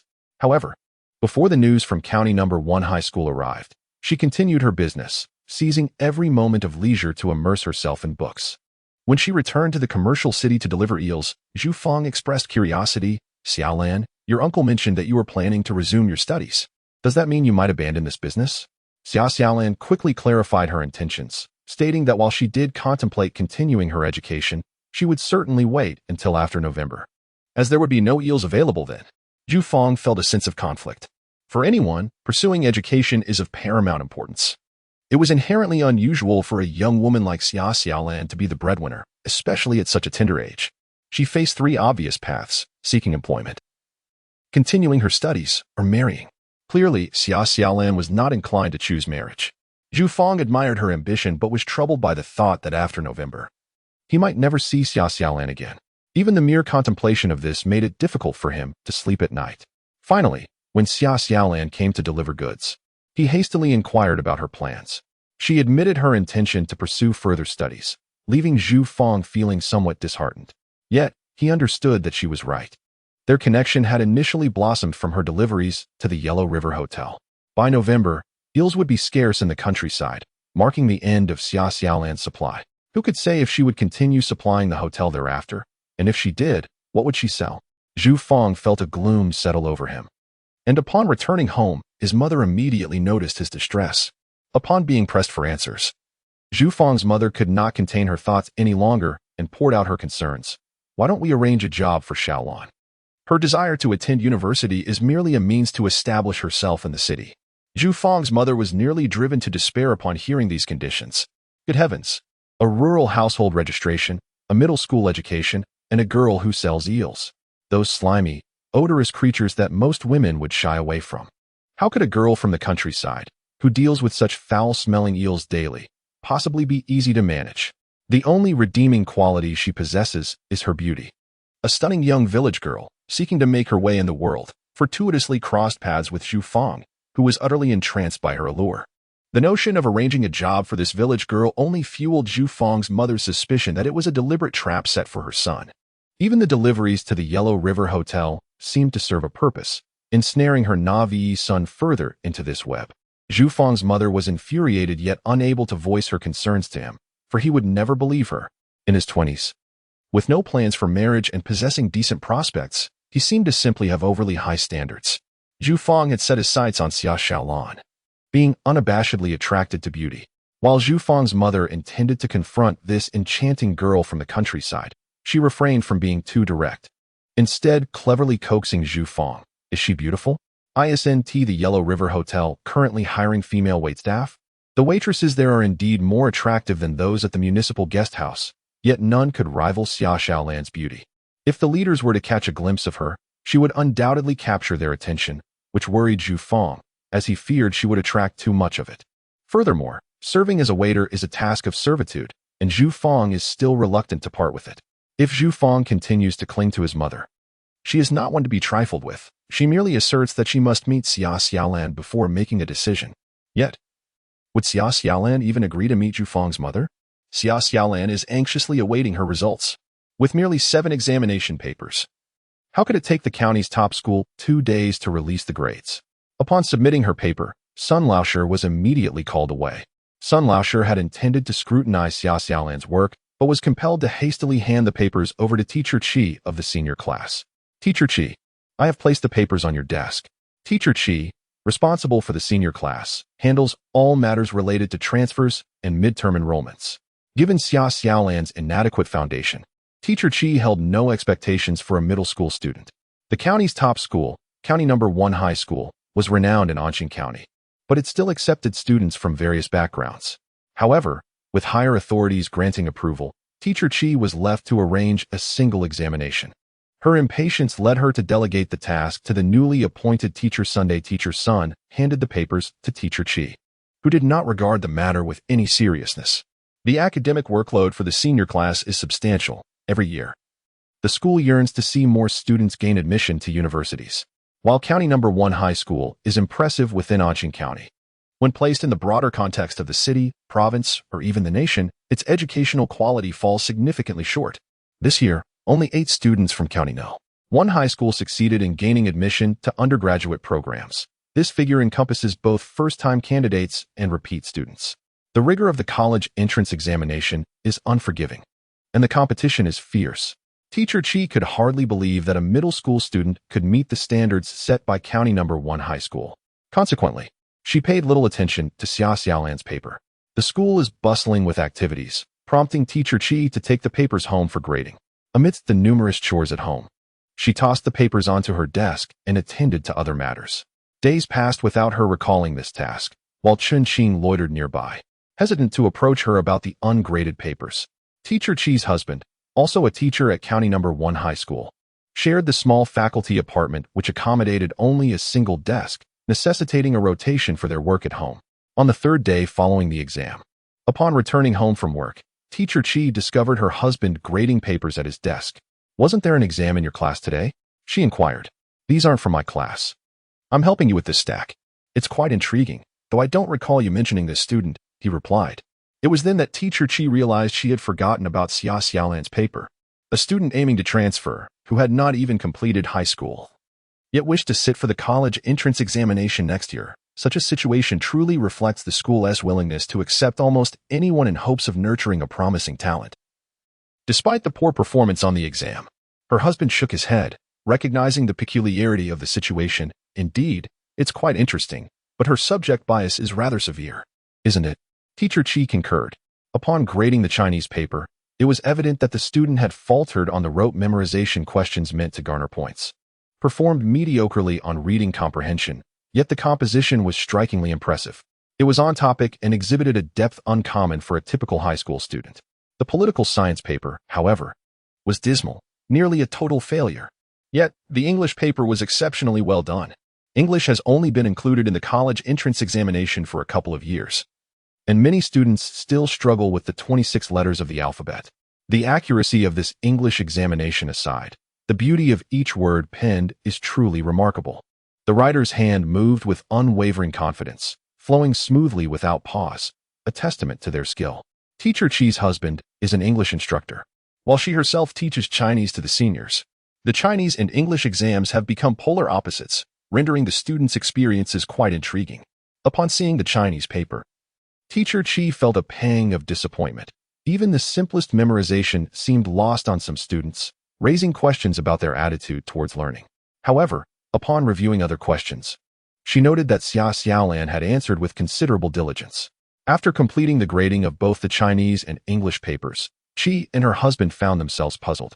For days after Xia Xiaolan sat for the county's first high school examination, Teacher Chi finally managed to collaborate with other teachers to finish grading her papers. Staring at the score, she was taken aback and called for Teacher Sun. "Xiao Sun, you were really keeping an eye on that girl, right? She didn't cheat, did she? Cheating? How could she cheat?" Teacher Sun's round face flushed with urgency. "Teacher Chi, I never left her side, not even when she went to the restroom.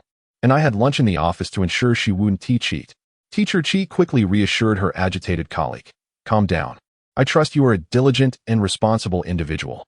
Her results are indeed surprising. Confident that Teacher Sun had maintained her vigilance, Teacher Chi submitted the papers and exam results to the grade group. Old Wang from the senior grade group also harbored doubts. Is it possible that no one leaked the answers? If not, this student could potentially transfer in. What an intriguing situation. This Friday, the third-year high school students are scheduled for a preliminary examination. I plan to utilize that set of papers directly, composed by the teachers of various subjects. Who could possibly acquire the answers first?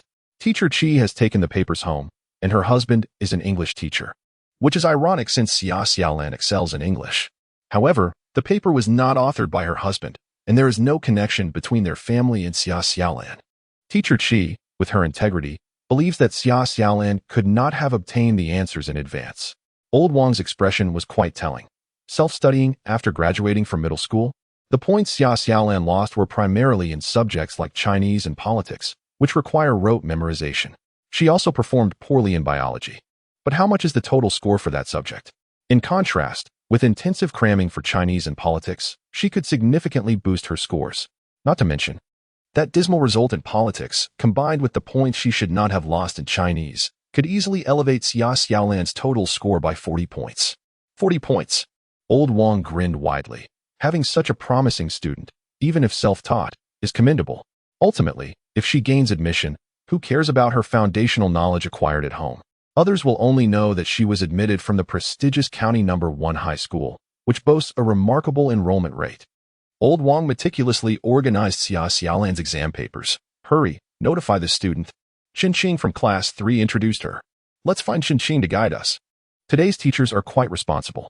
Since the resumption of college entrance examinations, while the teaching standards at County No. 1 high school may not rival those in major cities, the majority of the teachers possess commendable ethics. Gaining admission to university can undeniably alter the course of one's life.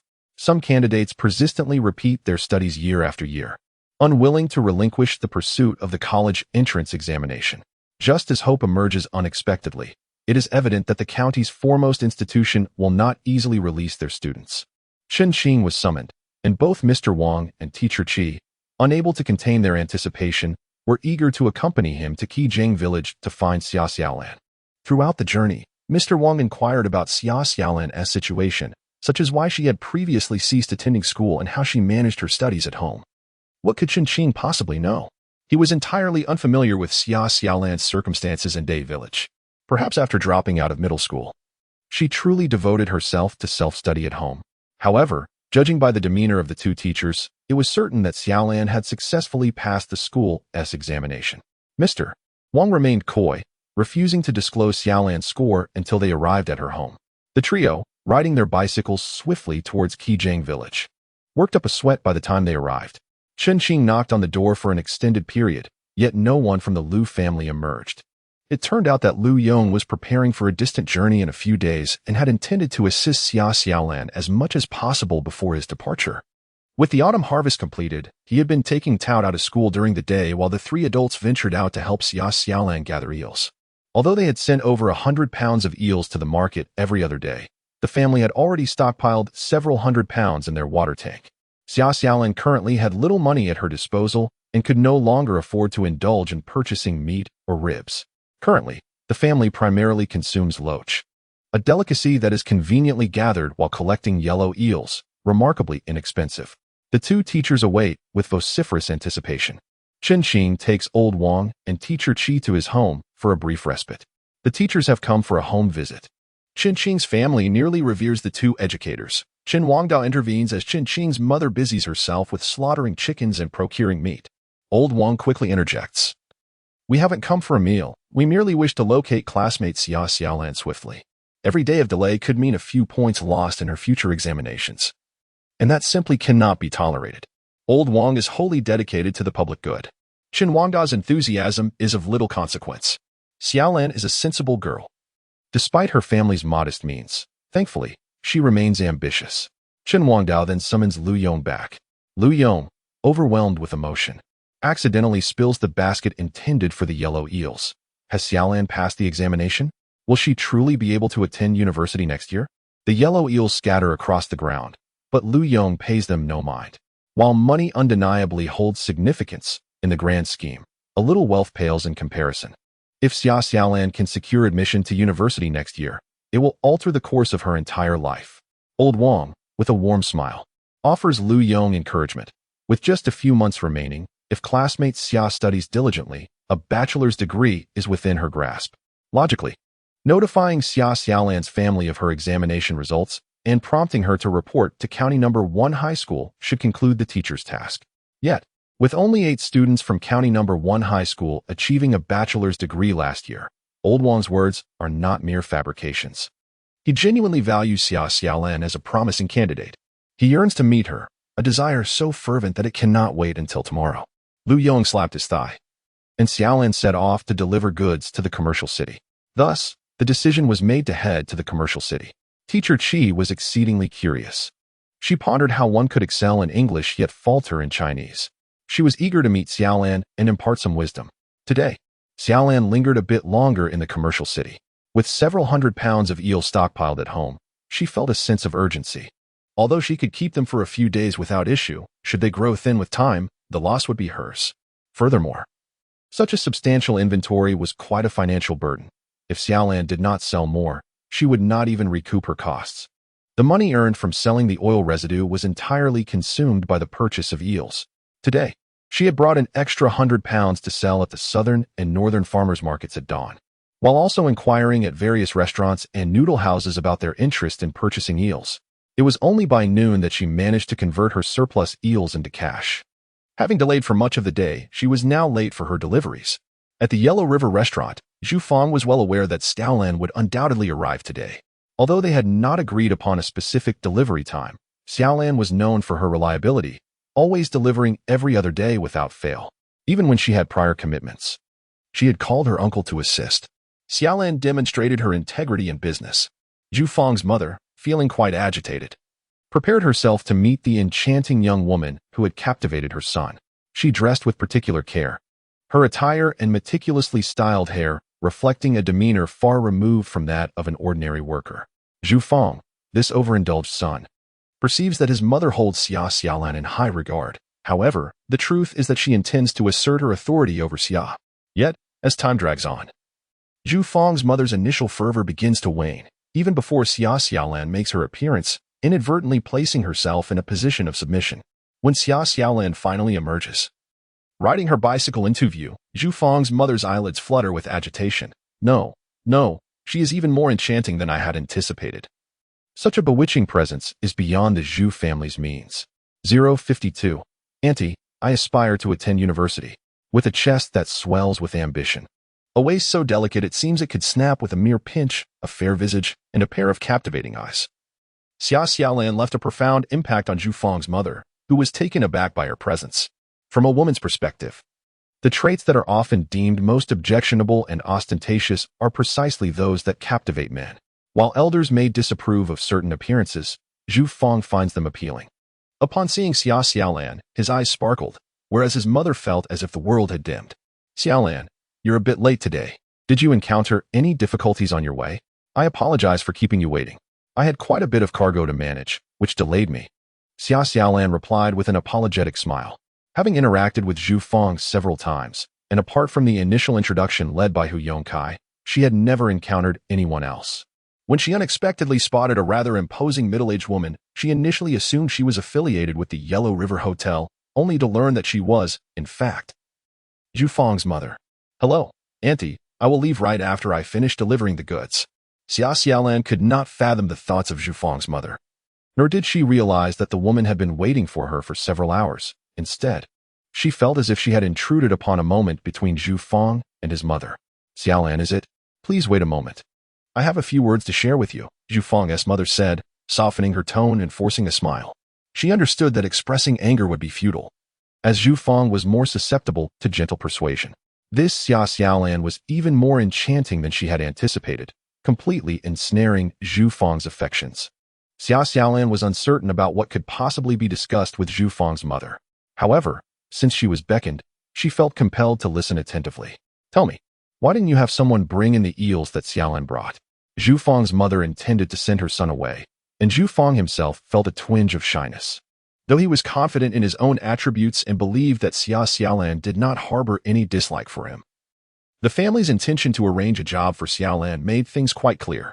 Zhu Fang cleared his throat and said, Mom, please talk to Xiaolan nicely, don't frighten her. After Zhu Fang left, Xiaolan felt a flutter of unease. Once her son was gone, Zhu Fang's mother spoke with a hint of significance. So, Xiaolan, Zhu Fang has mentioned you several times at home.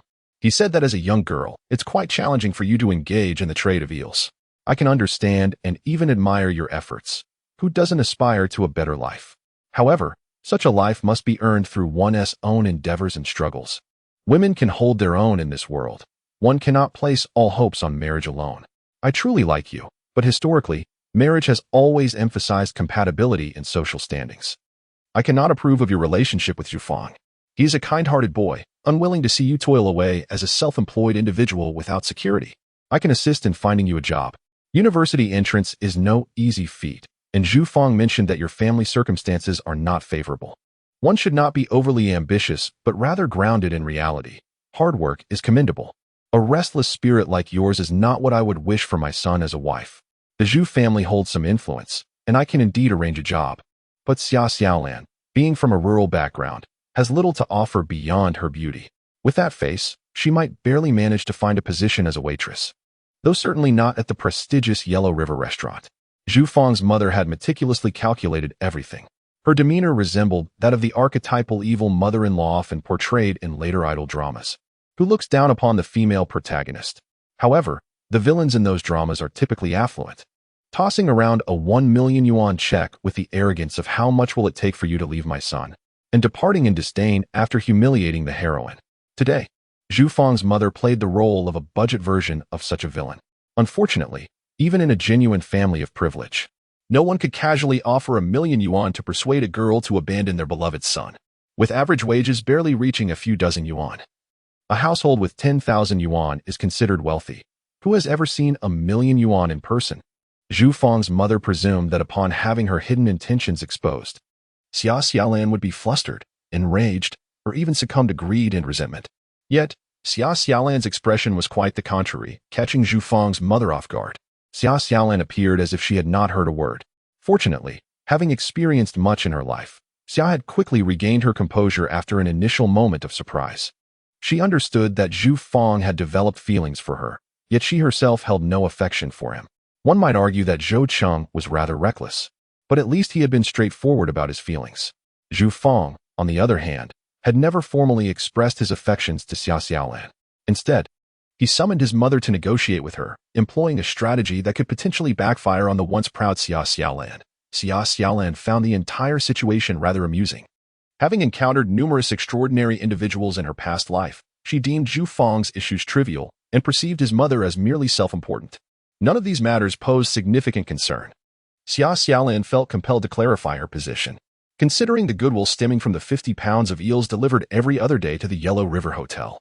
She believed it unjust to bear the blame. Auntie, I think you might be mistaken. I haven't even contemplated finding a partner yet. As for the eel business, I plan to cease operations come November. Zhufang's mother remained skeptical. She perceived Xia Xiaolan as a cunning enchantress employing a strategy of feigned disinterest. Let us assume you are mistaken, Auntie. However, regarding work, are you not inclined to hear my thoughts? Continuing the eel deliveries until November would inevitably lead to Zhufang being utterly captivated, she mused. Zhufang's mother wished to distance Xia Xiaolan as much as possible, deeming it unsuitable for her to serve as a mere waitress. Instead, she envisioned a strenuous job that would exhaust the little enchantress to the point of disinterest in pursuing her son further. Zhufang's mother maintained an air of superiority, anticipating Xia Xiaolan to plead for her favor. Xia Xiaolan, on the other hand, thought to herself, I shall be magnanimous and not hold grudges. While she mentally fortified herself, her tone remained firm. She was not a victim nor a pitiable character. Auntie, I appreciate your kindness, but I have no intention of seeking employment. Earning a few dozen yuan a month is hardly substantial. Forgive my words. I do not mean to belittle the job you are suggesting. I am genuinely aspiring to pursue university studies. She intended to cease the eel trade by November, while she cared about the procurement volume at the Yellow River Hotel. She was unperturbed by anyone attempting to control her livelihood. Were there not other restaurants in this bustling city? In the worst-case scenario, she could liquidate her household stock. She had a few hundred yuan on hand and could venture into other business endeavors. Achieving prosperity from a state of utter poverty is no easy feat. Now that Xia Xiaolan possesses a bit of seed capital, she is no longer daunted by the prospect of starting anew. Zhufang's mother was left momentarily speechless by Xia Xiaolan's unyielding yet tactful retorts, feeling a wave of anxiety wash over her, suffocating and uncomfortable. Xia Xiaolan is not one to tolerate indignities silently. Her words, devoid of vulgarity, carry a sharpness that delivers immediate retribution. Zhufang's mother longed to chastise her for her audacity, but what could she say? Could she truly secure a prestigious job for Xia Xiaolan merely to assert her own superiority? Setting aside whether Zhufang's mother could even find such a position, Why should she be obligated to assist Xia Xiaolan? She even used the excuse of college entrance exams to bolster her own reputation. Is it truly so easy to gain admission to a university? Each year, countless students strive desperately for that opportunity. Moreover, if Zhu Fang were capable of attending college, would he truly be relegated to a mere procurement role at the Yellow River Hotel? Zhu Fang, accompanied by others, transported the eels to the kitchen, taking his time to emerge. Upon seeing a smile on Xia Xiaolan's face, he mistakenly believed they had reached an agreement regarding employment. Xiaolan, I mean no offense and certainly do not think less of you for being self-employed. I simply wish to offer my assistance. Zhu Fang's mother felt her frustration nearing its boiling point. Her son truly lacked perception, didn't he? Just as she was about to unleash her ire, someone called out to Xia Xiaolan from a distance. Xiaolan, I knew I would find you here. Lu Yong, panting heavily, had also faced his own struggles. He had traversed the city with a group, weary from the journey, yet at last, he had located Xia Xiaolan at the Yellow River Hotel. Uncle, how did you come here? Old Wang cast aside his bicycle and squeezed over to introduce himself. You must be classmate Xia Xiaolan? You have successfully passed the transfer examination for County No. 1 Middle School. She is a promising student. Xia Xiaolan was already psychologically prepared and was not particularly surprised. Although she naturally felt a sense of joy, Old Wang introduced himself and then presented Teacher Qi to her. Shen Qing, being a repeat student, could not afford to delay the teachers for long, so he was not invited to join them in the city of Xanadu. Zhu Fang and her mother exchanged glances. Zhu Fang's mother was perplexed, as she did not believe that Xia Xiaolan could truly gain admission to a university. The girl did not seem the type to be diligent in her studies. With such a face, there were countless boys eager to curry favor with her. And with her thoughts scattered, how could she possibly succeed in university? Which county's No. 1 high school? Old Wang, in high spirits, casually replied, Anqing County No. 1 high school. Zhu Fang's mother scoffed, observing the airs of these people. She knew that Anqing County was not even in the vicinity of Xanadu. It belonged to Fengxian City. It is inevitable for people from the provincial capital to harbor a sense of superiority. Zhu Fang's mother looked at Xia Xiaolan with disdain and spoke somewhat offensively.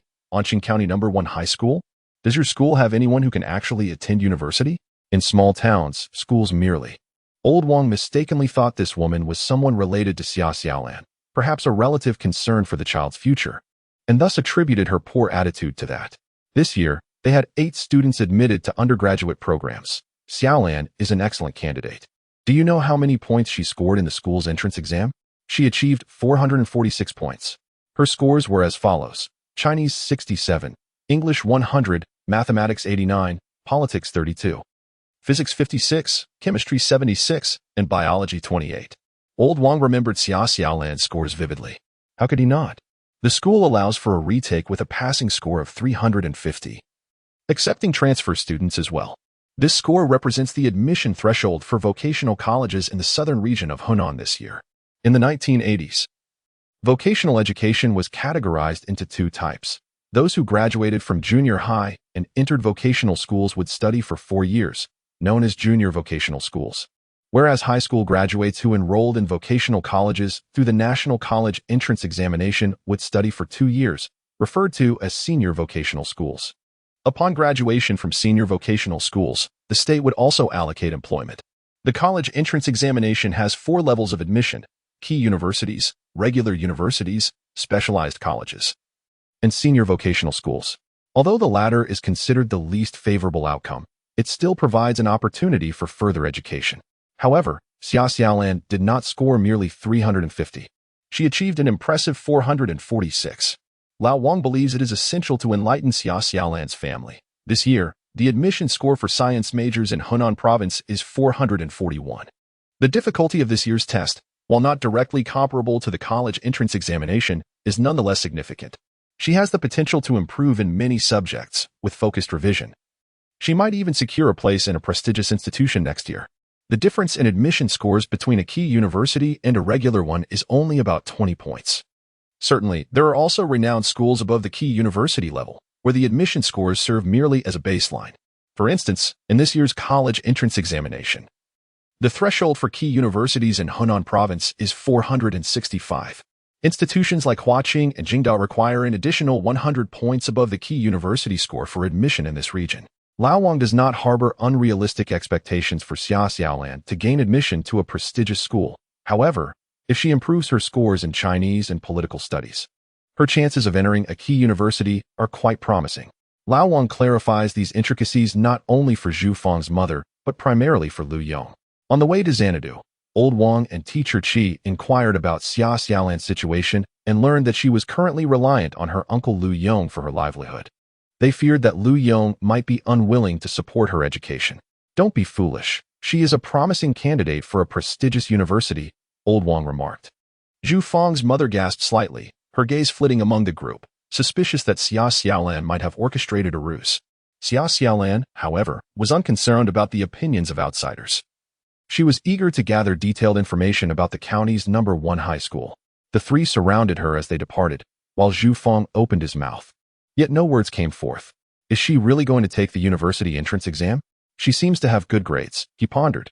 Zhu Fang admired Xia Xiaolan's beauty and held a fondness for her, dismissing any prejudice regarding her rural background or junior high school diploma. Yet, the prospect of her attending university loomed large. Zhu Fang was not inherently insecure. He simply felt that the possibility of a future with Xia Xiaolan had dramatically diminished. The school teachers claimed that Xia Xiaolan could gain admission to a top-tier university, and upon graduation, she would be assigned a respectable job by the state. Xia Xiaolan would certainly not settle for a position as a procurement officer in a restaurant. It was quite possible that she would be assigned to a city far from Xanadu, never to return. This news struck Zhu Fang hard, causing his once proud demeanor to falter. His mother, however, remained defiant, stating, "Is it really that easy to get into university? Just wait and see." Yet, if Xia Xiaolan were to indeed succeed in her studies, she would be deemed worthy of marrying into the Zhu family, even if she had risen from humble beginnings. But would Xia Xiaolan truly be able to pass the entrance exam? In that wretched county town of Anqing, the number of students who gained admission to university each year could be counted on one hand. After delivering the eels, Xia Xiaolan had plans to return with the oil residue. Old Wang and teacher Qi brought good news. It would not be appropriate for Xia Xiaolan to return empty-handed. It was said that she would be transporting 300 to 400 pounds of oil residue back to the countryside for sale. Teacher Qi regarded Lu Yong with disapproval, stating, "University tuition is waived, and she will receive a monthly living allowance. We only need to support her for a year. I am certain that Xia Xiaolan will secure admission to university next year." The conditions in the countryside, of course, were far from ideal. Lu Yong was an uncle, not a biological father, and teacher Qi feared that he might not allow Xia Xiaolan to continue her studies. A promising student, exempt from tuition and miscellaneous fees, still needed to cover living expenses, which amounted to a significant sum for rural families. However, enduring this financial burden for a year could transform Xia Xiaolan's entire future. Teacher Qi, I cherish Xia Xiaolan as if she were my own daughter. With her capabilities, there is no question that she must continue her education. Lu Yong thought that the teacher underestimated her potential. It was not merely a matter of supporting her for a year. If Xia Xiaolan was willing to take the exams, he would support her indefinitely. Lu Yong was still in a state of exhilaration, as Xia Xiaolan expressed her intention to participate in next year's college entrance examination. The family had considered having her start from the first year of high school. Otherwise, Lu Yong would not have hastily transferred Xia Xiaolan and Lu Fun's household registration from Day Village. Yet, Xia Xiaolan delivered an astonishing surprise. She need not begin from the first year. The teachers at County #1 Middle School indicated that Xia Xiaolan's academic progress qualified her for next year's examination, and she might even gain admission to a prestigious university. A prestigious university would indeed be the pinnacle. Even a standard undergraduate institution would mark her as a genuine university student. Lu Yong, overwhelmed with excitement, found himself at a loss for words. The two teachers had traveled from Qijing village to Shushi city, surely not out of idleness, but rather out of their profound regard for Xia Xiaolan. Xia Xiaolan hurried to the oil factory to load goods, while Lu Yong and two others waited outside the premises. Old Wang felt a certain admiration for the girl. She managed her own business alone each day. In contemporary society, workers are esteemed, officials are respected. Yet individual entrepreneurs are often looked down upon. How could Xia Xiaolan, with her options, choose to engage in such a venture? Just consider the nature of her modest trade. Dealing with the pungent eels and greasy residues, this child truly has it tough. What is even more commendable is that despite her circumstances, Xia Xiaolan persisted in self-studying after graduating from junior high. Both Old Wang and teacher Qi were moved by the image they had conjured in their minds. When Xia Xiaolan emerged with the oil residues, Old Wang encouraged her, "You should report to school tomorrow. The third year of high school doesn't take a break. The sooner you enroll, the more efficiently you can prepare for your studies. You are such a promising talent. We cannot afford to delay your progress." After a moment's thought, he added, "Do not worry about tuition. I will take care of that for you." Xia Xiaolan felt the weight of Old Wang's concern. Although she anticipated passing the transfer exam to County No. 1 high school, becoming a diligent student there was not part of her plan. "Teacher Wang, Teacher Qi, I intended to discuss this at school, but given your concern, I will share my thoughts now. You are both aware of my family situation. I plan to take the college entrance examination, but I may not attend classes in the near future." Old Wang was taken aback, and Lu Yong's expression was one of disbelief. "What nonsense are you talking? You must go to school and study. Leave everything else to me, your uncle." 054. Balancing academics and business. How much does attending high school cost? Last year, Lu Yong undoubtedly felt the pressure. However, this year he has discovered a lucrative avenue for earning money. The profits he has garnered remain untouched, and while engaging in other pursuits seems unfeasible. Supporting Xia Xiaolan and Lu Fan appears trivial in comparison. With financial stability comes confidence, and Lu Yong genuinely wishes for a brighter future for Xia Xiaolan. In the past, circumstances were unfavorable, but now Xia Xiaolan has the opportunity to pursue a university education. Regardless of his wealth, he is determined to support her education, even if it means resorting to extreme measures. Xia Xiaolan lowered her head and said, "Uncle, I promised to buy a house for my mother in the provincial capital. This is my life, and I am already 18. Your earnings should be reserved for my cousin." The thought of Lu Yong solely supporting her made Xia Xiaolan feel utterly embarrassed. Lu Yong recognized her prideful nature. She had always possessed this trait, and he was surprised to see her grow more sensible without losing her essence. Old Wang contemplated the challenges this child faced, living with her divorced mother in her uncle's home, desperately yearning to alter their dire circumstances. Teacher Qi's heart softened as well. While being self-employed might lack prestige, Xia Xiaolan's intention to buy a house for her mother was truly commendable. Student Xia, pursuing education and establishing a home are not mutually exclusive. Once you graduate from university, the state will provide employment opportunities, and your workplace will also allocate housing for you. It is merely a matter of a few years. However, being self-employed does not guarantee home ownership. Engaging in business is fraught with uncertainties, and the prospects for university graduates are far more promising. Teacher Qi earnestly advised against Xia Xiaolan making impulsive decisions, speaking from the heart. Once you commence your career and receive a monthly salary, you can repay your uncle for the funds he has invested in your education. Xia Xiaolan's demeanor is marked by sincerity. She has grown accustomed to self-study at home, as the school environment induces significant pressure upon her. During her junior high school years, she struggled to grasp the material, but through diligent reading at home, she discovered effective learning methods. She proposes to attend school solely for examinations, even without them. She intends to visit once a week to clarify any uncertainties encountered during her self-study. Xia Xiaolan expresses her desire to pursue business instead of attending school, a notion unlikely to gain approval not only from her two teachers but also from her uncle, Lu Yong. Although she claims to be suited for self-study, both teachers remain uncertain, and Lu Yong harbors doubts as well. Her academic performance in junior high was indeed average. Had she aspired for better grades, she would have enrolled in a vocational school rather than ceasing her education after junior high. Having graduated 3 years ago, Xia Xiaolan managed to score 446 on the County No. 1 high school's examination.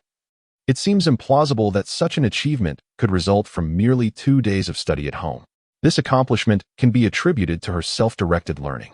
Lu Yong hesitates to probe further in front of the two teachers, yet he privately speculates about a connection to Wang Jianhua, the educated youth from Day Village. After all, Wang Jianhua also succeeded in gaining admission to university, and it's possible that Xia Xiaolan collaborated with him in her studies. However, can Lu Yong broach this topic? Mentioning it would inevitably lead to discussions surrounding the complicated relationship involving Xia Ziyu, Wang Jianhua, and Xia Xiaolan. Xia Xiaolan, having lost to Xia Ziyu in matters of the heart, bears the stigma of having entangled herself with her future brother-in-law. How could she possibly voice such a request in front of the teachers at County No. 1 high school? Xia Xiaolan's insistence places Old Wang in a difficult position. Nevertheless, Xia Xiaolan remains resolute. Should County Number 1 High School reject her request, she is willing to enroll at County Number 2 High School. Old Wang cannot simply relinquish a promising student to the second school. He can only assert that he will need to consult with the school leadership. It is indeed a matter for negotiation. Xia Xiaolan is aware that this situation is likely to come to fruition. After parting ways with the two teachers in Anjing County, Teacher Chi expressed dissatisfaction with Lu Yong. The excuse of self-study, in Teacher Chi's view, merely reflects Xia Xiaolan's concern for her family's financial situation. Having a sense of integrity is commendable, yet this girl exhibits an excessive degree of it. As her uncle, it is imperative to adopt a firmer stance. One cannot allow Xia Xiaolan to jeopardize her future. The teacher still advises her to attend school regularly. Thank you, Teacher Chi, but I have already made my decision. It's needless to say, her pursuit of higher education is not only a matter of personal pride, but also an opportunity to expand her network. In 2 or 3 decades, the college graduates of the 1980s will occupy key positions across various industries and government sectors. Xia Xiaolan understands that the connections made during her university years will prove invaluable in the future. In life, one cannot always fight alone. Attending university is undoubtedly significant, however. Xia Xiaolan also recognizes the necessity of addressing her immediate circumstances. Achieving poverty alleviation and striving for a better standard of living is her foremost objective. The prospect of actually attending university fills Lu Yong with an uncontainable joy. He has almost forgotten that Xia Xiaolan's surname is Xia, as he regards her as one of his own. His heart brims with delight at the thought that the Lu family will soon have a university graduate, bringing honor to their lineage. He concurs with the teacher's sentiment that Xiaolan should indeed attend school regularly. Some individuals may repeat their studies for 2 or 3 years without success. However, Xia Xiaolan has performed well on her tests, and this achievement should not lead to arrogance. She must diligently attend classes and devote herself fully to her studies, striving to secure a place at a prestigious university next year. Lu Yong refrained from saying much. He intended to wait for Lu Fun and Li Fengmei to return so they could collectively encourage Xia Xiaolan. Is it truly so? Lu Fin and Li Fengmei were out in the countryside gathering eels, while Xia Xiaolan rode away on their bicycle, leaving them to walk. After an exhausting day, the joy of returning home with good news left Lu Fin momentarily speechless. The news was indeed reliable. A teacher from County No. 1 High School personally delivered the message that Xia Xiaolan not only passed the school's transfer exam, but also had a significant chance of being admitted to university next year. Go to school, study diligently. Your mother supports you. These were the words Lu Fin repeatedly murmured, lacking coherence and structure, clearly overwhelmed with joy. Lu Fin felt as though she was living in a dream. Previously, her daughter had been in despair, and the two of them had been cast out of the Xia household with nothing. Yet, Xia Xiaolan seemed to have matured overnight, and their lives, instead of deteriorating, were gradually improving. The divorce proceeded smoothly, their household registration was transferred, and Xia Xiaolan began a business that generated income. These positive changes accumulated steadily, until today, when the teacher from County No. 1 High School brought the exhilarating news that Xia Xiaolan not only had the opportunity to attend university, but was also highly likely to succeed. A prestigious university? Such a dream seemed extravagant. Even a vocational college would be a significant achievement. Xia Xiaolan's destiny would be transformed. Xia Xiaolan had yet to report to County No. 1 High School, yet Lu Fin seemed to envision her daughter's promising future. The power of education to transform one's destiny, the allocation of jobs by the state, the transition from a rural to an urban household registration, securing a stable career, and bidding farewell to the disheartening rumors. This future, although still shrouded in uncertainty, resonated deeply with Lu Fun's aspirations. Overwhelmed by emotion, she covered her face and wept uncontrollably. Listen to your mother, study diligently, do not worry about business. If it comes to worst, there is always your uncle to rely on. What is there to fear? Indeed, dear child, we are a family that does not allow for outsiders. Lu Yong and Li Fengmei took turns to reassure her. Xia Xiaolan hesitated. Was she being too hasty? Could she not pursue her studies first and then engage in business? No, in this dynamic era, she was not among those destined to shine. She merely possessed a tad more insight than others. If she did not seize the moment, how could she achieve greater success than in her previous life? She was not meant to be a failure. With her wavering heart now resolute, Xia Xiaolan realized that earning money and pursuing education were not mutually exclusive. To balance both, she would invest even more energy. And so what? She was capable of it. She embraced the weeping Lu Fin and declared, "Mother, you must believe in me." 055. Then let us take the exam again. The county's number 1 high school is also troubled. Such occurrences are rare. Old Wang and teacher Qi have interacted with Xia Xiaolan and are reluctant to abandon this promising student. However, the school feels that Xia Xiaolan is rather obstinate. Is it not enough that her tuition has been waived? Those who are even poorer than Xia Xiaolan at the county's number 1 high school endure the same hardships, subsisting on cold steamed buns and free soup while remaining steadfast in their studies. Why can't Xia Xiaolan endure some hardship? Xia Xiaolan mused that she had already tasted such bitterness in her previous life. Why must she experience it again? It is not that she cannot endure hardship, but rather that there is no need to force herself to suffer unnecessarily. If the county's number 1 high school does not agree, she will enroll in the No. 2 high school. This year, the number 2 high school has performed even worse in the college entrance examination, with only 2 students being admitted to undergraduate programs. Xia Xiaolan feels indifferent. Previously, she was concerned about how much knowledge she retained, but after reviewing the textbooks, she has a clear understanding of her capabilities. It is often said that the 1980s were a challenging time for university entrance. In the years following the reinstatement of the college entrance examination, students were unsure of how to study, and teachers were uncertain of what to teach. Teachers were adapting and exploring the exam questions, and their experience was accumulated little by little. Xia Xiaolan participated in the college entrance examination in 1995, 18 years after its reinstatement in 1977. And during a time when universities had not yet expanded enrollment. The experience that both teachers and students had regarding the college entrance examination was incomparable to that of those from 1983. Xia Xiaolan's previous diploma was of considerable value.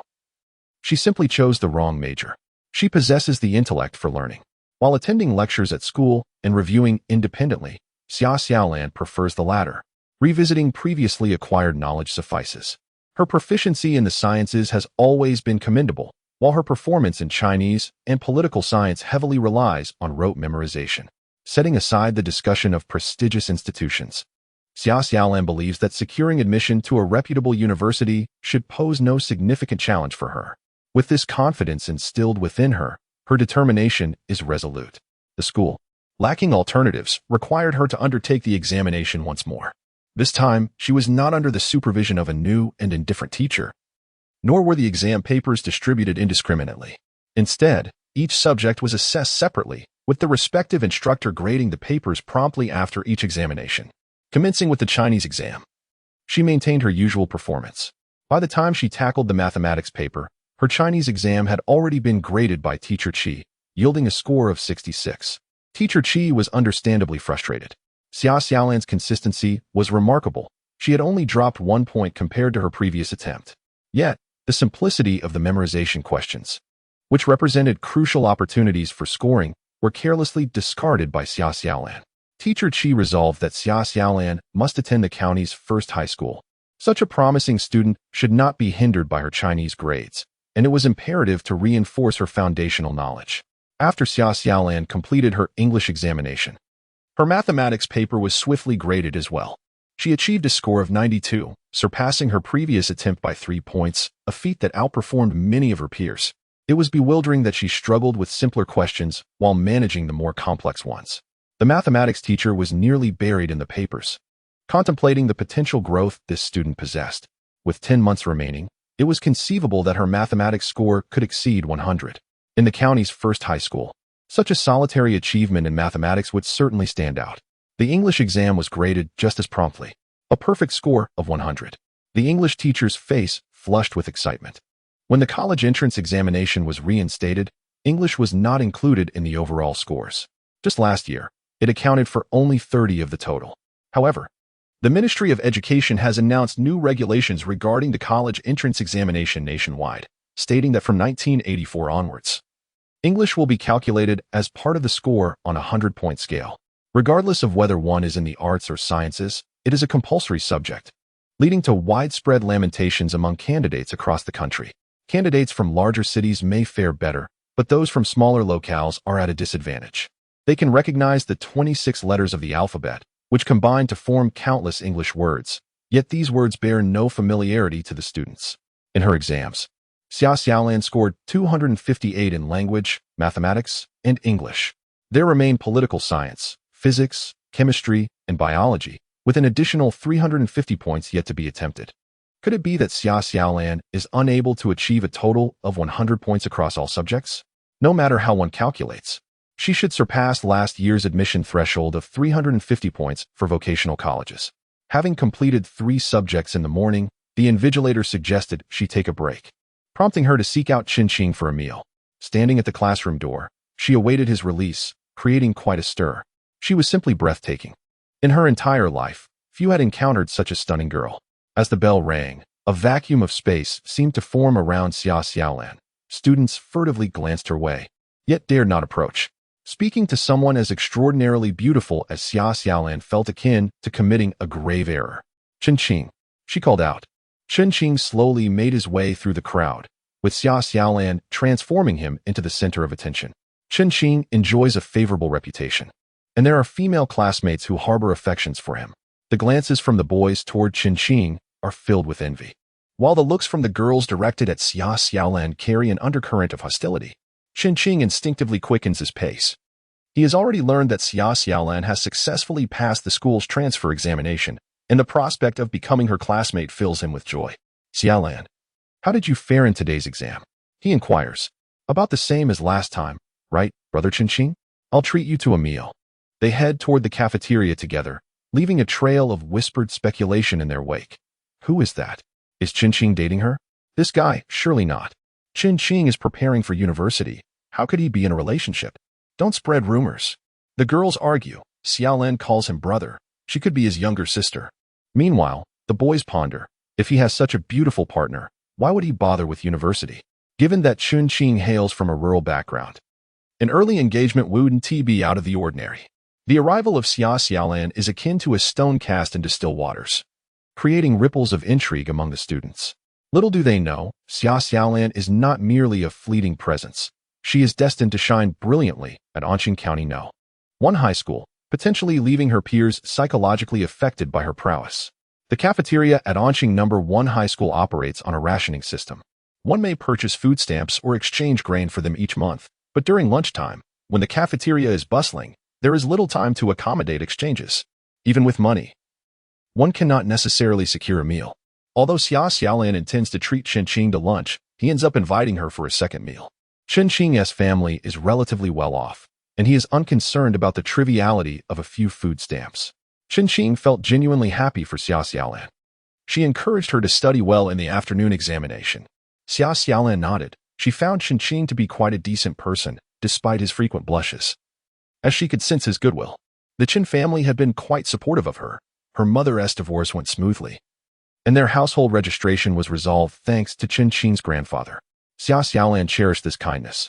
"Qinqing, you will definitely succeed in the exam next year," she reassured him. Last year, his scores were commendable, exceeding 400, but poor choices in his application led to his failure to enroll.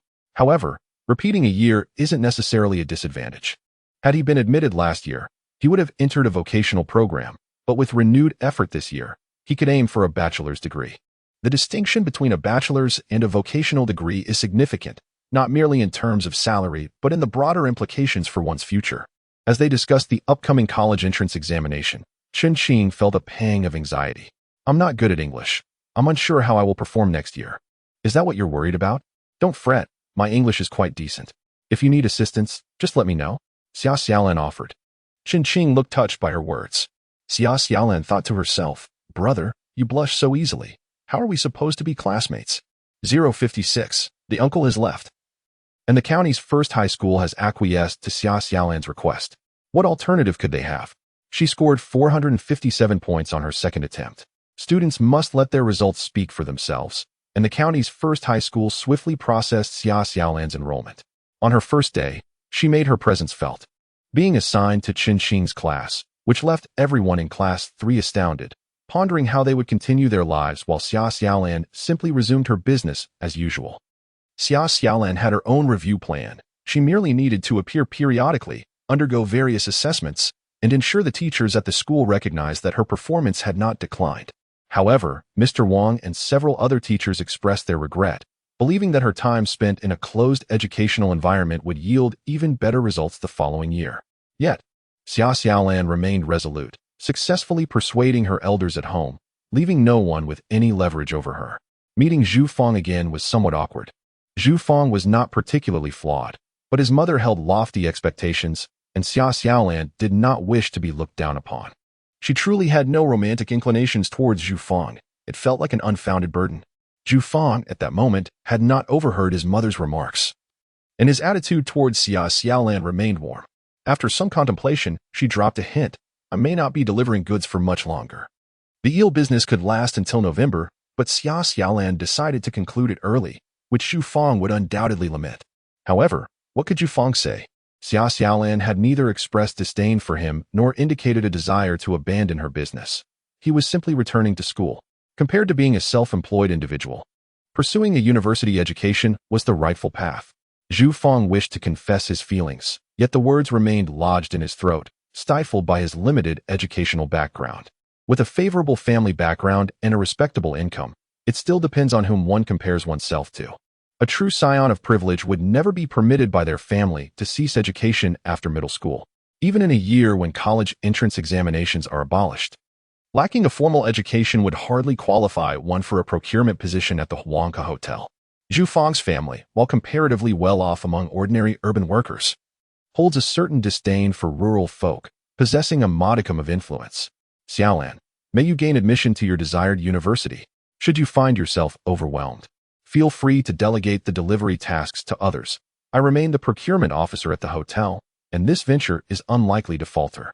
Zhu Feng, however, retains a flicker of hope. After all, what if Xia Xiaolan does not succeed in her examinations? The individuals Xiaolan arranges for deliveries are unlikely to be outsiders, most probably. They are her uncle. By fostering a good rapport with Xiaolan's uncle, Zhu Feng establishes a connection with her.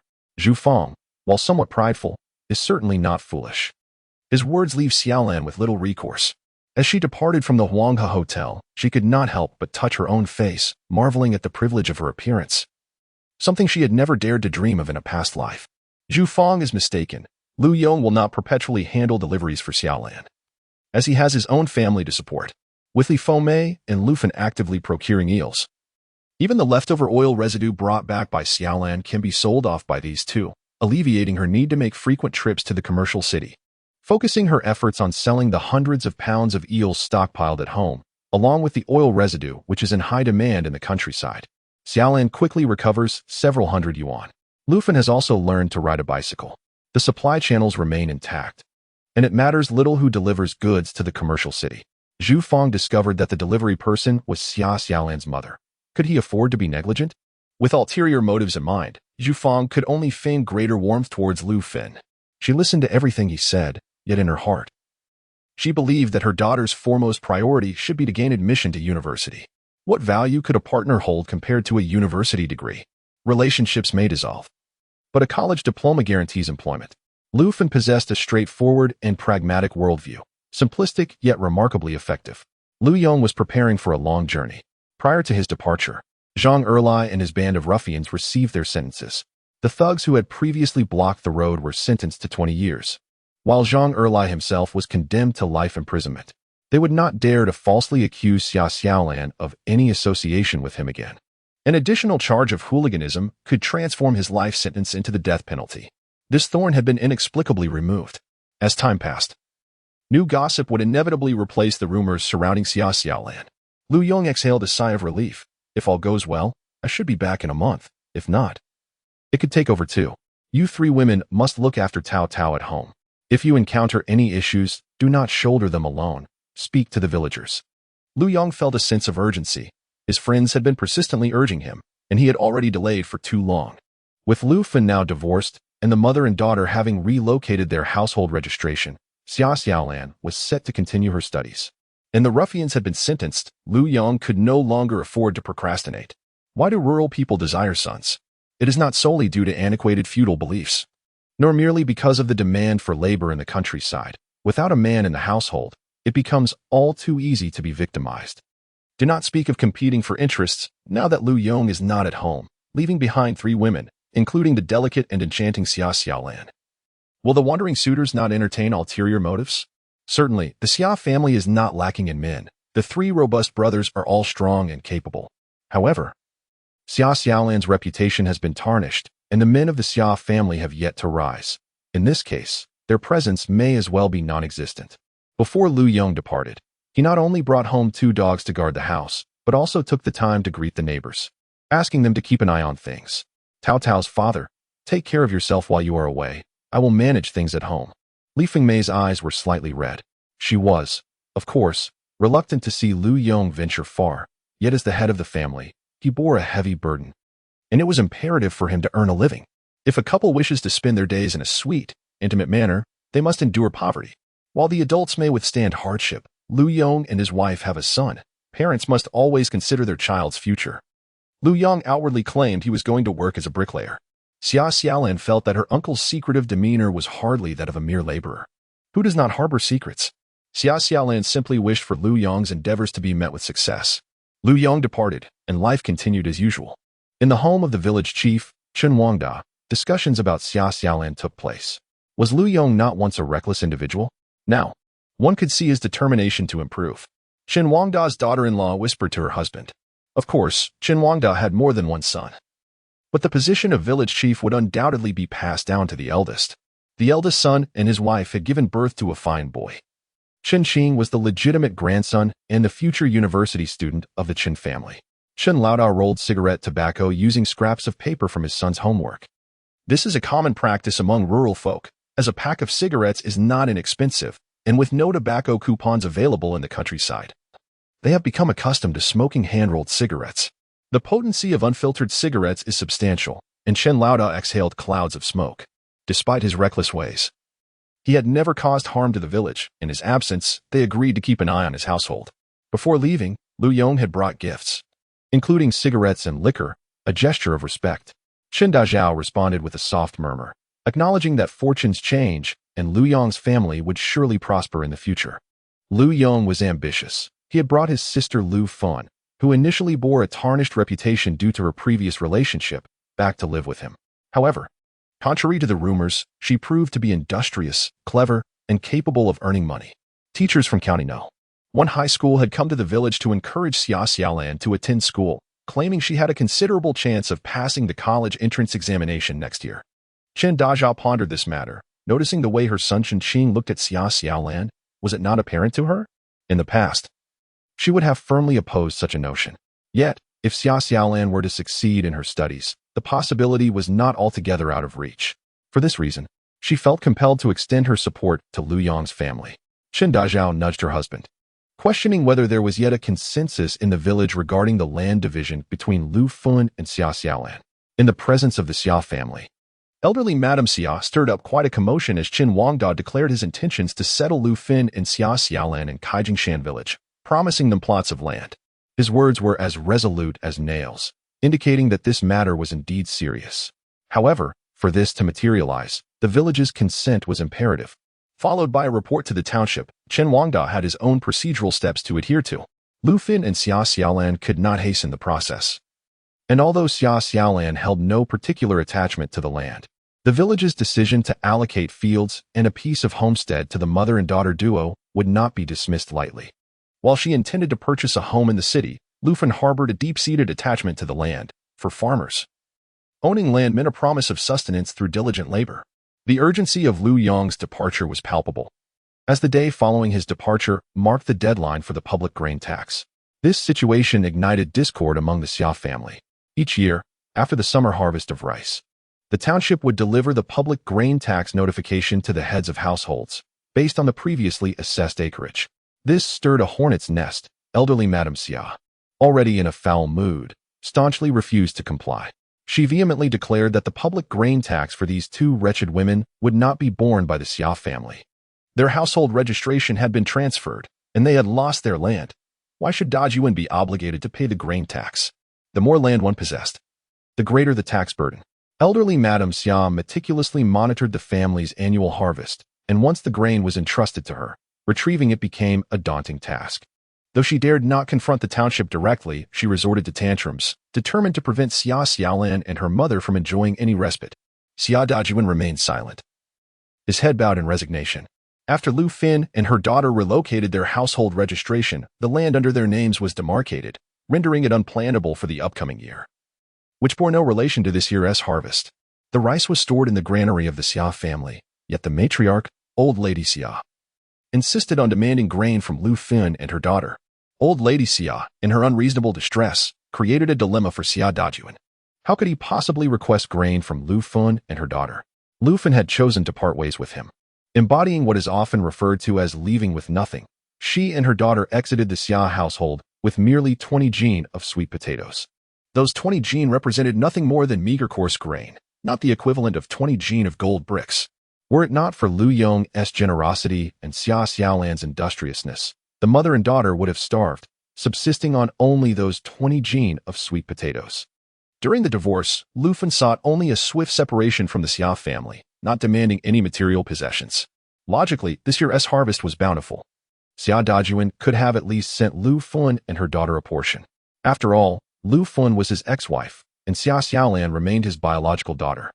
Did she not? Yet, instead of providing any grain, Old Lady Xia continued to create turmoil, seemingly taking pleasure in tormenting Lu Fin. Unaware that the mother and daughter yearned for a peaceful existence. But what if they were to truly offer some grain? The Xia family would then have a bit left. Old Lady Xia, in her obstinacy, compelled Xia Dajuan to act out. One moment she was throwing a tantrum, the next she feigned vulnerability, pulling Xia Dajuan into her plight. Lamenting how difficult it was for Xia Ziyu to study in the capital and urging the family to save a little, so that Xia Ziyu could live more comfortably at school. Wang Jinggu, observing with a discerning eye, reflected on the common notion that attending university is not particularly costly. Tuition is often waived and monthly stipends are provided. Yet, Xia Ziyu's pursuit of higher education seemed to be draining the Xia family's resources significantly.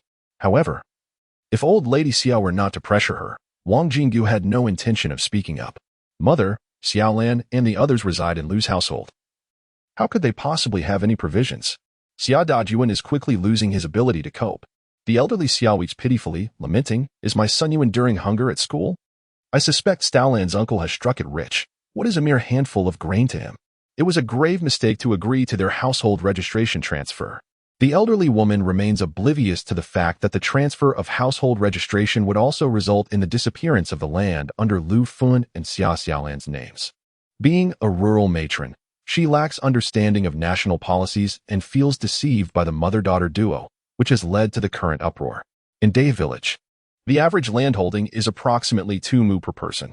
With the transfer of Lu Fin and Xia Xiaolan's household registration, the Xia family has lost a substantial 5 mu of land. What quantity of grain could that yield? The loss directly affects the elderly Xia's interests. Upon seeing the grain tax receipt, it feels as though someone is carving out her flesh and tearing at her heart. Mother, Ziyu can manage with a little less at school. Please do not force my second brother to beg for grain. Those folks are not to be trifled with. The voice of reason comes from the empathetic sister-in-law, Zhang Cui. Xia Dajuan glances at her gratefully. Having divorced, he can no longer resort to the same violent measures against Lu Fin as he once did, and even his daughter Xia Xiaolan has grown bold. Having not returned to Day Village even once in all these days, is Xia Dajuan not infuriated? The residents of Qijing Village are formidable. They previously gave him a severe beating. That old mansion from Qijing Village is particularly troublesome, with connections to officials in the county. Otherwise, the transfer of Lu Fin and Xia Xiaolan's household registration would not have been so easily accomplished. Xia Dajuan has always been somewhat meek. For now, he dares not provoke Lu Fin and her daughter. Moreover, the matter of seeking sustenance from the mother and daughter duo was inherently devoid of rationale. Old Lady Xia's demeanor shifted once more. What shall we do about Ziyu's expenses? You are all virtuous souls, while I alone relish the role of the villain. And I do so solely for Ziyu's sake. The eldest, Xia Changzheng, spoke up. Ziyu's uncle has established a modest food stall at the entrance of County No. 1 middle school, and the business is thriving. While I cannot guarantee the profits, it is certainly more lucrative than farming in the countryside. Mother, her uncle wishes for me to collaborate with Zhang Cui, and I am inclined to give it a try. The food stall was indeed initiated by Zhang Cui. It was her brother and his wife who provided assistance. However, both Zhang Cui and Xia Changzheng harbored ulterior motives, as the Xia family had not yet divided their assets. They were reluctant to enrich others. By adopting a different guise, they could covertly transfer their own business into the limelight without having to share the proceeds with anyone else. 10 Xia Dajins combined would not match the cunning of this couple. Wang Jinggu's eyes sparkled with interest. And old lady Xia momentarily set aside thoughts of Xia Dajuan. Is this what they refer to as individual entrepreneurship? The impoverished and hardworking peasants are the most honorable. The best in terms of social standing, the Xia family belongs to this class. Capitalism is to be denounced. Old lady Xia naturally yearned to be a city dweller. Yet her aspirations were directed towards becoming a worker in the town. Is engaging in individual entrepreneurship not somewhat shameful? Zhang Cui was fully aware of old lady Xia's sentiments. Initially, she too perceived individual entrepreneurship as beneath her. However, under the persuasion of Xia Ziyu, she opened a small eatery at the entrance of County No. 1 Middle School. The profits each individual earned dispelled Zhang Cui's reservations. Look down upon individual entrepreneurs? With substantial earnings in hand, it remains uncertain who truly looks down upon whom. According to Xia Ziyu's speculation, the number of individual entrepreneurs will only increase. Currently, the poorest demographic is the farmers, and in 20 years, the farmers will still be the most impoverished. Mother, engaging in individual entrepreneurship may lack prestige at present, but everything is for Ziyu. The hardships endured by Changzheng and me are insignificant. Once Ziyu graduates from university, our family will have triumphed. Old lady Xia delights in such sentiments. The Xia family firmly believes that Xia Ziyu will achieve great success. The jobs allocated by the state offer only modest salaries. While Xia Ziyu can manage her own sustenance without worry, can she support an entire family? Old lady Xia's thoughts are rather naive. Mother, I am not ashamed of engaging in individual entrepreneurship. If not, I could lend a hand, as my sister-in-law is at home. Wang Jing was stepped forward, but old lady Xia shot her a fierce glare. Is that your maternal family's brother? That is Ziyu's uncle. 058. Jiang Snack Shop. Zhang Cui and Xia Changjing's snack business flourished at home. Xia Dajuan could not escape blame. He dared not approach Qijing village to seek provisions from his ex-wife and daughter. Thus, Xia Laodai suggested that he take on odd jobs to earn money, aiding Xia Ziyu in accumulating living expenses. Xia Dajuan voiced no objections, for he possessed no other skills but ample strength. Among his grandchildren, Xia Laodai favored Xia Ziyu the most, and of her 3 sons, her affection was certainly directed towards the youngest, Xia Haobing. Before departing, Xia Dajuan overheard his mother declare, Haobing need not go out. Your elder brothers have already left, and the fields cannot be neglected. Xia Haobing readily agreed. It was not the busy farming season. The fields required little strenuous work, and the weather was pleasantly mild. Indeed, the most comfortable time of the year.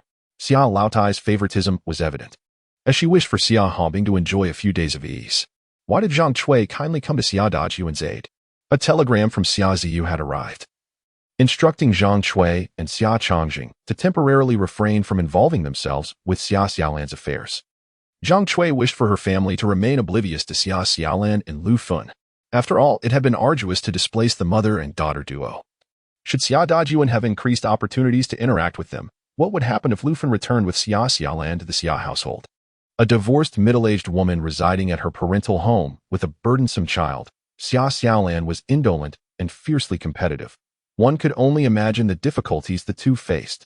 The Xia family had no need for other granddaughters. In the eyes of the grandmother, only Ziyu deserved attention. The family's support for Xia Ziyu's education was Zhang Cui's ultimate aim. With such sentiments, even Xia Hongxia found the situation irksome. Their teenage daughter was indeed of marriageable age. Before Zhang Cui ventured to the county town, she had already broached the subject with elderly Lady Xia. Xia Hongxia was the least remarkable granddaughter. Xia Ziyu excelled in academics, while Xia Xiaolan was blessed with striking beauty. Xia Hongxia, however, found herself lacking in both aspects. Yet both Wang Jingui and Xia Hongxia were eager for her to marry someone of good standing. It was better that elderly Lady Xia remained silent on the matter. But once the topic of Xia Hongxia's marriage arose, Wang Jingui seized the opportunity to voice her thoughts. Ziyu is already a university student. Hongxia should not settle for some rustic fellow from the countryside. My dear sister-in-law, let Hongxia work at the shop. We can pay her a modest wage. But the primary advantage is its proximity to the school. Who knows, perhaps our Hongxia will have her own stroke of fortune. The smile on Zhang Cui's face was nearly faltering. Did the small eatery truly require so many hands? Asking her brother and his wife for assistance was merely Zhang Cui's way of hoping to connect with her maternal family. In terms of appearance, Xia Hongxia paled in comparison to Xia Xiaolan, and when it came to idleness, the two sisters were equally matched. Even if the shop were to hire someone, Xia Hongxia would not be the chosen one. Yet, elderly Lady Xia was somewhat intrigued. The better her granddaughter married, the more beneficial it would be for the family. Although she favored Xia Ziyu, Xia Hongxia also benefited from the presence of her father, Xia Hongbing, an elderly Lady Xia's heart. The eldest couple was merely helping. Why would Xia Hongxia require any wages? Take Hongxia to the shop and let her see. If your brother is willing to employ her, she can stay and help out. We'll just ensure she has her meals. Xia Hongxia pouted. Work without pay? She tugged at elderly Lady Xia's arm, hoping to charm her. Elderly Lady Xia thought to herself, you silly girl, if you truly stayed at the shop, being relatives, could Ziyu's uncle really deny her a salary? If you do not wish to go, then remain at home and take your time in finding someone suitable. Xia Hongxia opened her mouth as Wang Jinggui urged her. Listen to your grandmother. Sister-in-law, I entrust Hongxia to you. If she misbehaves, do not hesitate to discipline her. Zhang Chui felt a heaviness in her chest. In the Xia family, the matriarch still held sway, and when the elder spoke, Zhang Chui had no choice but to begrudgingly lead Xia Hongxia to the county town. Zhang Chui's small eatery was situated in an exceptionally prime location. Anqing County boasted two primary consumer demographics, the workers from the agricultural machinery factory and the meat processing plant. Alongside the students, County No. 1 High School was the finest institution in Anqing County. Xia Ziyu had not excelled in her junior high studies, having to repeat a year before finally gaining admission to County No. 1 High School. At the age of 20, she was already on the brink of university, a fact that underscored the academic rigor of the school. Even a scholar like Xia Ziyu needed to repeat a year to enter County No. 1 High School, which, while scorned by those from the provincial capital, was regarded as an excellent institution within Anqing County and its neighboring areas. The student body of County No. 1 High School was diverse. Some came from humble backgrounds while others were relatively well-off. Though they lacked substantial wealth, they were willing to spend on snacks. Following Xia Ziyu's advice, Zhang Chui strategically positioned her small eatery at the entrance of County No. 1 High School, despite being over 30 meters from the school gate. It was conveniently located for workers during shift changes. To the left was the meat processing plant, and to the right, the agricultural machinery factory. This intersection was a bustling nexus of foot traffic, a veritable gold mine for business. How could her enterprise possibly falter? Dressed in her finest attire, Xia Hongxia accompanied Zhang Chui into the county town. The sign of Zhang Snacks was visible from afar, and compared to the other small food stalls, the two-story establishment of Zhang Snacks exuded a sense of grandeur. It was not always so grand. In the beginning, Zhang Chui and Xia Changzheng had limited resources. Xia Ziyu, while attending school, did not require Zhang Chui's supervision and instead set up her own stall outside. After 3 years of diligent development, Zhang's establishment has now reached its current scale. The humble stall has transformed into a storefront, and from Zhang Chui managing everything alone, she has now enlisted the help of Xia Ziyu's uncle and aunt. As Zhang Chui gazes upon the Zhang snack shop, her heart swells with contentment. Sister-in-law, you've come. Over the past half-month, Zhang Chui's sister-in-law has emerged, eager to showcase her accomplishments and report on the recent business situation. However, upon seeing Xia Hongxia, she falls silent. Xia Hongxia from the third family, it has been years since we last met. Has Tia? Aunt, it's me, Hongxia. Zhang Chui's sister-in-law swallows her unspoken words. They had previously agreed not to refer to Zhang Chui as the owner in front of outsiders. Indeed, Xia Hongxia is a stranger in this context. Has Hongxia grown so much? Have you eaten? Come in and sit down. I will fetch you some buns. As she pulls Xia Hongxia into the shop, she glances at Zhang Chui. Zhang Chui sighs, recalling that Ziyu's grandmother mentioned that Hongxia has reached an age where she should assist in the shop. I am unsure if you are still hiring, but I brought her to take a look. Xia Hongxia gazes down at her toes, her eyes furtively observing the shop surroundings. The two-story establishment boasts 7 or 8 long tables, adorned with a colorful array of price lists on the walls. The breakfast rush has passed, leaving behind a mess of unwashed dishes piled on the tables. Aunt, please let me stay. I assure you I will work diligently. Xia Hongxia possesses a certain cunning intelligence.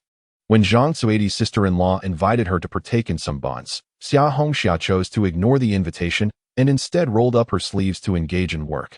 Zhang Suidi's sister-in-law could hardly expel her. Yet, a seed of suspicion lingered in her mind. Could it be that her sister-in-law harbored doubts about her and her husband overseeing the shop, deliberately sending Xia Hongxia as a spy from the Xia family? Zhang Suidi's sister-in-law, Jiang Lianxiang, found herself in a predicament. The small eatery thrived, with cash flowing daily through the hands of Jiang Lianxiang and her husband, Zhang Manfu, especially during the fortnight when Zhang Chui returned to Day Village. during which the couple amassed a tidy sum. Jiang Lianxiang secretly wished that her sister-in-law would remain in the countryside indefinitely, as the Zhang family eatery was akin to a golden goose. However, with such suspicions in her heart, Jiang Lianxiang hesitated to voice her desire to send Xia Hongxia away. Zhang Cui reflected on her sister-in-law's lack of acumen. She herself could not play the villain by dismissing Xia Hongxia outright. Surely, Jiang Lianxiang could have easily concocted an excuse to deflect her. Had it not been for her brother Zhang Manfu, she would never have summoned Jiang Lianxiang for assistance. Xia Changzheng arrived a day earlier than Zhang Cui. Early that morning, he had gone to procure the necessary ingredients for the eatery. Upon returning and spotting Xia Hongxia, he pondered for a moment and resolved to keep her on. Although Xia Hongxia was both lazy and gluttonous, she bore the surname Xia. The eatery bore the Zhang name. And though Xia Changzheng understood the reasoning behind it, he felt a twinge of discomfort. His brother-in-law, Zhang Manfu, was notoriously opportunistic, and by retaining Xia Hongxia, Xia Changzheng also ensured that Manfu and Jiang Lianxiang would have a reason to exercise caution. Thus, Xia Hongxia remained at the eatery to lend a hand. Despite keeping his niece around, Xia Changzheng was rather stingy, never once mentioning the prospect of a wage for Xia Hongxia. Xia Hongxia revealed her true colors after just one day, exhibiting a lackadaisical attitude towards work. However, her words were notably sweet. Especially towards a male student from Class 1 who came to dine, she was exceedingly enthusiastic in her demeanor. 059. The ways of delivering public grain. Xia Xiaolan remained blissfully unaware that she had once again evaded the tumultuous antics of her family. Had Xia Dajuan truly approached the mother and daughter for grain, he would undoubtedly have reaped no rewards. Nevertheless, it is always a blessing to encounter fewer troubles. Xia Xiaolan's time is far too precious to squander on inconsequential individuals. Fortuitously, the members of the Xia family each harbor their own ulterior motives, and their energies cannot be solely directed towards harassing Xia Xiaolan's life, which spares her from frequent disturbances. The notice for grain delivery arrived at every household, prompting Xia Xiaolan to accompany her aunt, Li Fengmei, to the grain station in the countryside. This was an entirely novel experience for Xia Xiaolan, one she had never encountered in her previous life. The rice must be thoroughly sun-dried, devoid of sand, stones, or any extraneous impurities, only grains that are plump and golden, with not a single shriveled kernel, qualify as acceptable public grain. Throughout the year, several deliveries of public grain are required. Rice is submitted upon harvest, alongside earlier yields of wheat and rapeseed. A portion of the harvest is contributed to the state without compensation, serving as a substitute for agricultural taxes. Public grain may not entirely replace taxes, and any shortfall must be settled with money. Previously, the production team collectively handled the submission of public grain and agricultural taxes. However, with the introduction of household responsibility, each family is now responsible for its own grain and tax payments. Currently, taxes have been abolished and replaced with retention fees. As Loof intended to the yellow eels, Xia Xiaolan assisted her aunt in preparing the grains. These rice grains had been both sun-dried and sifted, ensuring that not even a single shriveled grain or speck of debris remained. Li Fengmei mentioned that this year they were to submit retention fees, leaving Xia Xiaolan bewildered. In any case, in the Anqing County area, farmers cultivate only conventional rice. Hybrid rice can yield over 1,000 pounds per mu, while the best conventional varieties yield only around 700 to 800 pounds. When rice is hulled and milled, 100 pounds produces less than 70 pounds of edible rice. A family of 3 typically cultivates about 5 mu of land, not all of which is suitable for rice cultivation. Poor sloped fields and unproductive land yield no grain, and public grain tax is rendered without compensation. Any surplus grain is often sold to the government at a low price. Without selling grain, how can farmers possess any money? The income from grain sales dissipates quickly due to expenses for pesticides, seeds, fertilizers, and the so-called retained funds mentioned by Li Fengmei. The full term for retained funds is comprehensive retained funds, which consist of 2 parts. The comprehensive funds are a collective of 5 items at the township level, including education surcharges, family planning fees, militia training fees, civil affairs subsidies, and transportation fees. The village retains 3 items: the Public Accumulation Fund, Public Welfare Fund, and management fees. The Public Accumulation Fund is not to be confused with modern housing funds. It is allocated for agricultural water conservancy projects, afforestation, and the acquisition of fixed production materials. The Public Welfare Fund supports the 5 guarantees for the needy, provides assistance for the extremely impoverished, and funds cooperative medical care and other welfare initiatives. Management fees cover the remuneration of village officials and administrative expenses. Li Fomei is surely unaware of these details. She simply pays whatever the township demands. As for Xia Xiaolan, she is even less informed. During the first few days of her rebirth, she was solely concerned about hunger. Later, she became adept at her business and has not truly experienced the harsh realities of rural poverty. Carefully selected golden grains of rice filled several bags. Xia Xiaolan refused to study at home, and for the past few days, both Li Fomei and Lu Fun were reluctant to let her go out. Being restless, Xia Xiaolan insisted on accompanying her aunt to the township to deliver the public grain. Li Fomei, concerned for her well-being, consented to accompany Xia Xiaolan. The convenience of a bicycle cannot be overstated. A sturdy 28-inch bicycle can carry hundreds of pounds of grain, whereas without one must resort to a cart to transport it to the grain station. Along the way, they encountered a grain delivery team from Chen Wangda's family. Chen Qing's mother called out to Xia Xiaolan and Li Fomei, "Let us travel together. It's always better to have company on the road." Li Fomei felt quite pleased and greeted her as sister-in-law. Xia Xiaolan obediently referred to her as aunt, as she harbored a fondness for the people of Kaijingshan village. While these villagers might engage in gossip behind closed doors, their intentions were not malicious, unlike those from Dahu village, which had a markedly different atmosphere. Xia Xiaolan suspected that her connection with Chen Wangda, the village chief of Kaijingshan, played a role in this camaraderie. Chen's wife seemed genuinely interested in Xia Xiaolan, inquiring about her studies throughout the journey.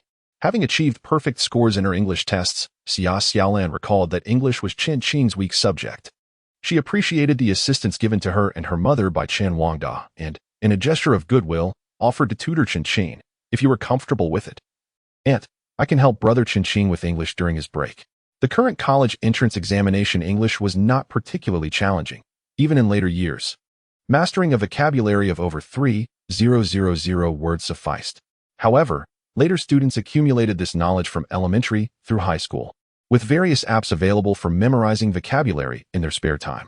For candidates in 1983, particularly those from remote areas, this was a formidable challenge. Regardless of how poorly one fared in Chinese, familiarity with one's native language often guaranteed some points. The study of English remains a challenge for those without a solid foundation, particularly in the initial years following the reinstatement of the college entrance examination, during which English scores were not included. This abrupt change leaves students and teachers alike uncertain about how to approach systematic instruction. The reliance on rote memorization yields no effective methods for retention. When faced with vowels and consonants, many struggle to even pronounce words, let alone differentiate between the two.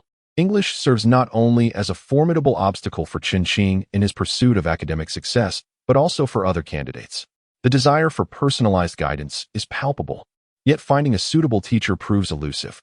Despite Chen Wangda's connections within the county, he cannot secure such assistance, for he is merely a village head, not a county leader. The mystery surrounding Xia Xiaolan's remarkable proficiency in English, evidenced by her perfect scores on 2 occasions, leaves many in awe. Chen Qing's mother, filled with joy, clings to Xia Xiaolan, reluctant to let go. Chen Qing's performance is commendable, and even a slight improvement in English scores could bolster his prospects for the forthcoming examination. "Xiaolan, when it's time to submit the grain, ensure you stand behind Auntie Bai," she advises. Xia Xiaolan, perplexed by her aunt's expression, is met with Li Fengmei's cheerful demeanor, questioning the significance of merely queuing up. It is only when the time comes to deliver the public grain that Xia Xiaolan realizes the advantage of being positioned behind the Chen family in line. Outside the grain station, a lengthy queue forms, and the Chen family waits patiently, engaging in light conversation along the roadside. Inside, the atmosphere is bustling as local leaders, accompanied by village heads, meticulously inspect the grain. Xia Xiaolan naively assumes the process involves simply weighing the grain according to a list, after which it can be claimed, thus completing each household's duty. How naive she truly is. The submission of public grain is far from a straightforward affair. As the queue progressed, the personnel at the grain station prepared to insert a hollow iron tube into the sacks, extracting a sample for inspection. In the southern provinces of Hunan, wheat ripens in June, and by the end of the month, they had already delivered a batch of wheat to the grain station. This time, they were submitting rice. After extracting a small amount of rice with the iron tube, the inspector examined it in his palm and declared it substandard. The supplier forced a smile and uttered some conciliatory words, though the result was that the rice was downgraded to third-class quality. Third-class rice was deemed acceptable, yet it bore a lower grade, necessitating a greater quantity for submission. The criteria for evaluation rested solely in the hands of the grain station inspectors, who invariably leaned towards lower assessments, with first-class rice being a rare occurrence.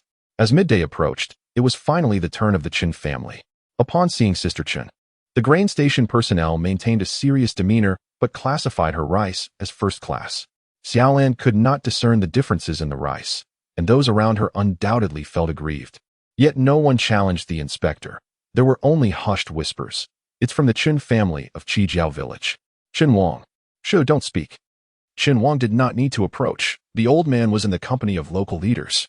When it was his family's turn, the grain station personnel automatically rated it as first class. Xiaolan recognized the underlying dynamics. Reputation carried weight, and the old man's esteemed standing commanded respect, making the inspectors hesitant to engage in any deceitful practices. The inspection of the Chun family's grain was remarkably swift, and soon it was the turn of Li Fengmei's household. The rice that Li Fengmei and Xiaolan had meticulously weighed at home, each bag weighing 100 jin, registered on the grain station scale as fewer than 80 jin. Li Fengmei's expression darkened, yet she refrained from voicing her discontent. Xiaolan had long comprehended the intricacies of the situation. Could she truly step forward to unveil the truth? The fierce competition in the workplace is not solely characterized by uplifting positivity. Xiaolan was acutely aware that the cunning could be quite troublesome. "This is also part of my family," Sister Chen casually remarked. The grain station personnel glanced at the grain collection slip, noting that the household name was Liu, a name unrelated to Chen in any conceivable manner. How could they possibly be connected? 060. The future daughter-in-law favored by the Chen family bears the surname Liu. How can individuals of different surnames become one family? Is it permissible to forge marital bonds despite differing names? Sister Chen speaks with her eyes wide open, uttering fabrications, while the grain station personnel turn a blind eye, completing the inspection of Li Fengmei's grain without any discrepancies. Nevertheless, she receives a mere second-class rating. Yet, Li Fengmei is quite pleased. "Sister-in-law, your words have alleviated so much trouble." Of course, Sister Chen relies on the stature of her father-in-law, Chen Wangda, to ensure the grain station personnel benefit in some way from the grain submission, who is unaware of this unspoken understanding. No matter how influential Chen Wangda may be, it is impossible for the residents of Kaijingshan village to escape the tribulations imposed by the grain station. However, due to Chen Wangda's assertiveness, the villagers endure the least hardship. 100 pounds of rice can be weighed out to yield at least 80 pounds. In contrast, if individuals from other villages were to submit their grain, often 100 pounds would be reduced to a mere 70 at the grain station, regardless of the classification assigned. What can Xiaolan say? Even in 30 years, the intricate machinations of rural life will not be eradicated. This phenomenon extends beyond the countryside. In the purest waters, one finds no fish. Similar unwritten rules exist in every corner of the globe. Xiaolan is also a beneficiary of these unspoken regulations. She possesses a moral compass. And while she finds no issue with a score above 60, it is evidently unrealistic to hold herself to the standards of a sage. After Sister Chen submits the grain, she does not return home immediately, for the men in her family are required to assist at the grain station for the next few days. Thus, Xiaolan and her aunt depart first. On the way, Li Fengmei could no longer contain herself and candidly advised Xiaolan. "Andy is speaking to you. Please don't take it amiss. Chen Qing is a good boy, but you have the opportunity to pursue higher education. Let's set aside matters of romance for now and focus on your college entrance examination, shall we?" Xiaolan, caught between laughter and tears, replied, "Andy, I truly am not in a relationship with Chen Qing." "Why would you think that?" Li Fengmei countered. "His mother regards you with such affection, considering you as a future daughter-in-law. Uncle Wanda has his reputation, yet the Chun family's goodwill is not something to be taken lightly. Such closeness is not something easily afforded to the Liu family, especially when the Chens of Kaijingshan are already in the picture." Li Fengmei had an instinctive understanding of the dynamics. She was well aware of Chen Qing's feelings toward Xiaolan and the Chun family sentiments. After her aunt's analysis, even if Xiaolan was skeptical, she had no choice but to believe it. Elder Xia scolded her as a little loose woman, claiming no family elder would approve of Xiaolan entering their home. Once she distanced herself from the Xia family, opportunities began to blossom around her. As for Wang Cheng, That was another matter entirely. Xia Xiaolan realized she had already met the parents of 2 suitors. In this era, when women were recognized as capable of bearing half the sky, she found it absurd that society still pressured women to return home and produce a second child, thus questioning why she could not pursue her own career. To achieve her ambitions, she needed to engage with people, regardless of gender, treating all with equal regard. Her beauty indeed served as a stepping stone, often granting her considerable advantages, yet it inevitably led to misunderstandings. Was conversing with someone tantamount to entering a romantic relationship? Fortunately, Aunt Chun and Mother Zhu seemed different. It appeared they genuinely appreciated her, but what was it that they liked about her? Elders undoubtedly do not admire her merely for her beauty. Xia Xiaolan can surmise that they appreciate her resilience and the potential she possesses to gain admission to a university. Xia Xiaolan does not feel discomfort in this regard. Physical allure may not endure a lifetime, yet one's abilities remain an everlasting asset. However, Xia Xiaolan harbors no particular feelings for Qin Qing. To avert any misunderstandings from both the Qin family and Qin Qing himself, she must maintain a certain distance in the future. I am currently not in the mindset for a romantic relationship. I regard Qin Qing merely as a neighborly elder brother.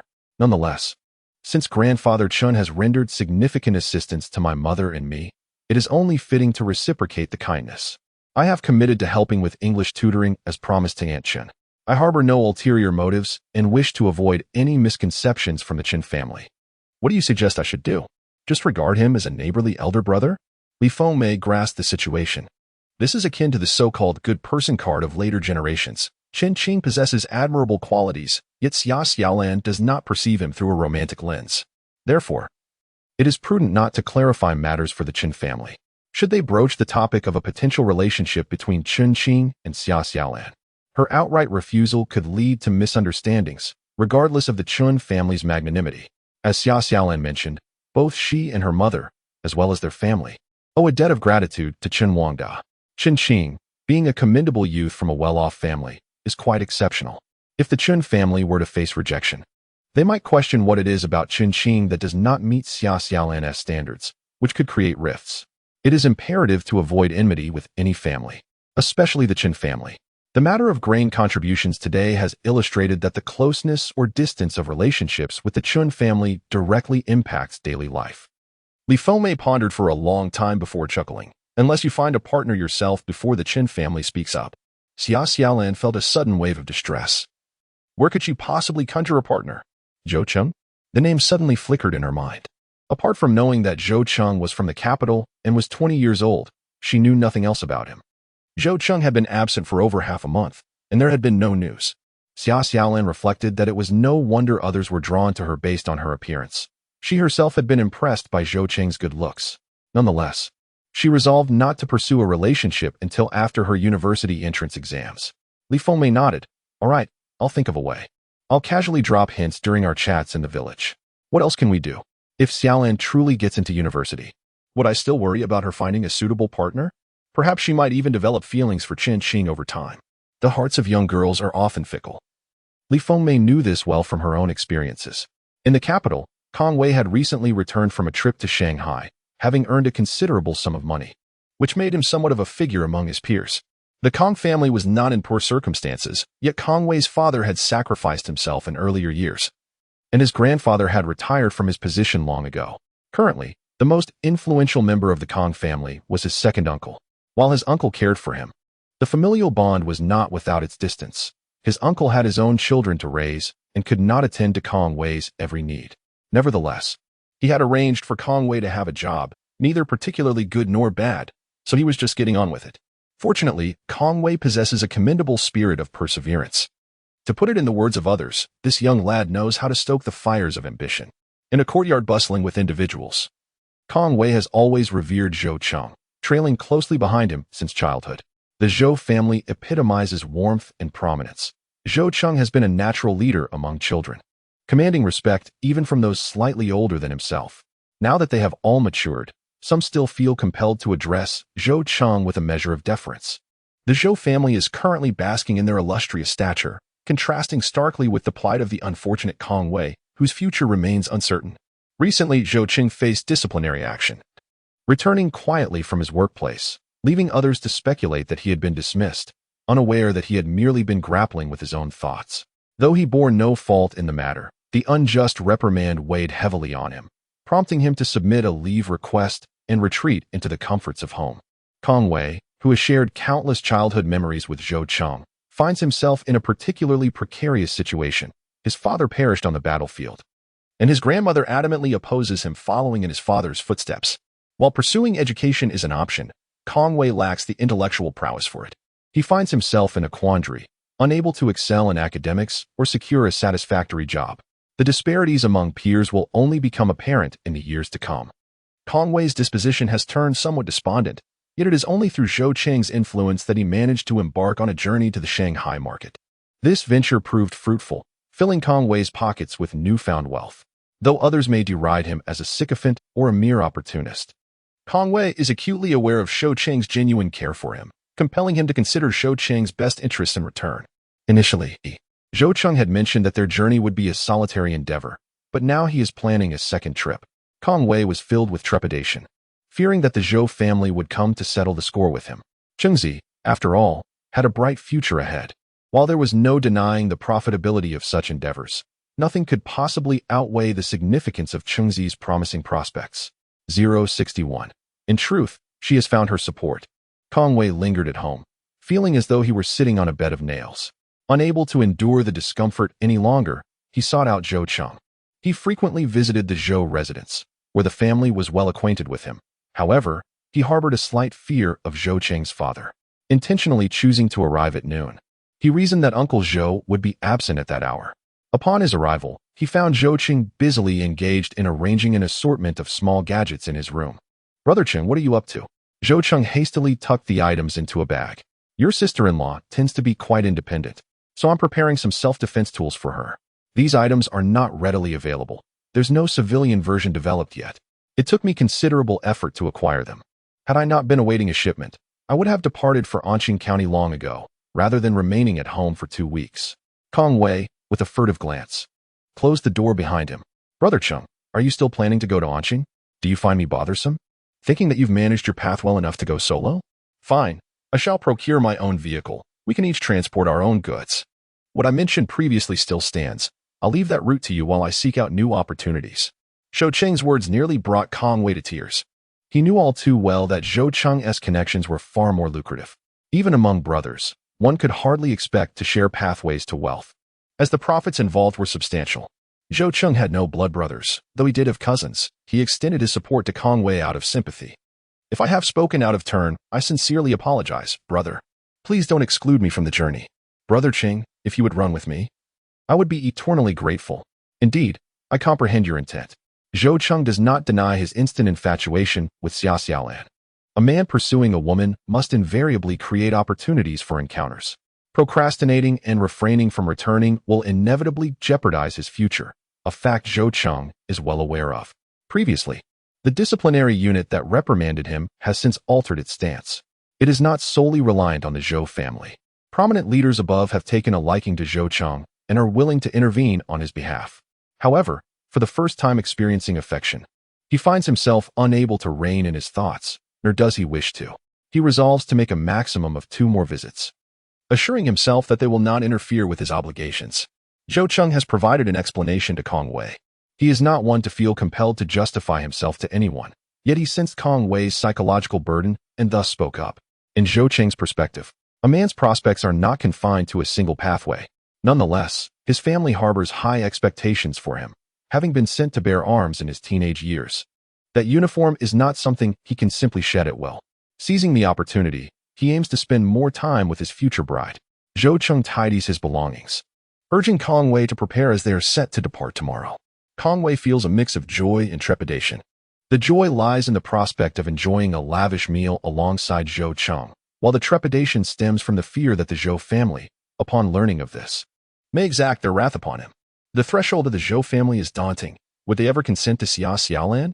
As Kong Wei ponders this, the likelihood appears exceedingly slim. Even aside from the notion of a strategic alliance, the Zhou family undoubtedly possesses criteria for Zhou Cheng's partner. Regardless of how one evaluates Xia Xiaolan's attributes, they fall short of the standards set by the Zhou family for selecting a daughter-in-law.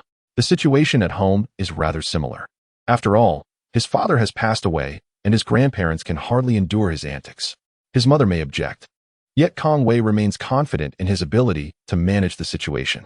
But hold on, what am I thinking? No matter how beautiful she may be, such thoughts are inappropriate. She is destined to be my future sister-in-law. Kong Wei possesses a rather humorous disposition. He simultaneously believes that the Zhou family will not accept Xia Xiaolan, while being subtly influenced by Zhou Cheng, whose ambitions seem to succeed without fail. Kong Wei harbors an unyielding trust in him. Zhou Cheng has tucked away the items meant for Xia Xiaolan beneath the bed. Have you made any progress on the matter I asked you to investigate? Zhou Cheng has tasked Kong Wei with looking into Xia Ziyu, a college student from Anqing County in southern Hunan province. Xia Ziyu is studying in the capital at the Beijing Normal University. Kong Wei scoffed, thinking he must have been mistaken for having been accepted into Peking University. The praises for Xia Ziyu have reached the heavens, yet Kong Wei remains unimpressed. If he truly wished to pursue his studies, he would not be relegated to attending a mere normal university. After all, he is the posthumous child of a martyr. Even if the Kong family faces difficulties, Kong Wei deserves some privileges. Xia Ziyu's partner is also at Beijing Normal University, and we are both acquainted with him. It is Wang Jianhua. Names like Jianhua and Zhang Wo are exceedingly common, and Wan is a particularly prevalent surname. Initially, the name Wang Jianhua did not capture Kong Wei's attention. But as he is investigating Xia Ziyu, he naturally intends to look into the rumored future brother-in-law who allegedly seduced Xia Xiaolan in broad daylight. Upon further inquiry, it became intriguing. It turns out to be Wang Jianhua, someone he knows. The world is indeed a small place. The Zhou, Kong, and Wang families were once quite similar in their circumstances. Currently, the Zhou family stands at the pinnacle, while the Kong family languishes in mediocrity. And the Wang family was ousted from the circle long ago. Wang Jianhua, being slightly older, was not someone they played with during their childhood. After the Wang family's decline, it was rumored that Wang Jianhua had also been sent away. Without much attention paid, Zhou Cheng did not expect to hear about Wang Jianhua again under such circumstances. Wang Jianhua? It had been so long since anything had been heard of him after the Wang family's troubles that Zhou Cheng was nearly oblivious to what he looked like. Certainly, he was not as handsome as himself. Zhou Cheng found himself suddenly indifferent. His memories of Wang Jianhua painted him as rather arrogant. Eyes perched high as if atop his head. After several years in the countryside, had he changed at all? Zhou Cheng felt confident that if he and Wang Jianhua were compared, Xiaolan would surely choose him, as long as he could find information on these two. There was no need to concern himself further. Zhou Cheng would not forget those who had bullied his wife. But how to deal with these two would depend on Xiaolan's input. Xia Ziyu was different from Zhang Erlai. The latter was a notorious rogue, while Xia Ziyu was Xiaolan's cousin. Zhou Cheng sensed something awry, but was not entirely clear on Xia Ziyu's specific actions. He would take his time to investigate. None would escape his scrutiny. Xiaolan was unaware of the support she had. Even if she knew, she would not genuinely rely on Zhou Cheng. When a mountain crumbles, or a person runs away, who can one depend on for a lifetime? Ultimately, self-reliance is the most trustworthy. After paying their taxes, the farmers could not truly rest. In a few days, the time for sowing wheat and rapeseed will arrive, and the land must be leveled. Li Fengmei has much to attend to. Yet she refuses to allow Xia Xiaolan to assist, insisting that Xia Xiaolan's hands are accustomed to holding a pen rather than wielding a hoe for tilling the earth. This is solely your endeavor, reliant on just you and your mother. Can you manage it alone? Not only does Li Fengmei prohibit Xia Xiaolan from helping, but she also harbors concerns for Xia Xiaolan's business. Currently, Lu Fun is delivering goods to Xanadu, while Xia Xiaolan spends her days collecting supplies and only reviews her studies at night. When Lu Fin is not making deliveries, she handles the collection, allowing Xia Xiaolan to dedicate her entire day to her studies. The one truly burdened by labor is Lu Fun. Xia Xiaolan is aware that the application rate of agricultural machinery is exceedingly low at this time. Before sowing wheat and rapeseed, the fields must be tilled. Some rely on hoes while others employ oxen for plowing. The Lu family does not own an ox, and Li Fengmei must seek assistance from others for plowing. The oxen are not kept without purpose. Significant effort is required to tend to them regularly. The cost of plowing an acre of land is quantifiable, and despite reluctance, it must be paid. The absence of a strong laborer places the entirety of the agricultural workload on Li Fengmei. Originally, Lu Fin was adept at farm work. And since the fields of Lu Fun and Xia Xiaolan have yet to be divided, Lu Fun could lend a hand. Yet Lu Fin now finds herself busier than ever. How could Li Fengmei possibly ask her sister-in-law to toil in the fields? Lu Fun and Xia Xiaolan do not sit idly at home. Both contribute financially to their daily lives. The mother and daughter duo merely seek refuge within the Lu household and are not dependent on the sustenance provided by Li Fengmei and her husband. Xia Xiaolan was concerned that her aunt might be short of funds. Previously, her uncle Lu Yong had given her 50 yuan as capital, and there wasn't an excess of eels at home. Thus, Xia Xiaolan decided to return the money. When borrowing, it was 50 yuan, but upon repayment, she prepared 10 large denominations. What are you doing? Quickly take it back.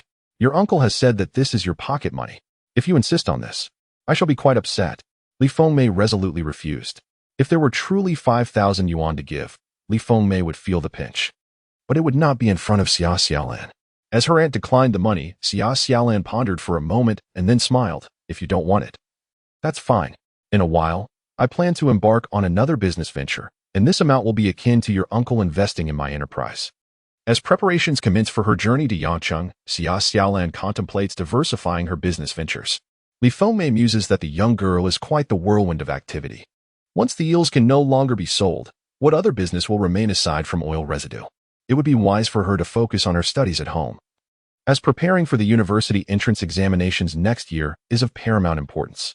While the oil residue trade may not yield as high profits as the eel business, it offers a certain stability. Every day, several hundred pounds of oil residue can be effortlessly sold at the rural market, providing a modest but hard-earned income. Farmers, especially those like Lu Fun who toiled diligently without complaint, are least daunted by the prospect of labor. Even the most arduous work can yield several hundred yuan per month, surpassing the earnings of many laborers. Li Fengmei considers this business venture to be extraordinarily advantageous. Earning a few hundred yuan a month in 1983 is quite a notion. From Li Fengmei's perspective, she has not encountered a higher income.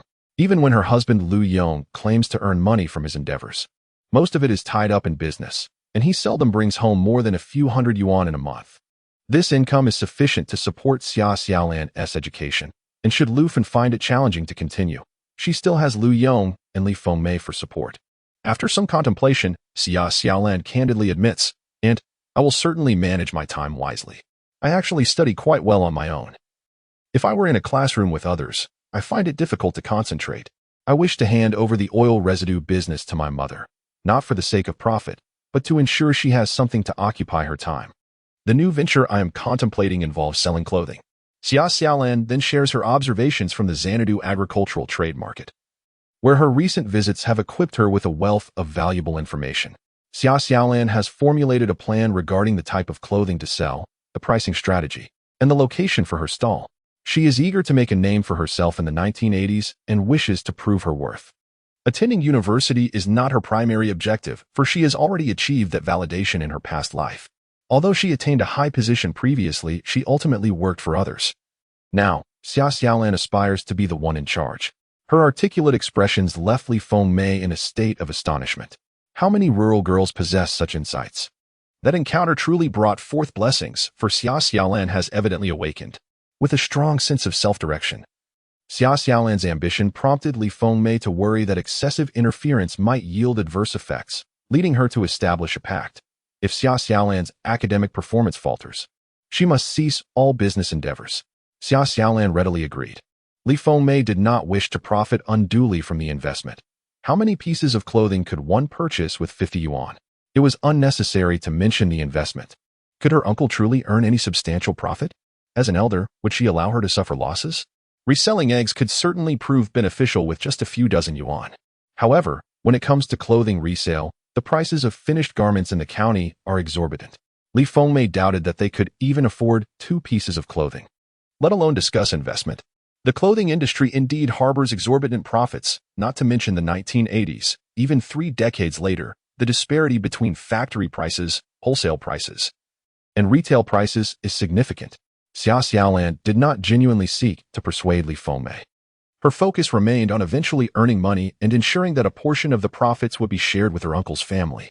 What she sought was the support of Li Fengmei. With only 4 individuals in the household, and little Tao Dao being too young to vote, she and Li Fengmei faced Lu Fun with a ratio of 2:1. Lu Fun, unable to articulate her points, even struggled to counter Li Fengmei, quickly becoming ensnared in her own words.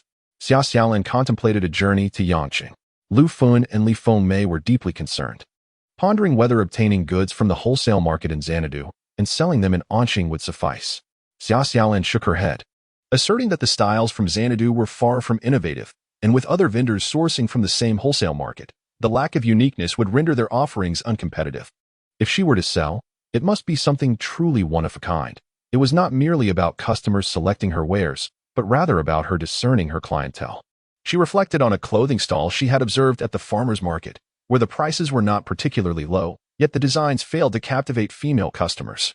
What worth was it to have stock merely occupying her hands? Her capital was not substantial enough to acquire many pieces in one go from Yangqing. If the styles were fresh and appealing, each sale would translate into profit. With superior merchandise, she would earn the right to be selective about her customers. Should someone find her prices excessive? If they chose not to buy, others certainly would. At present, people lacked both money and material goods. Only with attractive clothing could she extract funds from her customers' pockets. Li Fengmei and Lu Fun failed to comprehend this. They were merely concerned about a young lady venturing out alone. The drawbacks of their dwindling household numbers were now evident. The Lu family, being outsiders, had no relatives to assist them. Lu Fun needed to deliver eels to the provincial city and return with oil residue for sale, while Li Fengmei juggled the responsibilities of managing the fields and household, along with caring for Tao Dao. The family truly could not spare anyone to accompany Xia Xiaolan to Yangqing. Who could they possibly send with her? Li Fengmei found herself in a difficult predicament regarding the Lu family's 3 siblings, particularly Lu Yong, who had 2 younger sisters. Although she had previously perceived her sister-in-law Lu Fun as somewhat simple and unappealing, Lu Yong's other sister, who had married into Lin County, had severed ties with her family, resulting in almost no communication. After being married for 7 or 8 years, Li Fengmei had yet to catch a glimpse of her second sister-in-law, Lu Fang. Such distant relatives seemed hardly reliable. As for her own family, they were even less dependable. Moreover, there was no reason to expect her relatives to assist Xia Xiaolan. Li Fengmei had little faith in her kin, despite her envy of Xia Xiaolan's financial success. Her family had even attempted to usurp the means by which Xia Xiaolan earned her income. Xia Xiaolan, however, did not perceive any issue with embarking on her journey alone. Indeed, she possessed considerable beauty, and train stations, along with the trains themselves, often represented a chaotic milieu. Yet, Xia Xiaolan was not an inexperienced country girl unfamiliar with distant travels. She maintained a vigilant demeanor, disregarded advances from strangers, refrained from walking alone at night, and avoided consuming food or drinks offered by unknown individuals. It was unlikely that a villain would dare to abduct her in plain sight. As the weather began to turn cold, she recognized the urgency of selling this batch of winter clothing, lest she miss the opportunity. Xia Xiaolan meticulously assessed her finances. Aside from a small amount tied up in her eel business, she had 600 yuan in cash. This was not the mere 6 flimsy banknotes of the future. The highest denomination being 10 yuan, 600 yuan held considerable heft. When venturing outside, it is imperative to safeguard one's possessions. Lu Fun ingeniously stitched a pocket onto the exterior of Xia Xiaolan's undergarments. Xia Xiaolan was taken aback by this peculiar method of concealing money. In her previous life as a businesswoman, she frequently traveled by train for work, yet she never carried a substantial amount of cash, as transactions were settled through direct bank transfers between the involved parties. Hiding 600 yuan in her underwear pocket was utterly unacceptable to Xia Xiaolan, prompting her to request Lu Fun to sew 2 inner pockets into her outer garment, insisting that the money be kept separate. Surely, it would be improbable for both locations to be compromised simultaneously. Li Fengmei did not request the repayment of the money Xia Xiaolan owed. Rather, she handed her an additional 300 yuan, stating it was merely a small investment. Lu Yong had not left much money at home, and Li Fengmei felt the necessity to retain some cash on hand. After some contemplation, she decided that this 300 yuan would suffice. As Xia Xiaolan was a striking young woman, she could not afford to be in a situation where young men, lacking funds for accommodation, might find refuge under a bridge. Such a fate was not befitting her. Xia Xiaolan accepted the money without hesitation, considering it as an additional investment from her aunt. Before embarking on her journey, Xia Xiaolan needed an introduction letter, so she sought one from the village. Coincidentally, the postman was delivering mail at that moment, a telegram addressed to Xia Xiaolan. The telegram bearer handed her an envelope, his curious gaze fixated on her. Given that domestic telegrams cost 7 cents per character, The necessity of sending one indicated the importance of its contents, distilled into a concise message. The telegram bearer, armed with just a note, could execute the task with efficiency. This was the first time a telegram required an envelope for its delivery. How many characters could it contain? How much would it cost? I have never witnessed such extravagant expenditure. The postman believes that writing letters is indeed a viable option. The telegram was as thick as a letter, truly beautiful. The postman, adhering to his professional ethics, refrained from lingering too long, offering a conscientious suggestion. Unless it was of utmost urgency, one could resort to writing a letter, which the post office would also deliver to the countryside. Upon receiving the telegram letter, the postman thought the sender to be quite extravagant and mused on her beauty. Pondering the lavishness of such a gesture, it was clear that only Shou Qing would indulge in such opulence. Summer Xiaolan, with no time to peruse the contents, immediately broached the subject of her introduction letter. Upon hearing of her impending journey to Yangcheng, Chen Wangda's expression turned somewhat grave. A young lady traveling far must remain vigilant, as various circumstances may arise along the way. Rest assured, Grandpa Chen, I will take good care of myself, Summer Xiaolan replied with a dutiful demeanor. Although Chen Wangda disapproved, he recognized that Summer Xiaolan was not a dependent of his household. Thus, he could only remind her without making decisions on her behalf. Given their close relationship with the Chen family, obtaining the introduction letter posed little difficulty for Summer Xiaolan, whose plans to leave had a more profound impact than the telegram itself. In any case, the Chen family was already aware of her intentions. Chen Dazhao, with a furrowed brow, expressed his concerns to his wife. Social relations can indeed be rather complex. Our son is earnest and straightforward. Can he manage this girl? The sentiments of mothers-in-law are often similar. If their son seeks an ordinary bride, they deem her unworthy. Yet, if he finds someone too formidable, they fear instability. Chen Dazhao, however, was not burdened by such convoluted thoughts. Isn't it known in the village that Liu Yong's family intends to wait until their niece is admitted to university before considering any courtship? Chen Dazhao's wife shot him an exasperated glance. She initially hoped that if Xia Xiaolan were to be accepted into university, she would then be worthy of Chen Qing. Currently, it appeared that Xia Xiaolan had other social connections, with others vying for her attention. Her value seemed to soar. Who could have sent her a telegram? Even wealthy families could not engage in such extravagant displays. Chen Dasa remained at home, yet her thoughts were consumed by the Liu family. Longing to snatch a glimpse of the telegram received by Xia Xiaolan. Hello, Xiaolan, it is I. Since our last parting, I have longed to visit you in Anqing. Yet I have been encumbered by trifles from the capital. I miss you dearly and wonder if you share the same sentiment. By the time you read this letter, I will have departed from the capital, en route to Anqing County, and I expect to arrive in 3 days. I will still be staying at the guest house, hoping to meet you. This telegram from Zhou Cheng was a lengthy composition of over 1,000 words. Apart from proposing a meeting with Xia Xiaolan, it was filled with expressions of longing and musings about their future together. Xia Xiaolan found herself feeling a pang of bittersweetness, yet it was not entirely unwelcome. She had thought her encounter with Shou Qing was merely a fleeting one. After he left Anqing, there had been no further communication. To her surprise, his return was so ostentatious. Zhou Cheng was indeed astute. If he intended to meet in 3 days, such information could have been conveyed succinctly in a simple telegram. Yet, he chose to craft an elaborate telegram letter. Could the villagers of Qiujing refrain from gossiping? The phrase declaring possession flashed through Xia Xiaolan's mind. Wasn't he claiming to be merely friends? Zhou Cheng was truly contradictory. Xia Xiaolan found the situation amusing, yet it also intrigued her. She harbored no disdain for the ostentatious telegram, for the villagers of Qiujing would undoubtedly indulge in gossip, oblivious to Zhou Cheng's identity. Various speculations would inevitably reach the ears of the Chen family.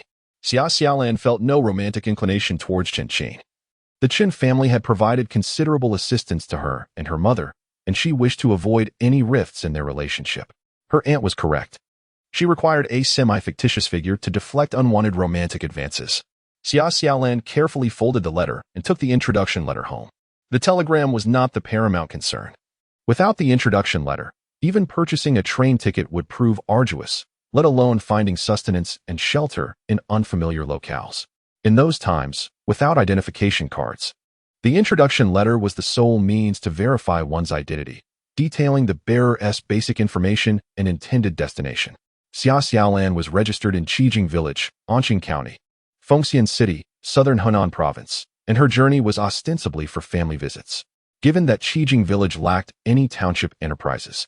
She could hardly claim to be procuring wholesale clothing or supplies for the village. "Aunt, the introduction letter has arrived," she announced. Li Fengmei, capable of reading, scrutinized the letter before shoving it back into Xia Xiaolan's arms. "You are such a stubborn girl," she remarked. Li Fengmei inquired when Xia Xiaolan would purchase her train ticket, to which Xia Xiaolan hesitated, replying, "In a couple of days." The incident involving Zhou Cheng and Kong Wei rescuing her was known only to Xia Xiaolan and her uncle Lu Yong. Li Fengmei and Lu Fen remained unaware of the specifics. The favor of being carried home after her ankle was sprained could be repaid with a meal of pickled radish and pork dumplings. But the debt of gratitude owed to those who saved her from a ruffian could not be settled so easily with mere dumplings. Xia Xiaolan had no intention of allowing Zhou Qing to enter her home, and she refrained from elaborating on this matter to Li Fengmei for the time being. Anticipating Zhou Qing's arrival, she prepared provisions that her family had set aside and set off towards the county town, intending to purchase tickets at the Shanda train station after meeting Zhou Cheng. When traveling, it was customary for everyone to bring their own supplies, including a military green water bottle, boiled eggs, roasted flatbreads stuffed with pickled vegetables, and braised pork ribs. Train food was both unpalatable and overpriced, while the fare sold at the platform was economical, albeit with questionable hygiene and safety. Thus, Xia Xiaolan felt reassured by her own provisions, uncertain about how long her stay would last. She first visited the school upon arriving in the county town. Both Li Fengmei and Lu Fen expressed their desire to see her off at the train station, but Xia Xiaolan declined their offer. This was her second visit to the school since she had been permitted to study at home after passing the transfer examination at County No. 1 High School. Previously, Xia Changzheng and his wife, along with Xia Hongxia, were still in Daya village, where the Zhang snack shop was run by Zhang Fumin and Zhang Lianxiang, who were tirelessly occupied with their business, leaving them little time to concern themselves with Xia Xiaolan's whereabouts. Xia Xiaolan had visited County No. 1 High School several times without the Xia family being aware of it. However, on this occasion, she was spotted by Xia Hongxia. Xia Hongxia was helping out at the snack shop, her gaze almost fixated on the entrance of County No. 1 High School, where the boys with potential for university admission were all regarded as her prospective targets. When Xia Xiaolan appeared at the school's entrance, Xia Hongxia was the first to notice her. What was she doing here? Xia Hongxia observed the person walking past the snack shop with a mixture of curiosity and envy in her eyes. The Xia family presumed that Lu Fen and Xia Dajuan had divorced, leading to a life of considerable hardship for the mother and daughter. In Xia Hongxia's imagination, the detestable Xia Xiaolan was now living a life of meager sustenance, perhaps even reduced to eating the barest of meals, enduring a life of toil under someone else's roof. With endless farm work and a tarnished reputation, her existence would surely be more miserable than when she resided with the Xia family. Yet, why was it that at this moment, Xia Xiaolan appeared before her, clad in clean, tidy attire, radiating vitality and spirit, boldly entering the prestigious County No. 1 High School? How could someone of such a disreputable background set foot in such a place? Xia Hongxia, judging by her own standards, speculated that Xia Xiaolan had entangled herself with a prospective college student from the school. How shameless! Having failed to seduce Ziyu's partner, had she now found a new target? The school enforced strict entry regulations. Xia Hongxia had attempted to sneak in several times, but was thwarted by the vigilant gatekeeper who recognized her as a worker from a local eatery and denied her entry. Yet Xia Xiaolan was allowed unrestricted access. What right did she have to enter County No. 1 High School freely? A fire of resentment burned within Xia Hongxia, jealousy gnawing at her insides. "Andy, I'm stepping out for a moment," she called. "Xia Xiaolan." Xia Hongxia rushed to the school gate, waving at Xia Xiaolan. However, Xia Xiaolan hurried along, oblivious to her calls, swiftly turning into the teaching building. Frustrated, Xia Hongxia stamped her foot and, filled with indignation, shouted at the gatekeeper. "On what grounds did you allow her in?" The gatekeeper cast a knowing glance at Xia Hongxia, his eyes laden with meaning. What does a young lady always gravitate towards the boys at County No. 1 imply? As the impending Gaokao approaches, the male students are distracted, regardless of who has caught the attention of Xia Hongxia. Such a person should not be permitted to disrupt the school environment. Xia Hongxia, caught off guard by this piercing gaze, felt a mix of embarrassment and anger. However, her family's legacy of resilience would not allow her to retreat easily. She felt as though she had been deeply wronged. "You look down on me because I come from the countryside. You treat me differently. Is it because you favor her looks? Let me tell you. Xia Hongxia's voice was loud, drawing curious glances from passers-by towards the gatekeeper. The gatekeeper, a man well into his 50s, was indignant at being labeled in such a manner. He found Xia Hongxia utterly irksome. She was a student from the prestigious No. 1 high school, unlike the others. A student from number 1 high school? Xia Hongxia would never believe it. Xia Xiaolan was simply not cut out for academic pursuits. She could not maintain her composure, unlike her sister Ziyu. Xia Hongxia was convinced that Xia Xiaolan had found a new love interest at number 1 high school. What a scandalous reputation she had, with even the gatekeeper willing to lie on her behalf. Xia Hongxia's greatest disdain was directed towards Xia Xiaolan, as she felt compelled to expose her true nature. You have all been deceived. She is a promiscuous woman. Her reputation is tarnished, and everyone in the vicinity knows it. If such a person can enter the school, then so can I. Xia Hongxia shouted, just as a school administrator happened to pass by. What is all this commotion at the entrance? It disrupts the order of the school. The administrator would not scold Xia Hongxia. They recognized her significance and directed their remarks towards the gatekeeper. The gatekeeper found himself in a difficult position and attempted to justify his actions. Director Yu. This young lady has been loitering around the school all day. She wishes to enter but lacks a valid reason. And I cannot permit her to enter and disturb the students. Director Yu cast an irritated glance at Xia Hongxia. Old Zhao, you must be diligent in your duties. Only students and teachers are allowed entry into the first high school of Anqing County. This institution is not a classified establishment. A mere iron gate cannot separate the school from the outside world.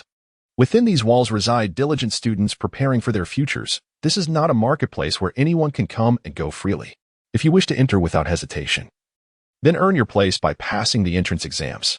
Although Director Yu did not directly admonish Xia Hongxia, she felt as if her very skin had been flayed and trampled upon. The words of the educated can be quite cutting. Xia Hongxia seethed internally, thinking, what does it matter if one attends high school? Not everyone is like her cousin Ziyu. Suppressing her anger, her face flushed crimson. She was determined to expose Xia Xiaolan's true nature. Whether Xia Xiaolan was a student of the first high school or simply involved with someone at the school, she was resolute in ensuring that the latter could not remain in the county's top institution. The girl who just entered, named Xia Xiaolan, has an improper lifestyle in the countryside. Director Yu furrowed his brow and interrupted her. What proof do you have to substantiate your claims? Xia Hongxia's eyes sparkled with self-satisfaction. She is my cousin. How could I possibly be unaware of her affairs? Director Yu's disdain was palpable, and old Zhao, the gatekeeper, was equally incensed. What sort of person behaves like this? Even if Xia Xiaolan were indeed dubious in character, why would her cousin be the one to expose her? This is family, not a vendetta. Words spoken by enemies are untrustworthy. Director Yu had no desire to waste time with someone so dim-witted. Casting a glance at old Zhao before departing, old Zhao no longer felt the need to show any deference to Xia Hongxia and directly ordered her to leave. Are you the one causing a ruckus at Zhang's eatery? If you continue to disturb the peace, I shall report this to your boss. Xia Hongxia was incredulous. What had she said that was wrong?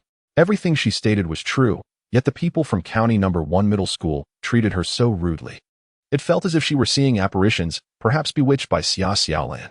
Filled with indignation, Xia Hongxia stomped her feet and returned to Zhang's eatery. Initially seething and intent on complaining to Zhang Cui, her mind began to wander, and she unexpectedly refrained from mentioning her encounter with Xia Xiaolan. Zhang Cui also wore a displeased expression. Jiang Lianxiang had just instigated a few remarks, claiming that Xia Hongxia lacked vitality. Although there were few customers in the shop at that moment, it was the perfect opportunity for them to tidy up the tables, sweep the floor, and wash the dishes. Instead, Xia Hongxia had carelessly tossed down her cloth and dashed off to the entrance of County Number 1 Middle School. She was not efficient in her tasks. Yet her scheming was evident. Her thoughts were plainly written on her face. While it is not wrong for a young woman to seek a suitable partner, one must first assess whether one is a frog dreaming of swan meat. Xia Hongxia, possessing an unremarkable appearance, lacking any special skills, hailing from a rural background, and with limited education, how could she captivate those aspiring university students? Even if she aimed to target someone, she ought to ascertain which among them genuinely had the potential to gain admission to college. Observing the gazes of the boys from the middle school who frequented the eatery, it was apparent that many were shy, nearly frightened away by Xia Hongxia's presence. Zhang Cui was determined to expel Xia Hongxia once and for all, consuming resources without contributing and being a hindrance. If rumors arose about her inappropriate conduct with a young man, What would become of Zhang's business?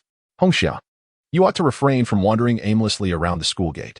It is more becoming for a young lady to act with propriety, unlike Xiaolan, Zhang Cui admonished earnestly. Xia Hongxia nodded absently, contemplating that Xiaolan seemed unaffected by any scandal, having successfully enrolled in the prestigious County No. 1 high school. Xia Hongxia waited impatiently. Her attention divided as she observed the entrance of County No. 1 high school. After nearly 3 hours, she finally spotted Xiaolan's silhouette. A tall, slender boy with slightly dark skin escorted Xiaolan to the gate, where she waved goodbye, and he reluctantly retreated back to school.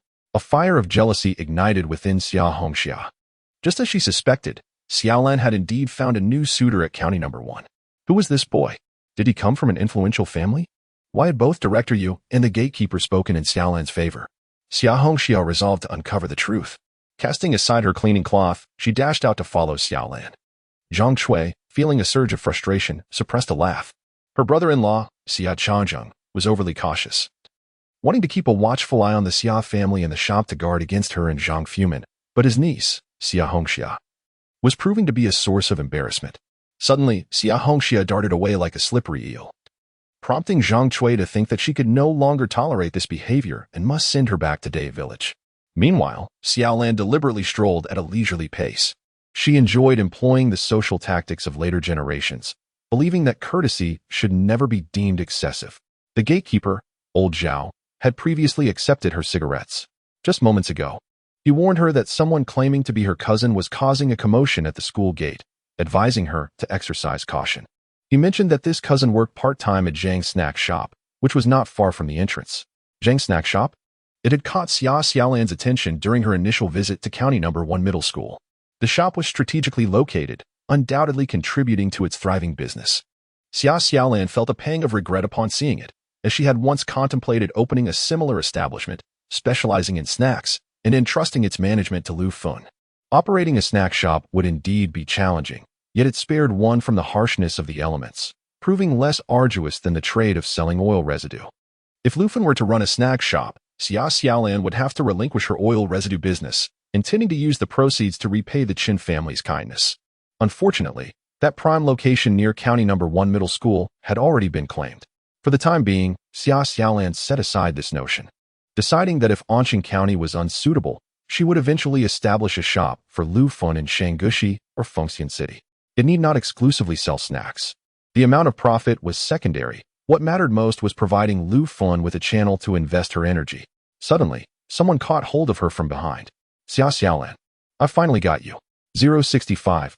Whose business is Zhang's? Indeed, it belongs to Xia Hongxia. Whether in demeanor or tone, she remains as detestable as Xiaolan recalls. Xiaolan struck the back of her hand sharply, causing Xia Hongxia to wince in pain and immediately release her grip. You dare to hit me? Xia Hongxia exclaimed. Xiaolan replied with a cold smile. Are you the emperor? I have no ties to the Xia family anymore. If you are impolite to me, who do you think you are? Xia Hongxia found herself at a loss for words. It appears that during their time at home, Xiaolan had always been assertive and competitive, often clashing with Xia Hongxia, resulting in frequent and equally matched confrontations. Xiaolan was no pushover. After a feigned collision, she seemed even less inhibited. Xia Hongxia recoiled slightly, but then remembered that Xiaolan had her vulnerabilities. She scrutinized Xiaolan. You boast with your sharp tongue, Xiaolan. Does your current partner know about your past? Partner? It seems Xia Hongxia had mistaken Qinqing for Xiaolan's romantic interest. Xiaolan chose not to clarify. She believed that no one from the Xia family was entitled to her explanations. She was not intimidated by Xia Hongxia's reckless words. Reputation? Her reputation was already tarnished. Attending County No. 1 high school was not solely a matter of reputation.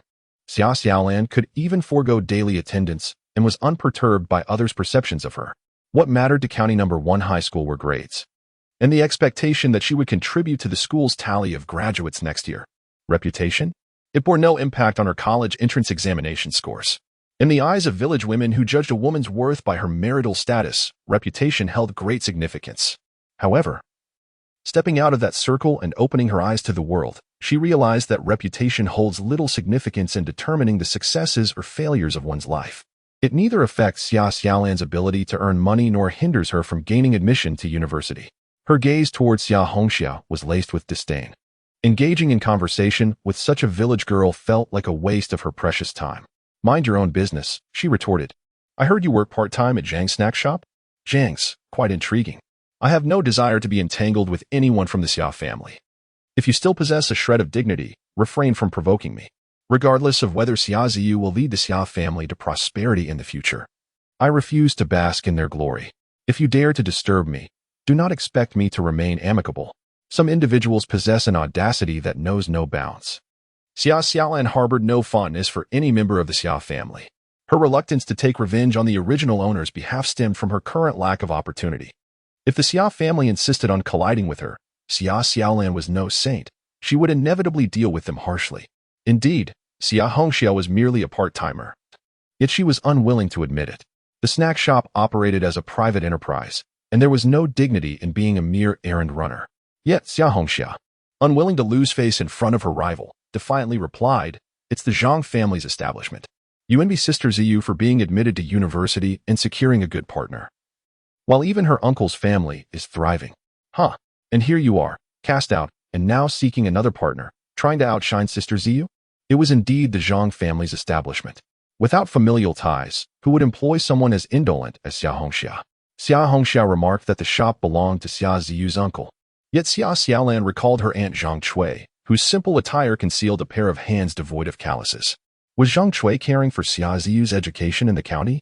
This shop might well belong to Zhang Cui and Xia Changzhen. Xia Xiaolan acquired the information she sought and felt disinclined to further engage with the dim-witted Xia Hongxia. Remember my words. Do not provoke me for now. We can coexist in peace. A fleeting glimmer of ferocity passed through Xia Xiaolan's seemingly pitiful eyes. Having once held a managerial position, she commanded authority without raising her voice, instilling fear in the 17-year-old rural girl, Xia Hongxia, whenever Xia Xiaolan adopted a serious demeanor. You, Xia Hongxia stammered, rooted to the spot, watching helplessly as Xia Xiaolan departed. It took her quite a while to regain her composure and clarity. She had intended to leverage the situation to threaten Xia Xiaolan into assisting her in infiltrating the elite school.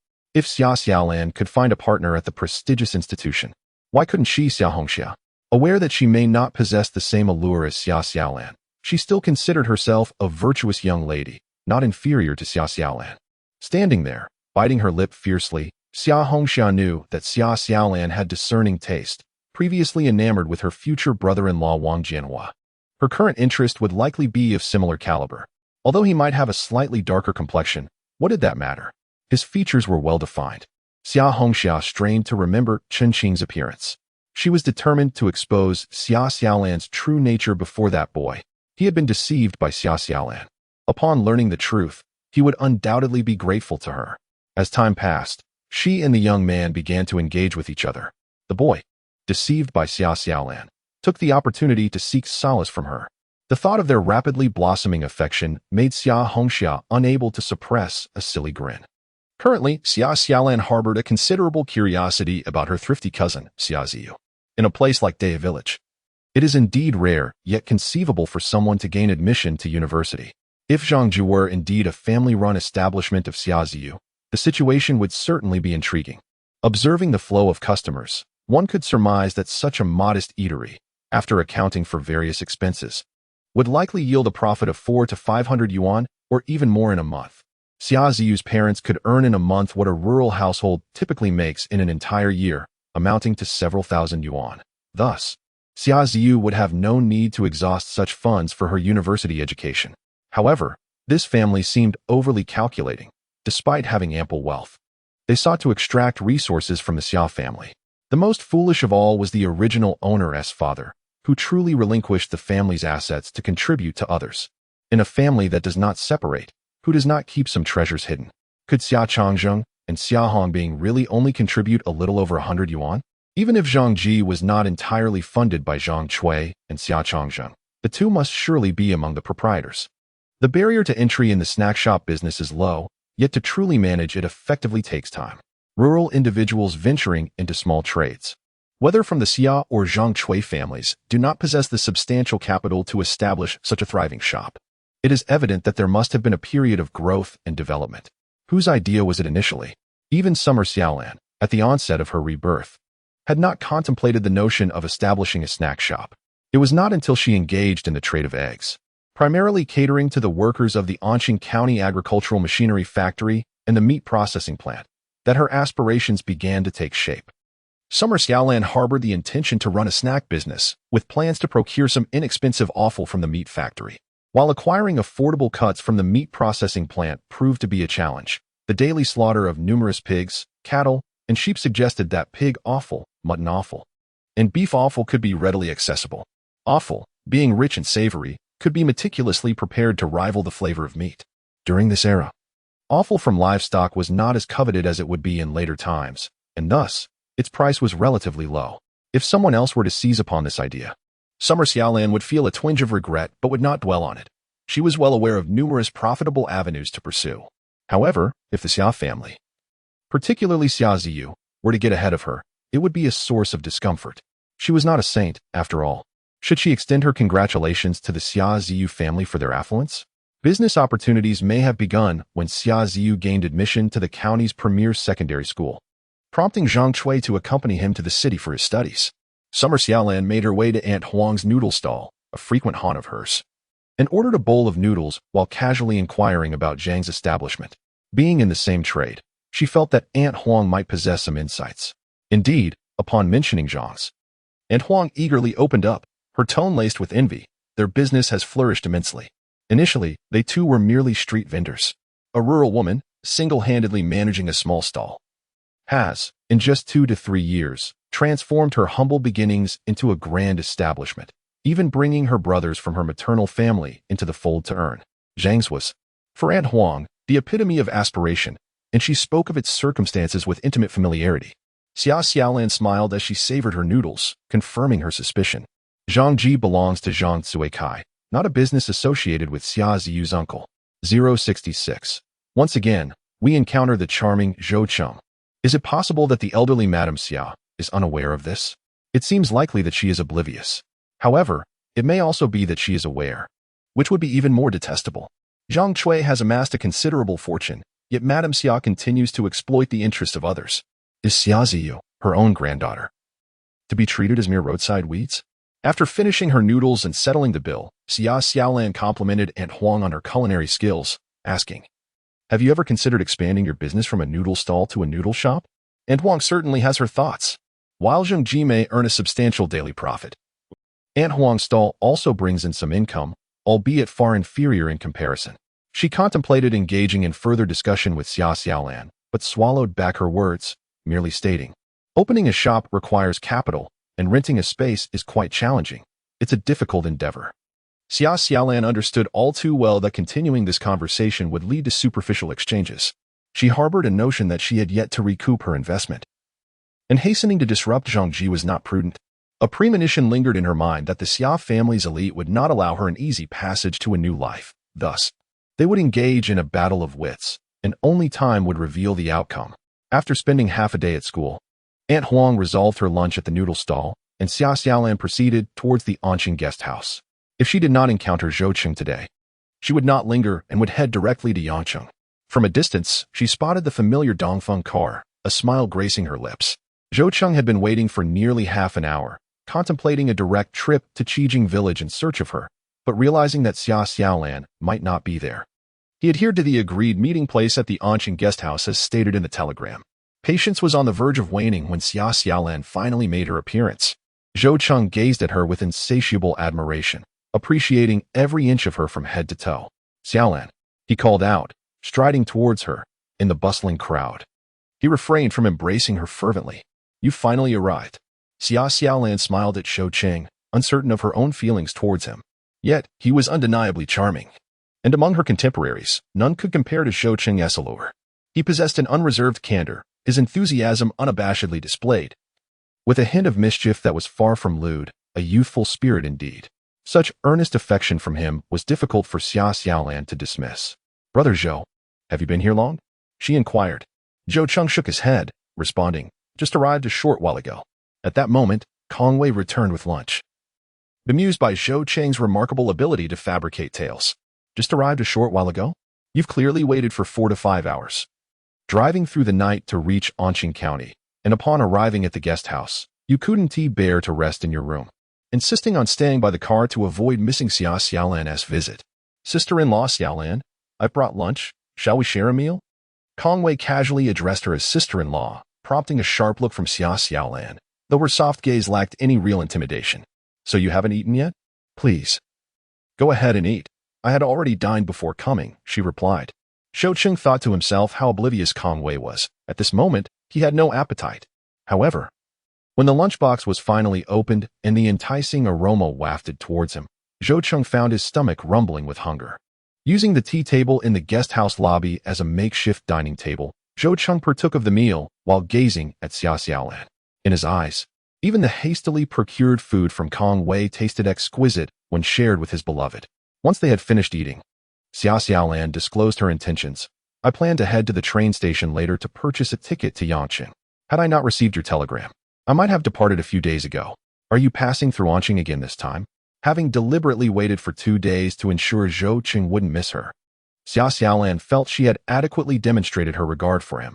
Extending her hospitality further in Yanqing County seemed inappropriate. Zhou Qing paused momentarily, then smiled. Are you going to Yanqing to purchase goods? He had intended to spend a couple of days in Yanqing County before heading south. But Xia Xiaolan's lack of availability thwarted his plans. A fleeting encounter hardly sufficed to alleviate Zhou Qing's longing. Though inherently possessive, he was not foolish. Realizing that expressing his possessiveness was premature, Zhou Qing sensed the earnestness in Xia Xiaolan's character. Despite her delicate appearance, which evoked a desire to protect her, she possessed a strong will. Especially when it came to serious matters, Zhou Qing didn't believe he held paramount importance in Xia Xiaolan's eyes, at least not yet. Zhou Qing's assessment was accurate. Kong Wei opened his mouth as if to say something, but Xia Xiaolan feigned ignorance. Zhou Qing's attitude pleased her, and she felt at ease in his company. Yes, I'm planning to acquire some women's clothing to sell, she replied. As she spoke, there was no hint of smugness or ostentation, yet she radiated a certain brilliance. Kong Wei mused that the person Zhou Qing had taken a liking to was truly enterprising. Wasn't she selling eggs not long ago? Subsequently, she began to engage in the trade of eels, and now her audacity has grown. She is contemplating venturing southward alone to procure goods in Yanqing for those small businesses that offer a few profits. Kong Wei cannot fathom why Xia Xiaolan fails to perceive how deeply Qingzi brother is enamored with her. The moment she speaks, Qingzi brother would readily part with their entire load. The worth of this cargo, if Xia Xiaolan were to toil alone, would take her an immeasurable amount of time to accumulate. The true fortune is right before her, yet Xia Xiaolan stubbornly refuses to acknowledge it, leaving Kong Wei utterly astounded. What Kong Wei contemplates, Zhou Qing surely understands.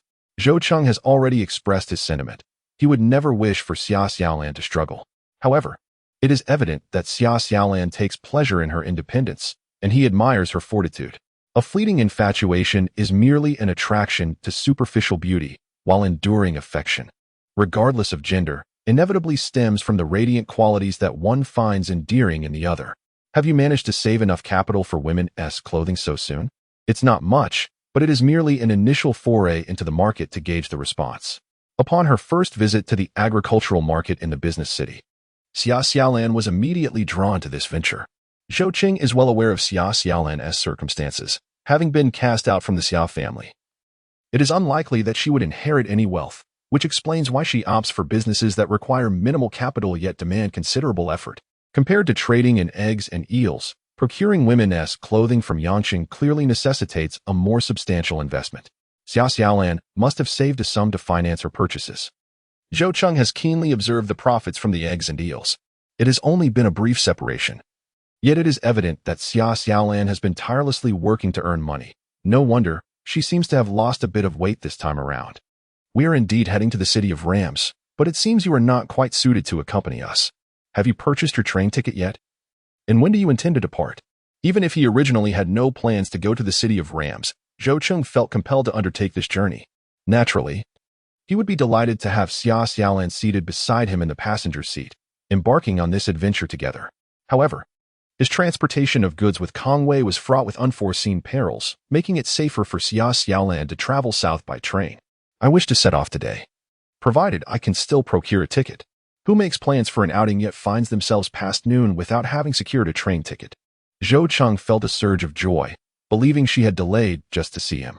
While Xia Xiaolan spoke with utmost seriousness, Zhou Qing's thoughts wandered, infusing her straightforward words with a sweetness akin to honey. His voice, too, seemed enveloped in a half-pound of syrup. Come, let me accompany you to buy a ticket. If there are none available today, it is no matter. We can rest at the guest house for the night before embarking. In an unforeseen moment, a small hand was clasped. In the year 1983, embarking on a journey was far from convenient. The distance between Xanadu and Yangqing exceeded 1,000 kilometers, and one could hardly expect to find a direct train traversing this route in a single day. However, Yangqing, being a prominent southern metropolis, contrasted with Xanadu, a pivotal railway hub in the Central Plains. Beyond the direct trains, there were also passing trains originating from stations other than Xanadu. The railway network in Xanadu was remarkably developed, yet Anqing County lacked a train stop. Given the proximity of Anqing County to Xanadu, the introduction of train services would greatly facilitate Xia Xiaolan's trade endeavors, eliminating her reliance on a bicycle. Short-distance train tickets were reasonably priced, while long-distance tickets were the true expense. Zhou Qing drove Xia Xiaolan to Xanadu swiftly. As a key railway junction, Xanadu Station appeared modest compared to the grand railway stations of the future, yet the throngs of people competing for space were undoubtedly more intense. In 30 years' time, the modes of travel would diversify significantly, with extensive road networks, a high ownership rate of private vehicles, and affordable airfare offering a convenient alternative for long journeys. Zhou Qing instructed Kong Wei to remain in the car while he and Xia Xiaolan entered the station. Shouldering bags of various sizes, they navigated through the bustling crowd, accompanied by families and squawking poultry tethered by wings and feet, occasionally releasing droppings onto the ground or onto the unfortunate footwear of some passerby. The station was a cacophony of arguments, clueless individuals pushing forward, those falling victim to deception, and others plotting theft. It was a place where anything could occur. Suffused with an array of peculiar odors, the scent of livestock, the acrid aroma of seasoned smokers, and the sour tang of pickled vegetables carried by travelers. Xia Xiaolan held her breath amidst the chaos. Zhou Qing protected her, wary of the petty thieves and ruffians lurking at the train station, while also concerned that she might slip on discarded fruit peels on the ground. As they squeezed into the ticket hall, despite it being nearly November, he found himself sweating profusely. A person carrying a child jostled past Xia Xiaolan, nearly knocking her over with their sturdy frame. She stumbled slightly, and Zhou Qing instinctively steadied her by the arm. Stay close to me, don't get lost. What began as a grip on her arm naturally transformed into a clasp of hands. Xia Xiaolan's hand, though not delicate or pampered, was the only one Zhou Qing had ever held, and he had no basis for comparison. He simply knew that his hand enveloped her small one, and the sensation was delightful, lifting him into a state of blissful suspension. Amidst the cacophony surrounding them, Zhou Qing could distinctly hear the rhythmic thumping of his own heart. Thud, thud, thud, thud. The sound resembled the beat of a military drum, growing increasingly rapid, disorienting him, while other senses dulled and faded. The connection of their hands remained vividly pronounced. Even in the face of an explosion, he would remain composed, but in this moment, he found himself succumbing to the rush of adrenaline coursing through him. What is love? Zhou Qing did not know. He simply felt overwhelmed by an exquisite joy. It was merely a hand-holding, yet it was so much more than that. His palm grew slightly damp, and Xia Xiaolan seemed a bit uneasy. Zhou Qing's actions were so generous. Was he actually nervous? Upon realizing this, Xia Xiaolan transitioned from calm to anxious as well. She possessed a psychological maturity yet was far from being well-versed in romantic relationships. Her previous entanglements had ended without resolution, leaving her unfamiliar with the essence of pure affection. Zhou Qing, bold in his demeanor, seized the opportunity to hold her hand, though anxiety caused his palms to perspire. Was he daring yet innocent? Summer Xiaolan found herself grappling with a peculiar turmoil within her heart. Zhou Qing guided her into the ticket office, inquiring, "Excuse me, is it still possible to purchase a train ticket to Yangqing today? From Xanadu to Yangqing? There's a ticket available for 6 p.m. Please provide your introduction letter." As Xiaolan reached for the introduction letter, the hand Zhou Qing held stirred slightly. He hesitated to release it, feeling an inexplicable sense of loss.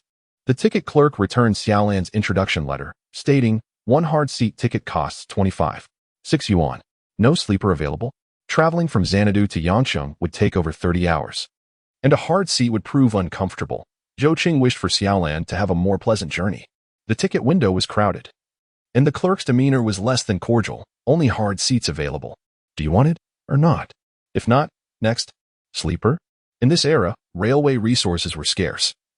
The number of sleeper berths on each train was limited, and acquiring one without connections was akin to chasing a mirage. Excuse me, please provide one hard seat. Xiaolan promptly handed her money to the window.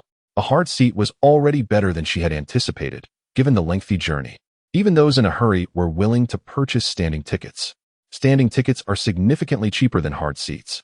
For Xiaolan, purchasing a hard seat to travel to Yangcheng is already quite a luxury. A single ticket costs 25.6 yuan, which is equivalent to more than half a month's salary for an ordinary worker. The ticket seller accepted the payment and handed Xiaolan a ticket. Zhou Qing said nothing. The previous moment of ambiguous intimacy was indeed a rare encounter, and he continued to protect Xiaolan as they squeezed out of the station. The train station is quite intricate, and Kong Wei did not stray from the freight train. Did you manage to buy the ticket? The hard seat to Yangcheng departs at 6 in the evening, leaving them with more than 2 hours before departure. How did you get a hard seat? Kong Wei and Zhou Qing share an unspoken understanding. He placed his hand on his abdomen. Fortunately, you are back. Keep an eye on the train. I need to enter the station to use the restroom. With that, Kong Wei vanished, leaving only Xiaolan and Zhou Qing. Zhou Qing opened the door to the driver's cabin. Xiaolan, come inside. I have something to show you. What he presented to Xiaolan was a small flashlight. Unlike the bulky iron battery-powered flashlights, this one was more compact and exquisite, its advanced black plastic exterior and square design imparting a strong sense of modernity. What is this? Could it be that such a device exists now? Xiaolan was taken aback. Zhou Qing did not immediately hand her the flashlight, but instead demonstrated its features. Here are 2 buttons. Pressing the green one activates the regular light, while the red one produces a high-voltage current that, upon direct contact with the skin, can incapacitate an adult within 3 seconds. Remember to recharge it after use. What kind of flashlight is this? It's clearly a stun device. It appears that the personal stun gun resembles the one from the future that Xiaolan had envisioned. Is technology truly this advanced now? Xiaolan's astonishment was unmistakable. Zhou Qing, thinking she might be frightened, reassured her. Do not fear, simply grasp the handle. It won't shock you. As Xiaolan held the compact stun gun, it felt like the weight of Zhou Qing's heartfelt intentions. This summer, the city of Shanghai launched its first paging service, a tool that allows for instant communication, no larger than a cigarette case. If the Yunnan region were to establish a service as well, we would be able to connect at any moment. Has Shanghai really introduced pagers? 068. The flirtation is a bit rule-breaking. Xiaolan understood that the year 1983 was a time of transformation. In the future, smartphones would become ubiquitous, yet at present, the outdated pager had only just begun to enter the market in Huagua. Xiaolan, coming to her senses, felt a twinge of longing. An effective communication tool would undoubtedly gain traction in the southern province of Hunan. She mused that if she could move to the city next year, she might apply for a landline installation. The lack of timely communication could be quite troublesome. Currently, the impact on her small business was minimal, but she knew she could not remain in Kaijingshan village forever, as rural transportation and communication lagged significantly behind. Xiaolan was acutely aware of how communication tools would evolve in the future. There were no barriers in her exchanges with Zhou Qing. Even though he spoke of the newly emerging pager, she was able to engage seamlessly in the conversation. He was unaware of why Xiaolan understood, and their dialogue flowed effortlessly, uplifting Zhou Qing's spirits. Furthermore, Xiaolan expressed her desire to move to the city, which felt like a discussion about their shared future. Zhou Qing had made his recent life clear in his telegram, and he was eager to learn if anything had transpired in Xiaolan's world. He had already learned about Zhang Erlai and the 3 ruffians being sentenced through other channels. But upon hearing that Xiaolan intended to take the college entrance examination next year, he felt a peculiar sensation. Xiaolan wanted to attend university? Could it be connected to Wang Jianhua? Zhou Qing struggled to recall Wang Jianhua's appearance. Northern people were generally taller, with well-defined features. While he could be considered handsome, none could compare to Zhou Qing. Which university do you wish to attend? In the capital or the Shanghai market? The decision will depend on the results of next year's college entrance examination. Brother Zhou, do you think I am overly ambitious?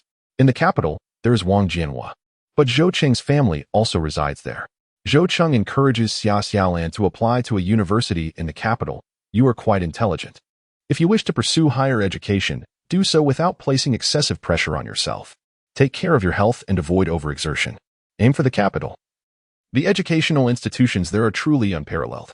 Zhou Qing speaks the truth. The most prestigious institutions of higher learning are located in the capital. When it comes to job placements, there are also better opportunities. He believes Xia Xiaolan is quite suited for business, as the entrepreneurial spirit in the south is more liberal. Yet success is not unattainable in the capital. Moreover, they would have more time to spend together, which Zhou Cheng values greatly. He finds Xia Xiaolan exceptionally beautiful and worries about others vying for her attention. Having his future wife close at hand brings him peace of mind. She is indeed remarkable. Scoring over 400 points now, what challenges could she possibly face in the upcoming university entrance examination? Unlike Kongwei, Zhou Cheng does not look down upon the capital normal university. It is already quite impressive to gain admission in a small county with limited educational resources. However, for someone like Zhou Cheng to be moved by the mere mention of the capital normal university, that is clearly improbable. Zhou Cheng himself has never attended university and is indifferent to such matters, but with Xia Xiaolan preparing for her examination, he feels compelled to assist in gathering information. Aware that this is her first journey away from home, he shares some travel tips for the train. Although Xia Xiaolan is already informed, she appreciates his thoughtfulness. After enduring a bout of abdominal pain, Kongwei finally returned with everything settled. Brother Qingzi, observing Xia Xiaolan's confusion, Zhou Cheng casually offered an explanation. I had Kongzi arrange for your ticket to be upgraded to a sleeper. It seems there were still sleeper tickets available for this train. Kongwei thought to himself, what a tremendous effort. He had made numerous calls to the capital, navigating through various connections to finally secure a sleeper ticket. Instead of acknowledging his efforts, Brother Qingzi downplayed his contributions. Just like the situation with Zhang Erlai, where it was he and Zhou Cheng who discreetly handled matters. Yet Xia Xiaolan still remained oblivious to the details, did she not? When seeking a partner, one ought to treat their beloved with kindness. If Kongwei were to have a girlfriend, he would certainly not mistreat her. Yet there is a distinction between being kind and openly displaying one's efforts. How could a girlfriend possibly grow fonder of him otherwise? This perplexed Kongwei. However, Xia Xiaolan was not merely an innocent 18-year-old village girl. In terms of social intricacies, she was well aware. Having her ticket changed from a hard seat to a sleeper was no trivial matter. It required finding the right person to leverage connections. Likely a railway official with a modicum of authority. Yet, given that Kongwei and Zhou Qing were not from Xanadu, regardless of whom they sought assistance from, it would entail considerable effort. While Zhou Qing spoke nonchalantly, Xia Xiaolan felt once more that she was being subtly courted.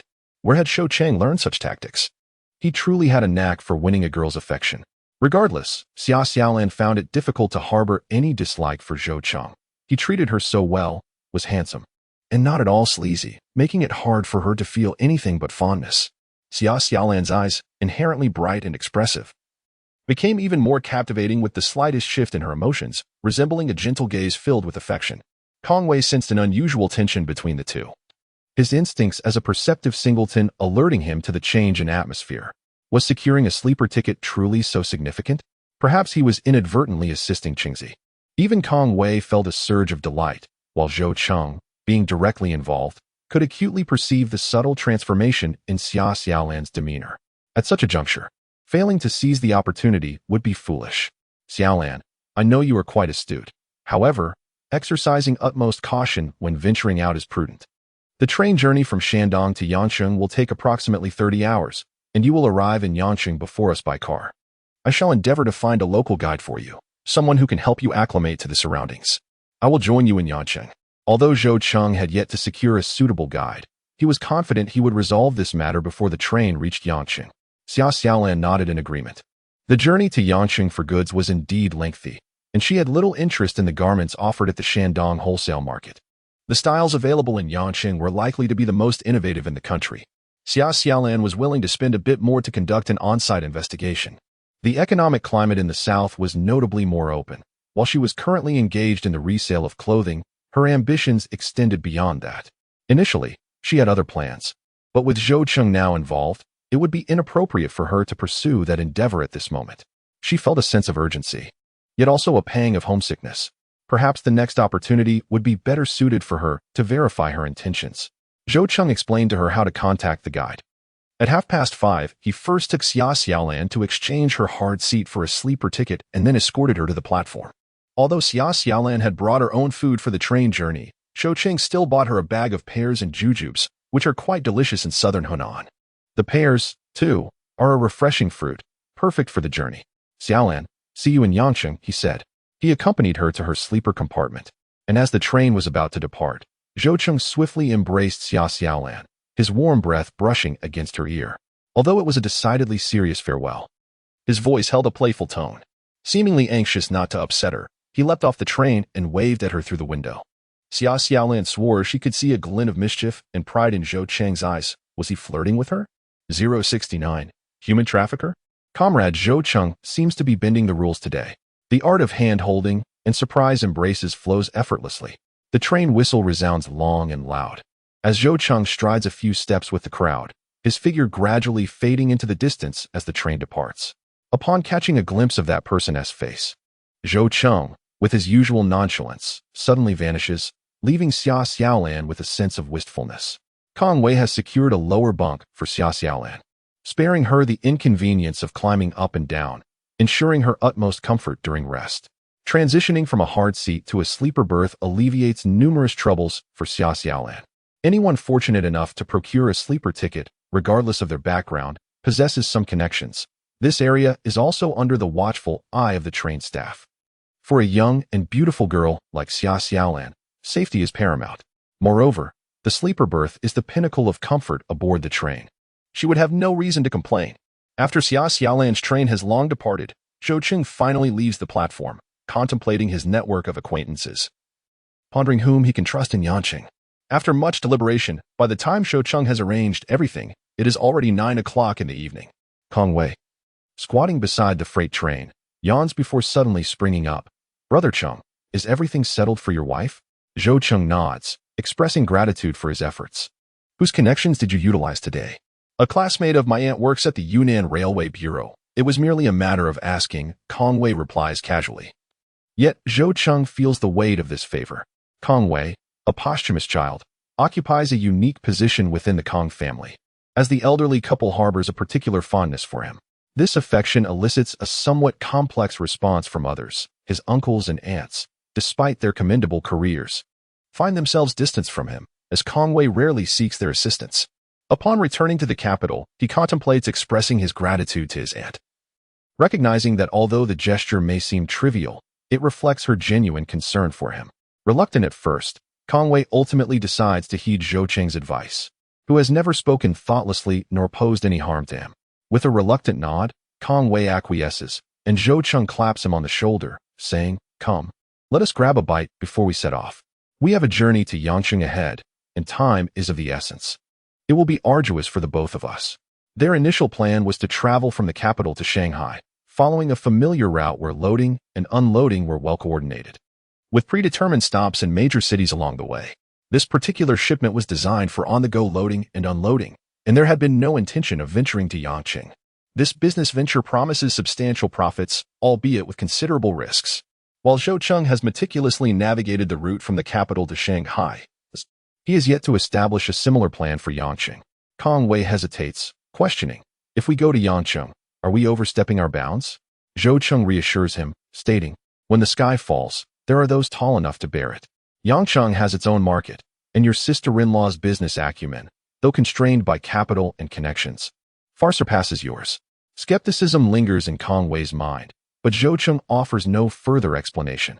Some matters reveal their true nature only in the long run. Zhou Cheng perceives Xiaolan as astute. However, he distinguishes between intelligence and shrewdness, the former being admirable while the latter is often irksome. What transformation might occur when a clever individual is granted a stage to shine? Zhou Cheng eagerly anticipated that day, yet he felt an intangible pressure. From the moment he laid eyes on Xiaolan, he was convinced she was destined to be his. A man ought to be stronger than his woman, capable of shielding her from life storms. As Xiaolan blossomed, Zhou Cheng resolved to elevate himself as well. She had exchanged her hard seat for a tranquil sleeper ticket, yet still found herself the object of someone else's gaze. The sleeper compartment was particularly serene, with passengers refraining from disturbing one another. Opposite Xiaolan sat a middle-aged man, an intellectual air about him, donning glasses and engrossed in a newspaper. Despite Xiaolan's striking beauty, he merely glanced at her a few times without any further intrusion. As the peaceful night unfolded, she finished her own water. There was a place in the carriage where hot water could be obtained, and it was there that a plump middle-aged woman struck up a conversation with her. The woman, with her kind eyes, donned a liver-red wool coat. Her face a canvas of white and rosy hues, accentuated by delicately drawn eyebrows. With sleepy eyes, she approached for water, grumbling under her breath. However, the moment Xia Xiaolan turned around, the woman suddenly appeared invigorated. Beautiful. There are many lovely girls in the world, yet among the exceptionally beautiful, a portion of that allure often relies on clothing and makeup. Xia Xiaolan had yet to indulge in such embellishments. Her beauty was entirely natural, delicate and alluring. Her features were enchanting, and the plump woman's gaze lingered on Xia Xiaolan's alluring figure, concealed beneath her attire. How had she not noticed such a remarkable presence on this journey before? Young lady, did you not manage to get your hot water? Shall we change to another carriage for a more pleasant encounter? From the moment I laid eyes on you, I felt an instant connection. Traveling by train can be quite tedious. Would you indulge me in conversation, dear sister? The plump woman exuded warmth and enthusiasm, while Xia Xiaolan, though attractive, donned rather ordinary attire. The plump woman speculated that this might be the young lady's first journey away from home. Were there others accompanying Xia Xiaolan on her travels? This was the foremost thought in the plump woman's mind. Nevertheless, as long as Xia Xiaolan engaged her in conversation, she would gradually extract information. The saying goes, no gift without ulterior motive. If a man showed her such enthusiasm, it could be attributed to lust. But what could be the reason for a middle-aged woman's ardor? Xia Xiaolan decisively declined, stating, no, thank you. I shall fetch water shortly. Oh, young lady? I mean, comrade. The plump woman persisted, chasing after her only to see Xia Xiaolan slip into the sleeper compartment. The plump woman stomped her feet in frustration, dressed as if in rags, yet surprisingly able to afford a sleeper ticket. Unlike her, who wouldn't hesitate to spend a little extra for a sleeper. She lacked the connections to secure such a ticket. With her empty water bottle in hand, the plump woman squeezed back to her seat. Where a thin man expressed his impatience, where on earth have you been this early? I'm starving. Bring me some money for breakfast. Eat, eat, eat. That's all you think about. This carriage lacked the tranquility of the sleeper compartment, and the plump woman and the thin man were merely an ordinary, bickering couple. No one paid particular attention to their conversation, until the plump woman exclaimed, throwing her water bottle onto the table, I just encountered a remarkably beautiful young girl. The man's eyes lit up, and he straightened in his seat, asking, where? Is it convenient? Is she alone? Or does she have a robust male companion who could deceive her into following them? Ideally, if persuasion fails, they should be capable of subduing a young girl, provided she is traveling alone. The stout woman felt a twinge of dissatisfaction. Her vigilance was excessive, and the way she looked at her resembled disdain for something utterly worthless. Once she fell into her clutches, there would be no hope for a favorable outcome. The stout woman simmered with indignation. How could she simply give up? When Xia Xiaolan ignored her, she meticulously prepared herself, applying makeup, grooming her hair with care, and adorning herself with a gold chain. At first glance, she appeared to be a woman of status and wealth. Then she proceeded to a nearby carriage to wait, knowing that Xia Xiaolan would eventually need water and a restroom. It was impossible for her to remain hidden in her bunk forever. As noon approached, the stout woman's legs grew weary from standing, but finally, she spotted Xia Xiaolan heading to the restroom. The stout woman hurried forward, seizing Xia Xiaolan's arm. Oh, dear girl, even if I may have misspoken, there is no need for such a fierce reaction. Come, let us sit over there and clarify our misunderstanding. This strategy of retreating to advance, feigning an apology, was one the stout woman had mastered. If those nearby mistakenly believed that Xia Xiaolan was acquainted with her, the situation would become much easier to manipulate.